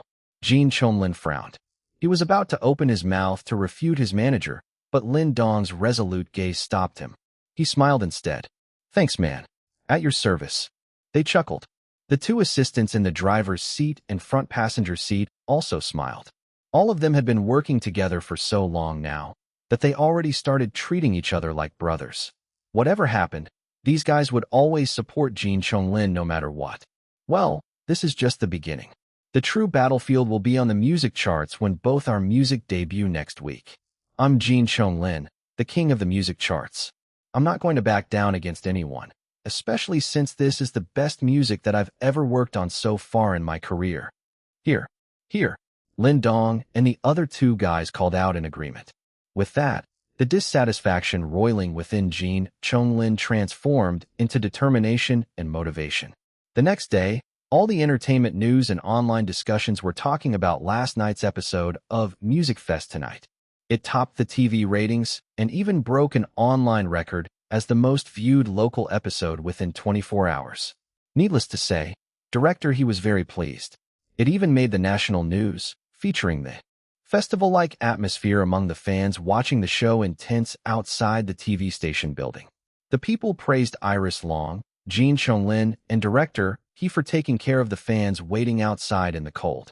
It even prompted the other fandoms to complain and demand their respective celebrities to treat them better. Both the final two performances of the episode became top trending online. The people couldn't get enough of Iris Long and Pandemonium's spectacular performance and their bizarre music. Similarly, many swooned after watching Jin Chonglin's emotional performance. Their music were the total opposite of each other. The people couldn't decide which one was better. Finally, someone posted an online poll. It was titled "Which Song is Better?" So far, the results were 69.73%, "Hey, It's Me" by Jin Chonglin, 30.27%, "Monster of Insanity" by Iris Long and Pandemonium. Jin Chonglin was winning. However, it was not surprising. His army of fans far outnumbered the combined forces of the Black Stars and the Pandemonium fans by a large margin. A fairer result would only be obtained once their music debuted in less than a week, and the reviews of music critics and the response of the general public started pouring in. The moment of truth would be determined by how Monster of Insanity and Hey, It's Me performed in the music charts. While all of these were happening, the artists in question were hard at work in promoting their upcoming music. Bright Summit spared no expense in giving the best resources to their artists. But of course, the higher-ups still placed more importance on Jin Chonglin based on his longer track record and extent of popularity. Despite this, Tang Yi fought fiercely to obtain top-notch resources for both Iris Long and Pandemonium. She was determined to elevate the status of her own artists she was managing within the company. She wanted to show the higher-ups that Iris Long would be the next big thing alongside Jin Chonglin. She found it quite funny that these two artists were actually future-in-laws. It would benefit Bright Summit tremendously to treat Iris Long well. After all, she was the future wife of the Jin Liwei and the future madam of Jin Corporation, the #1 company in the country. The buzz and anticipation for Jin Chonglin's new album and Iris Long and Pandemonium's upcoming single continued to increase as the days passed by. ####. Dragon Palace Home Number 10. Monday night. For more days until the launch of Iris and Pandemonium's single Monster of Insanity, Jin Liwei stepped out of the walk-in closet. He was wearing pajama pants with no top on. His bare muscled chest was on full display. He rubbed his wet hair with a towel as he walked to the bedroom. He wanted to shower together with his baby girl earlier, but she was busy on the phone. Not only was she discussing her work schedule with her manager, but she was also busy making important business calls regarding her companies. She was still on the phone by the window. She spoke in German, so it was likely that she was talking to the Bauer siblings about Orchidea Beauty. He didn't want to interrupt her, so he just waited. He saw some documents on the low table. Curious, he sat down on the chaise longue and began checking them out. About half an hour later, Iris finally completed all the phone calls. She heaved a big sigh of relief. When she turned, she saw Jin Liwei looking through the documents she left on the low table earlier. They were endorsement offers for her. She frowned when she realized that he messed up the organized piles she made. "Darling, please don't mix them up. I already separated them into the ones I'll accept and the ones I'll reject." "I know," he murmured. She walked to him and tried to rearrange the documents back to how she originally organized them, but he didn't let her. Annoyed, she scowled at him. "Darling, what are you doing? This is the accept pile, and this is the reject pile. Am I right?" "Yes." "So you knew. Why did you mess them up then?" She sighed, feeling a bit exasperated at him. "You made a mistake and put one of the endorsements in the wrong pile," he said. Really? Which one?" "This." He showed her the document. It was an endorsement offer from a high-end lingerie brand. Many famous celebrities, models, and even socialites already confirmed that they love the products. Even some foreign celebrities and supermodels reportedly liked using them. Oh, it's not a mistake. I was planning on accepting that endorsement offer, she told him. He immediately stiffened and scowled. She ignored him and tried taking the document from his hand, but he refused to let it go. He even gripped it harder, making the papers wrinkle. What are you doing? Darling, why are you being so obnoxious? Give it to me. Her patience reached its limit. She was tired and didn't want to deal with his childishness. So she snapped at him. Love, you are not going to accept this endorsement. There was anger in his tone. What did you say? You're not going to make that decision for me. I already decided that I want to accept this endorsement, so I will. His face contorted in fury. Iris didn't back down and glared at him. He abruptly stood up and paced back and forth. He took deep breaths, trying to calm himself down. His hands continued to grip the document, wrinkling it more. He wanted to rip the blasted endorsement offer into pieces, but he knew that it was just going to upset his baby girl even further. He was desperately trying to calm himself down, but he just couldn't accept her decision. He stopped pacing and faced her. Love, think more carefully about this, okay? Please don't accept this endorsement offer, he begged her. Iris already felt angry seeing the wrinkled state of the document. She didn't understand why he was so upset. The brand was by a well-known and respected company who was competitive in the international market. Why wasn't he happy that she received an endorsement from such a great company? Darling, I really want to accept that endorsement offer, she told him. The majority of my lingerie and nightwear are from that brand. I love using their products. They're beautiful, high quality, and very comfortable to wear. You even told me before that you like them too, and that I look sexy wearing them. Yes, I like them when you wear them in private, showing only to me. He waved the document in his hand. If you really love their products, I'll buy the whole D*MN company for you. You'll have a lifetime supply. Why must you endorse them? Endorsing means you'll have to do a photo shoot while wearing these lingerie, and then they'll use your photos and videos wearing only underwear in their ads for all the world to see. How do you think I'll feel knowing that other men are ogling your beautiful body wearing only underwear? Love, I can't. Please, I beg you. Don't do this. Iris froze and blinked her eyes a few times after hearing his reason. His shoulders were heaving as he panted. He continued to grip the document. His eyes implored her to understand him. Love, look at it this way. Imagine a photo or video of me naked being seen by countless other women. How would you feel? No way. You're mine. Intense possessiveness and fury gushed forth from within her as she imagined such a situation. A strong urge to strangle all those women overwhelmed her. Jin Liwei's heart skipped a beat after hearing Iris' possessive words. He was actually a bit taken aback by the extent of her reaction. His baby girl was so furious that her face turned completely red. She looked like she wanted to beat up someone and cry at the same time. How cute. His mouth twitched, but he fought against the wide grin threatening to break out of his face. He covered it up by clearing his throat instead. Although he was extremely pleased by her reaction, he forced a serious expression on his face. See? What you're feeling right now is the same as how I'm feeling just imagining you being ogled by other men, he told her. It's not a great feeling, is it? She shook her head. Her delectable lips formed into a cute pout. With her contrite expression, she looked absolutely adorable. Jin Liwei's breathing sped up and his eyes became a bit dazed at the sight of her, as a familiar hot ball of desire started burning in his lower abdomen. Calm down, Liwei. Now's not the time. The two of you are having a serious conversation, he scolded himself. Then Iris suddenly ran and threw herself at him, wrapping her arms around his waist in a fierce hug. She rubbed her face against his bare chest, inhaling his scent before biting him hard.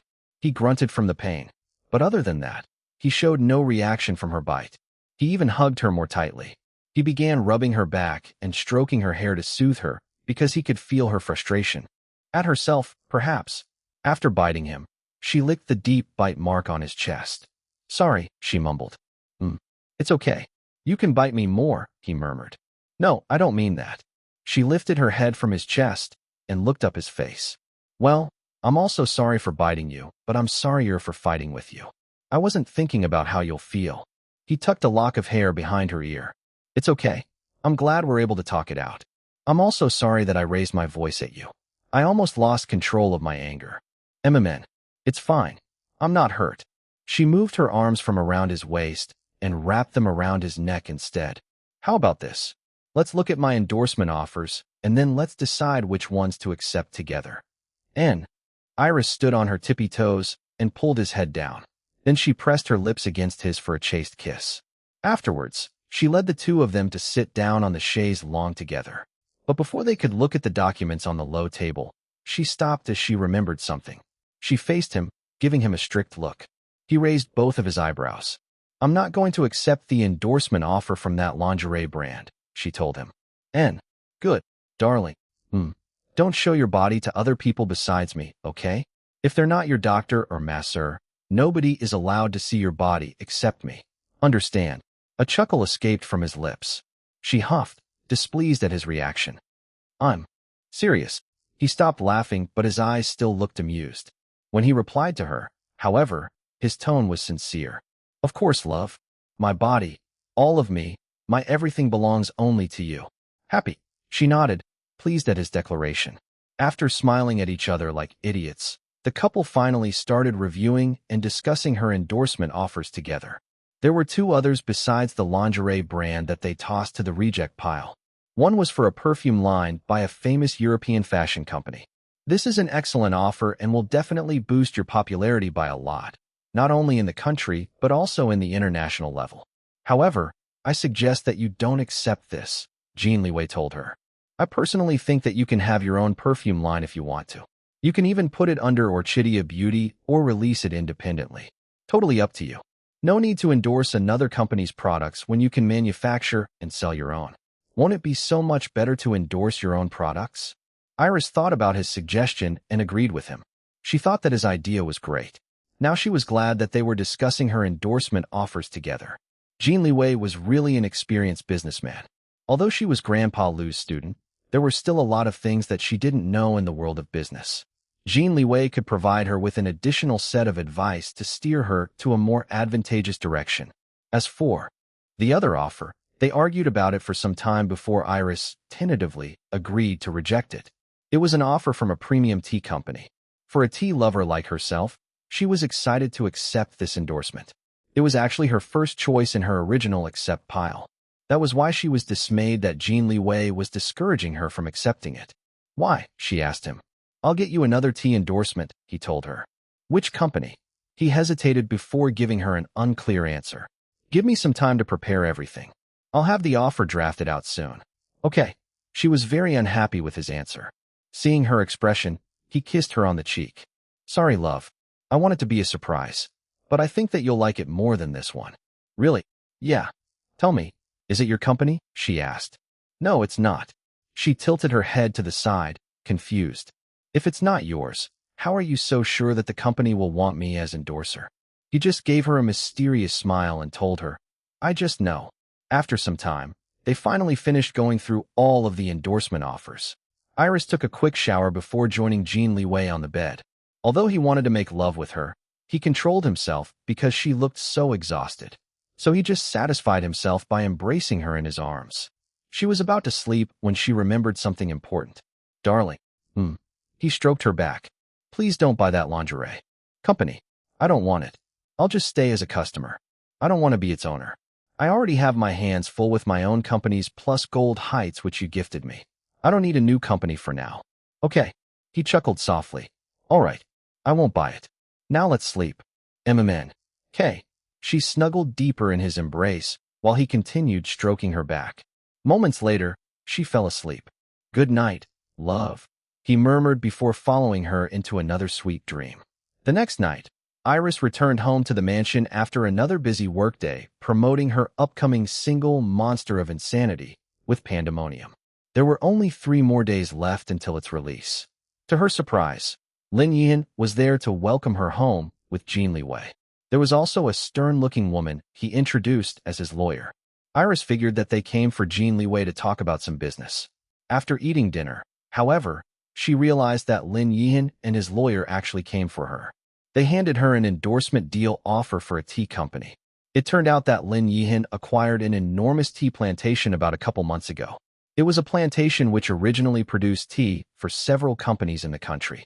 However, after acquiring the plantation for himself, Lin Yihan stopped selling the tea to these companies and created his own tea company instead.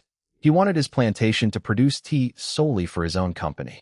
Since it was a completely new and unknown company, it would benefit them greatly to use a celebrity to endorse their products. Hence, the idea to use Iris as an endorser. Of course, it was Jin Liwei's idea. What better way to help his brother promote his new company than recommend his future wife as the endorser? It was killing two birds with one stone. This way, he could also make sure that Iris would be getting a fair and trustworthy deal. One that would never CK her over if the company ever got into trouble. We will send a copy of the official endorsement offer to Bright Summit, but we want you to see it first, Lin Yihan's lawyer told Iris. Let's review the contract together. Feel free to ask if there's anything you don't understand. I'm here to explain every single detail to you. If you want to change anything, we'll negotiate. The money in this endorsement deal was lower than the offer she received from the other tea company, but not by much. It was understandable as this was still a completely new company which only launched on a small scale a few weeks ago. In fact, Lin Yihan was the one taking a gamble by paying her this much to endorse. Yes, I accept this offer, Iris decisively announced after only a few minutes of discussion. Jin Liwei smiled, but Lin Yihan and his lawyer were both surprised by her quick decision. Xiaolon, are you sure? You're not going to discuss this with your own lawyer first? What if I'm swindling you? Lin Yihan cautioned her. She tilted her head to the side. Eldest brother, Liwei is here. He would never let me be at a disadvantage, she answered in a matter-of-fact tone. Jin Liwei's smile widened before nodding his head. Besides, I prefer to endorse your company rather than others, she added. I'm going to ask you one more time, Xiaolon. Are you sure? Once you say yes, I won't allow you to back out anymore, Lin Yihan told her. Yes. All right then. We have a deal. Lin Yihan stood up and extended his hand towards her. Iris accepted his offered hand, and they shook hands to symbolize the sealing of their deal. Jin Liwei and Lin Yihan's lawyer also joined in the handshaking. With the matter about the endorsement deal done, Lin Yihan and his lawyer prepared to leave. It was already late in the evening, and everyone still had work early the next morning. As Iris and Jin Liwei stood in the grand foyer to see them off, Lin Yihan observed the couple. His eyes fell on the sparkling diamond ring on her finger. When he first heard that the two were engaged, he thought that their relationship was progressing too fast. Although he liked Iris as a person, he still harbored some reservations about her based on her troublesome history and past reputation. Though they were slowly diminishing, especially after knowing that she was Grandpa Lu's student and his new favorite grandchild. He could also see that she was a hard worker and dedicated to her craft as an artist. A person like that wasn't just some wishy-washy spoiled brat who would drag his third brother into trouble with her. At least, Lin Yihan hoped not. In addition to this, he also thought that she was too young for his third brother. However, seeing them together now, he could tell that the two were genuinely in love with each other. He also had never seen his third brother so happy and relaxed before. I hope their love lasts, and that she's really true to third brother and she continues to make him happy, he wished. After saying goodbye to the couple, he left with his lawyer. Third brother looks really happy. I won't have to worry about him too much anymore. As for our other brothers, he sighed. Fifth brother, what is really happening with you? Sir, did you say something? His lawyer asked beside him inside his car. Oh, nothing, he replied. However, his usual gentle expression was marred by a frown. There was something off about their fifth brother lately, and it was worrying him to no end. He had no idea what was going on with Lu Zihao. He still acted like his usual easygoing self whenever they spoke on the phone, but Lin Yihan's gut feeling was telling him that something wasn't right. Maybe I'm just overthinking. This new company is stressing me out. Maybe it's time for me to take some time off to relax. ####. Friday. The most awaited day of the week in the country's music industry finally arrived. Jin Chonglin's album, Hey, It's Me, and the single Monster of Insanity by Iris Long and Pandemonium were both released at exactly the same time. They were the most anticipated music since the new calendar year started. As soon as they were released, their fans, Jin Chonglin's army of fans, and the combined forces of the Black Stars and the Pandemonium fans, commenced their step-by-step plans to help boost their Prince, Boss, and Hubby's music. With the fans' power, "Hey, It's Me" and "Monster of Insanity" trended online as soon as they were released. "Hey, It's Me" ranked #1 in the trending lists in various websites, while "Monster of Insanity" ranked #2. It could be seen just how massive Jin Chonglin's army of fans were. He even trended in other Asian countries courtesy of his fans abroad. Compared to him, Iris Long and Pandemonium's popularity and influence were mostly contained within the country. It wasn't such a big surprise that Jin Chonglin held the advantage when it came to online social media influence. As a result, "Hey, It's Me" by Jin Chonglin debuted at #1 in the music charts, while "Monster of Insanity" by Iris Long and Pandemonium debuted at #2. Jin Chonglin's army of fans celebrated their victory. The Black Stars and Pandemonium felt disappointed, but only for a short moment before they quickly recovered and continued to support their boss and hubby's music. The fight had just begun. They truly believed that "Monster of Insanity" deserved #1 more than "Hey, It's Me." "Hey, It's Me" continued to rule the music charts and the radio airwaves for the next few days. The general public seemed to react more favorably to it. Its type of music was more familiar. "Monster of Insanity," on the other hand, sounded too bizarre to most of them. While "Hey, It's Me" continued to reign supreme in the music charts, the musicians, the experts and critics in the music industry were all busy studying, deconstructing, and analyzing everything about "Monster of Insanity." It was a treasure trove of advanced musical techniques that were rarely used by musicians in the country. Some of the experts even concluded that Iris Long created some new techniques that was uniquely hers. Overall, they all could agree that it was definitely one of the most original songs that they had ever heard in their careers. Finally, the reviews started pouring in. "Hey, It's Me" received mostly great reviews. Critics praised Jin Chonglin for focusing more on emotions and connecting to the listeners instead of relying on his sexual appeal like usual. Of course, there were a few critics who blasted him for producing such a simplistic and effortless music. For the most part, Jin Chonglin's new album was well received among the critics. As for "Monster of Insanity," the reviews were completely mixed. There was a clear division between the critics. One side absolutely hated it, calling it a sacrilege to both rock and classical music. A critic wrote, "What kind of music is this? It's just painful noise wrongly labeled as music. Does Iris Long think that music is a hot pot that she can just throw whatever ingredients she wants to and it'll taste good? Monster of Insanity is absolutely revolting, horrendous, and a torture to the ears. This single just demonstrates how the songwriter is trying too hard to prove herself, but failing to do so.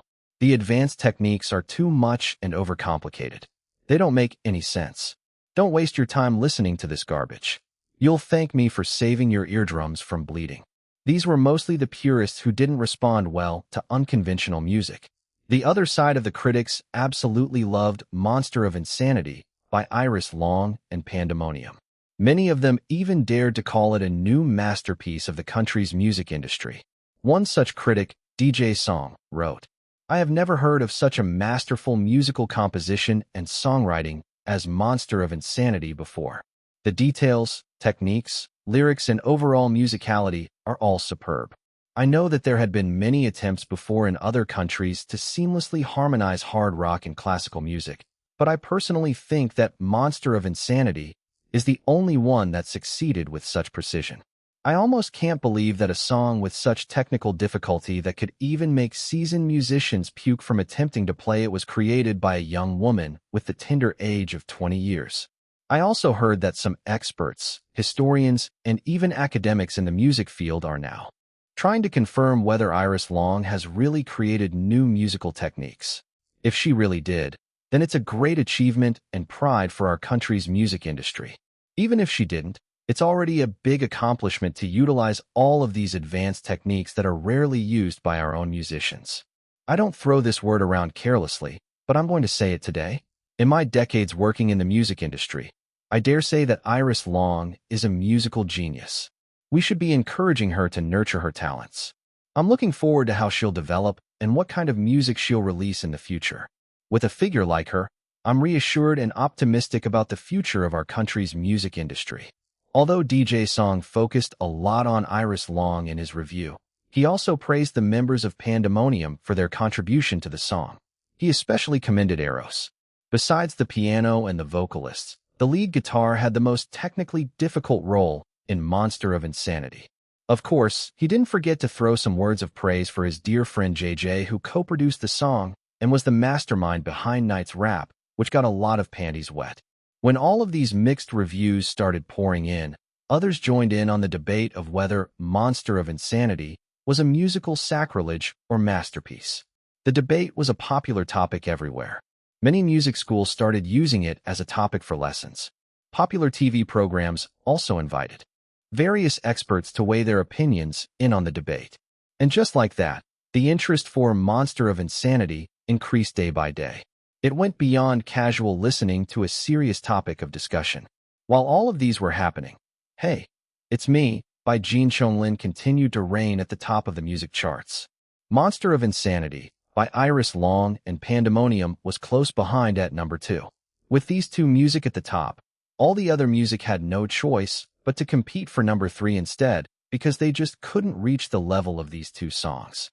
By the third week, however, a great disruption in the music charts occurred. The group of experts, historians, and academics who made it a mission to research and confirm whether Iris Long created new musical techniques or not finally released a statement. In an informal press conference in front of a top university, their representative, a well-respected music professor, announced, "Of the 8 unfamiliar music techniques we found in the musical piece, Monster of Insanity, we have confirmed 3 to be completely new, original, never recorded in the history of music in the entire world. Therefore, our team of experts, with the assistance of other experts from other countries, all have concluded that Monster of Insanity has 1 new instrumental technique and 2 new compositional techniques that have never been seen or heard of before in music history. We'd like to offer our deepest and sincerest congratulations to Miss Iris Long. Miss Long, we're all extremely proud of you as your fellow countrymen and women for such a groundbreaking and history-making achievement." Once this announcement was televised and reported in various media outlets, everyone went crazy. Sales of Monster of Insanity soared exponentially in just a single day. Countless people called radio stations to request them to play it more. Music students started feeling important because almost everyone they knew constantly asked them to explain the music techniques in Monster of Insanity. Regular TV programming was even interrupted to report on these history-making musical techniques by Iris Long as breaking news. They even revealed that the achievement was also featured in some foreign news in several countries around the world. When it came to the point that even the government's press secretary also offered his congratulations to Iris Long during his regular briefing, the citizens had no choice but to know about Iris Long and her latest music, Monster of Insanity, regardless of whether they liked the song or not. Needless to say, all of these contributed to a colossal amount of buzz for Monster of Insanity. No one was surprised when immediately the next day after the music academics' announcement, Monster of Insanity kicked off Jin Liwei's "Hey, It's Me" from its number 1 spot in the music charts. Finally, Monster of Insanity took the music charts crown. Even the Black Stars and Pandemonium fans didn't know how to react for a moment with how things developed and escalated in just a day. Everything happened so abruptly and so quickly. "Captain Blackstar, can someone pinch me? I think I'm dreaming. Is this really happening? Tell me this isn't a dream. Little Phoenix, Big Sister Captain, it's not a dream. Hadakata, intersection, comedy, lingo. I eat slippers. Pinch? Let me whack you with my mighty slippers instead. Captain, our boss is really the best. Who else can top our boss when it comes to musical prowess in this generation? No one. Comrades, all the Black Stars and Pandemonium fans, especially my beloved Slippers Army, raise all of your mighty slippers high up in the air, and let's show our congratulations and support to our unrivaled Boss Iris. All hail Boss Iris. Congrats, boss. You're the best. We're so proud of you. Ha ha. I'm waiting for those narrow-minded critics who were so savage before in ridiculing our Boss Iris and calling Monster of Insanity as painful noise and garbage. Where are you now? Come on, say something. I can't hear you, never mind. We'll never hear from them again because they're all choking from eating their own disgusting words. Oomph. They're just idiots who pretend to know everything about music when they're all just bitter and jealous idiots who criticize our boss and her music because they can never reach her level of genius. The outpouring of support and congratulations continued. Pandemonium was also riding this gigantic wave of success, pulling their careers to new heights thanks to Iris Long's achievement. Amidst all of these hullabaloo, Iris Long's first informal statement since the news came out was recorded by a horde of reporters waiting for her after a magazine photo shoot. When asked about how she was feeling about her achievements, she tilted her head to the side. Yes, some people were telling me about it just now. But really? 3 new musical techniques? I had no idea. I need to search this up myself. How nice. She replied in a careless manner before disappearing inside her executive van like it was just a regular day like always. Iris called her 2 music instructors Maestro Ludovico De Luca and Enrique Valdez to inform them about the reports saying that she invented 3 new music techniques in Monster of Insanity. And similar to her reaction earlier when asked by the reporters, her 2 instructors were also unmoved by the information. They were more interested and pleased by the song, Monster of Insanity, itself than by the individual techniques used in it. Enrique Valdez was especially happy by the song. It was something right up his alley. In fact, Iris took a lot of inspiration from him when she created the song. Of course, techniques were also important because the way they were used greatly contributed to the development of a musician's unique style. But at the end of the day, they were just techniques. They were only tools to create music and make it sound better, not music itself. Moreover, both Maestro De Luca and Enrique Valdez were accomplished composers and songwriters in their own right. If someone made a tally of all the techniques they used throughout their entire music careers, one was bound to discover completely new techniques that they invented as well. Their inventions were surely more than Iris' current 3. Of course, there were some techniques that were officially credited to Maestro De Luca and Enrique Valdez in the past, when someone noticed them. But for the most part, they didn't make a fuss and boast to the whole world about inventing new techniques. What they cared about the most was the final music they created in the end, not the individual techniques. It was only the country's music experts that made such a big fuss about Iris' supposed new music techniques, even involving the world of academia, to ask for confirmation. Although she was glad that she would be given credit for inventing those techniques, she was happier that Monster of Insanity finally reached the #1 rank in the music charts. She had achieved the goal she set together with JJ and Pandemonium. Now let's make sure to hold the position as long as we can, she murmured to herself, determination flashing in her eyes. ####. For the next few days, Iris received congratulations from many people. Of course, the first person to congratulate her was her darling. Jin Liwei immediately called when the news broke out. They spent quite a long time telling each other sweet nothings before she realized that he was actually in an important business meeting. She scolded him first before spending another 5 minutes just saying goodbye to each other. After hanging up, her phone rang again. It was JJ. "Hello, Mr. JJ? Ahaha. Ahaha." Iris waited patiently for him to calm his delighted laughter. It took an entire 2 minutes before they were able to talk properly. "Brat, why didn't you tell me that you invented new music techniques?" "I didn't know." "Ahaha. Fine. Never mind that. What's more important is that we finally beat the sh*t out of Jin Lin in the music charts. The veins in my head were just about to pop out when we failed to move from the #2 position. But now, ahaha. Finally. Serves him right for not accepting my invitation to sign under my record label when I graciously extended it years ago." Brother Lin is a loyal artist. He has stayed with Bright Summit and the record label he started with since he debuted. Whatever. Listen to me. Make sure to work hard with those Pandemonium rascals to maintain our top position. Naturally. Then JJ's voice lowered into a dramatic whisper. "Listen to me, Brat. I heard some rumors that they're thinking about giving you a special award for your achievement.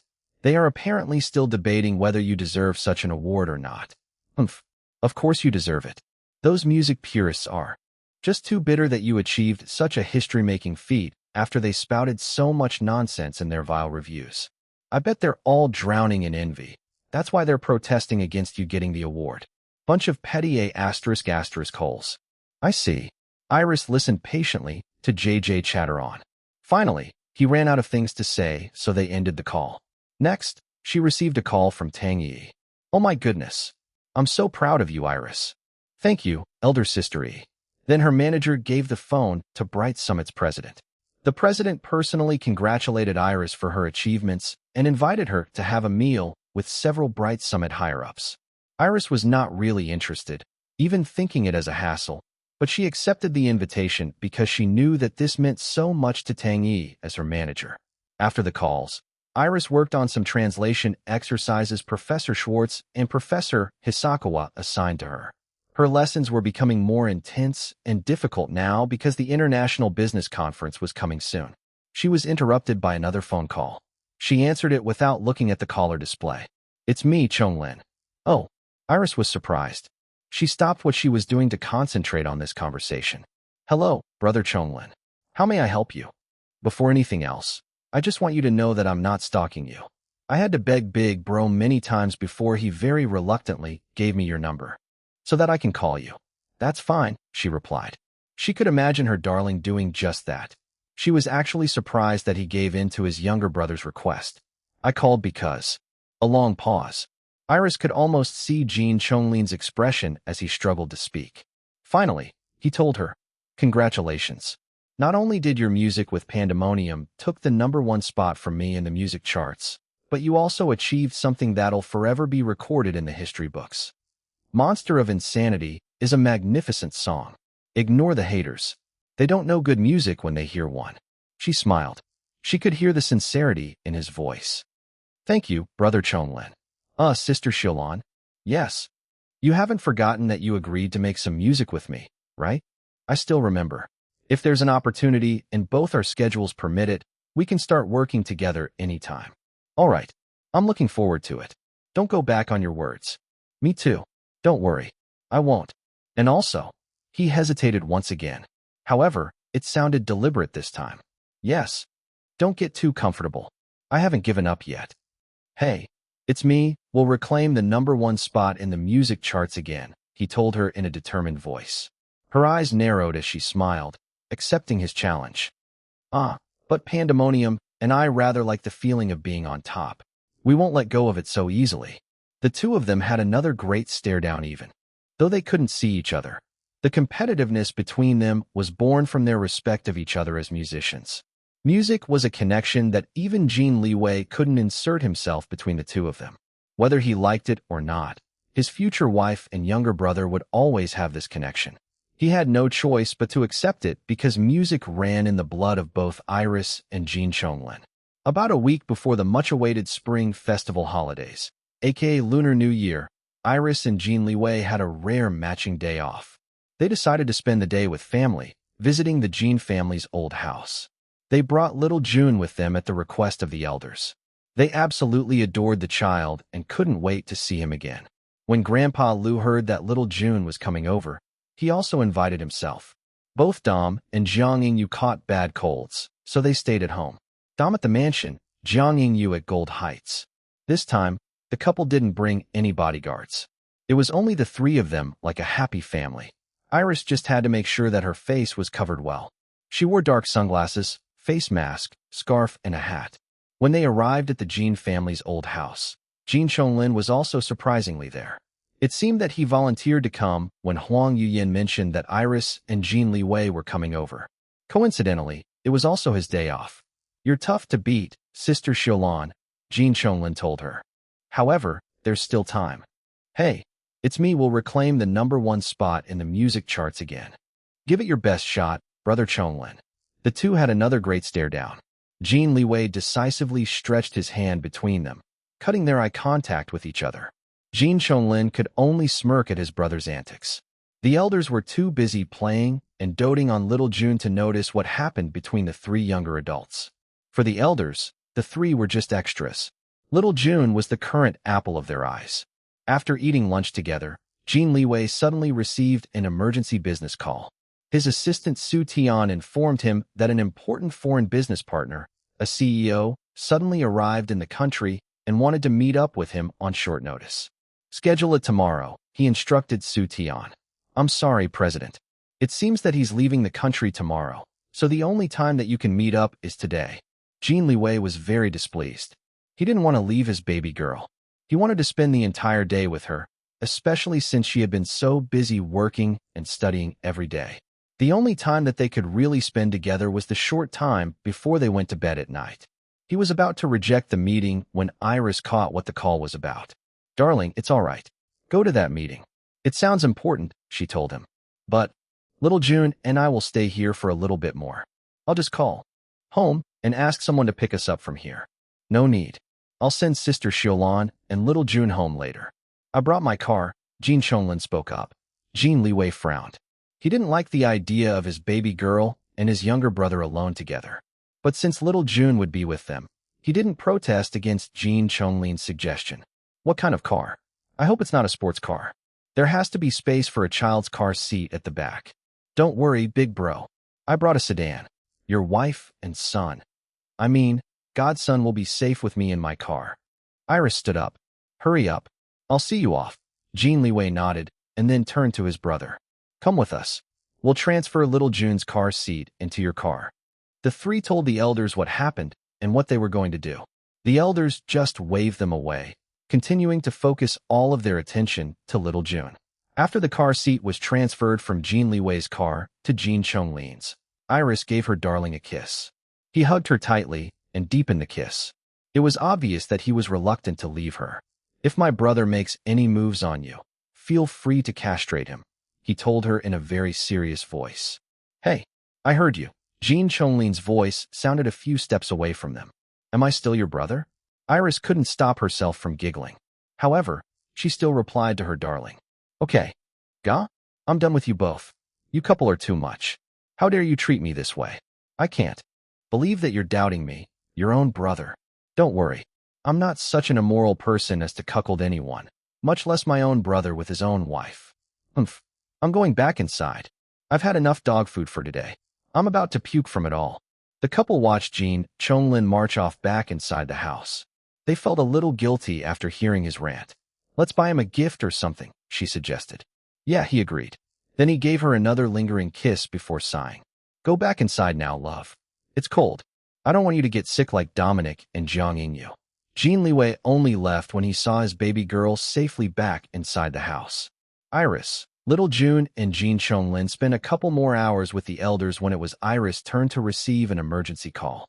It was from the cat sitters. Since Dom was sick, the cat sitters were the ones who took ice cream and popcorn to the veterinarian that day. The cats were scheduled to be spayed and neutered respectively. The cat sitters informed them that the procedures were successful. Popcorn was still groggy and preferred to sleep the anesthesia off. Ice cream, on the other hand, was having a full-blown tantrum. Even though she was also groggy from her own procedure, she had already scratched the vet, the nurses, and the cat sitters.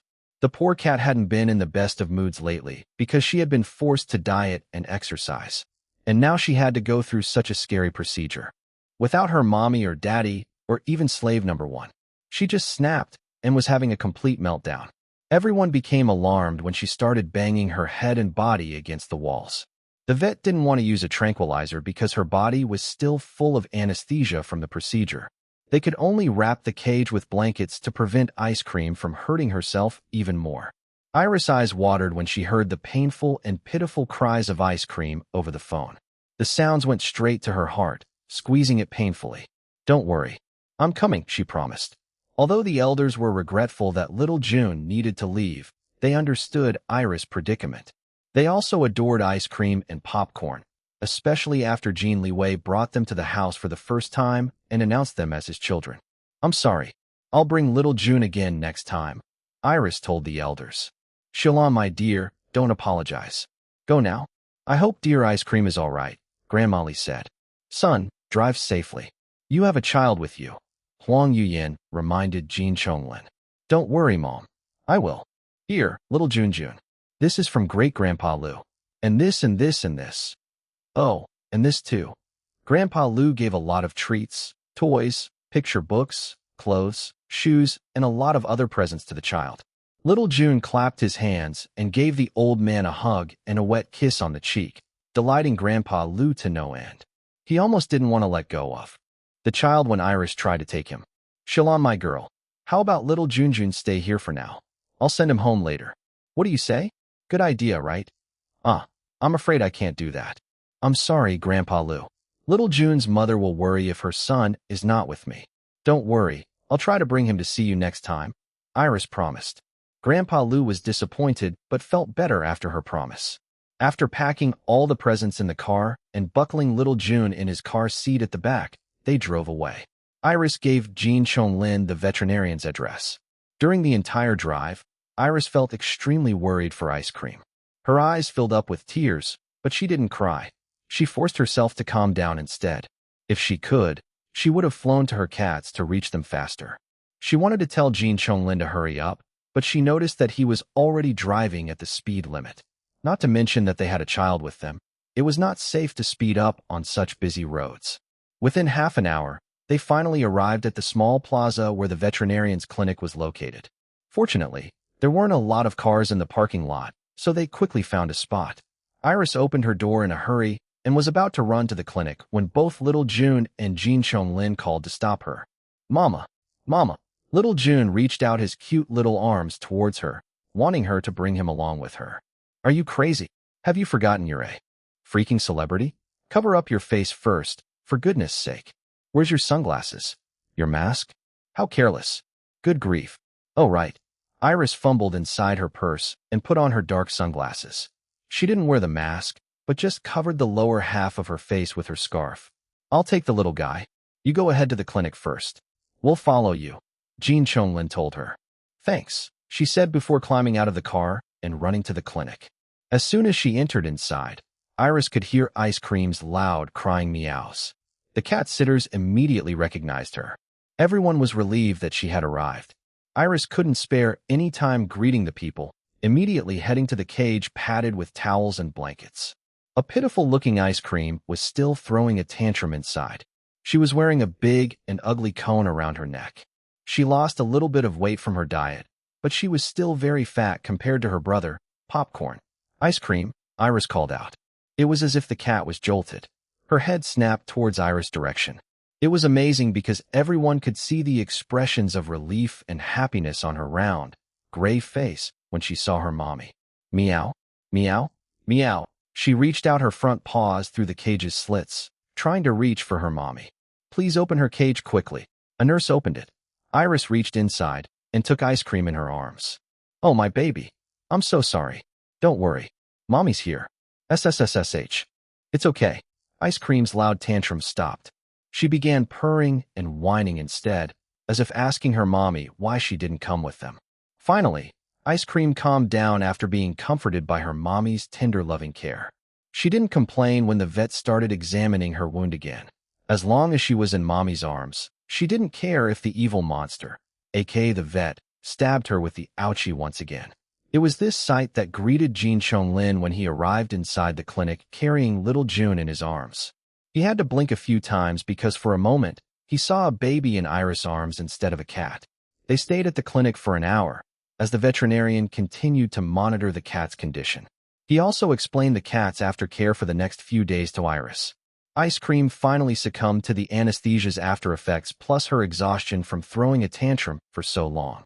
She fell in deep sleep in her mommy's arms. When it was time to leave, Iris continued to carry Ice Cream. One of the cat sitters carried the sleeping Popcorn. Jin Chonglin carried little Jun. The little guy wanted his mama, but he already had some understanding that his sister Ice Cream was sick, so he didn't insist on wanting to be carried by her.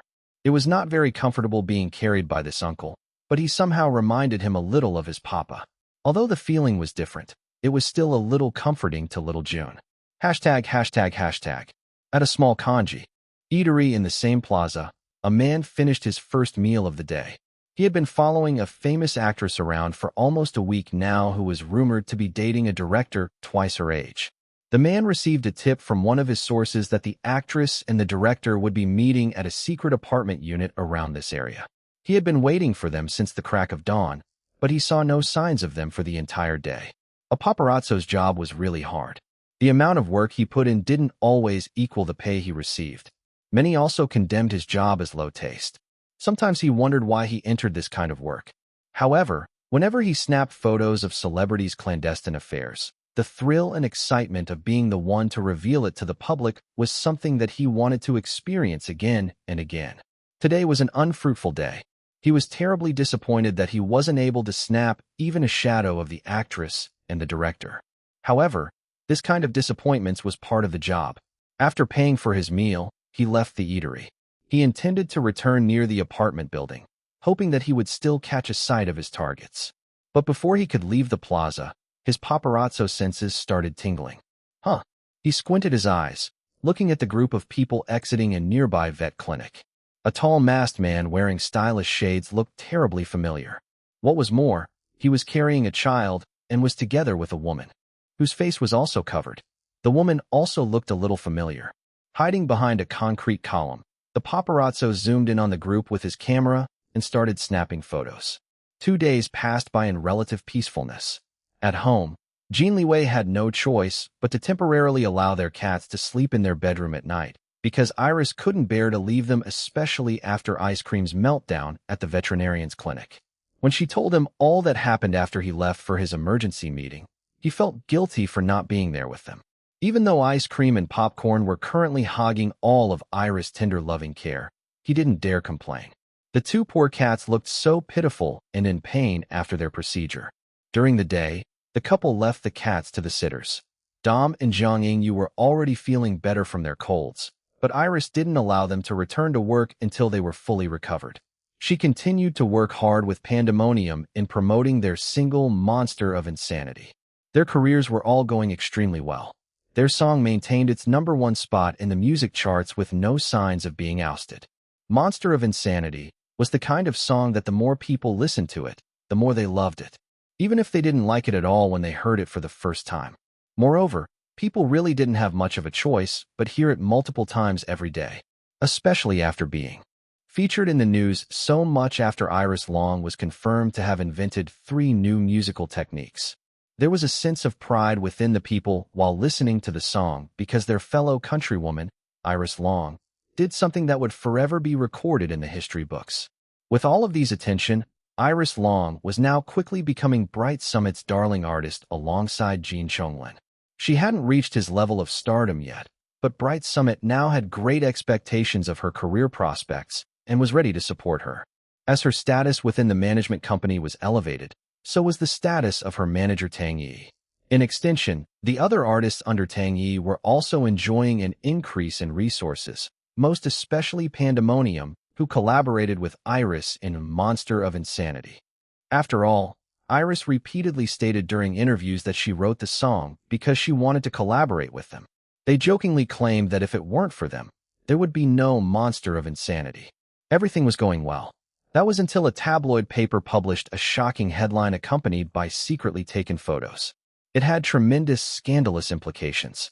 Jin Chonglin and Iris Long have a secret love child all along. The photos showed a disguised Jin Chonglin and Iris Long together at a small plaza. For hawk-eyed people, it wasn't that difficult to identify him even when he was wearing dark shades, mask, and a cap. As for Iris Long, it was a bit more difficult to recognize that it was her, but her cat's appearance gave away her identity. Actually, it was Ice Cream's fatness that gave Iris away, in addition to the cat's unique gold collars. Many remembered the collars when Iris showed a photo of her cats during her interview with Feng Jiu. The gold collars wouldn't be noticed if it wasn't for the paparazzo zooming in on them. If it was only Jin Chonglin, Iris, and her cats in the photos, they could still explain it as just friends hanging out together. However, Jin Chonglin was clearly shown carrying a toddler in the photo. Although the child's face was blurred out in the tabloid's publication, the paparazzo who took the photos claimed that the toddler's features looked very similar to Iris Long's. He also claimed hearing the child calling Iris Mama. The tabloid article insinuated that all of Jin Chonglin and Iris Long denials in the past about their relationship were all lies. That they really had an affair when Jin Chonglin was still in a relationship with Fan Luo. It even insensitively said in an indirect manner that Fan Luo had grounds in attempting to murder Iris a couple of years ago, and that her jealousy was justified. What was more, it accused Iris Long of lying about her coma despite the fact that she already showed her medical records to the public before. The article implied that it was a trick to cover up the real truth, which was that Iris Long had been pregnant with Jin Chonglin's child all along, and she had to take a long break from showbiz to give birth to their loved child. The article added, "Don't be surprised when it's revealed later on that Iris Long's mysterious fiancé is actually Jin Chonglin." She said that her fiancé is a businessman and not from showbiz during her interview with Fengjiu. The photo of the man she showed at Fengjiu's talk show must be an actor to misdirect us from the truth that Jin Chonglin is her real fiancé. With all the lies she had been telling us in the past, her credibility is not the most trustworthy at the moment. Perhaps the two think we would all forgive and forget all of their lies with the passing of time. When the tabloid was published, it caused a great uproar. Bright Summit was caught completely unawares. One moment, it was basking in its artist's successes. The next moment, the same artists that it was so proud of were involved in a scandal together. They immediately contacted Jin Chonglin and Iris Long to ask them about the truth of the matter. The general public, who was proud and celebrating Iris Long's history-making accomplishments in music earlier, was now viciously criticizing her. They called her an immoral woman for having an affair and bearing a love child with the then-engaged Jin Chonglin. They especially condemned her for lying to the public. Compared to Iris, the attacks to Jin Chonglin weren't as harsh. He was a man, the people said. Besides, he was already a known playboy even before all of these happened. The people were more critical to the woman, Iris, calling her a SL*T and a homewrecker because Jin Chonglin was already in a relationship with Fan Luo during that time. Some malicious people even started saying that Iris Long should have died in the car accident planned by Fan Luo as punishment for having an affair with a taken man. With all of the bashing, the Black Stars and some of the Pandemonium fans were quick to defend Iris Long. However, as they did so, they still begged their boss Iris to tell them the real truth. Some of them were already wavering, feeling betrayed at the thought that she lied to them for so long. Captain Black Star, don't waver, comrades. Let's believe in our boss Iris. Some of us have met her personally several times before. We know that she has a straightforward personality. She wouldn't lie about something as important as this. The tabloid is the one that's full of lies. If you're going to believe a tabloid, then you don't belong to the Black Stars. Their leader's words somewhat reassured the Black Stars. They continued to defend their boss Iris while waiting for her to release an official statement. Amidst all of these, a distinct group of Black Stars and Jin Chonglin's army of fans started rejoicing. Their stance was the complete opposite of everyone else's. They wanted for the contents of the tabloid to be the real truth. OMG. It would be amazing if boss Iris and Prince Lin Lin really have a child together and are engaged. Then they would get married and be together forever. Kaya. Oh, please let it be true. With the genes of these two gorgeous people, I'm sure that their kid looks adorable. The tabloid says that their son looks like boss Iris. I really want to see how he looks like. Maybe he'll follow in the footsteps of his parents and become a hunk celebrity in the future. Yua. I'm so looking forward to that day. Linris is the ultimate couple in this century. All the people wanting to break them apart are our enemies. Hashtag Linris, hashtag we love Linris, hashtag Linris forever. All of these Linris shippers were thanking the tabloid for revealing the truth. They were all excited and looking forward for their Prince Lin Lin and boss Iris official confirmation of their relationship. They couldn't wait for Linris to become official. They even started calling the child as Baby Linris. That same day, both Jin Chonglin and Iris Long released official statements through Bright Summit and on their own social media pages. They denied the tabloid's allegations of any affair between the two of them. They claimed that it was only recently that they had grown closer as friends and fellow artists under the same management company. Iris also cleared up the matter about the child. She said that it was her godson and that her godson called her Mama. The Black Stars believed her wholeheartedly. As for the general public, some believed her, some didn't. They were unsatisfied by her statement. If she and Jin Chonglin weren't really the child's parents, then why didn't she reveal anything about his real parents? They felt that the couple should just admit that they had an affair and a love child together. Despite all the criticisms and Bright Summit's advice, Iris continued to work as if not affected by the attacks being thrown at her. Long ancestral residence. The elders gathered together to speak with Long Tingfei and Long Hui at the compound's main wing. All of the elders were very displeased at the recent scandal of their young Miss Xiaolan. The atmosphere within the meeting hall was so oppressive that Yang Liwei wanted to bolt out of the place. However, she endured and stayed beside her husband to give him moral support. She had always been ill at ease with the Long elders. They only treated her as barely acceptable as the current madam of the Long family. She wasn't from a wealthy, aristocratic, or influential family, but she was well-educated and had a modestly successful career before she married Long Tingfei. This was the only reason that they weren't treating her like a complete sh*t, unlike how they treated Wei Lan, Iris' mother, and Long Tingfei's former mistresses, the mothers of his two illegitimate children. Although this gathering pertained to their young Mrs. latest scandal, it wasn't their main concern. After all, they were already used to her being featured on the news all the time and shaming the Long family name again and again. This time, everyone was more concerned about the inclusion of Long Jun, aka Little June, in the recent tabloid news. Hi, the young Miss Xiaolan only knows how to bring trouble to our family. Because of her, it's only a matter of time before the existence of young Master Huey's bastard son is exposed to the public. Long Ming complained. She was the second most prominent elder in the clan. She was the cousin of Long Tingfei's father and the head of one of the branch families. Long Huey's expression darkened when his son was called a bastard. Although it was true in the literal meaning of the word, the way Elder Long Ming said it sounded too offensive for him as a father. He was about to protest when Long Tingfei gestured for him to calm down.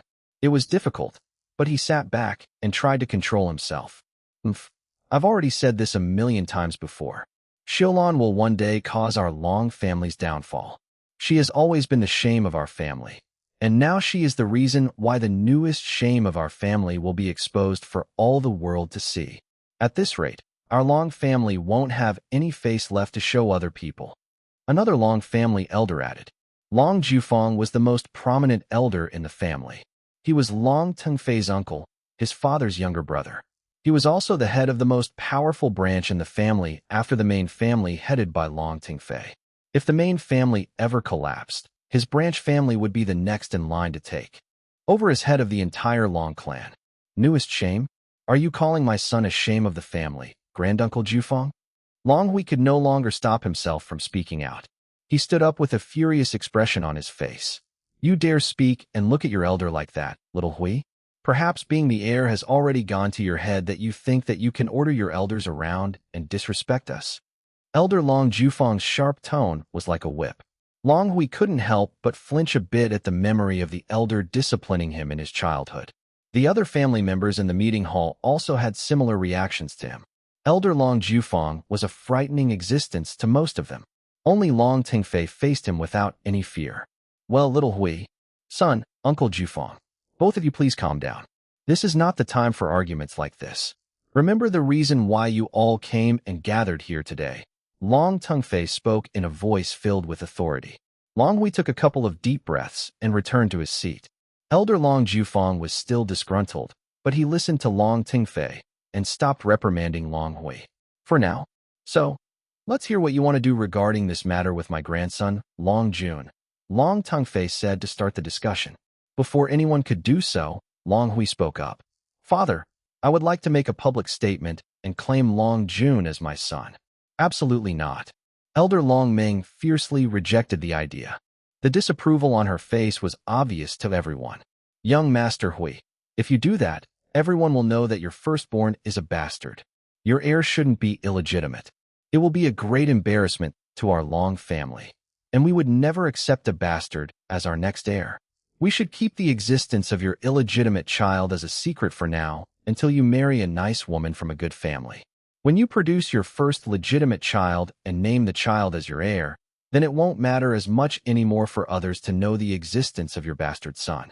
We can just say that he was a mistake with a former mistress. Elder Long Jufeng nodded in agreement with her. Both Long Tingfei and Long Hui felt angry at the words she uttered.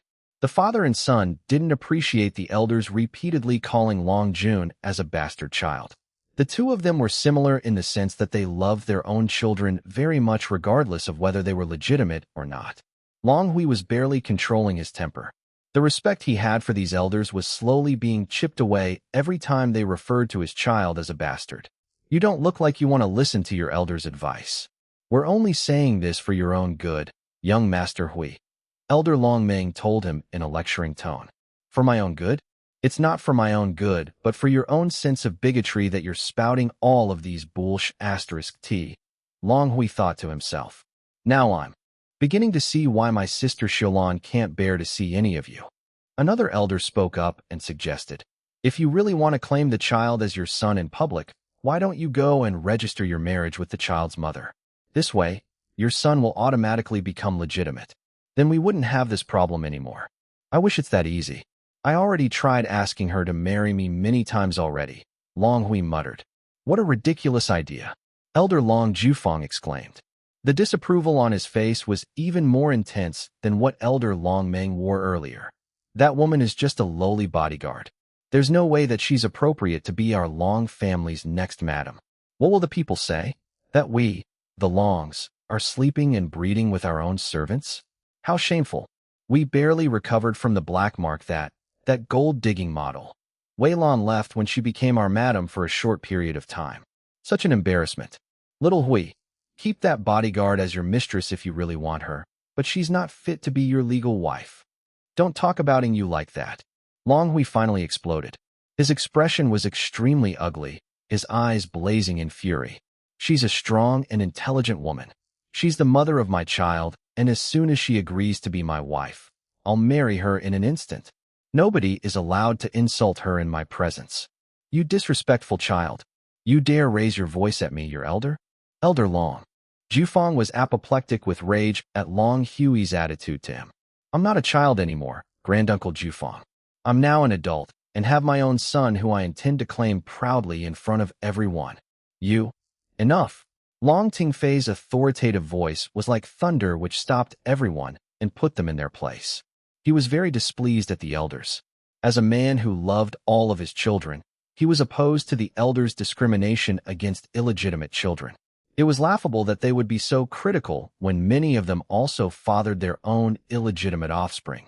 They thought that he, the head of the family, wouldn't know about their secrets. They were clearly underestimating him. However, he wasn't the kind of man to use illegitimate children to blackmail people to get them to do his bidding. For him, children were blessings, not weapons. Son, if you really want to make a public statement and claim Long Jun as your child, go ahead. I'll support you as the head of our Long family, Long Tengfei told his son, ignoring the elders' protests around him. Thank you, father. Long Hui was greatly relieved that his father approved of his decision. But be decisive about it and don't dawdle. Your sister is also suffering in this. The more time you take, the more her reputation will be damaged, Long Tengfei reminded him. Yes, father. I'll do it right away. Elder Long Meng scoffed. Young Miss Xiaolan is suffering? I don't believe that even for a second. I bet she's enjoying all the attention right now. Isn't that what she loves the most? The attention? She always gives us headaches. All she knows is to create scandal after scandal to shame our entire family. And because of her, another bastard child of our family will be exposed to the entire nation. I also heard that your bodyguard mistress is working for her now. Birds of a feather really do flock together. They will be the ones who will cause irreparable damage to our family's noble name. You're wrong, Grandaunt Meng. My sister Xiaolan is not a shame at all. In fact, she's the greatest pride of our family. You have no idea how amazing all of her achievements are. If you continue to look down on her, you'll be the one shaming our family to the entire world instead. Long Hui had enough of the elder's bigotry towards his son's mother, and his youngest sister. After saying his piece, he stormed out of the meeting hall.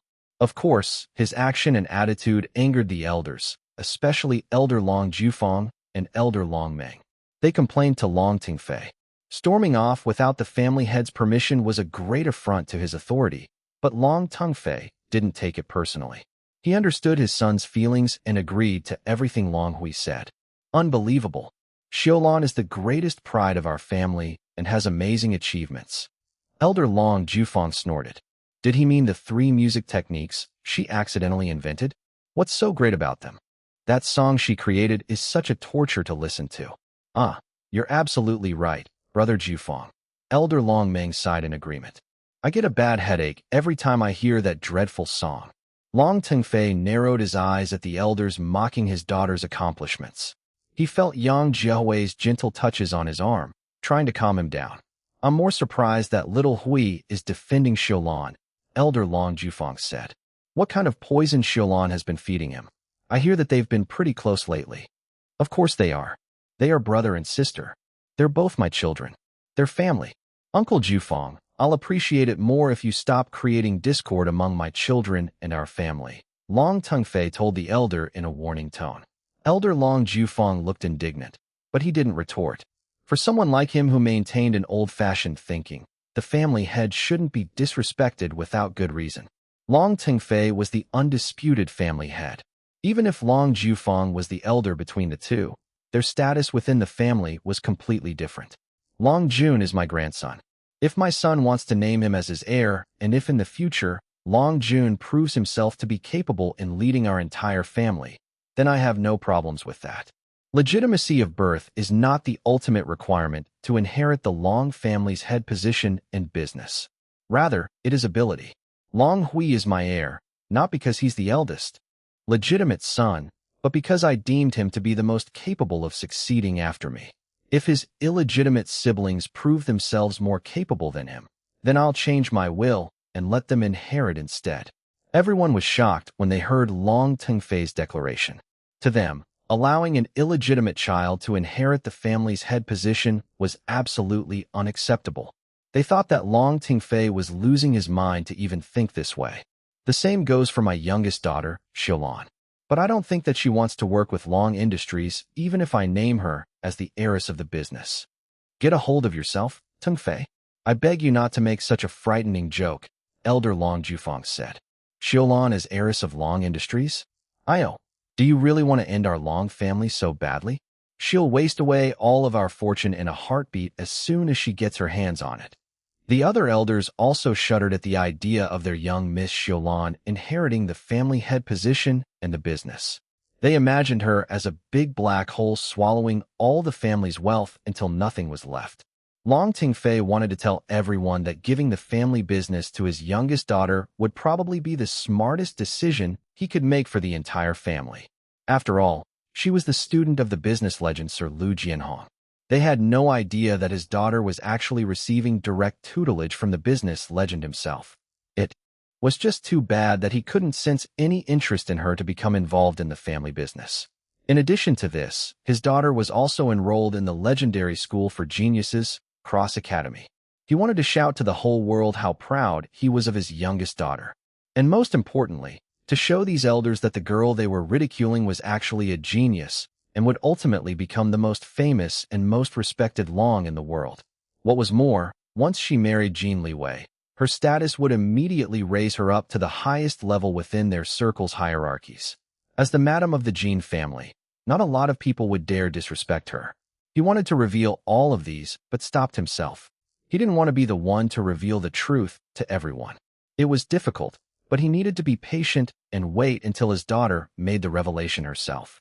Besides, he thought that it would be more fun to see the shocked expressions of the elders when they finally learned about his daughter's real abilities and secret status. The gathering ended with many ruffled feathers. The elders were very unhappy about Long Tengfei's decision to allow Long Hui to publicly claim his illegitimate son. The ones content with the current status quo just shrugged their shoulders and returned to their comfortable lives. The discontented ones were already busy making plans. A great storm was about to descend over the entire Long clan. Later, that night, Long Tengfei and Yang Jiawei released big sighs of relief when they finally lay down on their bed. They talked about what happened earlier during the meeting with the elders. The tense atmosphere and arguments during the meeting was very exhausting to both of them. Even more so for Long Tengfei, who had to mediate between his son and the elders. But he wasn't the head of the family for nothing. After a few moments of venting his frustrations to his wife, he put the matter of the elders aside. He began to worry about his youngest daughter instead. He partly blamed himself for not properly monitoring contents about Iris in the news. If he had caught a whiff of the latest tabloid news about her, then perhaps he would have been able to stop it from being published. Yang Jiawei comforted him. Tengfei, Xiulan is a celebrity. Something like this is common and a way of life for celebrities like her. This is the choice she made for her career. I know that you don't want your daughter to suffer, but she's already an adult. Besides, it's impossible for you to protect her from the harsh realities of life. She also needs to experience all of these in order for her to grow stronger and become more independent. She's doing an excellent job so far, isn't she? All you can do as her parent is to watch over her and lend her a helping hand whenever she needs it. You're right, and you don't need to worry about her too much anymore. Not only has she grown into an amazing young woman, but she also has Jin Liwei by her side. That boy loves your daughter very much. A complicated expression appeared on Long Tingfei's face. On one hand, he was happy that his daughter was engaged to a powerful man like Jin Liwei. But on another hand, he thought that his daughter was too young to marry.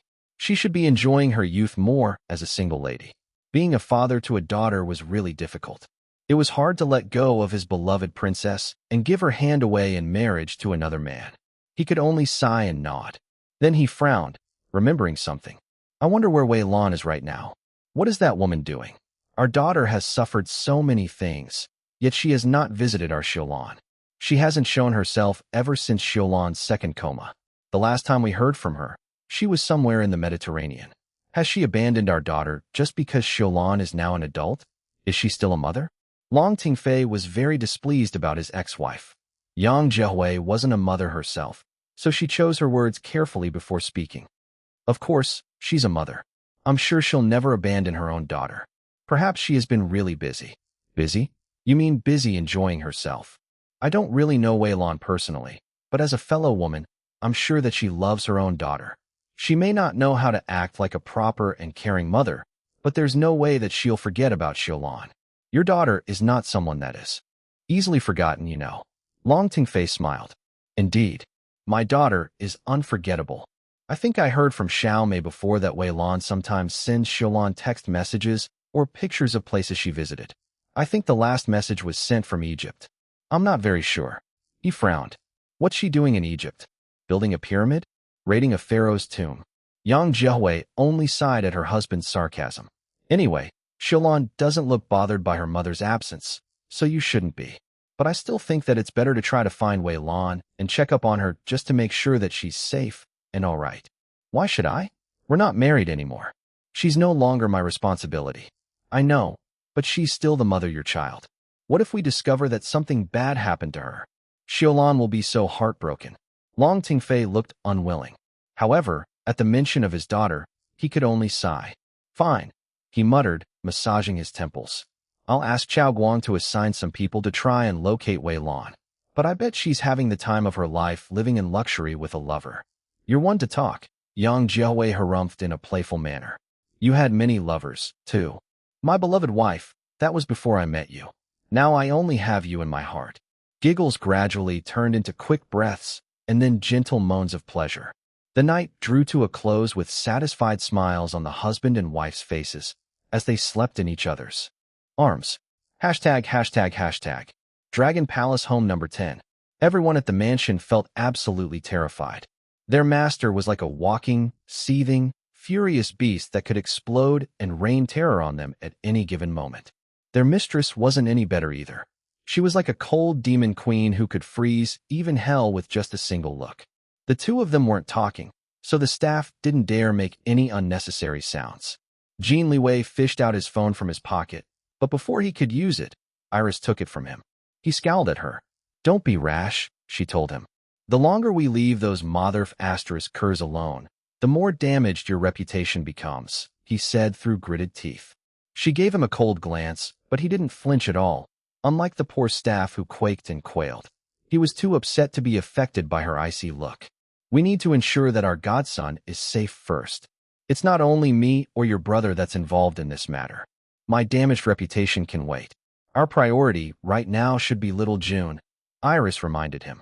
Jin Liwei looked torn, on the verge of going berserk against the people slandering his baby girl, but he forced himself to nod at her. If she wasn't there trying to stop him, he would have already raised the tabloid paper and the paparazzo, who secretly took the photos to the ground. It was difficult, but he controlled his fury. Ime called them earlier saying that the condo building was once again surrounded by reporters. Although Jin Liwei already upgraded the building's overall security, the risk was still great as there were some residents who began talking to the reporters, telling them stories about seeing Iris with a toddler. Iris felt furious after hearing about it. When this ordeal was over, she would send out eviction notices to some of the building's loose-tongued residents. It wouldn't be too hard to find reasons for the evictions. Besides, she was the new owner of Gold Heights Company. She had all the authority to evict people. The reporters and rumor-mongers wanted to catch sight of little June. It came to a point that some of the reporters managed to infiltrate inside the building with the help of the loose-tongued residents. It alarmed Jiang Yingyu. She carried her son and ran to the penthouse, not daring to come out for fear of being mobbed by reporters. The penthouse had the best security in the entire building. However, they couldn't just lock themselves up there forever. That was why Iris and Jin Liwei sent several groups of his subordinates to help the mother and son escape from the penthouse. Iris would only feel at ease once little June and Jiang Yingyu safely arrived at the mansion. Jin Liwei's phone beeped in Iris' hand. It was a message from his subordinate. It read, "We got them. On our way to the mansion." Iris felt relieved after reading the message. Then it was her phone that rang next. It was a call from Jin Chonglin. But before she could answer it, Jin Liwei grabbed the phone from her and rejected the call. She stared at him, incredulous at his action. "Darling, how could you do that to your own brother?" "I'm not in the mood to talk to him at the moment." "Maybe in a few days," he told her. "Well, it's my phone he's calling. You don't have to talk to him if you don't want to." "I'm not in the mood to allow him to talk to you either." Her phone started ringing once again. It was still Jin Chonglin. And just like before, Jin Liwei rejected the call. "You're so childish, Jin Liwei. Give me my phone." She tried reaching for it, but he refused to return it to her. "Give it to me, or I'll bite you." Very hard. It was the only threat that she could think of at the moment. Then the man pulled down his collar and offered his chest to her. "Here, love. Bite me all you want." Iris glared at Jin Liwei, but he only pulled his collar lower, exposing more of his flesh to her. She saw all of the previous hickeys she left on his skin. "What are you doing?" She scolded him, but her tone didn't really sound angry. "Ichem, I thought you want to bite me." "I do not." "Well, maybe a little." Her eyes darkened with desire as she looked longer at the exposed part of his chest. Saliva began to pool in her mouth. A strong urge to kiss his bare skin fogged her mind before she realized what was happening. "Wait. Stop distracting me. That's not the point. I said give me my phone." Jin Liwei looked at her for a few seconds. "My chest is not enough for you. All right then." He grabbed the bottom hem of his long-sleeved shirt and began to take it off. His tight, hard abs were exposed for everyone to see. Iris was shocked by his sudden action. Then she heard the loud gasps of some of the maids. Her own green-eyed monster started rearing its ugly head within her. "What are you doing? Stop!" She leaped towards him and quickly pulled his shirt down before he could completely take it off. Then she glared at the blushing maids and houseboys. "Don't look." The startled staff immediately covered their eyes and turned around. "Yua, the mistress is so scary. How cute." Jin Liwei looked extremely smug at her overreaction. He chuckled softly before pulling her to sit on his lap. Then he began hugging and nuzzling her. Are you crazy?" Annoyed at him, she tried getting off his lap, but he just pulled her back down again. "Yeah, crazy for you." He smirked at her. She pursed her lips at him, trying to stay annoyed. However, her own mouth betrayed her by twitching until it smiled. Then without her control, she began giggling. "You're so annoying." "Yeah, but you love me." She nodded, confirming his words, and then hid her face against his neck. The household staff were all speechless.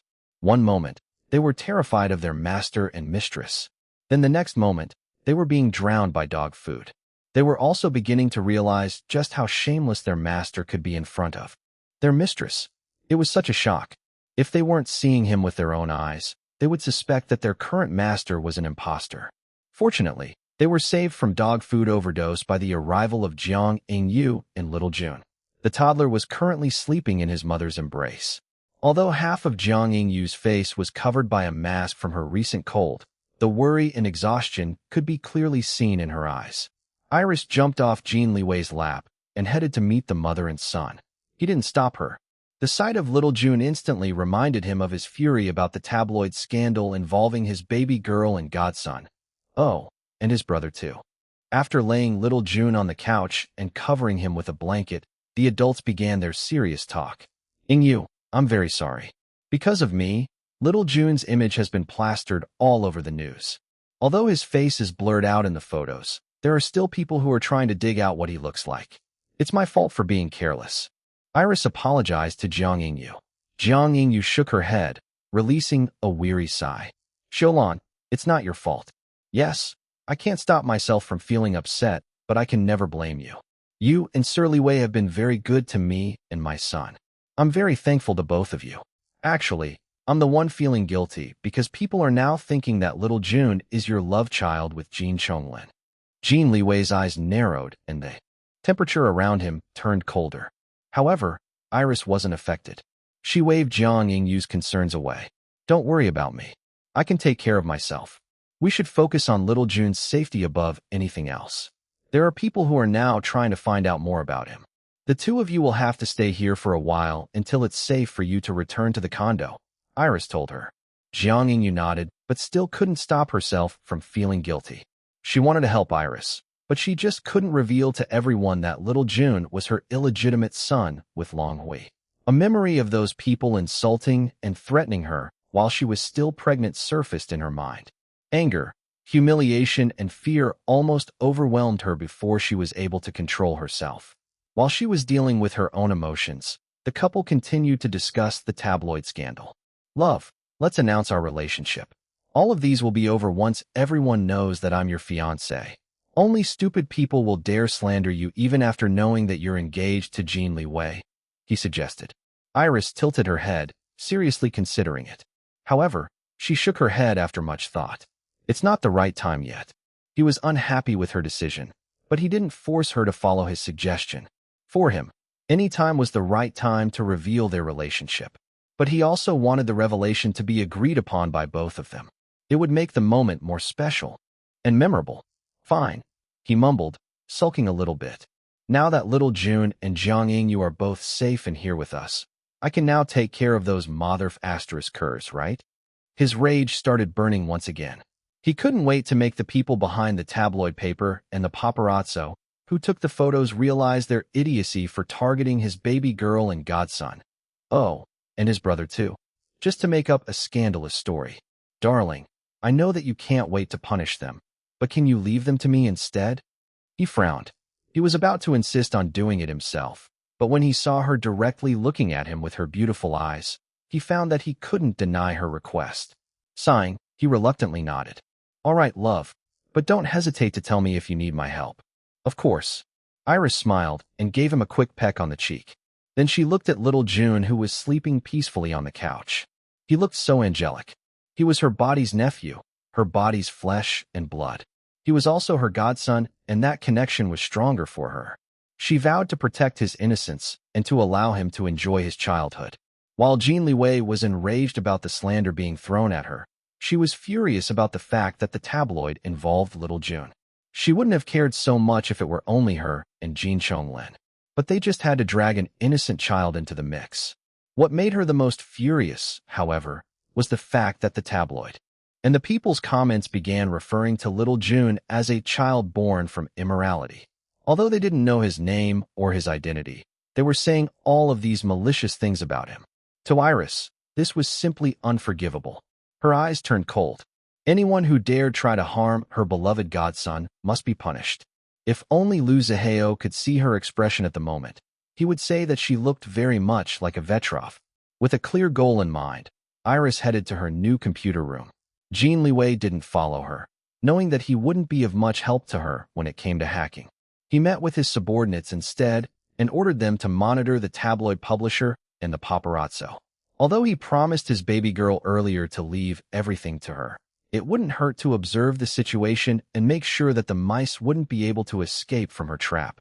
Iris' computer room at the penthouse was already impressive, but this new computer room in the mansion was many times more so. Jin Liwei surprised her by building a computer room that was basically a giant vault made of tens of thousands of bulletproof stainless steel. It had state-of-the-art security, a fingerprint and retina scanner, voice recognition system, plus a password entered into a keypad were needed in order to unlock the door. Jin Liwei presented it to her as a computer room, but it could also serve as a panic room in times of danger. She was extremely impressed and delighted by its design and features. She could see that Jin Liwei spared no expense in building the space for her. It took many weeks to fill up the room, but it was worth it. Her new computer room now contained some of the fastest, most sophisticated and advanced computers and devices in existence so far. Her complete setup could rival that of the best research, security, and even space agencies in the world. Now that she was wealthier, she splurged a bit more compared to when she was filling up her computer room at the penthouse before. It was time to fully utilize her new computer room for the first time. She hacked into the tabloid publisher. She initially only intended on digging dirt on the people who were directly involved in the tabloid story about her, but she unexpectedly stumbled upon a cesspool of materials regarding various forms of corruption and illegal activities. The discovery was unexpected but not very surprising. She copied everything. Afterwards, she made sure to delete all copies of little Jun's photos. There were unedited versions fully showing his adorable little face. Just to be thorough, she deleted everything pertaining to her, Jin Chonglin, and even Jin Liwei. She scowled as she read through many alleged accounts of several women and even men claiming to be lovers with her darling. However, these stories never saw the light of day. It seemed that there really were quite a number of people who feared incurring the wrath of Jin Liwei. Unfortunately, this fear didn't extend to his brother, Jin Chonglin. By the vast number of rumors and fake stories being released about Jin Chonglin, it appeared that sometimes people were forgetting that Jin Liwei and Jin Chonglin were brothers. Her next target was the paparazzo. What she discovered creeped her out. For the sake of snapping photos of his various celebrity targets, the man would covertly trespass on private properties, bribe hotel employees, illegally plant surveillance devices, stalk, and hide in bushes, closets, garbage bins, and even sewers. He was basically a paid stalker. Yet, it didn't seem that he was living well. His meager and irregular income made him hover around the urban poverty line. It was only when he snapped incriminating photos of big celebrities that he received good pay. But this was very rare. Most of the time, he survived by taking photos of starlets or non-famous celebrities. If it were any other time, Iris would perhaps feel sorry for the man. This time, however, he made the mistake of involving her godson, little Jun.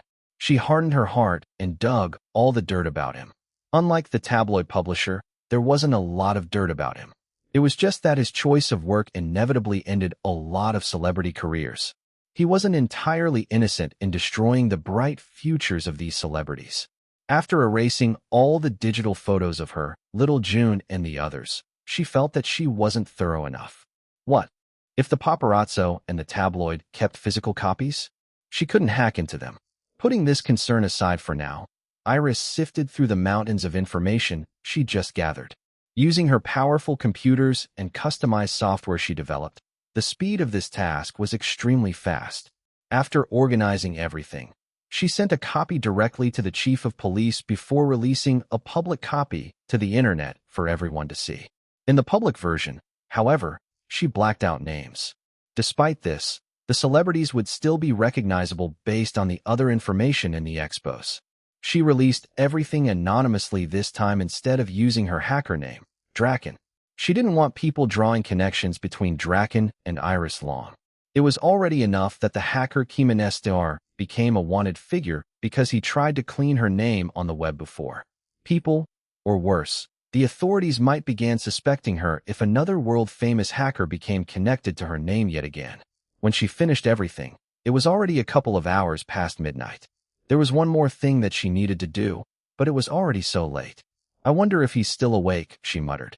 She thought for only a moment before deciding to just go ahead with it. She grabbed her phone and dialed. Hello. An alluring male voice answered her call. Big brother, it's me. I know. She could hear the smile in Liu Ziheo's voice. Why are you still awake? Is it about the trouble you got yourself into with those tabloid pests? Dealing with them should be easy. Don't tell me you haven't solved it yet. I did. Well, not quite. Big brother, I need your help. Hell, let's hear it then. She explained to him her concern about the tabloid publisher and the paparazzo having physical copies of the photos and the information about her, little Jun and the others. She also told him about all the dirt she found about them. Oh, blackmail material? Interesting, but not surprising. Tabloids are usually filled with shady business like that, Liu Ziheo said. When she told him that she already released the incriminating evidence of the tabloid's illegal activities online and even sent a copy to the police, he was clearly displeased by her decision. She understood his aversion to the police. She had it, too, but they were living different lives now. They should be learning how to live as responsible, law-abiding citizens as much as possible. Well, except when it came to hacking for her. "So will you help me, big brother?" she asked him. "But no need to hurt any of them, especially that paparazzo. I just need all the physical data to be destroyed." "No problem. I'll send several teams right away. There's still a lot of time before sunrise. It will be done before the workday starts," he assured her. She was relieved hearing his words. If her brother said that it would be done, it would certainly be done. "Thank you. Anything for my little sister." After a few seconds of silence, "I want to see you," she told him in a soft voice. "The last time we saw each other was when we celebrated New Year with the Chua family. I'm really busy right now, but I'll try to see you again sometime. Can we celebrate Spring Festival together?" she asked. He didn't answer right away. "Please, big brother." "All right. I'll find time to celebrate with you." She instantly felt happy. "Little sister?" "Yes." He paused before asking her, "If I ask you for help about something extremely difficult, would you help me?" "Of course." There was no hesitation in her answer.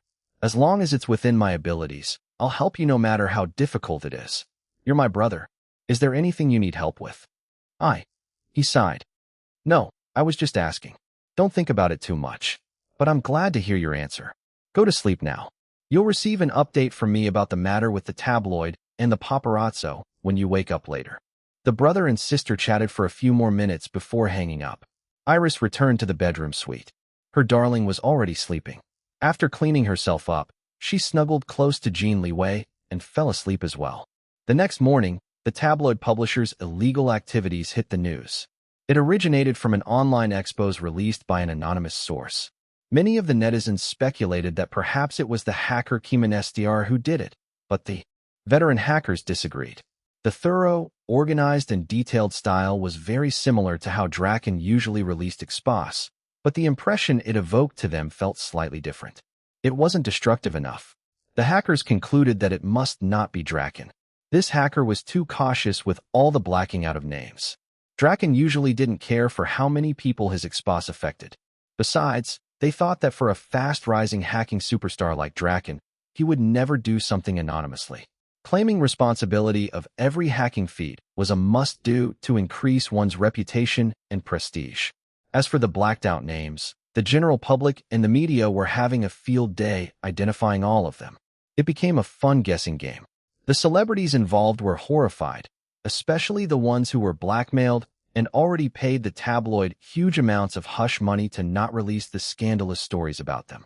For the celebrities who couldn't pay or refused to do so, they surfaced once again to use this as an opportunity to finally clear up their names. Many of them suffered tremendous damage to their reputations, while some of them had to prematurely end their careers as a result of the stories released by the tabloid about them. Not only the celebrities and their families were enraged, but also their fans. As a result, many of them stepped forward to officially sue the tabloid. In the next few days, the tabloid was sued for a number of crimes such as libel, extortion, corruption, trespassing, and invasion of privacy. The police was very quick in responding to all of these lawsuits. They quickly apprehended the key people from the tabloid. It seemed that the police chief personally involved himself in the investigations of these cases. He eventually revealed that he held a more detailed version of the expose containing names that weren't blacked out. While the press was busy gathering more information about these cases, they were suddenly invited for a press conference. The heir of Long Industries, Long Hui, wanted to make an announcement. Only a few representatives from the media attended. Although the Longs were included in the list of the country's most prominent families, their importance wasn't very significant compared to the likes of the Jins, the Lus, and most especially the Fengs, whose influence went beyond wealth. Not many people were interested in hearing announcements from them. They thought that Long Hui would just probably announce some new business acquisitions, or perhaps an engagement, or even a marriage. Why bother calling for a press conference? A simple press release or a social media post should suffice. The Longs think too highly of themselves. The reporters sent to the press conference grumbled to themselves. The only member of the Long family that they were interested in at the moment was Iris Long. However, most of them already knew that she had an estranged relationship with the Long family, though there were rumors that she had been repairing her relationship with her family in recent months. As if anticipating the poor turnout, the place Long Hui booked for the press conference was not very big. He had participated in other press conferences in the past, but most of them were regarding Long Industries. This was the first time that he would be conducting a press conference for a personal matter concerning him and his family. He felt nervous but also excited at the same time. Remembering his conversation with Jiang Yingyu on the phone earlier today, he was surprised that she was agreeable to his plan. Although she wasn't happy, she didn't resist. Then he learned that it was because of his sister. Xiaolan's reputation has taken a severe hit because people are thinking that little June is her love child with Jin Chonglin. If you announce that little June is actually your son, then all these bad rumors about her will stop, Jiang Yingyu told him. He sulked a little after hearing her reason for giving permission. Actually, with or without her approval, he would still go ahead and make the announcement. He just informed her as courtesy and respect as the mother of their child. And of course, he was hoping to earn some brownie points from her. Does your family know that you're doing this? She asked in a cautious and anxious manner. Yes, of course. Father approved of my plan, he told her. Only your father? He hesitated before replying. Yes. Silence. Yingyu. She chuckled bitterly. Then she sighed and said, At least your father permitted you to do this. Yeah. Long Hui. He frowned, not liking how she was addressing him using his full name. Please, I beg you. Protect our son. Her voice shook a bit. I know that will never be good enough for your family, but please, don't let them hurt our son. I can't bear it. What are you talking about? Yingyu, tell me. Just promise me, please. Yes, of course. I'll naturally protect Long Jun. He's my son, our son. I won't let anyone hurt him. When the call ended, he couldn't stop thinking about what she said.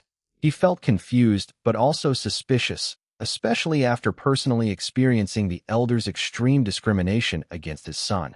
But before he could think more deeply and carefully about the matter, he received a signal that the press conference was about to start. He cleared his mind of any unnecessary thoughts. He focused instead on the important task that he was about to accomplish in this press conference. ####. Dragon Palace Home Number 10. The huge flat-screen TV was showing the live telecast of Long Hui's press conference. It was currently being broadcast on a minor news channel. Iris' head was laying on Jin Liwei's shoulder while they watched the press conference together on the couch. Little June sat on Jin Liwei's lap while playing with a toy given to him by his great-grandpa, Lu, a few days ago. Jiang Yingyu sat on another couch with Dom. The two of them were still wearing masks just until they were sure that they were fully recovered from their colds. She wore her neutral bodyguard expression, not showing any emotions as she watched her ex-lover and the father of her child on TV. Long Hui looked very dashing with his crisp business suit. He was cold, handsome, and graceful. Good afternoon, ladies and gentlemen. My name is Long Hui. I am also Iris Long's eldest brother. I am here to announce today that the child pictured with my sister in a recent tabloid story is my son. The child is my biological son, my own flesh and blood. I had him with my lover. He is not, I repeat, he is not the son of my sister Iris Long or the celebrity Jin Chonglin. The cameras began flashing, snapping photos of him. The reporters suddenly grew interested in what he had to say.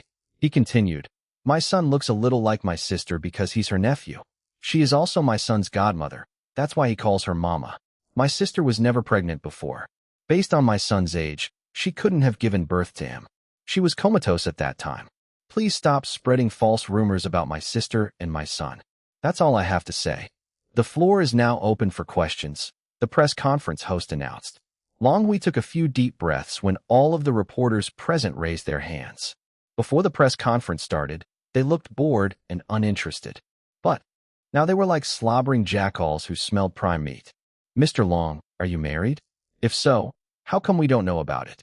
Was it kept a secret? A reporter asked. No, I'm not married, he answered. Then your child is illegitimate? Long Hui had to calm himself down first because a strong urge to punch the son of a b'TCH in the face almost made him lose control. He was seething in anger, but he forced a calm tone when he answered. Yes. Then he quickly added, "But that may change in the future if the mother of my child agrees to marry me." The reporter's eyes lit up.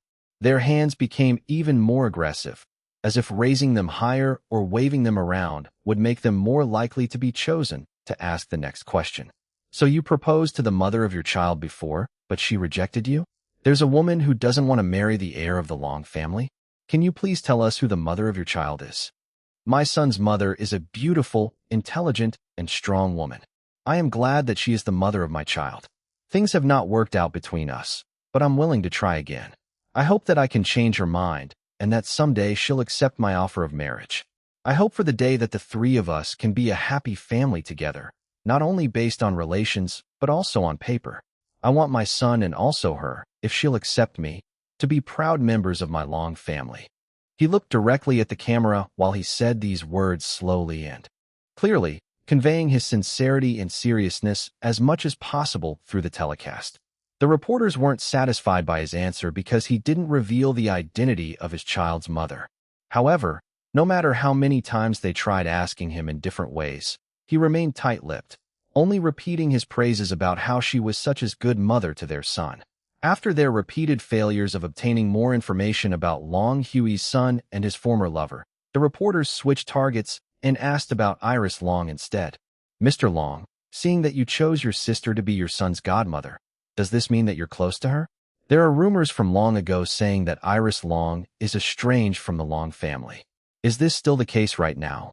Long Hui hesitated, choosing his words carefully before answering. "Yes, you can say that my youngest sister and I have gotten closer recently. Actually, she sees my son and my son's mother on a regular basis. They are very close to each other. That's why my son also calls my sister Mama. It only makes sense that she became my son's godmother. She loves my son like her own, and for that, I'm very thankful to her. Also, I know that many of you have observed that she has matured a lot ever since she recovered from being in a coma for a year. There had been some misunderstandings between her and our family in the past, but at the end of the day, we're all family. She's always welcome in our home, and she sometimes visits to eat meals with our father." The reporters didn't entirely believe what he said. They wanted some family drama, especially since it involved one of the hottest young celebrities at the moment, Iris Long. However, no matter how hard they tried to stir him up, Long Hui refused to badmouth his sister. After a few more questions and answers, the press conference officially ended. The reporters hurried to their companies to finish the drafts for their articles. At first, they thought that the press conference would be about something uneventful, but it surprisingly was full of juicy content. Although it wasn't focused on Iris Long, the reporters decided to increase the focus on her in order to gain more interest to the story. As for Long Hui, he felt relieved that the press conference was finally over. It was as if a heavy burden had been lifted off from his shoulders. He felt lighter and refreshed. He knew that the elders would be terribly unhappy by what he said during the press conference, but he was unhappy with them as well. Resentment grew within him from their blatant discrimination against his son. He was only realizing now how hurtful they were for discriminating against his illegitimate siblings. Now that they were doing it to his own son, he felt guilty towards his illegitimate brother and sister for not standing up for them when the other members of the family made snide remarks against them. "Now I know. I have to treat my other siblings better," he inwardly promised. Disregarding the elders, the most important thing to him was receiving his father's blessings as the head of the Long family in his decision to claim little June as his son. He was very thankful to Long Tingfei for accepting little June with open arms and open heart. Thinking about his son made him think about Jiang Yingyu. He hoped that she watched the press conference. Hopefully, she was able to see his sincerity of wanting to try again with her. ####. Dragon Palace Home Number 10. Dada. Dada. Little June bounced excitedly on Jin Liwei's lap as he pointed at his father on the TV. "Yes, little June. That's your daddy," Iris said. The toddler clapped his hands and continued to bounce. Jin Liwei stroked little June's hair, not the least bit bothered by his wild movements on his lap. On the other couch, Dom stood up and squealed. He fanned himself with his hands in a dramatic manner. "Oh wow, that was so romantic. Big Brother Boss just announced to the entire nation that he wants to marry you, Big Sis you, and become a happy family together with Junie Boy. Ah, be still my heart. Why do you not want to marry him?" He looked and sounded so sincere. A mask covered Jiang Yingyu's face, but it couldn't hide the complicated expression in her eyes. Her hands gripped her pants in a tensed manner. She stared at the now-finished press conference on the TV, as if she could still see Long Hui. There was deep longing in her eyes, but there was also hurt and humiliation. Iris observed Jiang Yingyu's expression. She could sense that Jiang Yingyu still had feelings for Long Hui. Something must have happened for her to reject Long Hui's repeated proposals. She inwardly shrugged, not wanting to interfere in other people's relationships. As long as her godson was safe and well, she didn't care how Jiang Yingyu and Long Hui dealt with their own relationship with each other. Dom continued to prattle on and on about Long Hui's heartfelt confession on TV. Iris could see that Jiang Yingyu was beginning to feel uncomfortable. "Your voice still sounds a little stuffy, Dom. Why don't you go rest?" she suggested just to get him off of Jiang Yingyu. But I feel all right, boss. Don't worry. I'm already Rico." Dom sneezed hard, not once but 2 times. "Who is it? Who's talking badly about my handsome and gorgeous self?" Then he sneezed again. "See? You're not fully recovered yet. Go take a rest, Dom," Iris told him. Dom could only nod his head. He excused himself and headed to his own room. Jiang Yingyu's eyes showed a grateful expression to Iris. Then her gaze fell on her son cuddling with Jin Liwei. If only it was Long Hui who was doting on little June right now. She forcefully stopped herself from going in that direction. Thinking about Long Hui and looking at their son, she didn't realize that her expression was becoming more and more worried and troubled. Seeing her expression, Iris told her, "Yingyu, you don't have to worry about little June. He is my and Liwei's godson. We'll protect him no matter what and won't let anything bad happen to him. So calm your mind and just focus on being a good mother to him." And Jin Liwei nodded. Jiang Yingyu teared up. "Thank you so much, Xiaolan and Sir Liwei." "Mommy." Little June stopped playing with his toy when he saw his mother's tearful eyes. Then he stretched his little arms, reaching for her. Jiang Yingyu walked over and took him from Jin Liwei. She hugged her son tightly without hurting him. There was a sense of desperation in her embrace. "Mommy." Little June touched her face. "No CWY, Mommy." Everyone was shocked by what he said. Iris and Jin Liwei looked excited. He whipped out his phone, hoping for little June to talk more. "Oh." Jiang Yingyu burst into tears. ####. At a middle-class neighborhood, there stood a big 2-story house. It wasn't a mansion, but it was the largest and most impressive house in the neighborhood. The people living in it were a popular topic of discussion among the residents. Many years ago, the big house wasn't there yet, and the actual property was quite small. However, when the daughter of the family who lived there returned with a baby son, everything started to change. She bought the surrounding properties and expanded her family's own property. Then she had the small house demolished and built a bigger house in its place. Throughout the years, various renovations were made to the house, making it more impressive. When asked about how she was able to make such grand improvements, she said that it was all thanks to her husband, her son's father. However, they later discovered that she was never married and that she was only a mistress. By giving birth to a son for a wealthy man, she was able to elevate her entire family's economic status. More than 2 decades later, her son was now a handsome 25-year-old young man who graduated from a C9 League university at the top of his class. He was currently working at a small branch division of his father's company with the intention of being eventually transferred to the main company in the near future. He was the pride and joy of his mother and everyone from his maternal side of the family. All the young ladies in the neighborhood desired to marry him. Long Jian was the second son of Long Tingfei with a former mistress. Long Tingfei was very pleased with this son of his. Long Jian was smart, hardworking, and ambitious. He had high expectations of himself and always pushed himself to be the best in almost everything. Long Tingfei hoped that Long Jian would help his elder brother, Long Hui, to run Long Industries in the future when he was gone from this world. At the moment, Long Jian was leaning against the glass window, looking out at the night sky. Light snow was currently falling down. "Is that true? Tingfei really said that?" His mother, Zhu Ning, asked an older man sitting across from her in the living room. "Yes, I heard his words loud and clear with my own ears during the family meeting with the elders and the other members of the branch families." My cousin Tingfei said that he'll change his will if any of his other children proves to be more capable than young Master Hui, Long Xiaoping informed them. He was Long Tingfei's distant cousin from a less powerful branch family.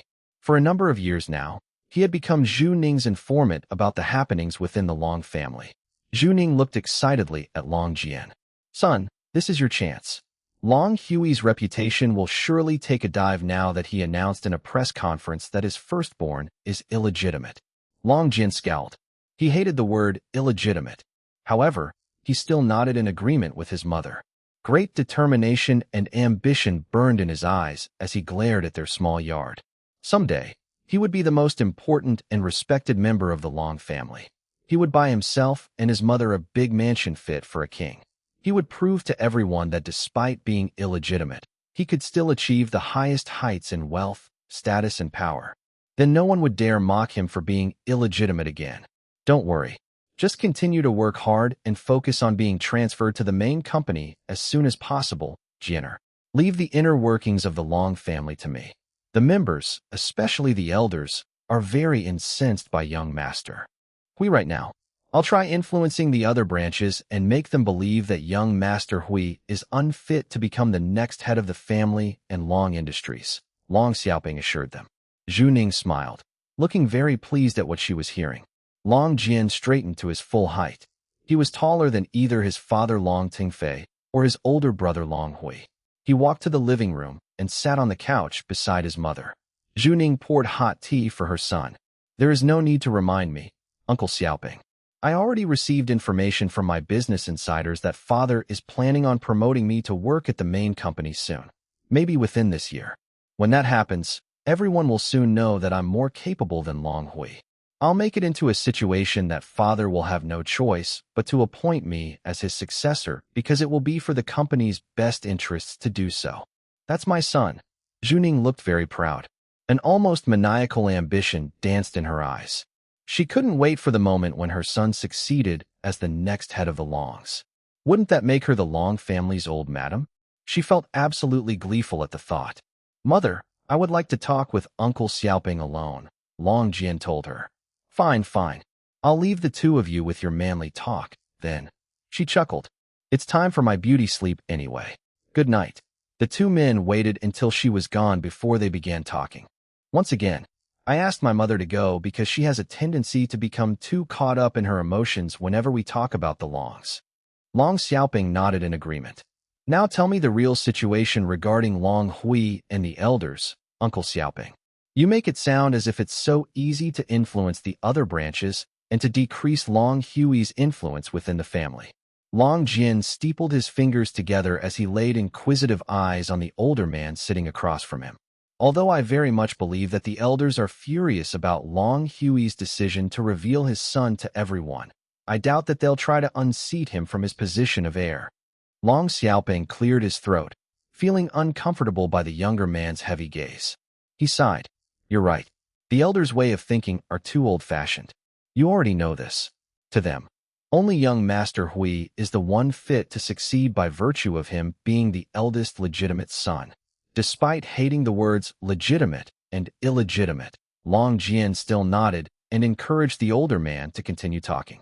His steepled fingers, however, were now clasped together so hard that his hands shook a little and veins popped on the surface of his arms.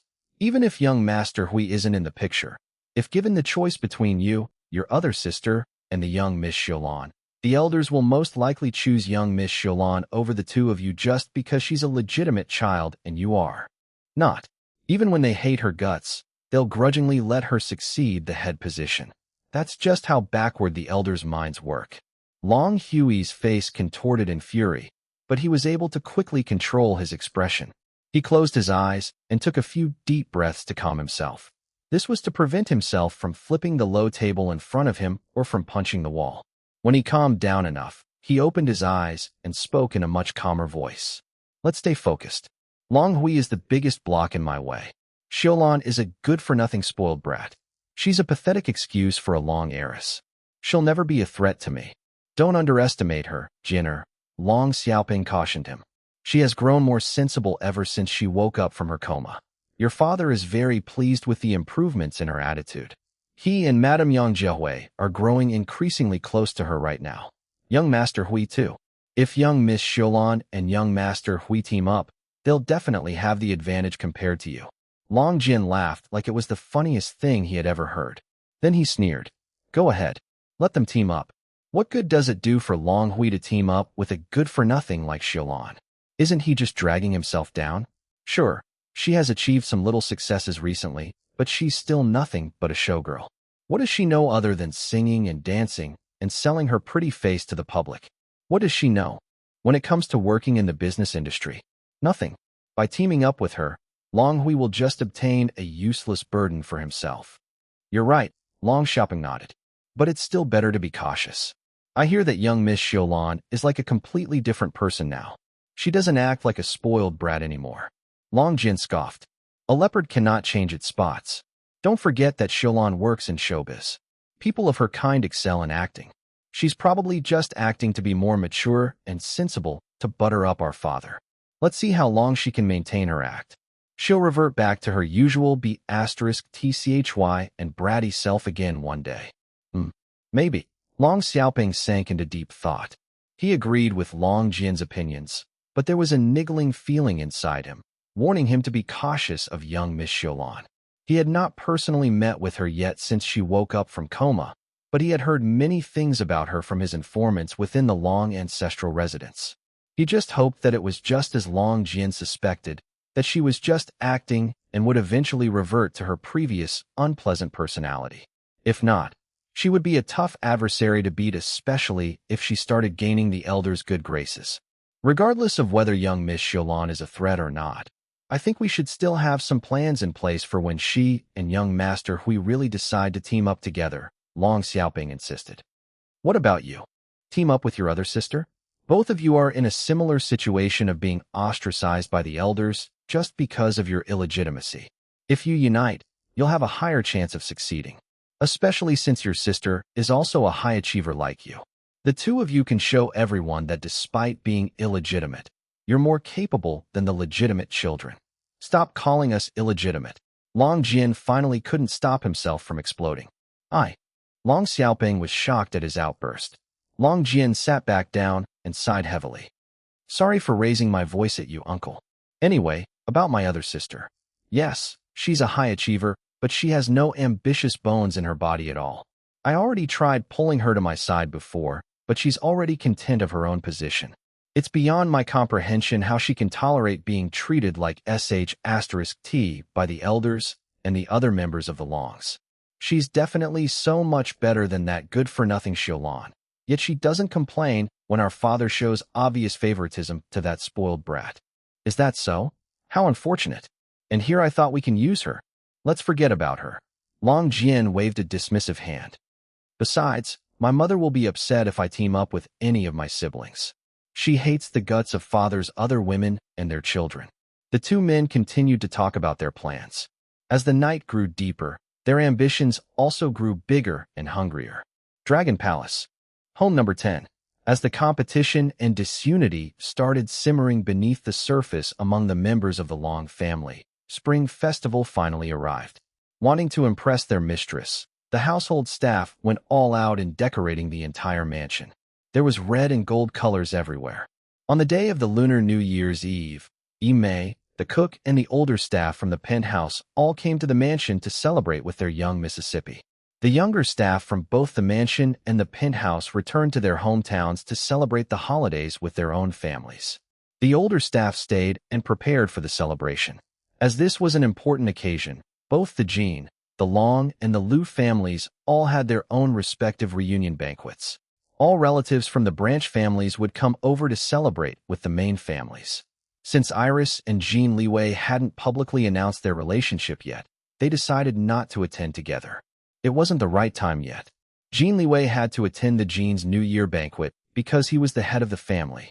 It was part of his duty to attend important family occasions like these. On the other hand, Iris had no interest whatsoever in attending the Long family's reunion banquet. Except for Long Tingfei, Long Hui, Yang Jiahui, and Mimi, she had no attachments to anyone from the Long family. She didn't consider them as family at all. Even the original Iris already stopped attending such occasions. Before, because all she received from the relatives were constant mocking and criticisms. When Iris and Jin Liwei informed Grandma Li and Huang Yuyan that Iris wouldn't be coming to the New Year's Eve banquet, they were disappointed, but they understood the couple's current situation. Although they adored Iris and couldn't wait for her to marry Jin Liwei, it didn't mean that the other Jin relatives would accept her immediately as their next madam. Similarly, Long Tingfei was very disappointed when Iris informed her that she wouldn't be attending the family's banquet. He thought that perhaps she would be willing to attend this year because she had been so agreeable in repairing their father-daughter relationship. But it turned out that her willingness didn't extend to the other members of the family. Liwei and I will visit you some other time. Iris compromised and then quickly added, we'll bring little June. Long Tingfei immediately softened after hearing about his beloved first grandson. He no longer tried persuading her to attend the banquet. The Lunar New Year's Eve celebrations began all throughout the nation and in other countries celebrating this important occasion. Jin Liwei was unhappy and his heart heavy. He almost didn't want to attend the Jin family's banquet because he didn't want to leave his baby girl. However, she persuaded him to go. I'll come back as soon as I can, he promised her. Okay, take care, darling. Come back to me safely, she told him, before standing on her tippy toes to give him a hard and hot kiss on the mouth. He groaned and lifted her up and then deepened the kiss. They reluctantly ended the kiss. On second thought, how about I don't go and just stay here with you? Iris giggled and hugged him. No, you should go. I don't want any of your relatives complaining that their family head has become irresponsible. Next Lunar New Year, we'll surely celebrate together with everyone else in your family. His eyes widened, and then a joyful expression broke out of his face. I'm looking forward to that. I can't wait. She hugged him and inhaled his masculine scent that she liked so much. MMN, have fun tonight. It's not going to be fun because you won't be with me. Well, I'll be having fun tonight with little June, big brother Zaheo, and the others, she told him. He sulked for a bit hearing her words before she made him feel better by giving him another mind-blowing kiss. Afterwards, he really needed to go. He left the mansion in a not-so-pleasant mood. He just left, but he already couldn't wait to come back home to her. Later, Lu Zaheo was on his way to mansion. It turned out that he came from the Lu family's own New Year's Eve banquet. Just like Iris to the Longs, he had no close attachments to the other members of the Lu family except for Grandpa Lu. Bored out of his mind, he slipped away and drove directly to Dragon Palace Homes. Of course, his phone started ringing just a few minutes after he disappeared. Hello? Hello? How my boy? Where in the bloody hell are you right now? Tell me. I want to know. Grandpa Lu's voice boomed when he answered the phone on speaker while driving. He decided to answer the call because if he just ignored it, the old man might send his army of subordinates to follow him and drag him back to the banquet. How dare you leave our family gathering at New Year? Come back here right now, or I'll have you dragged back here. See, Lu Zaheo forced the annoyance out of his voice and explained to the old man. I'm heading to Third Brother's place. Xiaolan is alone there right now because Third Brother has to attend the Jin family's banquet, and she's not attending the Long's banquet. So I'm accompanying her to celebrate the New Year. Are you telling me to leave her alone instead? What? My girl Xiaolan is left alone on such an important occasion? Poor girl. Why didn't any of you tell me? I want to know. Pick her up quickly and bring her here. If she doesn't want to celebrate with the Jins or the Longs, she's more than welcome to celebrate Lunar New Year with us, the Lus. No, it's fine. She doesn't know anyone else in our family. She'll just feel uncomfortable and out of place. Grandpa Lu grumbled for a bit before acquiescing. Lu Zaheo was relieved when the phone call ended. When he finally arrived at the mansion, he was surprised by the festive atmosphere. Some of the male staff already started lighting up firecrackers outside, while the others were busy preparing the dinner table. He found Iris at the living area watching the Spring Festival Gala on TV. She was petting ice cream on her lap. The gray cat wasn't as fat as before, but still nowhere as slim as her brother.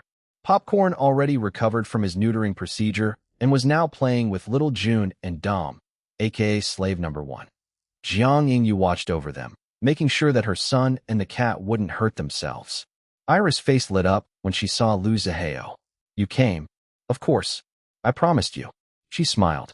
Popcorn immediately ran over to him and leaped into his arms. He stroked the needy cat as he walked over and sat beside his sister. He looked at the TV show. They didn't invite you to perform? No, she said, shrugging. I heard that they initially planned on inviting me, but then the matter about Fan Luo happened. Her expression darkened. She took a few deep breaths before continuing. They sent the invitations to perform around that time. Everything happened, and I disappeared, so they ended up not inviting me. Oh well, I don't really care. I'd rather spend these holidays resting and spending time with family than working. Heh, I see. Then this gala must be boring to watch because you're not performing. She giggled. Jin Chonglin will be performing later tonight. Lu Zihao didn't look interested at all. As they watched the different performances at the gala on TV, Iris kept on receiving messages from Jin Liwei, asking him what she was doing, if she was alright, etc. She also received a message from Wei Lan, greeting her Happy New Year. This time, Wei Lan seemed to be in Brazil. Iris only sent a quick reply, greeting the older woman back, before putting Wei Lan out of her mind. Next was a phone call from Mimi. Oh, Xiulan, your relatives are so horrible, especially the elders. I had to excuse myself from the dining table because if I stay and listen more to them, I would have exploded. They're trash-talking you non-stop, saying that you're unfilial and disrespectful for not attending the banquet. Blah blah blah. They're also all being so mean to Big Brother Hui. They'll temporarily shut up whenever they see Uncle Tingfei, but when he's not near, they'll start trash-talking again. I can't believe them. How can they do such negative things during New Year? Aren't they inviting bad luck? You did the right thing by not attending such an unpleasant party. Humph. If it weren't because I don't want to leave my aunt alone, I would have headed there right now. I'd rather celebrate the Lunar New Year with you and my twin Dom and the others, instead of with this pack of hyenas. Iris listened to Mimi rant about the Long family members. She wasn't really affected much about hearing the Longs trash-talking her. To her, those people were strangers and not worth her time and energy. When the call ended, Ime called them to eat dinner. The dinner was once again in buffet style like when they celebrated Christmas and New Year with the Chua family before. They liked its festive and informal vibe. Everyone ate and chatted together. While the penthouse staff was already used to Iris' casual and inclusive treatment of her employees, the mansion staff was still getting used to it. After dinner, they continued to watch the Spring Festival Gala. Less than an hour before midnight, Jin Chonglin performed a mashup of some of his greatest hits in a spectacular production. It was obvious that many of the live audience were from his army of fans with all the deafening screams, cheering, and applause. Oh, I almost forgot to tell you. The paparazzo joined my shadow wins, Lu Zihao told her in a low voice. It took Iris a few seconds before she understood what he meant. Her eyes widened in surprise. Oh, you recruited him? Not really. He asked to join. The guy has sharp intuition. He guessed correctly that we were the shadow winds. He practically sold himself to us, saying that he's extremely useful. She tilted her head to the side. I was wondering why the police didn't include him in the investigations regarding the tabloid case. So it was you. You must have done something to protect him, didn't you? Something like that, he said in a nonchalant manner. Well, he's still on a trial period to prove his loyalty to my group. He's not a full member yet. I put him in a surveillance team, but he'll still continue his work as a paparazzo. It'll be useful to have someone from the media.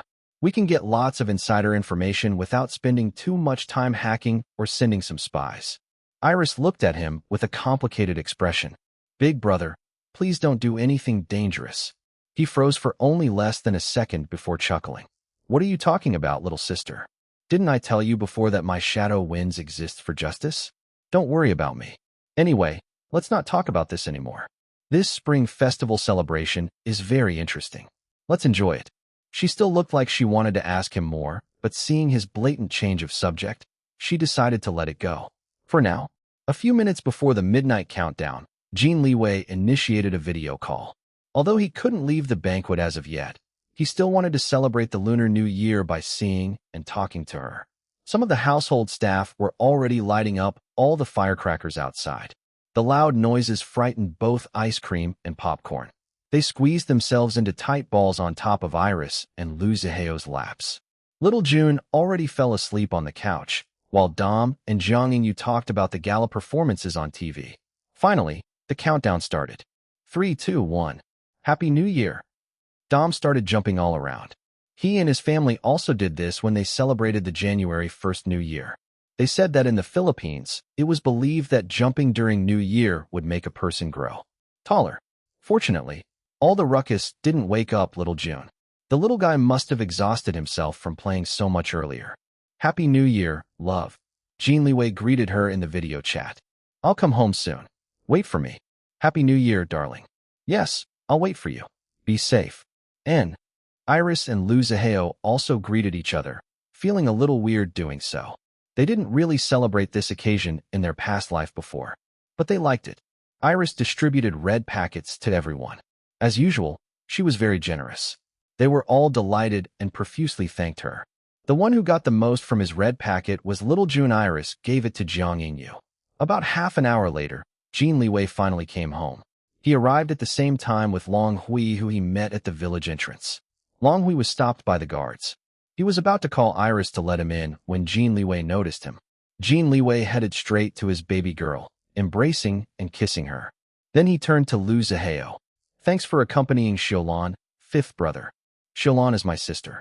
This is only natural. Jin Liwei nodded. Long Hui hurried to Jiang Yingyu and his son. He gently stroked little June's head. Happy New Year, son, he whispered to him. Jiang Yingyu blinked rapidly, trying to control the emotions filling up her chest at seeing Long Hui. She was very surprised that he came. Happy New Year, Yingyu, he greeted her next. She cleared her throat before greeting him back. Happy New Year. I didn't know that you were coming. He kissed his son's forehead before sitting beside Jiang Yingyu. She froze but forced herself to relax. I want to start this new year with my son, and with you, he told her in a soft voice. She didn't know how to reply to his words. Did you watch the press conference? He asked her. Yes.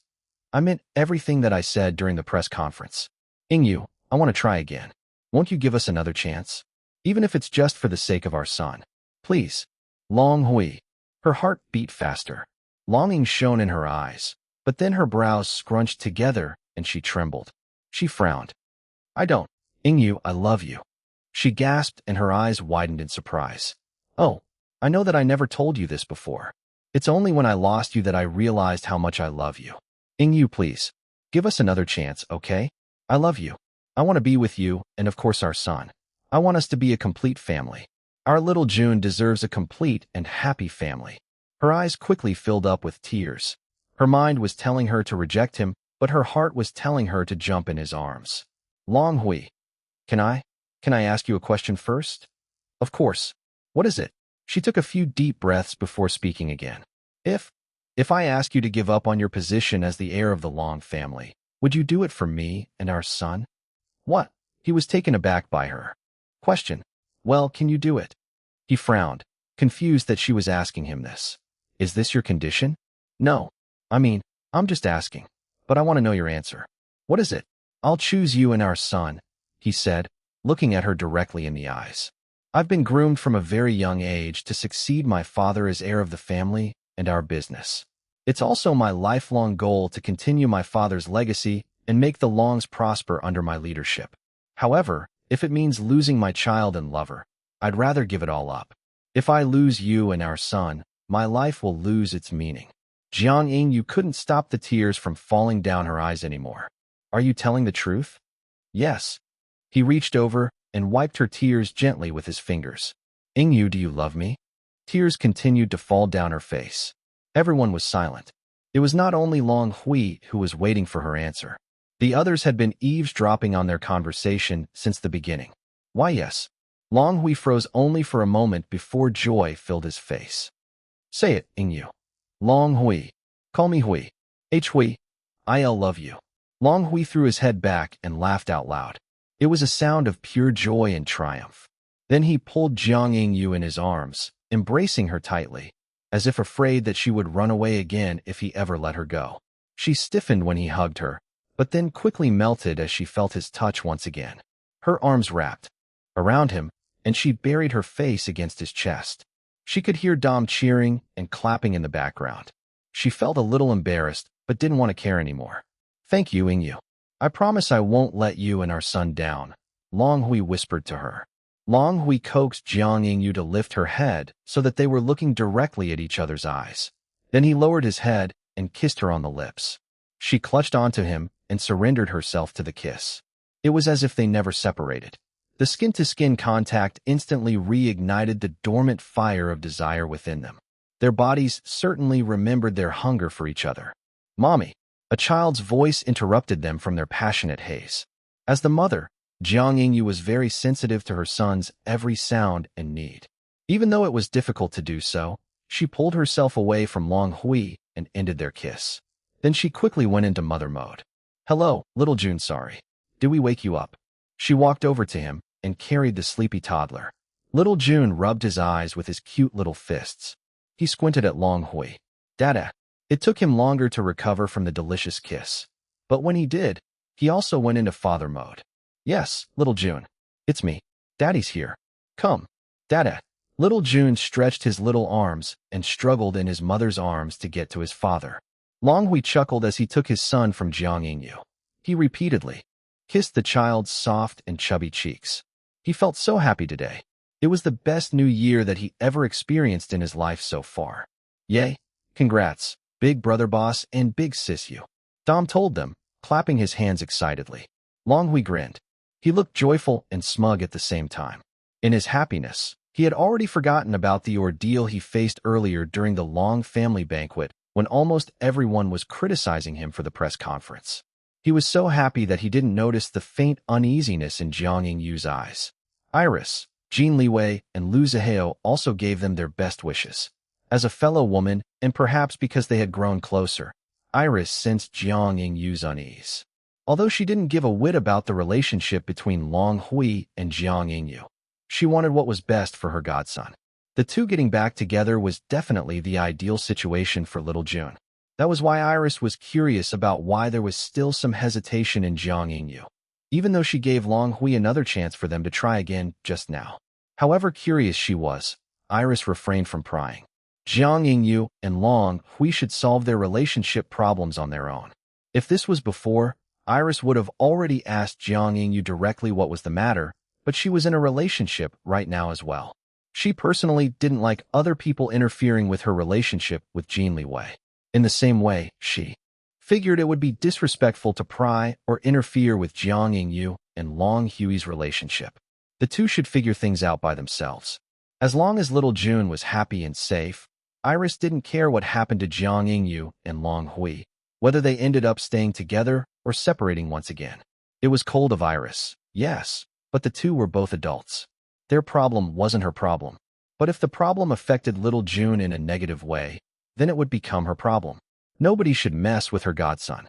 She was already feeling annoyed when Mimi told her earlier how the other members of the Long family were treating Long Hui during the banquet because they disapproved of him publicly claiming little June as his son. She had no interest or whatsoever in the Long family at all. Maintaining good relations with Long Tengfei and Long Hui was already enough for her. But if those Longs started giving trouble to her godson, she didn't mind reorganizing and even doing some purging in that family to make it more livable for little June. Hopefully, it wouldn't need to come to that point.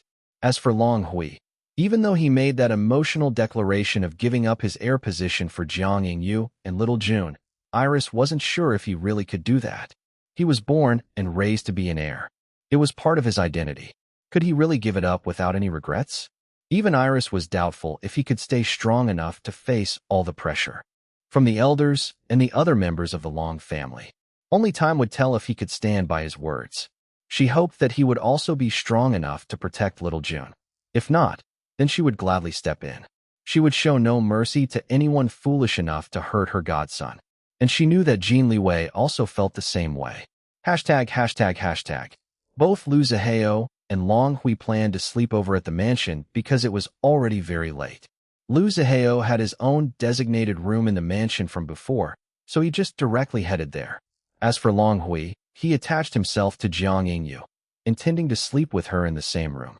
Jiang Yingyu felt awkward. She glanced at Iris and Jin Liwei, waiting for them to offer Long Hui a separate guest bedroom. However, both Iris and Jin Liwei pretended not to notice her. Instead, Jin Liwei took little June from Long Hui. The toddler was sleeping soundly once again. Long Hui didn't try to stop Jin Liwei from taking his son like usual. He actually felt grateful because he knew that his sister and her fiancé were helping him. They were giving him a chance to romance his lady for tonight. so of course he wasn't going to waste it. The bed in your room is not very big. 3 people won't fit there comfortably, so little June will be sleeping with me and Liwei in our room tonight. Our bed is many times bigger than yours. Iris gave them this lame excuse. Jiang Yingyu hurriedly tried to refute her. Actually, I think we 3 can fit. Long Hui interrupted her by talking to Iris at the same time. Oh, is that so? I see. We'll have to bother you then, little sister. Please take care of our son tonight. Come, Yingyu. Don't worry about little June. He's in safe hands with his godparents. Aye. Good night and Happy New Year. Iris told them before leaving with her darling, godson, and 2 cats. Yeah. Good night. Dom waggled his eyebrows at Long Hui and Jiang Yingyu before scurrying to his own room as well. Jiang Yingyu's face was burning red when everyone else left, leaving only the 2 of them. Long Hui nuzzled her ear before whispering, Come, my sweet Yingyu. It's time for bed. Anticipation and desire simmered inside Jiang Yingyu. It had been so long. Their separation only made her yearn for Long Hui more. However, she also felt nervous and awkward. As for Long Hui, he couldn't wait any longer. He missed his Yingyu so much. While she was still distracted by her thoughts while they walked to her room, he suddenly carried her like a princess. He strained a little because she seemed to have gained a bit of weight than he remembered. He didn't mind, though. For him, she was still as beautiful and sexy as always. Where? He asked, his voice husky. She pointed the way. When they finally entered the bedroom and locked the door behind them, he gently put her back on her own feet. She quickly dimmed off the lights, feeling shy at the intense way he was looking at her. Reaching over, he touched her face with his hands, stroking her soft skin with his fingers. He gazed at her for so long that Jiang Yingyu began to feel self-conscious. However, she also couldn't stop herself from gazing back at him. Both of them could sense each other's desire. His hands moved down from her face to her neck and then shoulders before pulling her into his embrace. She lifted her head up, offering her lips to him. Of course, he gladly accepted her offer. He dipped his head and claimed her mouth, kissing her. The kiss was slow and sensual at first. Then it gradually became deeper, more intense, hungrier. Their hands touched all over each other's bodies through their clothes. It was obvious from their desperate movements that they wanted so much more. Long Hui broke the kiss. His eyes were dark, wild, and slightly crazed when he looked at her. Yingyu, can I? Desire fogged her mind. Her entire body was screaming for him, but a small part of her brain warned her not to give in so easily. It reminded her of the hurt, fear, and humiliation she went through. Yingyu, he asked her again while stroking her wet lips with his thumb. Just this simple touch of his made the fire inside her burn more fiercely. She allowed it to drown the bad memories and negative feelings trying to destroy this wonderful moment. Yes, she replied before she could change her mind. He didn't need to hear anything more. The word barely left her lips when his hungry mouth descended upon her again, washing away all of her doubts for tonight. She could worry again tomorrow or some other time, but tonight she wanted to be one with him again. Her arms wrapped around his neck and responded to his kiss with everything she got. Groaning, he continued to kiss her while his hands started divesting her of her clothes. When he removed her shirt and then her bra, she tried covering her body. She felt shy and a bit insecure because her body had changed after giving birth. However, Long Hui caught her hands and held them away. His breath caught in his throat at the sight of her nude upper body. Her breasts were larger and fuller than how he remembered them. She also had more curves for him to enjoy touching. She was a delightful mixture of soft and hard with all of her muscles that he loved so much. She was so beautiful, so sexy. He released her hands and quickly covered her soft mounds with his hands. He started kneading her breasts, eliciting a moan from her. His head dove and caught one of her nipples with his mouth, sucking her hard. Ah! Jiang Yingyu closed her eyes and pressed her chest harder against him. Her hands held his head, stroking his hair while also pulling him closer to herself. They fell to the bed in a flurry of wild movements, kissing and touching each other. It was like they were possessed. They couldn't even remember how they took off all of their clothes. All they could think about was relieving the ache they had for each other. Long Huey's hand moved downward until it touched the apex between her thighs. He sucked in a sharp breath when he felt her wet heat. She was dripping, and it was all for him. His hand rubbed her all over, making her hips jerk. He washed her face as she moaned in pleasure. Then he inserted a finger inside her, making her cry out in pleasure. He moved his finger inside her slowly in and out a few times before inserting another finger. He sped up while his thumb rubbed her button of pleasure like crazy. Oh, oh no. Oh yes. Yes. Her body stiffened and she cried out in a loud, hoarse voice, squeezing his fingers inside of her. He swallowed the rest of cries and moans while sweeping his tongue inside her mouth. After her orgasm, he sucked his hand dripping with her juices. She tasted so good. His erection twitched, leaking a little. She wrapped her hand around his hard length and began stroking him. However, he stopped her after just a few moments. No. I need to be inside you right now, he growled. Yes. I need you too, Hui. Please. He quickly moved between her legs, spreading them wider. He positioned his erection on the entrance of her waiting heat, and then slammed deep inside her. Jiang Yingyu reached over to him, pulling him down on top of her. She wrapped her arms around his neck. He groaned, his eyes almost rolling back inside his head. So good. The best. He fit so perfectly inside of her. This was where he belonged. Inside her, placing his elbows by her shoulders and using them to support his weight, he began thrusting inside her. They quickly found a rhythm, working together to increase their mutual pleasure. She wrapped her legs around his waist. This changed the angle a bit, and he was able to hit her deeper inside. Oh, Hui. Yes. Give me more. He obeyed, pumping his hips faster and harder. He lowered himself until their chests were pressing against each other. She didn't mind his weight on top of her. In fact, she loved it. She wasn't fragile. She could take it. They kissed desperately, as his thrusts became even more frenzied.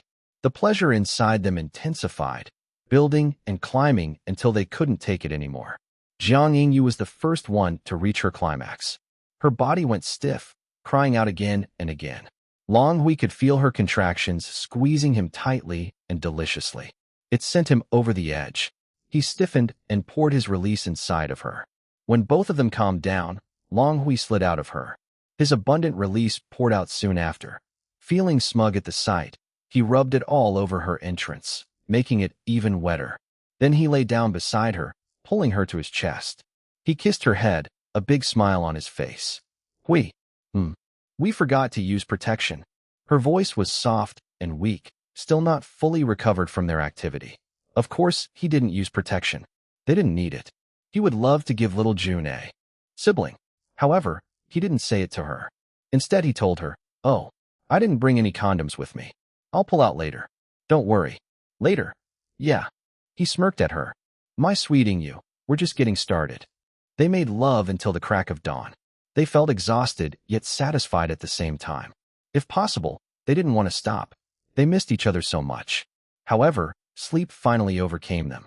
Jiang Yingyu was too preoccupied by pleasure that she failed to notice that Long Hui never pulled out of her even once like he promised. He released everything inside her. The spring festival holidays finally ended. All the people returned to their regular lives. The children went back to school while the adults returned to work. Of course, Iris and Jin Liwei were no exception. In fact, they had no time to adjust, immediately diving back to their busy and heavy workloads. Iris began shooting various ads for the endorsements she signed before the Spring Festival. This included the ad for Lin Yihan's premium tea company.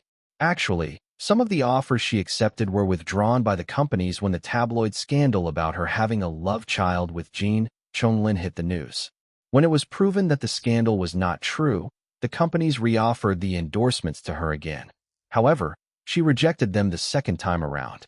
She wasn't interested in endorsing companies who had so little trust in her character. In the end, she ended up with only 5 endorsements. First was Serenity Premium Tea, Lin Yihan's company. Second was Mailing Nails. It was the nail polish company who fought against the alarm girls in court after the trio physically assaulted Mr. Chen's secretary. Third was for a new phone model. Fourth, an endorsement for high-end earphones and headphones. And lastly, a toothpaste endorsement. All of these endorsement deals were worth a total of about 10 million renminbi. The initial offers were actually lower, adding up to only about 4 million renminbi. Tang Yi worked hard in negotiating with the companies and was able to increase the offers. "The day will come when you'll get a minimum of 10 million per endorsement," Tang Yi told her. So just continue to work hard for now. I will. Thank you for the hard work, elder sister E. Iris said in a sincere tone. The offers already exceeded my initial expectations. I was expecting to receive about 2 million for all 5 endorsements. Your expectations are too low. Iris, you're now one of the hottest celebrities in the country. Although your level of fame is still very far from someone like Jin Liwei, you have the potential to become a superstar that'll eclipse him someday. Your showbiz career will definitely be worth more than this 10 million of endorsement deals. Iris nodded, grateful for Tang Yi. While she busied herself with the endorsements, the Bauer siblings finally arrived to the country all the way from Germany.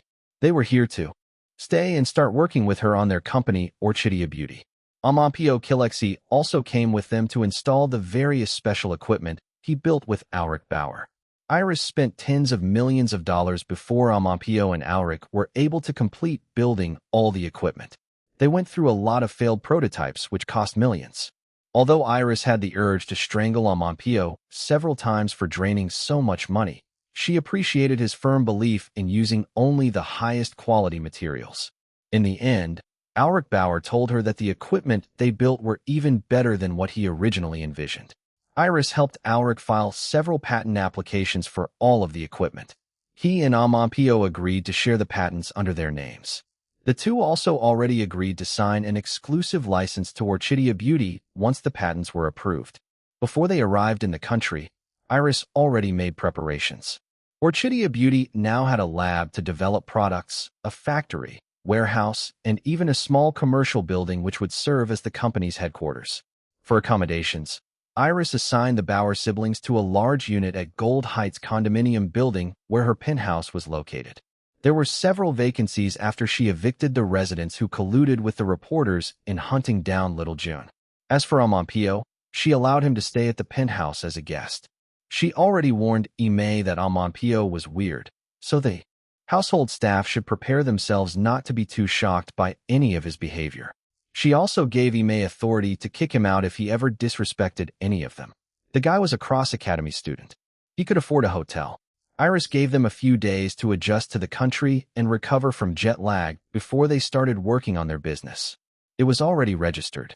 She also successfully secured several ethical sources of high-quality ingredients and other raw materials needed to manufacture their products. Lin Yihan had been instrumental in helping Iris connect with local farmers.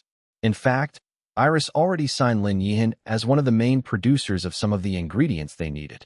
He owned several farms and plantations after all. However, there were still other ingredients and raw materials that they couldn't get within the country. They had to source them from other countries instead. Shipping costs could get very expensive, especially for a new company like theirs. That was why Iris scheduled an appointment with Long Tingfei. The shipping business was a major part of Long Industries, especially under Long Tingfei's leadership. She told him that she wanted to discuss a business opportunity with him. Curious, he immediately made time for her. A couple of days later, Iris brought the Bauer siblings, Amampio Kilexi, and her financial manager Xiaoyu for their appointment with Long Tingfei. Since it was Long Industries, Iris didn't bother putting on a disguise. She just wore sunglasses, and that was it. Her surname was still Long, after all. She wore a tailored yet very chic and feminine business suit with high heels. The Bauer siblings also dressed up in their best business attires. Xiaoyu dressed in his usual accountant outfit. Only Amampio dressed like he was just lazing around in his own home. Hello, good afternoon. Welcome to Long Industries. The receptionist greeted them with a warm, professional smile. How may I help? Oh my God, you're Iris Long. The surrounding people all whipped their heads to their direction after hearing the receptionist's loud, excited cry. An audible murmur arose from them as they craned their necks to get a better look at Iris. Is it really Iris Long? Wow, she looks even more beautiful in person. What's she doing here? Oh God, don't tell me she's going to start working here. Well, she is the president's daughter. Are you kidding me? What does she know about working in business?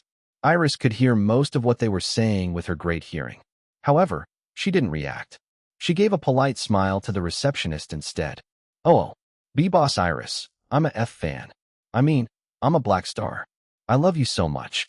The receptionist threw away her professionalism out of the window. Faced with Iris Long, all she could feel was awe at seeing her in person. The receptionist asked Iris for an autograph and a picture with her before her manager arrived and reprimanded her. The manager took over the counter. "Miss Long, we've already been informed of your appointment with the president. Please follow me." The manager led them to the elevators headed to the topmost floor.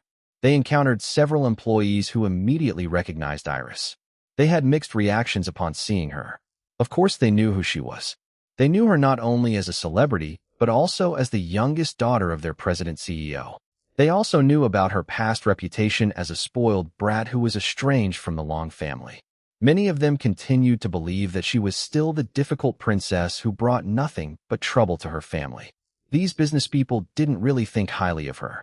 However, there were a few of them who, like the receptionist from earlier, were black stars.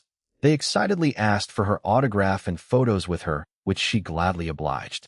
Finally, they arrived at the topmost floor. The manager handed them over to Chao Guang, who was already waiting for them by the elevator.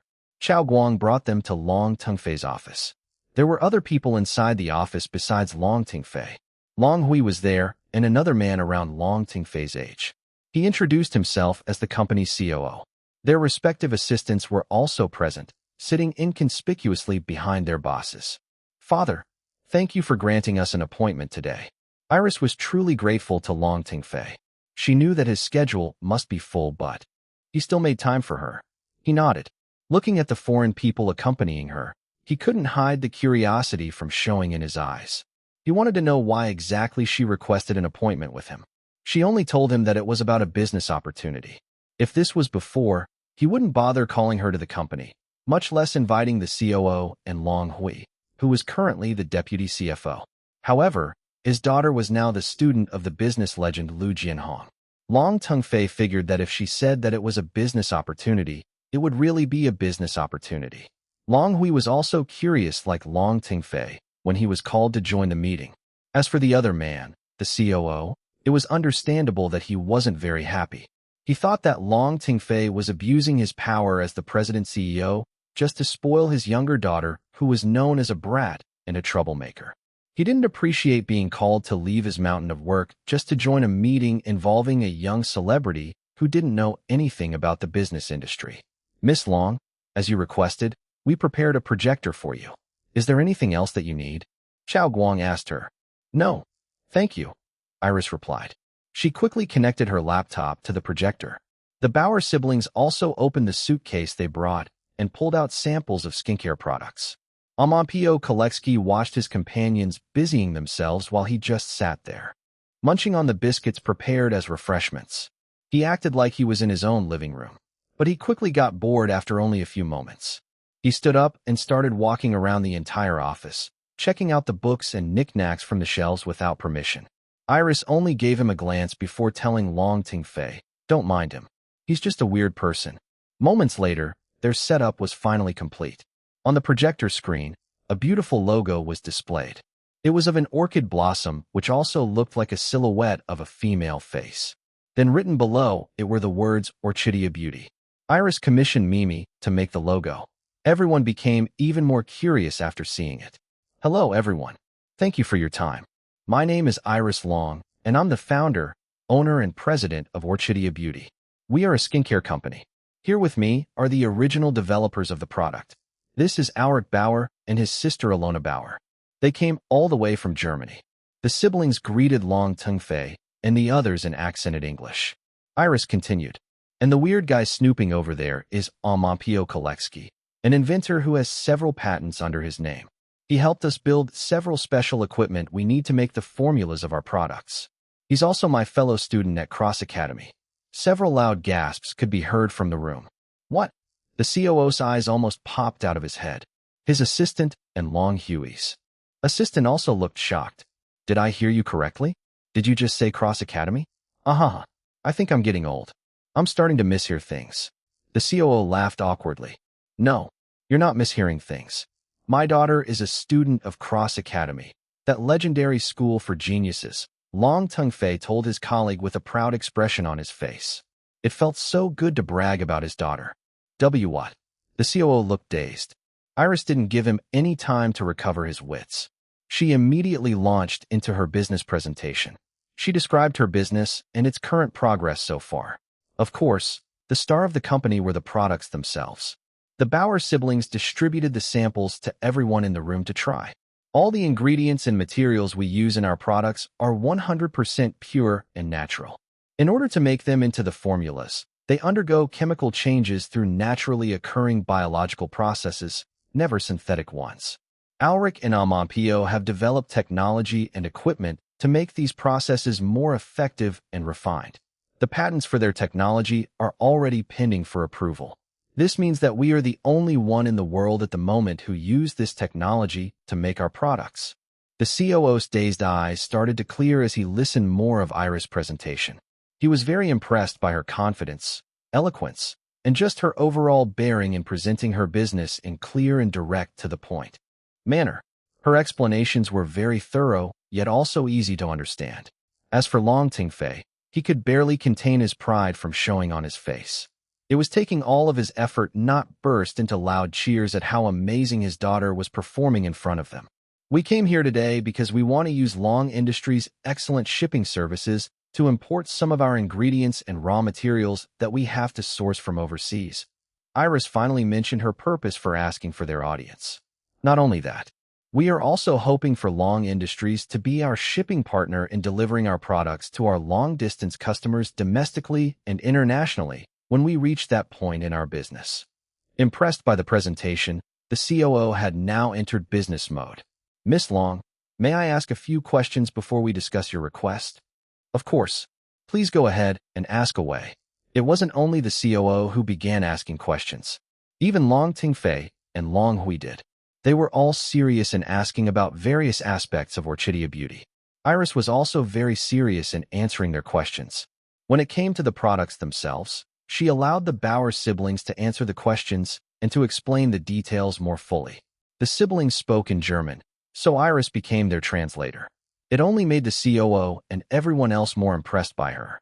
Xiao Yu also had the chance to speak when the discussion reached the financial situation of the company.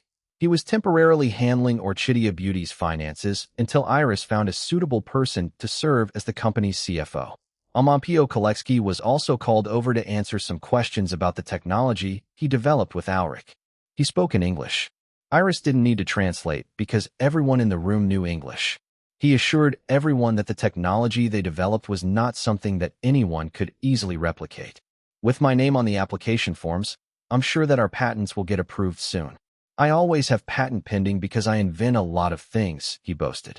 Besides, if anyone dares try replicating my technology with Alric, we'll just sue the crap out of them.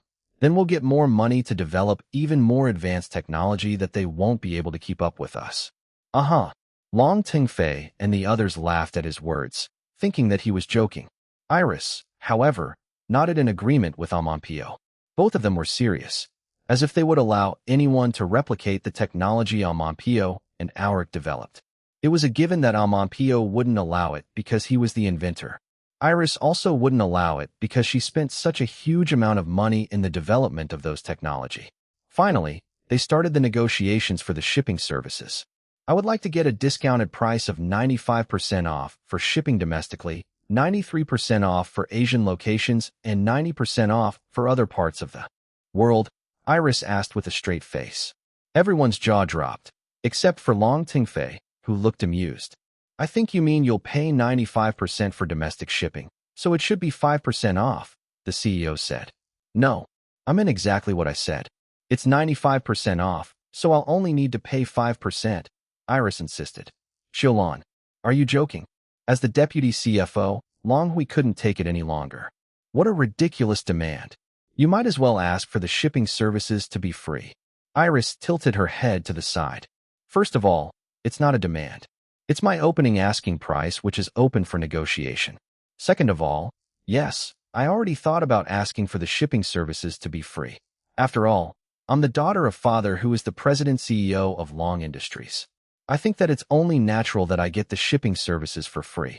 However, I'm being nice and considerate by asking for a discount instead. Long Hui was speechless.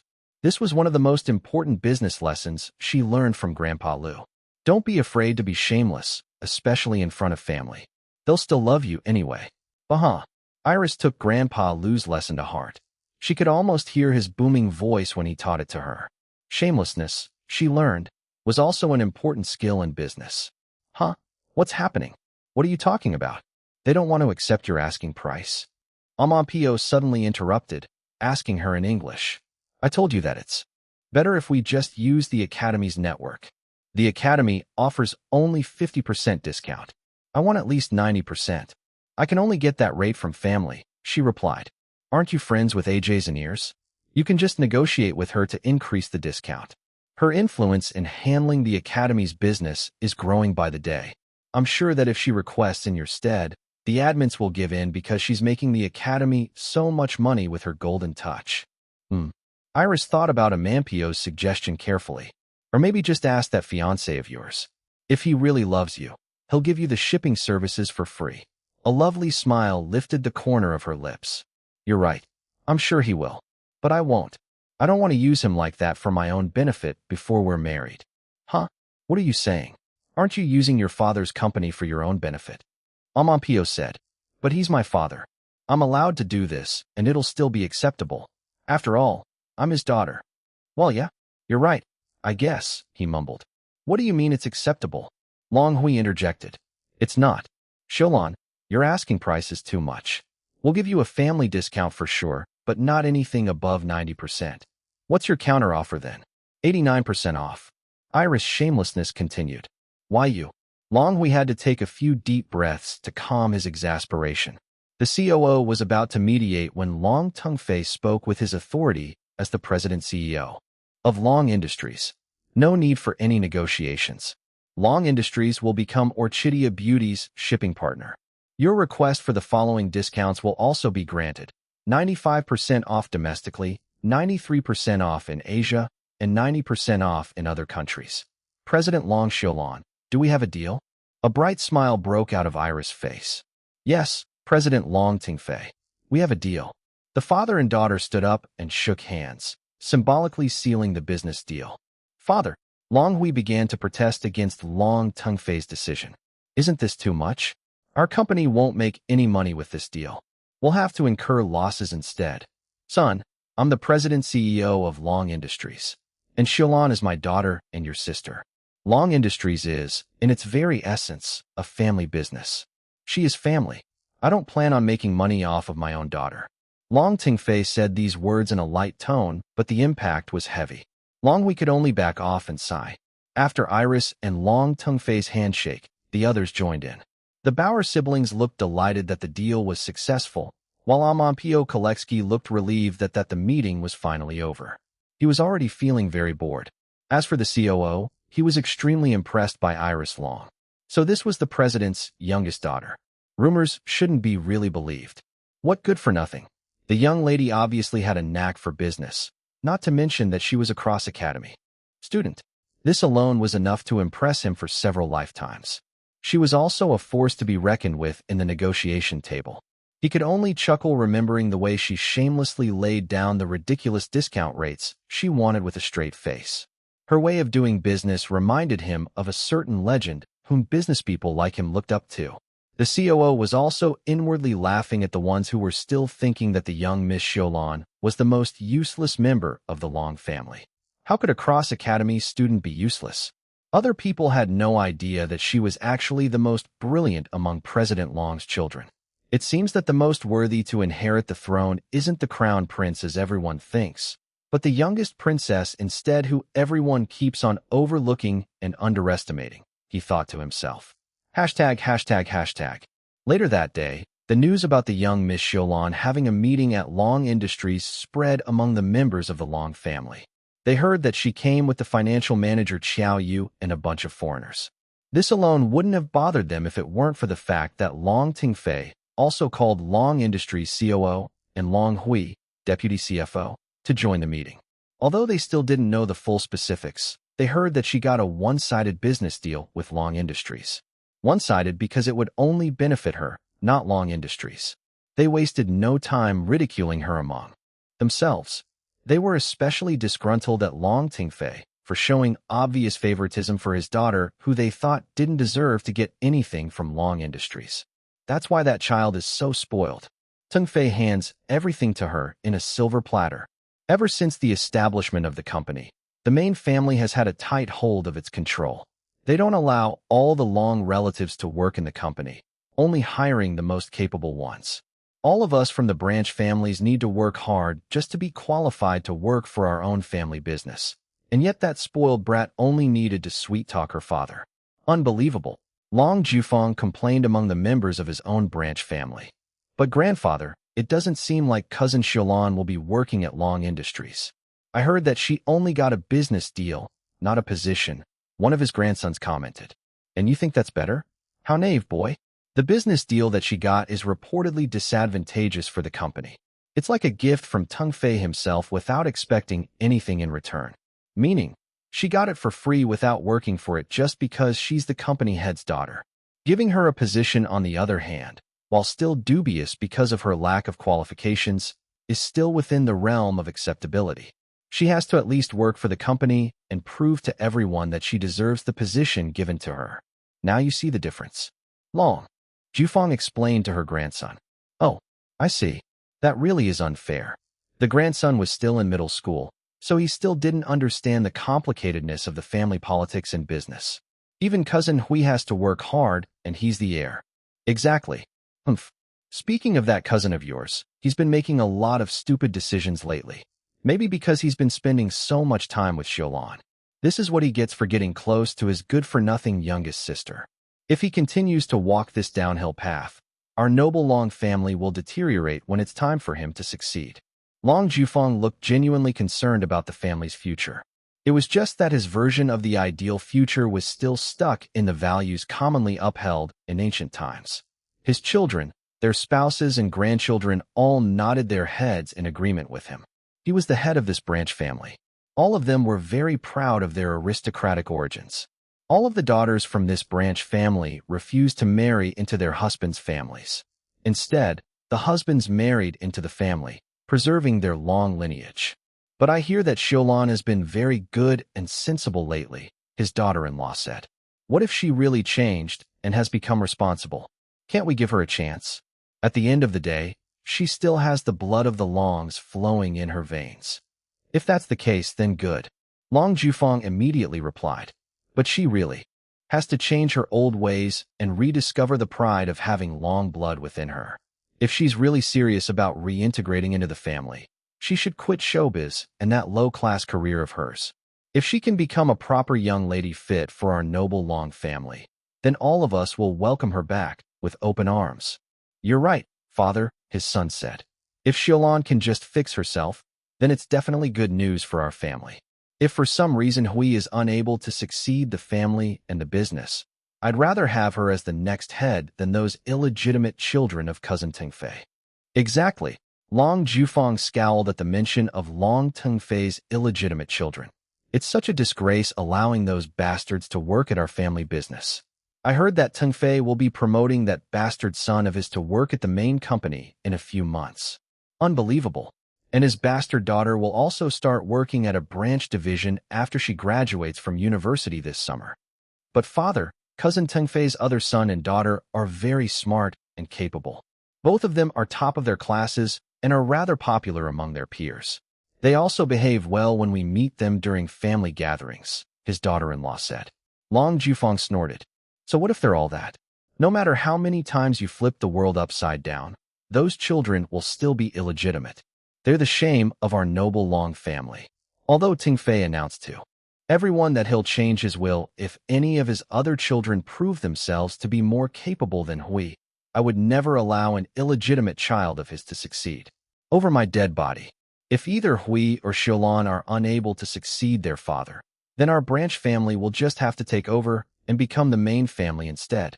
If it's for the best interests of our family and to make our noble Long name flourish again, our branch family will gladly take this burden upon our shoulders. Everyone nodded, their expressions grave. They acted as if it was a great sacrifice on their part if their branch family were to take over as head of the entire Long clan. But deep within their hearts, the desire for control and power burned a little hotter. Showbiz became busier and more exciting at this time of the year. Everyone was preparing for the award season. First up was the biggest and the most recognized music awards in the country, Harmony Music Awards. When the nominations were finally announced, everyone was surprised and amazed by someone whose name appeared several times in the lists. Iris Long was nominated for a grand total of 9 different categories. She turned out to be the most nominated artist for the music awards this year. She actually exceeded Jin Liwei, who had 8 nominations, making him the second most nominated this year. In fact, the two of them were direct competitors. They were nominated in 4 of the same award categories. These 4 were considered to be the most important and most sought after in the music awards, namely Artist of the Year, Album of the Year, Song of the Year, and Best Music Video. It was no wonder that their respective fans were going crazy. The Black Stars almost couldn't contain themselves in their delight and excitement. Although they weren't surprised that their boss Iris was nominated for the music awards, they didn't expect her to receive so many nominations. They felt so proud of her. Similarly, Jin Liwei's army of fans were happy for their Prince Lin's nominations. They didn't mind that someone got more nominations than him. To them, 8 nominations were already awesome. Even though Jin Liwei was a familiar face at the music awards every year, they still supported him every single time that he was nominated throughout the years. In addition to the music awards official categories in which the winners would be decided by a voting council, there were also special awards. These were called the People's Choice Awards because the winners were decided by fan votes. Iris Long was included in the most popular female artist ranking, while Jin Liwei was in the most popular male artist. Unlike the regular categories in which the nominees were carefully selected, the People's Choice Awards were free-for-all. Anyone could nominate, aka add, just about any names they liked to the nominee list. The organizers only monitored the list to remove anyone who was ineligible, meaning those who weren't musicians. Leading the most popular male artist ranking with the most votes was, unsurprisingly, Jin Liwei. He already won the same award 5 times in the past. He won the last 3 titles in a row, with the latest one being just last year. The other 2, he won during the early period of his career. As for the most popular female artist ranking, Iris Long was going up and down the 2nd and the 3rd positions. Her opponents were more popular and more established singers than her. They also had bigger fan clubs, formed throughout the years of their careers. Compared to them, the Black Stars were only formed very recently. Despite this, the Black Stars refused to give up. They voted with all their might, using different devices. They asked their families, friends, co-workers, and even strangers on the streets to vote for their boss Iris. With their efforts, Iris stabilized her position in 2nd place. However, the Black Stars were still unsatisfied. They wanted their boss to win this award. Fortunately, the Pandemonium fans also gave their full support to Iris. As a result, Iris' name began to close the gap with the popular singer-actress at the number 1 position. The competition in the most popular female artist ranking was extremely fierce. On the other hand, the most popular male artist ranking was without any suspense. Barring any miracles from happening, the award would most likely go to Jin Liwei again this year.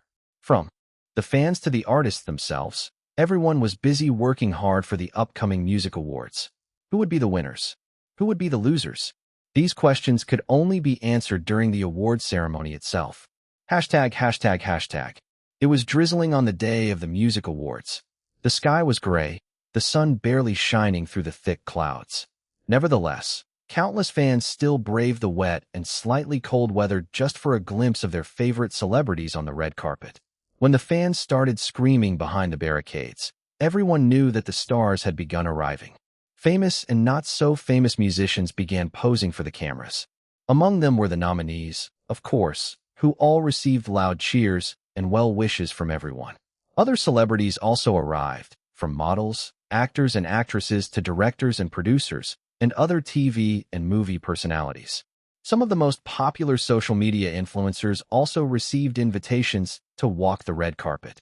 A few socialites also attended.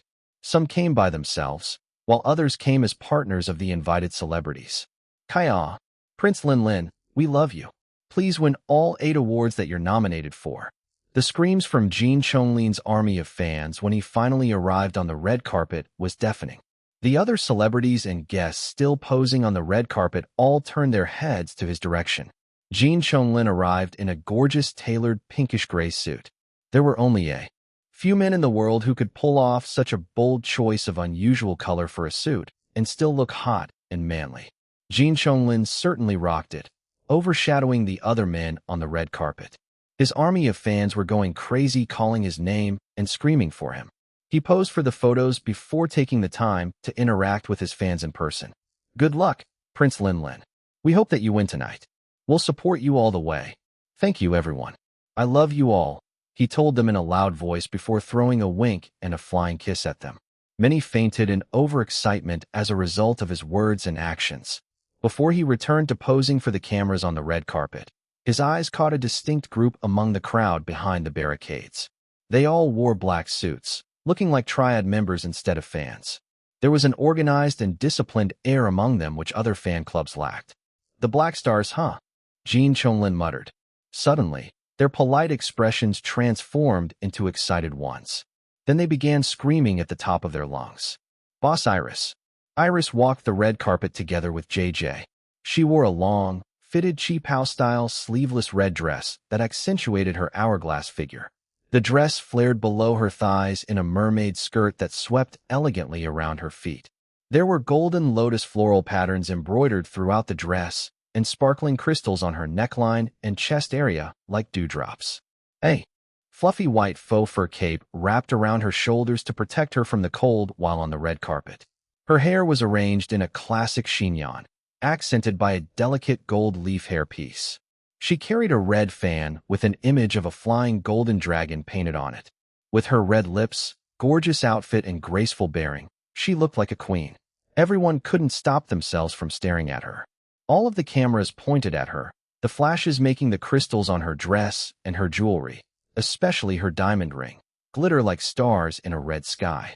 "Damn, she's so beautiful," a male celebrity exclaimed in the middle of his interview on the red carpet. Just like everybody else, Jin Chonglin was also dazed at seeing her. He couldn't tear his eyes away from her. Then his gaze fell on the diamond ring on her finger, effectively reminding him that the woman was engaged to his own brother. It jolted him out of his brief trance. Iris posed for the cameras with JJ. Some of the cameramen requested for Iris to pose solo. JJ harumphed for a bit before leaving her side to have her solo moment with the wildly flashing cameras. She gave them several classy poses, playing with her fan to give them a variety of shots. Afterwards, she made her way to the Black Stars, instantly identifying them by their conspicuous suits among the normally dressed people around them. She met Jin Chonglin along the way. "Beautiful Sister Xiaolan, you look like a bride with that red dress of yours," he told her. Her brows raised before chuckling in amusement. Maybe that's why my fiancé insisted that I choose this dress design for tonight. So that's why? Well, my darling has good taste. Don't you agree, Brother Chonglin?" Jin Chonglin scowled for only a second before catching himself. His famous smile returned to his face. That was dangerous.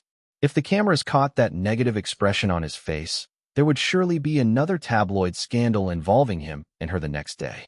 He was smiling on the outside, but on the inside, he grumbled. What the hell was this? She wasn't even with his brother right now, yet he was still being force-fed with dog food. These lovers' sweetness to each other would kill others from overdose one day, and he might just be the first casualty. The two went on their separate ways after only a brief conversation. If they talked for a bit longer, tongues would begin wagging and speculating about their relationship. Actually, it was already too late. The Linris shippers among the crowd was already mentally writing romantic fan fiction about them.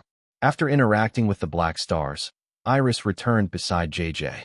They granted some short interviews on the red carpet before finally entering the multi-purpose arena where the music awards would be held tonight. It was at that moment that a series of audible gasps arose from the crowd. The next person to walk the red carpet was someone they thought would never attend. The music awards. Jin Liwei swept his cold eyes across everyone. Disinterest and disappointment turned his eyes even colder when he didn't find the one person he wanted to see the most. It seemed that he missed his baby girl on the red carpet. No matter. He would see her later during the awards ceremony. The organizers immediately hurried to welcome him. They looked very excited and eager to please. This was the first time that Jin Liwei accepted their invitation to attend the music awards. They invited him every year, but he rejected them every single time. Jin Liwei posed briefly for the cameras. His cold and indifferent aura made the surrounding people behave and bring out their best manners. All of the ladies, and the ladies at heart, sighed in awe at his handsomeness and oozing masculinity. Even the men couldn't help but admire his regal and powerful aura. His sharp suit only magnified his attractiveness. Everyone was very surprised that he attended this year's music awards. They all thought that he came to support his brother, Jin Chonglin, who was nominated for 8 awards. Too bad that someone got more nominations than him. Nevertheless, they were confident that Jin Chonglin was going to win the most awards tonight. A reporter mustered up all of her courage and called out to Jin Liwei. "Mr. Jin, can you answer some questions from us?" Her fellow reporters and the cameramen all froze and held their breaths.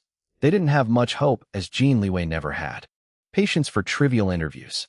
He only granted interviews when they were about business. Jin Liwei nodded and walked in front of the reporter who called out to him. The poor reporter's mind went blank at his sudden, close proximity to her. Another reporter asked instead, "Mr. Jin, are you granting us an interview?" He nodded again. "Be quick." All the media representatives immediately left their original spots and swarmed around Jin Liwei. They started throwing questions at him like excited, salivating dogs. The celebrities they were interviewing could only smile wryly at being abandoned. However, they didn't dare complain. Who was Jin Liwei? He was the most powerful man in the country's business world of his generation. "Mr. Jin, this is the first time that you attended the music awards. Are you here to support someone?" An image of his beautiful baby girl appeared in his mind. "Yes," he replied. "What a strong brotherly bond. Jin Chonglin must be happy that his brother is here to support him." Jin Liwei frowned. He was about to correct their misunderstanding when he was interrupted by another question.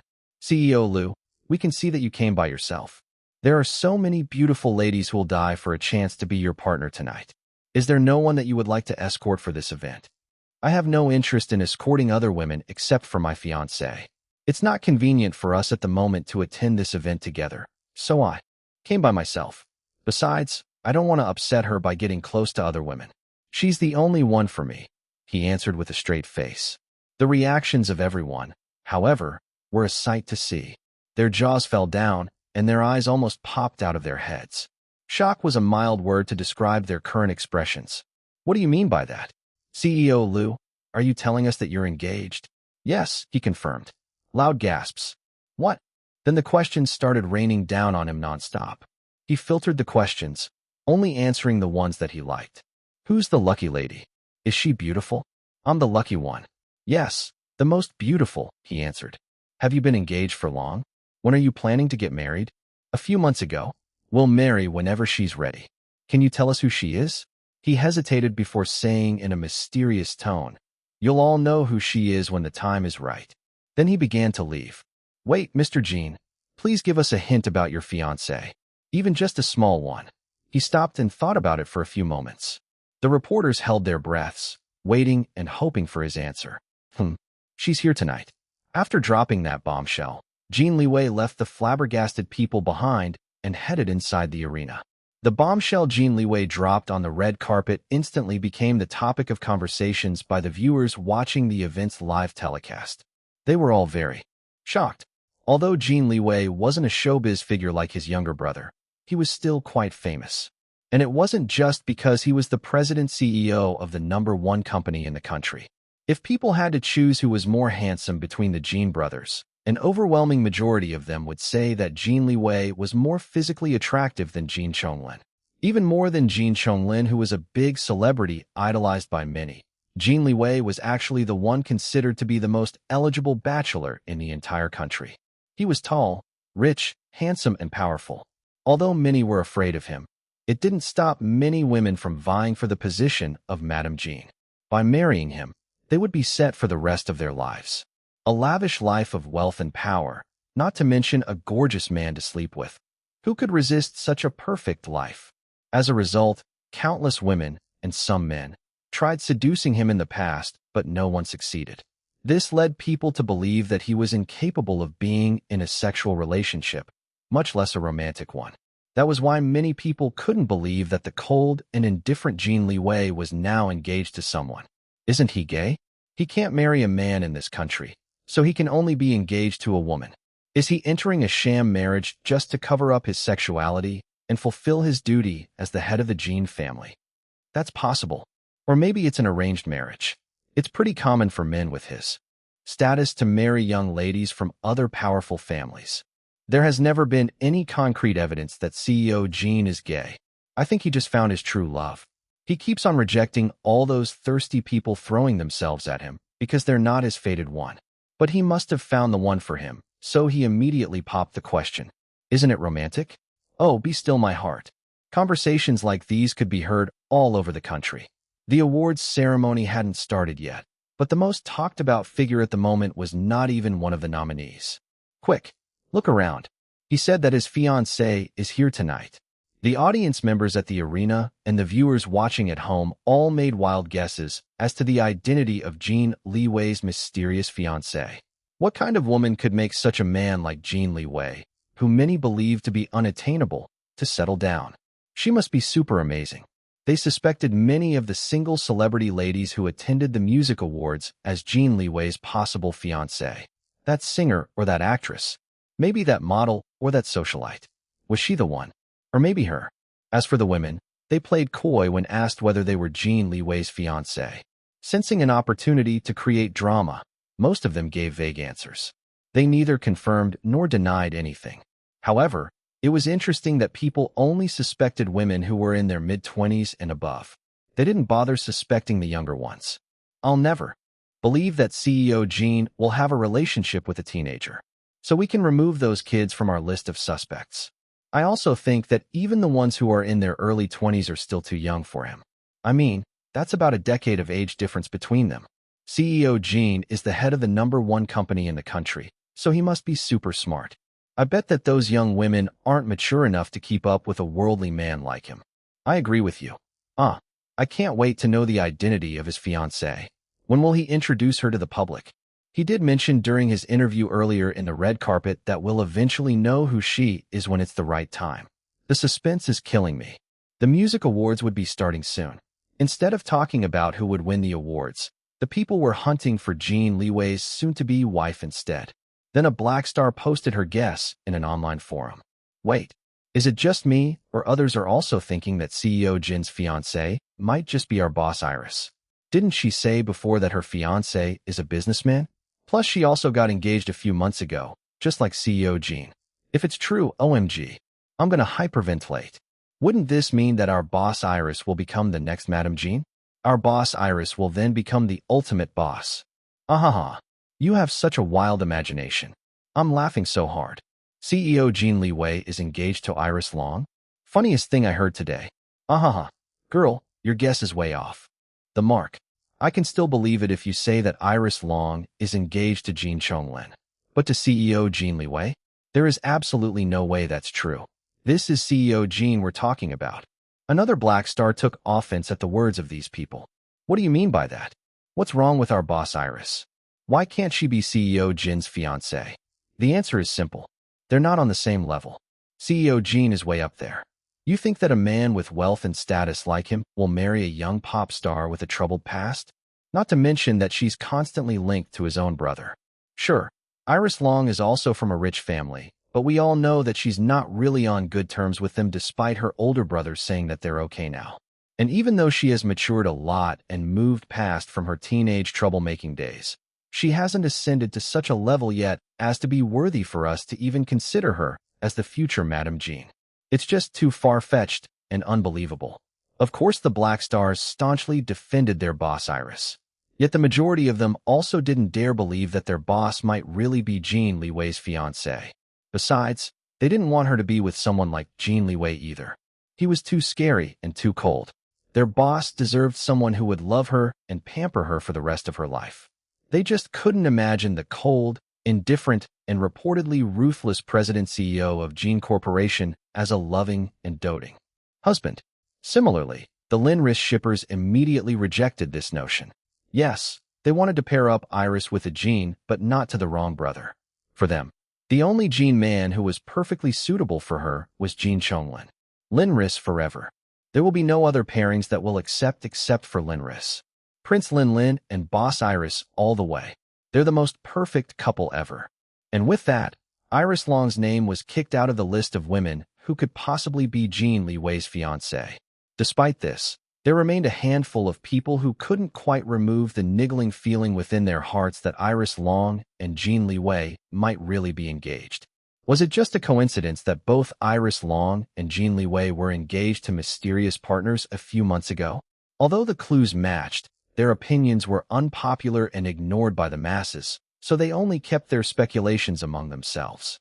The people put the matter about Jin Liwei's mysterious fiancée aside when the music awards officially started. The male and female hosts appeared on stage together with much pomp and circumstance. Their opening dialogue hyped the audience for the upcoming performances, and of course, the much-anticipated presenting of the awards later in the evening. We want to congratulate all of the nominees because just the fact that you're nominated is already a big achievement. There are many artists who are dreaming to be in your position. Being nominated means that you're all the best of the best.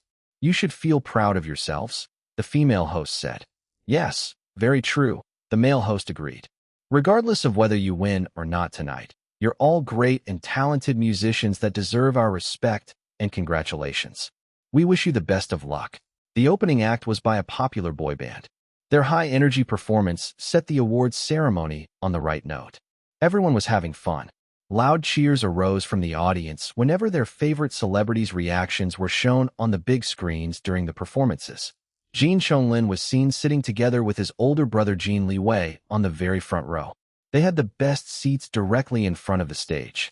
Excited and crazed screams almost drowned the current performance on the stage when both the brothers were shown on the big screens at the same time. Just one of them was already enough to make their panties wet, but two of them together? Oh, how soaked their poor panties felt. The current performer thought that the audience was cheering for him. Feeling excited, he performed even harder. Since this was an important music awards, the productions of each of the performances were all lavish and spectacular. The performing artists, most of them also nominees themselves, brought their A-game. They wanted to be the most memorable performers of the night. This was an opportunity to boost their fame to greater heights. During the commercial breaks between the performances, the general audience's attention shifted from the stage to the celebrities sitting at the very front. They fangirled and fanboyed. Huh? Where's Boss Iris? I haven't seen her or JJ since the ceremony started. A Black Star commented. Oh, it sounds like you didn't check her blog. She posted earlier that she's in a dressing room backstage preparing for her upcoming performance. Zhou Meier, aka Captain Blackstar, told her comrade. Big sister, look. The four aunties are sitting right there. Ming Li, aka Little Phoenix, exclaimed while pointing at the front seats where the celebrities, socialites, and other important figures sat. Her fellow Black Stars followed the direction her finger was pointing at. And indeed, the four posh ladies were sitting at the best seats. Feng Wan and her three friends Si Xinyue, Bai Li and Kung Mian, all sat at the very front on the same row as the Jin brothers. The Black Stars all looked shocked, delighted, envious, and bewildered at the same time. They knew that the four posh ladies were rich just based on their appearances and bearing, but they never could have imagined that they were at such a level to be assigned seats beside the VIPs like Jin Liwei. Even a big celebrity like Jin Chonglin was only given a seat at the very front this year because of his older brother. But these feelings were all drowned by pride at seeing their fellow Black Stars sitting with the stars, especially since Feng Wan and her three friends were all wearing black suits just like them. Granted, the posh ladies' suits were tailored and probably insanely expensive, but it still showed everyone their allegiance to the Black Stars and of course to their boss Iris. When the commercial ended, the host stood on a mini stage in another part of the arena. They began introducing the next act. Male host. When this next performer made her comeback after disappearing for 2 years, she took the music industry by storm, climbing fiercely up the music charts with her beautiful music that flows straight into our hearts. She disappeared again for a brief period before making her second comeback, successfully topping the charts even at this very moment. The Black Stars started cheering, instantly knowing who the hosts were talking about. Female host. Like a phoenix rising from the ashes, she continues to amaze us with her unbelievable musical talent every time she makes a comeback. It's no wonder that she has received the most award nominations for tonight. I think you already know who's performing next. Male host. Ladies and gentlemen, please give it up for the beautiful, the talented, and the one and only. Both, Iris Long. Deafening cheers and applause. The main stage was in complete darkness. The audience lowered their noise volume in order to concentrate on this much-anticipated performance. In the front row seats, Jin Liwei knew immediately when his baby girl stepped on the stage. Even though he couldn't see her just yet because of the darkness, he felt her presence like a magnetic force. A loud click and the spotlight hit the backmost part of the stage, showing the grand symphony orchestra in their full glory. The conductor waved his hands, and the musicians all moved their instruments in ready-to-play positions. Their movements were so synchronized that it elicited cheers from the audience. Another set of spotlights lit up the two sides of the stage. It showed a group of perfectly lined-up people wearing long black hooded capes. The symphony orchestra started playing a foreboding opening tune. Then the hooded people started marching slowly from the opposite sides of the stage towards the center. All of them started humming loudly together, producing a dark vocal choir melody that raised the hair of the people listening. "This is kinda creepy, but so amazing," an audience member commented under his breath. Then a louder, more distinct and familiar voice began to hum on top of the eerie choir. The female voice sounded beautiful and powerful, yet also mournful and fragile at the same time. The entire stage was finally lit up. White fog, thunder, and lightning effects made the reveal even more dramatic. Everyone gasped at what they saw. Their line of vision, which was originally looking at the stage floor, now shifted up to the air high above the symphony orchestra and the hooded choir. A big golden cage hung high up in the air above the stage. Iris sat in a broken pose inside, humming a mournful melody. She closed her eyes while her face showed an expression of desolation. She appeared fragile in a white feather dress. The hearts of the people watching all skipped a beat seeing her ethereal beauty. Not only the Black Stars, but everyone else in the audience cheered loudly when she finally appeared. However, they controlled their noise volume when the dark melody and foreboding marching beat intensified like the climax of a battlefield. Then everything went quiet. A lone violin played a familiar melody, greatly exciting the audience as they recognized it. Iris finally opened her eyes. She looked directly at the camera and began to sing. Caged and chained in a tiny world, wondering what it's like outside. A little bird imprisoned by love, dying little by little inside. It was the song Rebirth, which launched her to the top of the music charts after her first comeback. I want to be free. Free as a bird. But where are my wings? I cannot fly. The musical arrangement was a little different than the original this time. It sounded more dramatic and dynamic. Iris continued to sing while her broken pose gradually became strong. She stood as the door of the golden cage swung open. She stepped on the edge of the cage's opening, teetering dangerously. At last, I'm free. Will I ever fly? Then she jumped down, and the symphony orchestra played in full splendor. The audience screamed when they saw her falling. They felt their hearts stop and their breaths catch in their throats.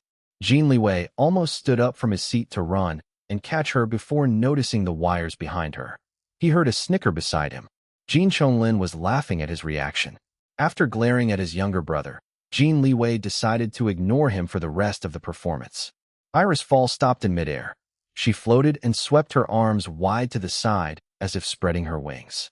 It was only at that time that the people realized how long and wide the trail of her feather dress was. She looked like a bird flying in the sky. From the ashes, I rise like a phoenix. A little bird no more. I spread my wings so big and wide. Now I am free. Now I can fly. The hooded choir removed their capes in a perfect synchronized movement. All of them wore beautiful white, green, and blue feathery costumes. They started singing along with Iris, as if she was their phoenix queen and they were her bird subjects. Iris' voice became more powerful, not the least bit drowned by her impressive choir singers. She began flying all around the arena above the audience, delighting and exciting everyone. She was really like a phoenix, a beautifully pure phoenix queen. When the music reached crescendo, she demonstrated her vocal prowess. reaching such high and powerful notes that the people began to think she wasn't human anymore. So this is freedom. I am free. Oh yes, I am free. The lights throughout the arena suddenly dimmed. They flashed between the colors yellow, orange, and crimson. Crackling sound effects made it look like the entire arena, especially the stage, was caught in a raging fire. Iris disappeared again within the darkness, but not for long. About half a minute later, she reappeared at the center of the stage. This time, her long white feather dress was nowhere in sight. It was replaced by a blazing red dress instead. Although the red dress had similar feathery details like the white one, it was not as delicate and looked more edgy. It was a vavavoom dress that was both elegant and sexy at the same time. The asymmetrical structure bared her left shoulder and her right leg. The pure white phoenix had transformed into a fire phoenix. Then she walked slowly from the center of the stage to the front. Her hips swayed side to side in an alluring manner with every step. Her footsteps were enhanced by sound effects, making them echo throughout the entire arena. It was as if she was walking towards her lover. And indeed, she was. Her eyes were looking directly at Jin Liwei, who was sitting directly in front of the stage. Their eyes locked at each other. Despite this, nobody noticed that she was looking at a single person. They thought that her passionate gaze was part of her performance. When she reached the front of the stage, she raised the mic to her mouth and spoke to the audience. Ladies and gentlemen, joining me for this next song is the man who took a chance on me, believed in me, and helped me rise from the ashes. Please welcome the multi-award-winning music producer, Mr. JJ.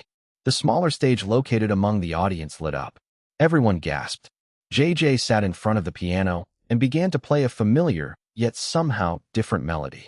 Most of the younger audience members and home viewers were surprised that JJ was actually performing on stage with Iris. They never watched him perform before. However, the older people had nostalgic expressions on their faces as they watched him perform again after so many years. Their generation remembered that JJ began his career as a performing artist. His music was brilliant, but his singing voice wasn't very great. It didn't help that he had a bad temper and clashed with others a lot. Unable to make a breakthrough in his stagnant career, he gave up being a performer and became a music producer instead. Within a couple of years, he began collecting hit songs after hit songs under his belt and launched some of the most popular stars in the country. As they say, the rest was history. After giving it up, why then was JJ performing with Iris Long right now? His friends and peers like DJ Song realized at that moment the extent of JJ's bond with Iris. It wasn't just a simple producer-artist relationship. It seemed that Iris was able to reignite JJ's dormant love for performing. Back to the performance. The perfectly lined-up choir began humming to match JJ's piano melody. Special effects continued to make it appear as if Iris was burning in a sea of fire. Then she began to sing a mashup of her two songs, Phantom of Your Love and Black Star. The music was dramatic and spectacular, harrowing yet lifting at the same time. The musical arrangement was superb, combining the best elements of Iris' vocal prowess, JJ's rough yet dynamic style of playing the piano, the grandeur of a full symphony orchestra, and of course the hair-raising sound of the singing choir. When the melody reached crescendo and Iris reached the highest notes of the song, golden fireworks exploded on the stage. Then the fire effects seamlessly transformed into a dazzling rain shower in the background. The yellow, orange, and red colors turned into a shining and purifying white light. Iris reached behind her back and pulled. Her red phoenix dress came off. She was left wearing a simple yet elegant white tube dress. This quick change occurred in the blink of an eye at the same time the performance ended with a magnificent flourish. Everyone stood up and gave Iris a deafening standing ovation. There was not a single person who remained on their seat. The people felt like they would be doing something very disrespectful if they remained sitting after such a beautiful and magnificent performance. It was the loudest and longest standing ovation for a performance so far tonight. The other artists and celebrities who begrudged and didn't believe that Iris Long deserved to receive the most award nominations. This year finally experienced firsthand her amazing live performance, which wasn't in any way inferior to the recorded versions of her music. Not to mention that they completely lost themselves to her insanely powerful charisma and stage presence. Iris, Iris, Iris. The Black Stars didn't need to lead the chant because everyone in the audience started calling her name in unison. Of course, the brothers Jin Liwei and Jin Chonglin were also clapping their hands with everyone else. The people were too preoccupied cheering and admiring Iris' spectacular performance that nobody noticed the proud and loving expression on Jin Liwei's face. Nor did they think too deeply about the flying kiss Iris long sent directly to him. They thought that her kiss was for everyone. They were wrong. Her elegant curtsy, bow, and hand waves were for everyone, but her soul-flying kiss was for her darling alone. Jin Chonglin glanced at his older brother beside him. Jin Liwei had an adoring expression on his face. Jin Chonglin elbowed his brother hard on the side, earning a harsh glare from him. Then Jin Liwei quickly reverted to his usual cold and indifferent expression when he realized that a camera was pointing their way. Sometime later, Iris and JJ walked together to their assigned seats a few rows behind the Jin brothers. They changed back to the outfits they wore on the red carpet earlier. Everyone greeted them warmly, praising them for their brilliant performance. JJ looked extremely smug and puffed out his chest. He immediately started bragging to his friend DJ Song. Iris sat between the two friends. She wasn't really listening to their conversation. Her eyes were gazing directly at the back of her darling's head. She felt tempted to just walk over to the front and then hug and kiss him in front of everyone. A giggle escaped from her lips at the thought. It was as if he heard soft laughter because Jin Liwei turned his head behind him for the first time. They locked eyes at each other. They showed no outward expression, but their eyes were filled with love. Then Iris' expression darkened when she realized that many women were giving her darling flirty looks. She closed her eyes and fought against the urge to leap over to those women and slap them until their faces became swollen. Similarly, Jin Liwei's expression turned even colder and slightly menacing when he saw several men looking at his baby girl with obvious interest. Some of them didn't even bother disguising the lust in their eyes. The people sitting around him paled when they saw his scary expression. They also shivered and shifted their bodies away from him. They wondered if someone displeased or offended him in some way.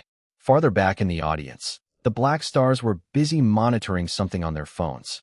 They were watching the real-time polls, specifically for the People's Choice Award of Most Popular Female Artist. Come on, comrades. We only need less than 500 votes to get our boss to the #1 position. We can do this. Zhou Meier, aka Captain Blackstar, encouraged her fellow Black Stars. Oh, I just refreshed. We only need 300 more votes. No, 200. 130, 60 what? Ming Li, aka Little Phoenix, gasped and looked at her companions in excitement. Yes, we did it. Our boss Iris is now #1 in the ranking. Whoop whoop.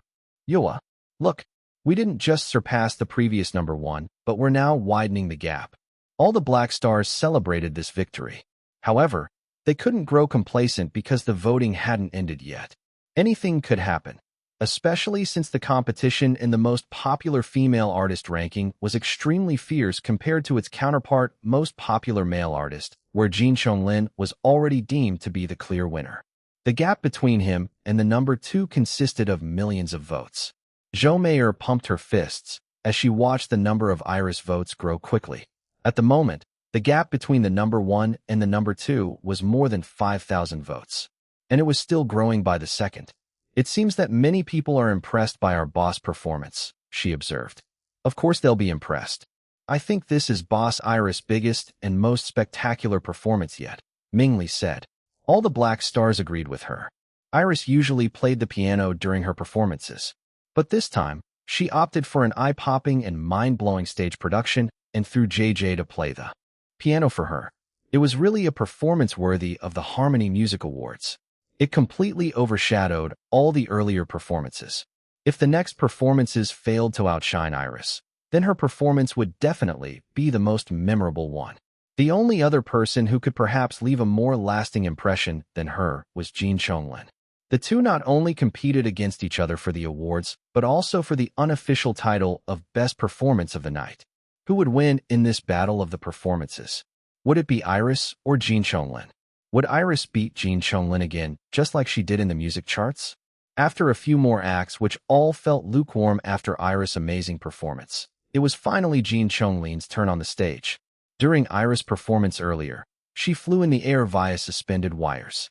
This time, Jin Liwei was driven to the stage in a cool vintage sports car. He stood on the back seat of the open-top vehicle while he sang and gyrated his body with his sexy backup dancers. When he reached the stage, an impressive number of synchronized backup dancers joined him in a fun, energetic, and sexy hip-hop R&B performance. Not only was Jin Liwei a great singer and musician, but he was also a superb dancer. All his moves were on point. Combined with his oozing sex appeal and charisma, nobody could resist going crazy for him. There were quite a number of fans who fainted from overexcitement whenever he winked, smiled, or pointed a finger at them. The only person who remained unaffected by his deadly charm was his own brother. Jin Liwei sat motionless on his seat, while all the others went crazy around him. Even Iris was dancing and singing along to the music. Near the end of his performance, a backup dancer handed a bouquet of red roses to the singing and dancing Jin Liwei. Then he jumped down the stage and walked past the first rose. Just as he sang the last lines of his song, he threw the bouquet hard. Iris was shocked and extremely confused when the bouquet shot towards her. It was only her reflexes that allowed her to catch the bouquet a few inches before it could hit her on the face. "Oh baby, you're the only one for me." Jin Liwei sang this last line of his song and then winked at Iris. Shocked silence. 1 second, 2 seconds, 3 sec. The audience and home viewers started squealing. The Linris shippers went out of control. They jumped up from their seats and almost vomited their own throats out from screaming so hard. Linris, Linris, Linris. Their crazed chanting was infectious to the point that the entire arena started chanting along with them. Since this was a live telecast, the cameras focused on both Jin Liwei and Iris' expressions. The smile on Jin Liwei's face was mischievous and flirty. As for Iris, the cameras recorded her confused expression before she was able to smooth it out with a polite smile. Seeing that the cameras were still focusing on her, she smiled a bit more deeply. She ignored the teasing from the people around her. "Thank you," she mouthed at Jin Liwei. She decided not to think too much about his unexpected action. Perhaps it was part of his performance. Besides, the man was her future brother-in-law. He was family. What was wrong about giving flowers to family members? Jin Liwei gave her a thumbs up and another wink. Then he and his backup dancers bowed and waved at the audience. The show went into a commercial break right after. Jin Liwei and his backup dancers began leaving. Nobody noticed that he avoided looking at a certain direction and hurried to the backstage instead, as if running away from something or someone dangerous. Back in the audience, the people around Iris continued to tease her. She just smiled politely at them, not taking their words seriously. "Iris, tell us the truth. Is Jin Liwei your fiancé?" A female idol asked behind her. Ears pricked to their direction, eager to eavesdrop on the conversation. "No, he's not," Iris answered. "I already mentioned before that my fiancé is not from showbiz. He's a businessman." They gave her a knowing look. The skepticism was clear in their eyes. It was obvious that they didn't believe her. "You seem very close to Jin Liwei," another commented. "He's my senior, and we work under the same management company. We're colleagues, that's all." They were about to pry more about her and Jin Liwei, but JJ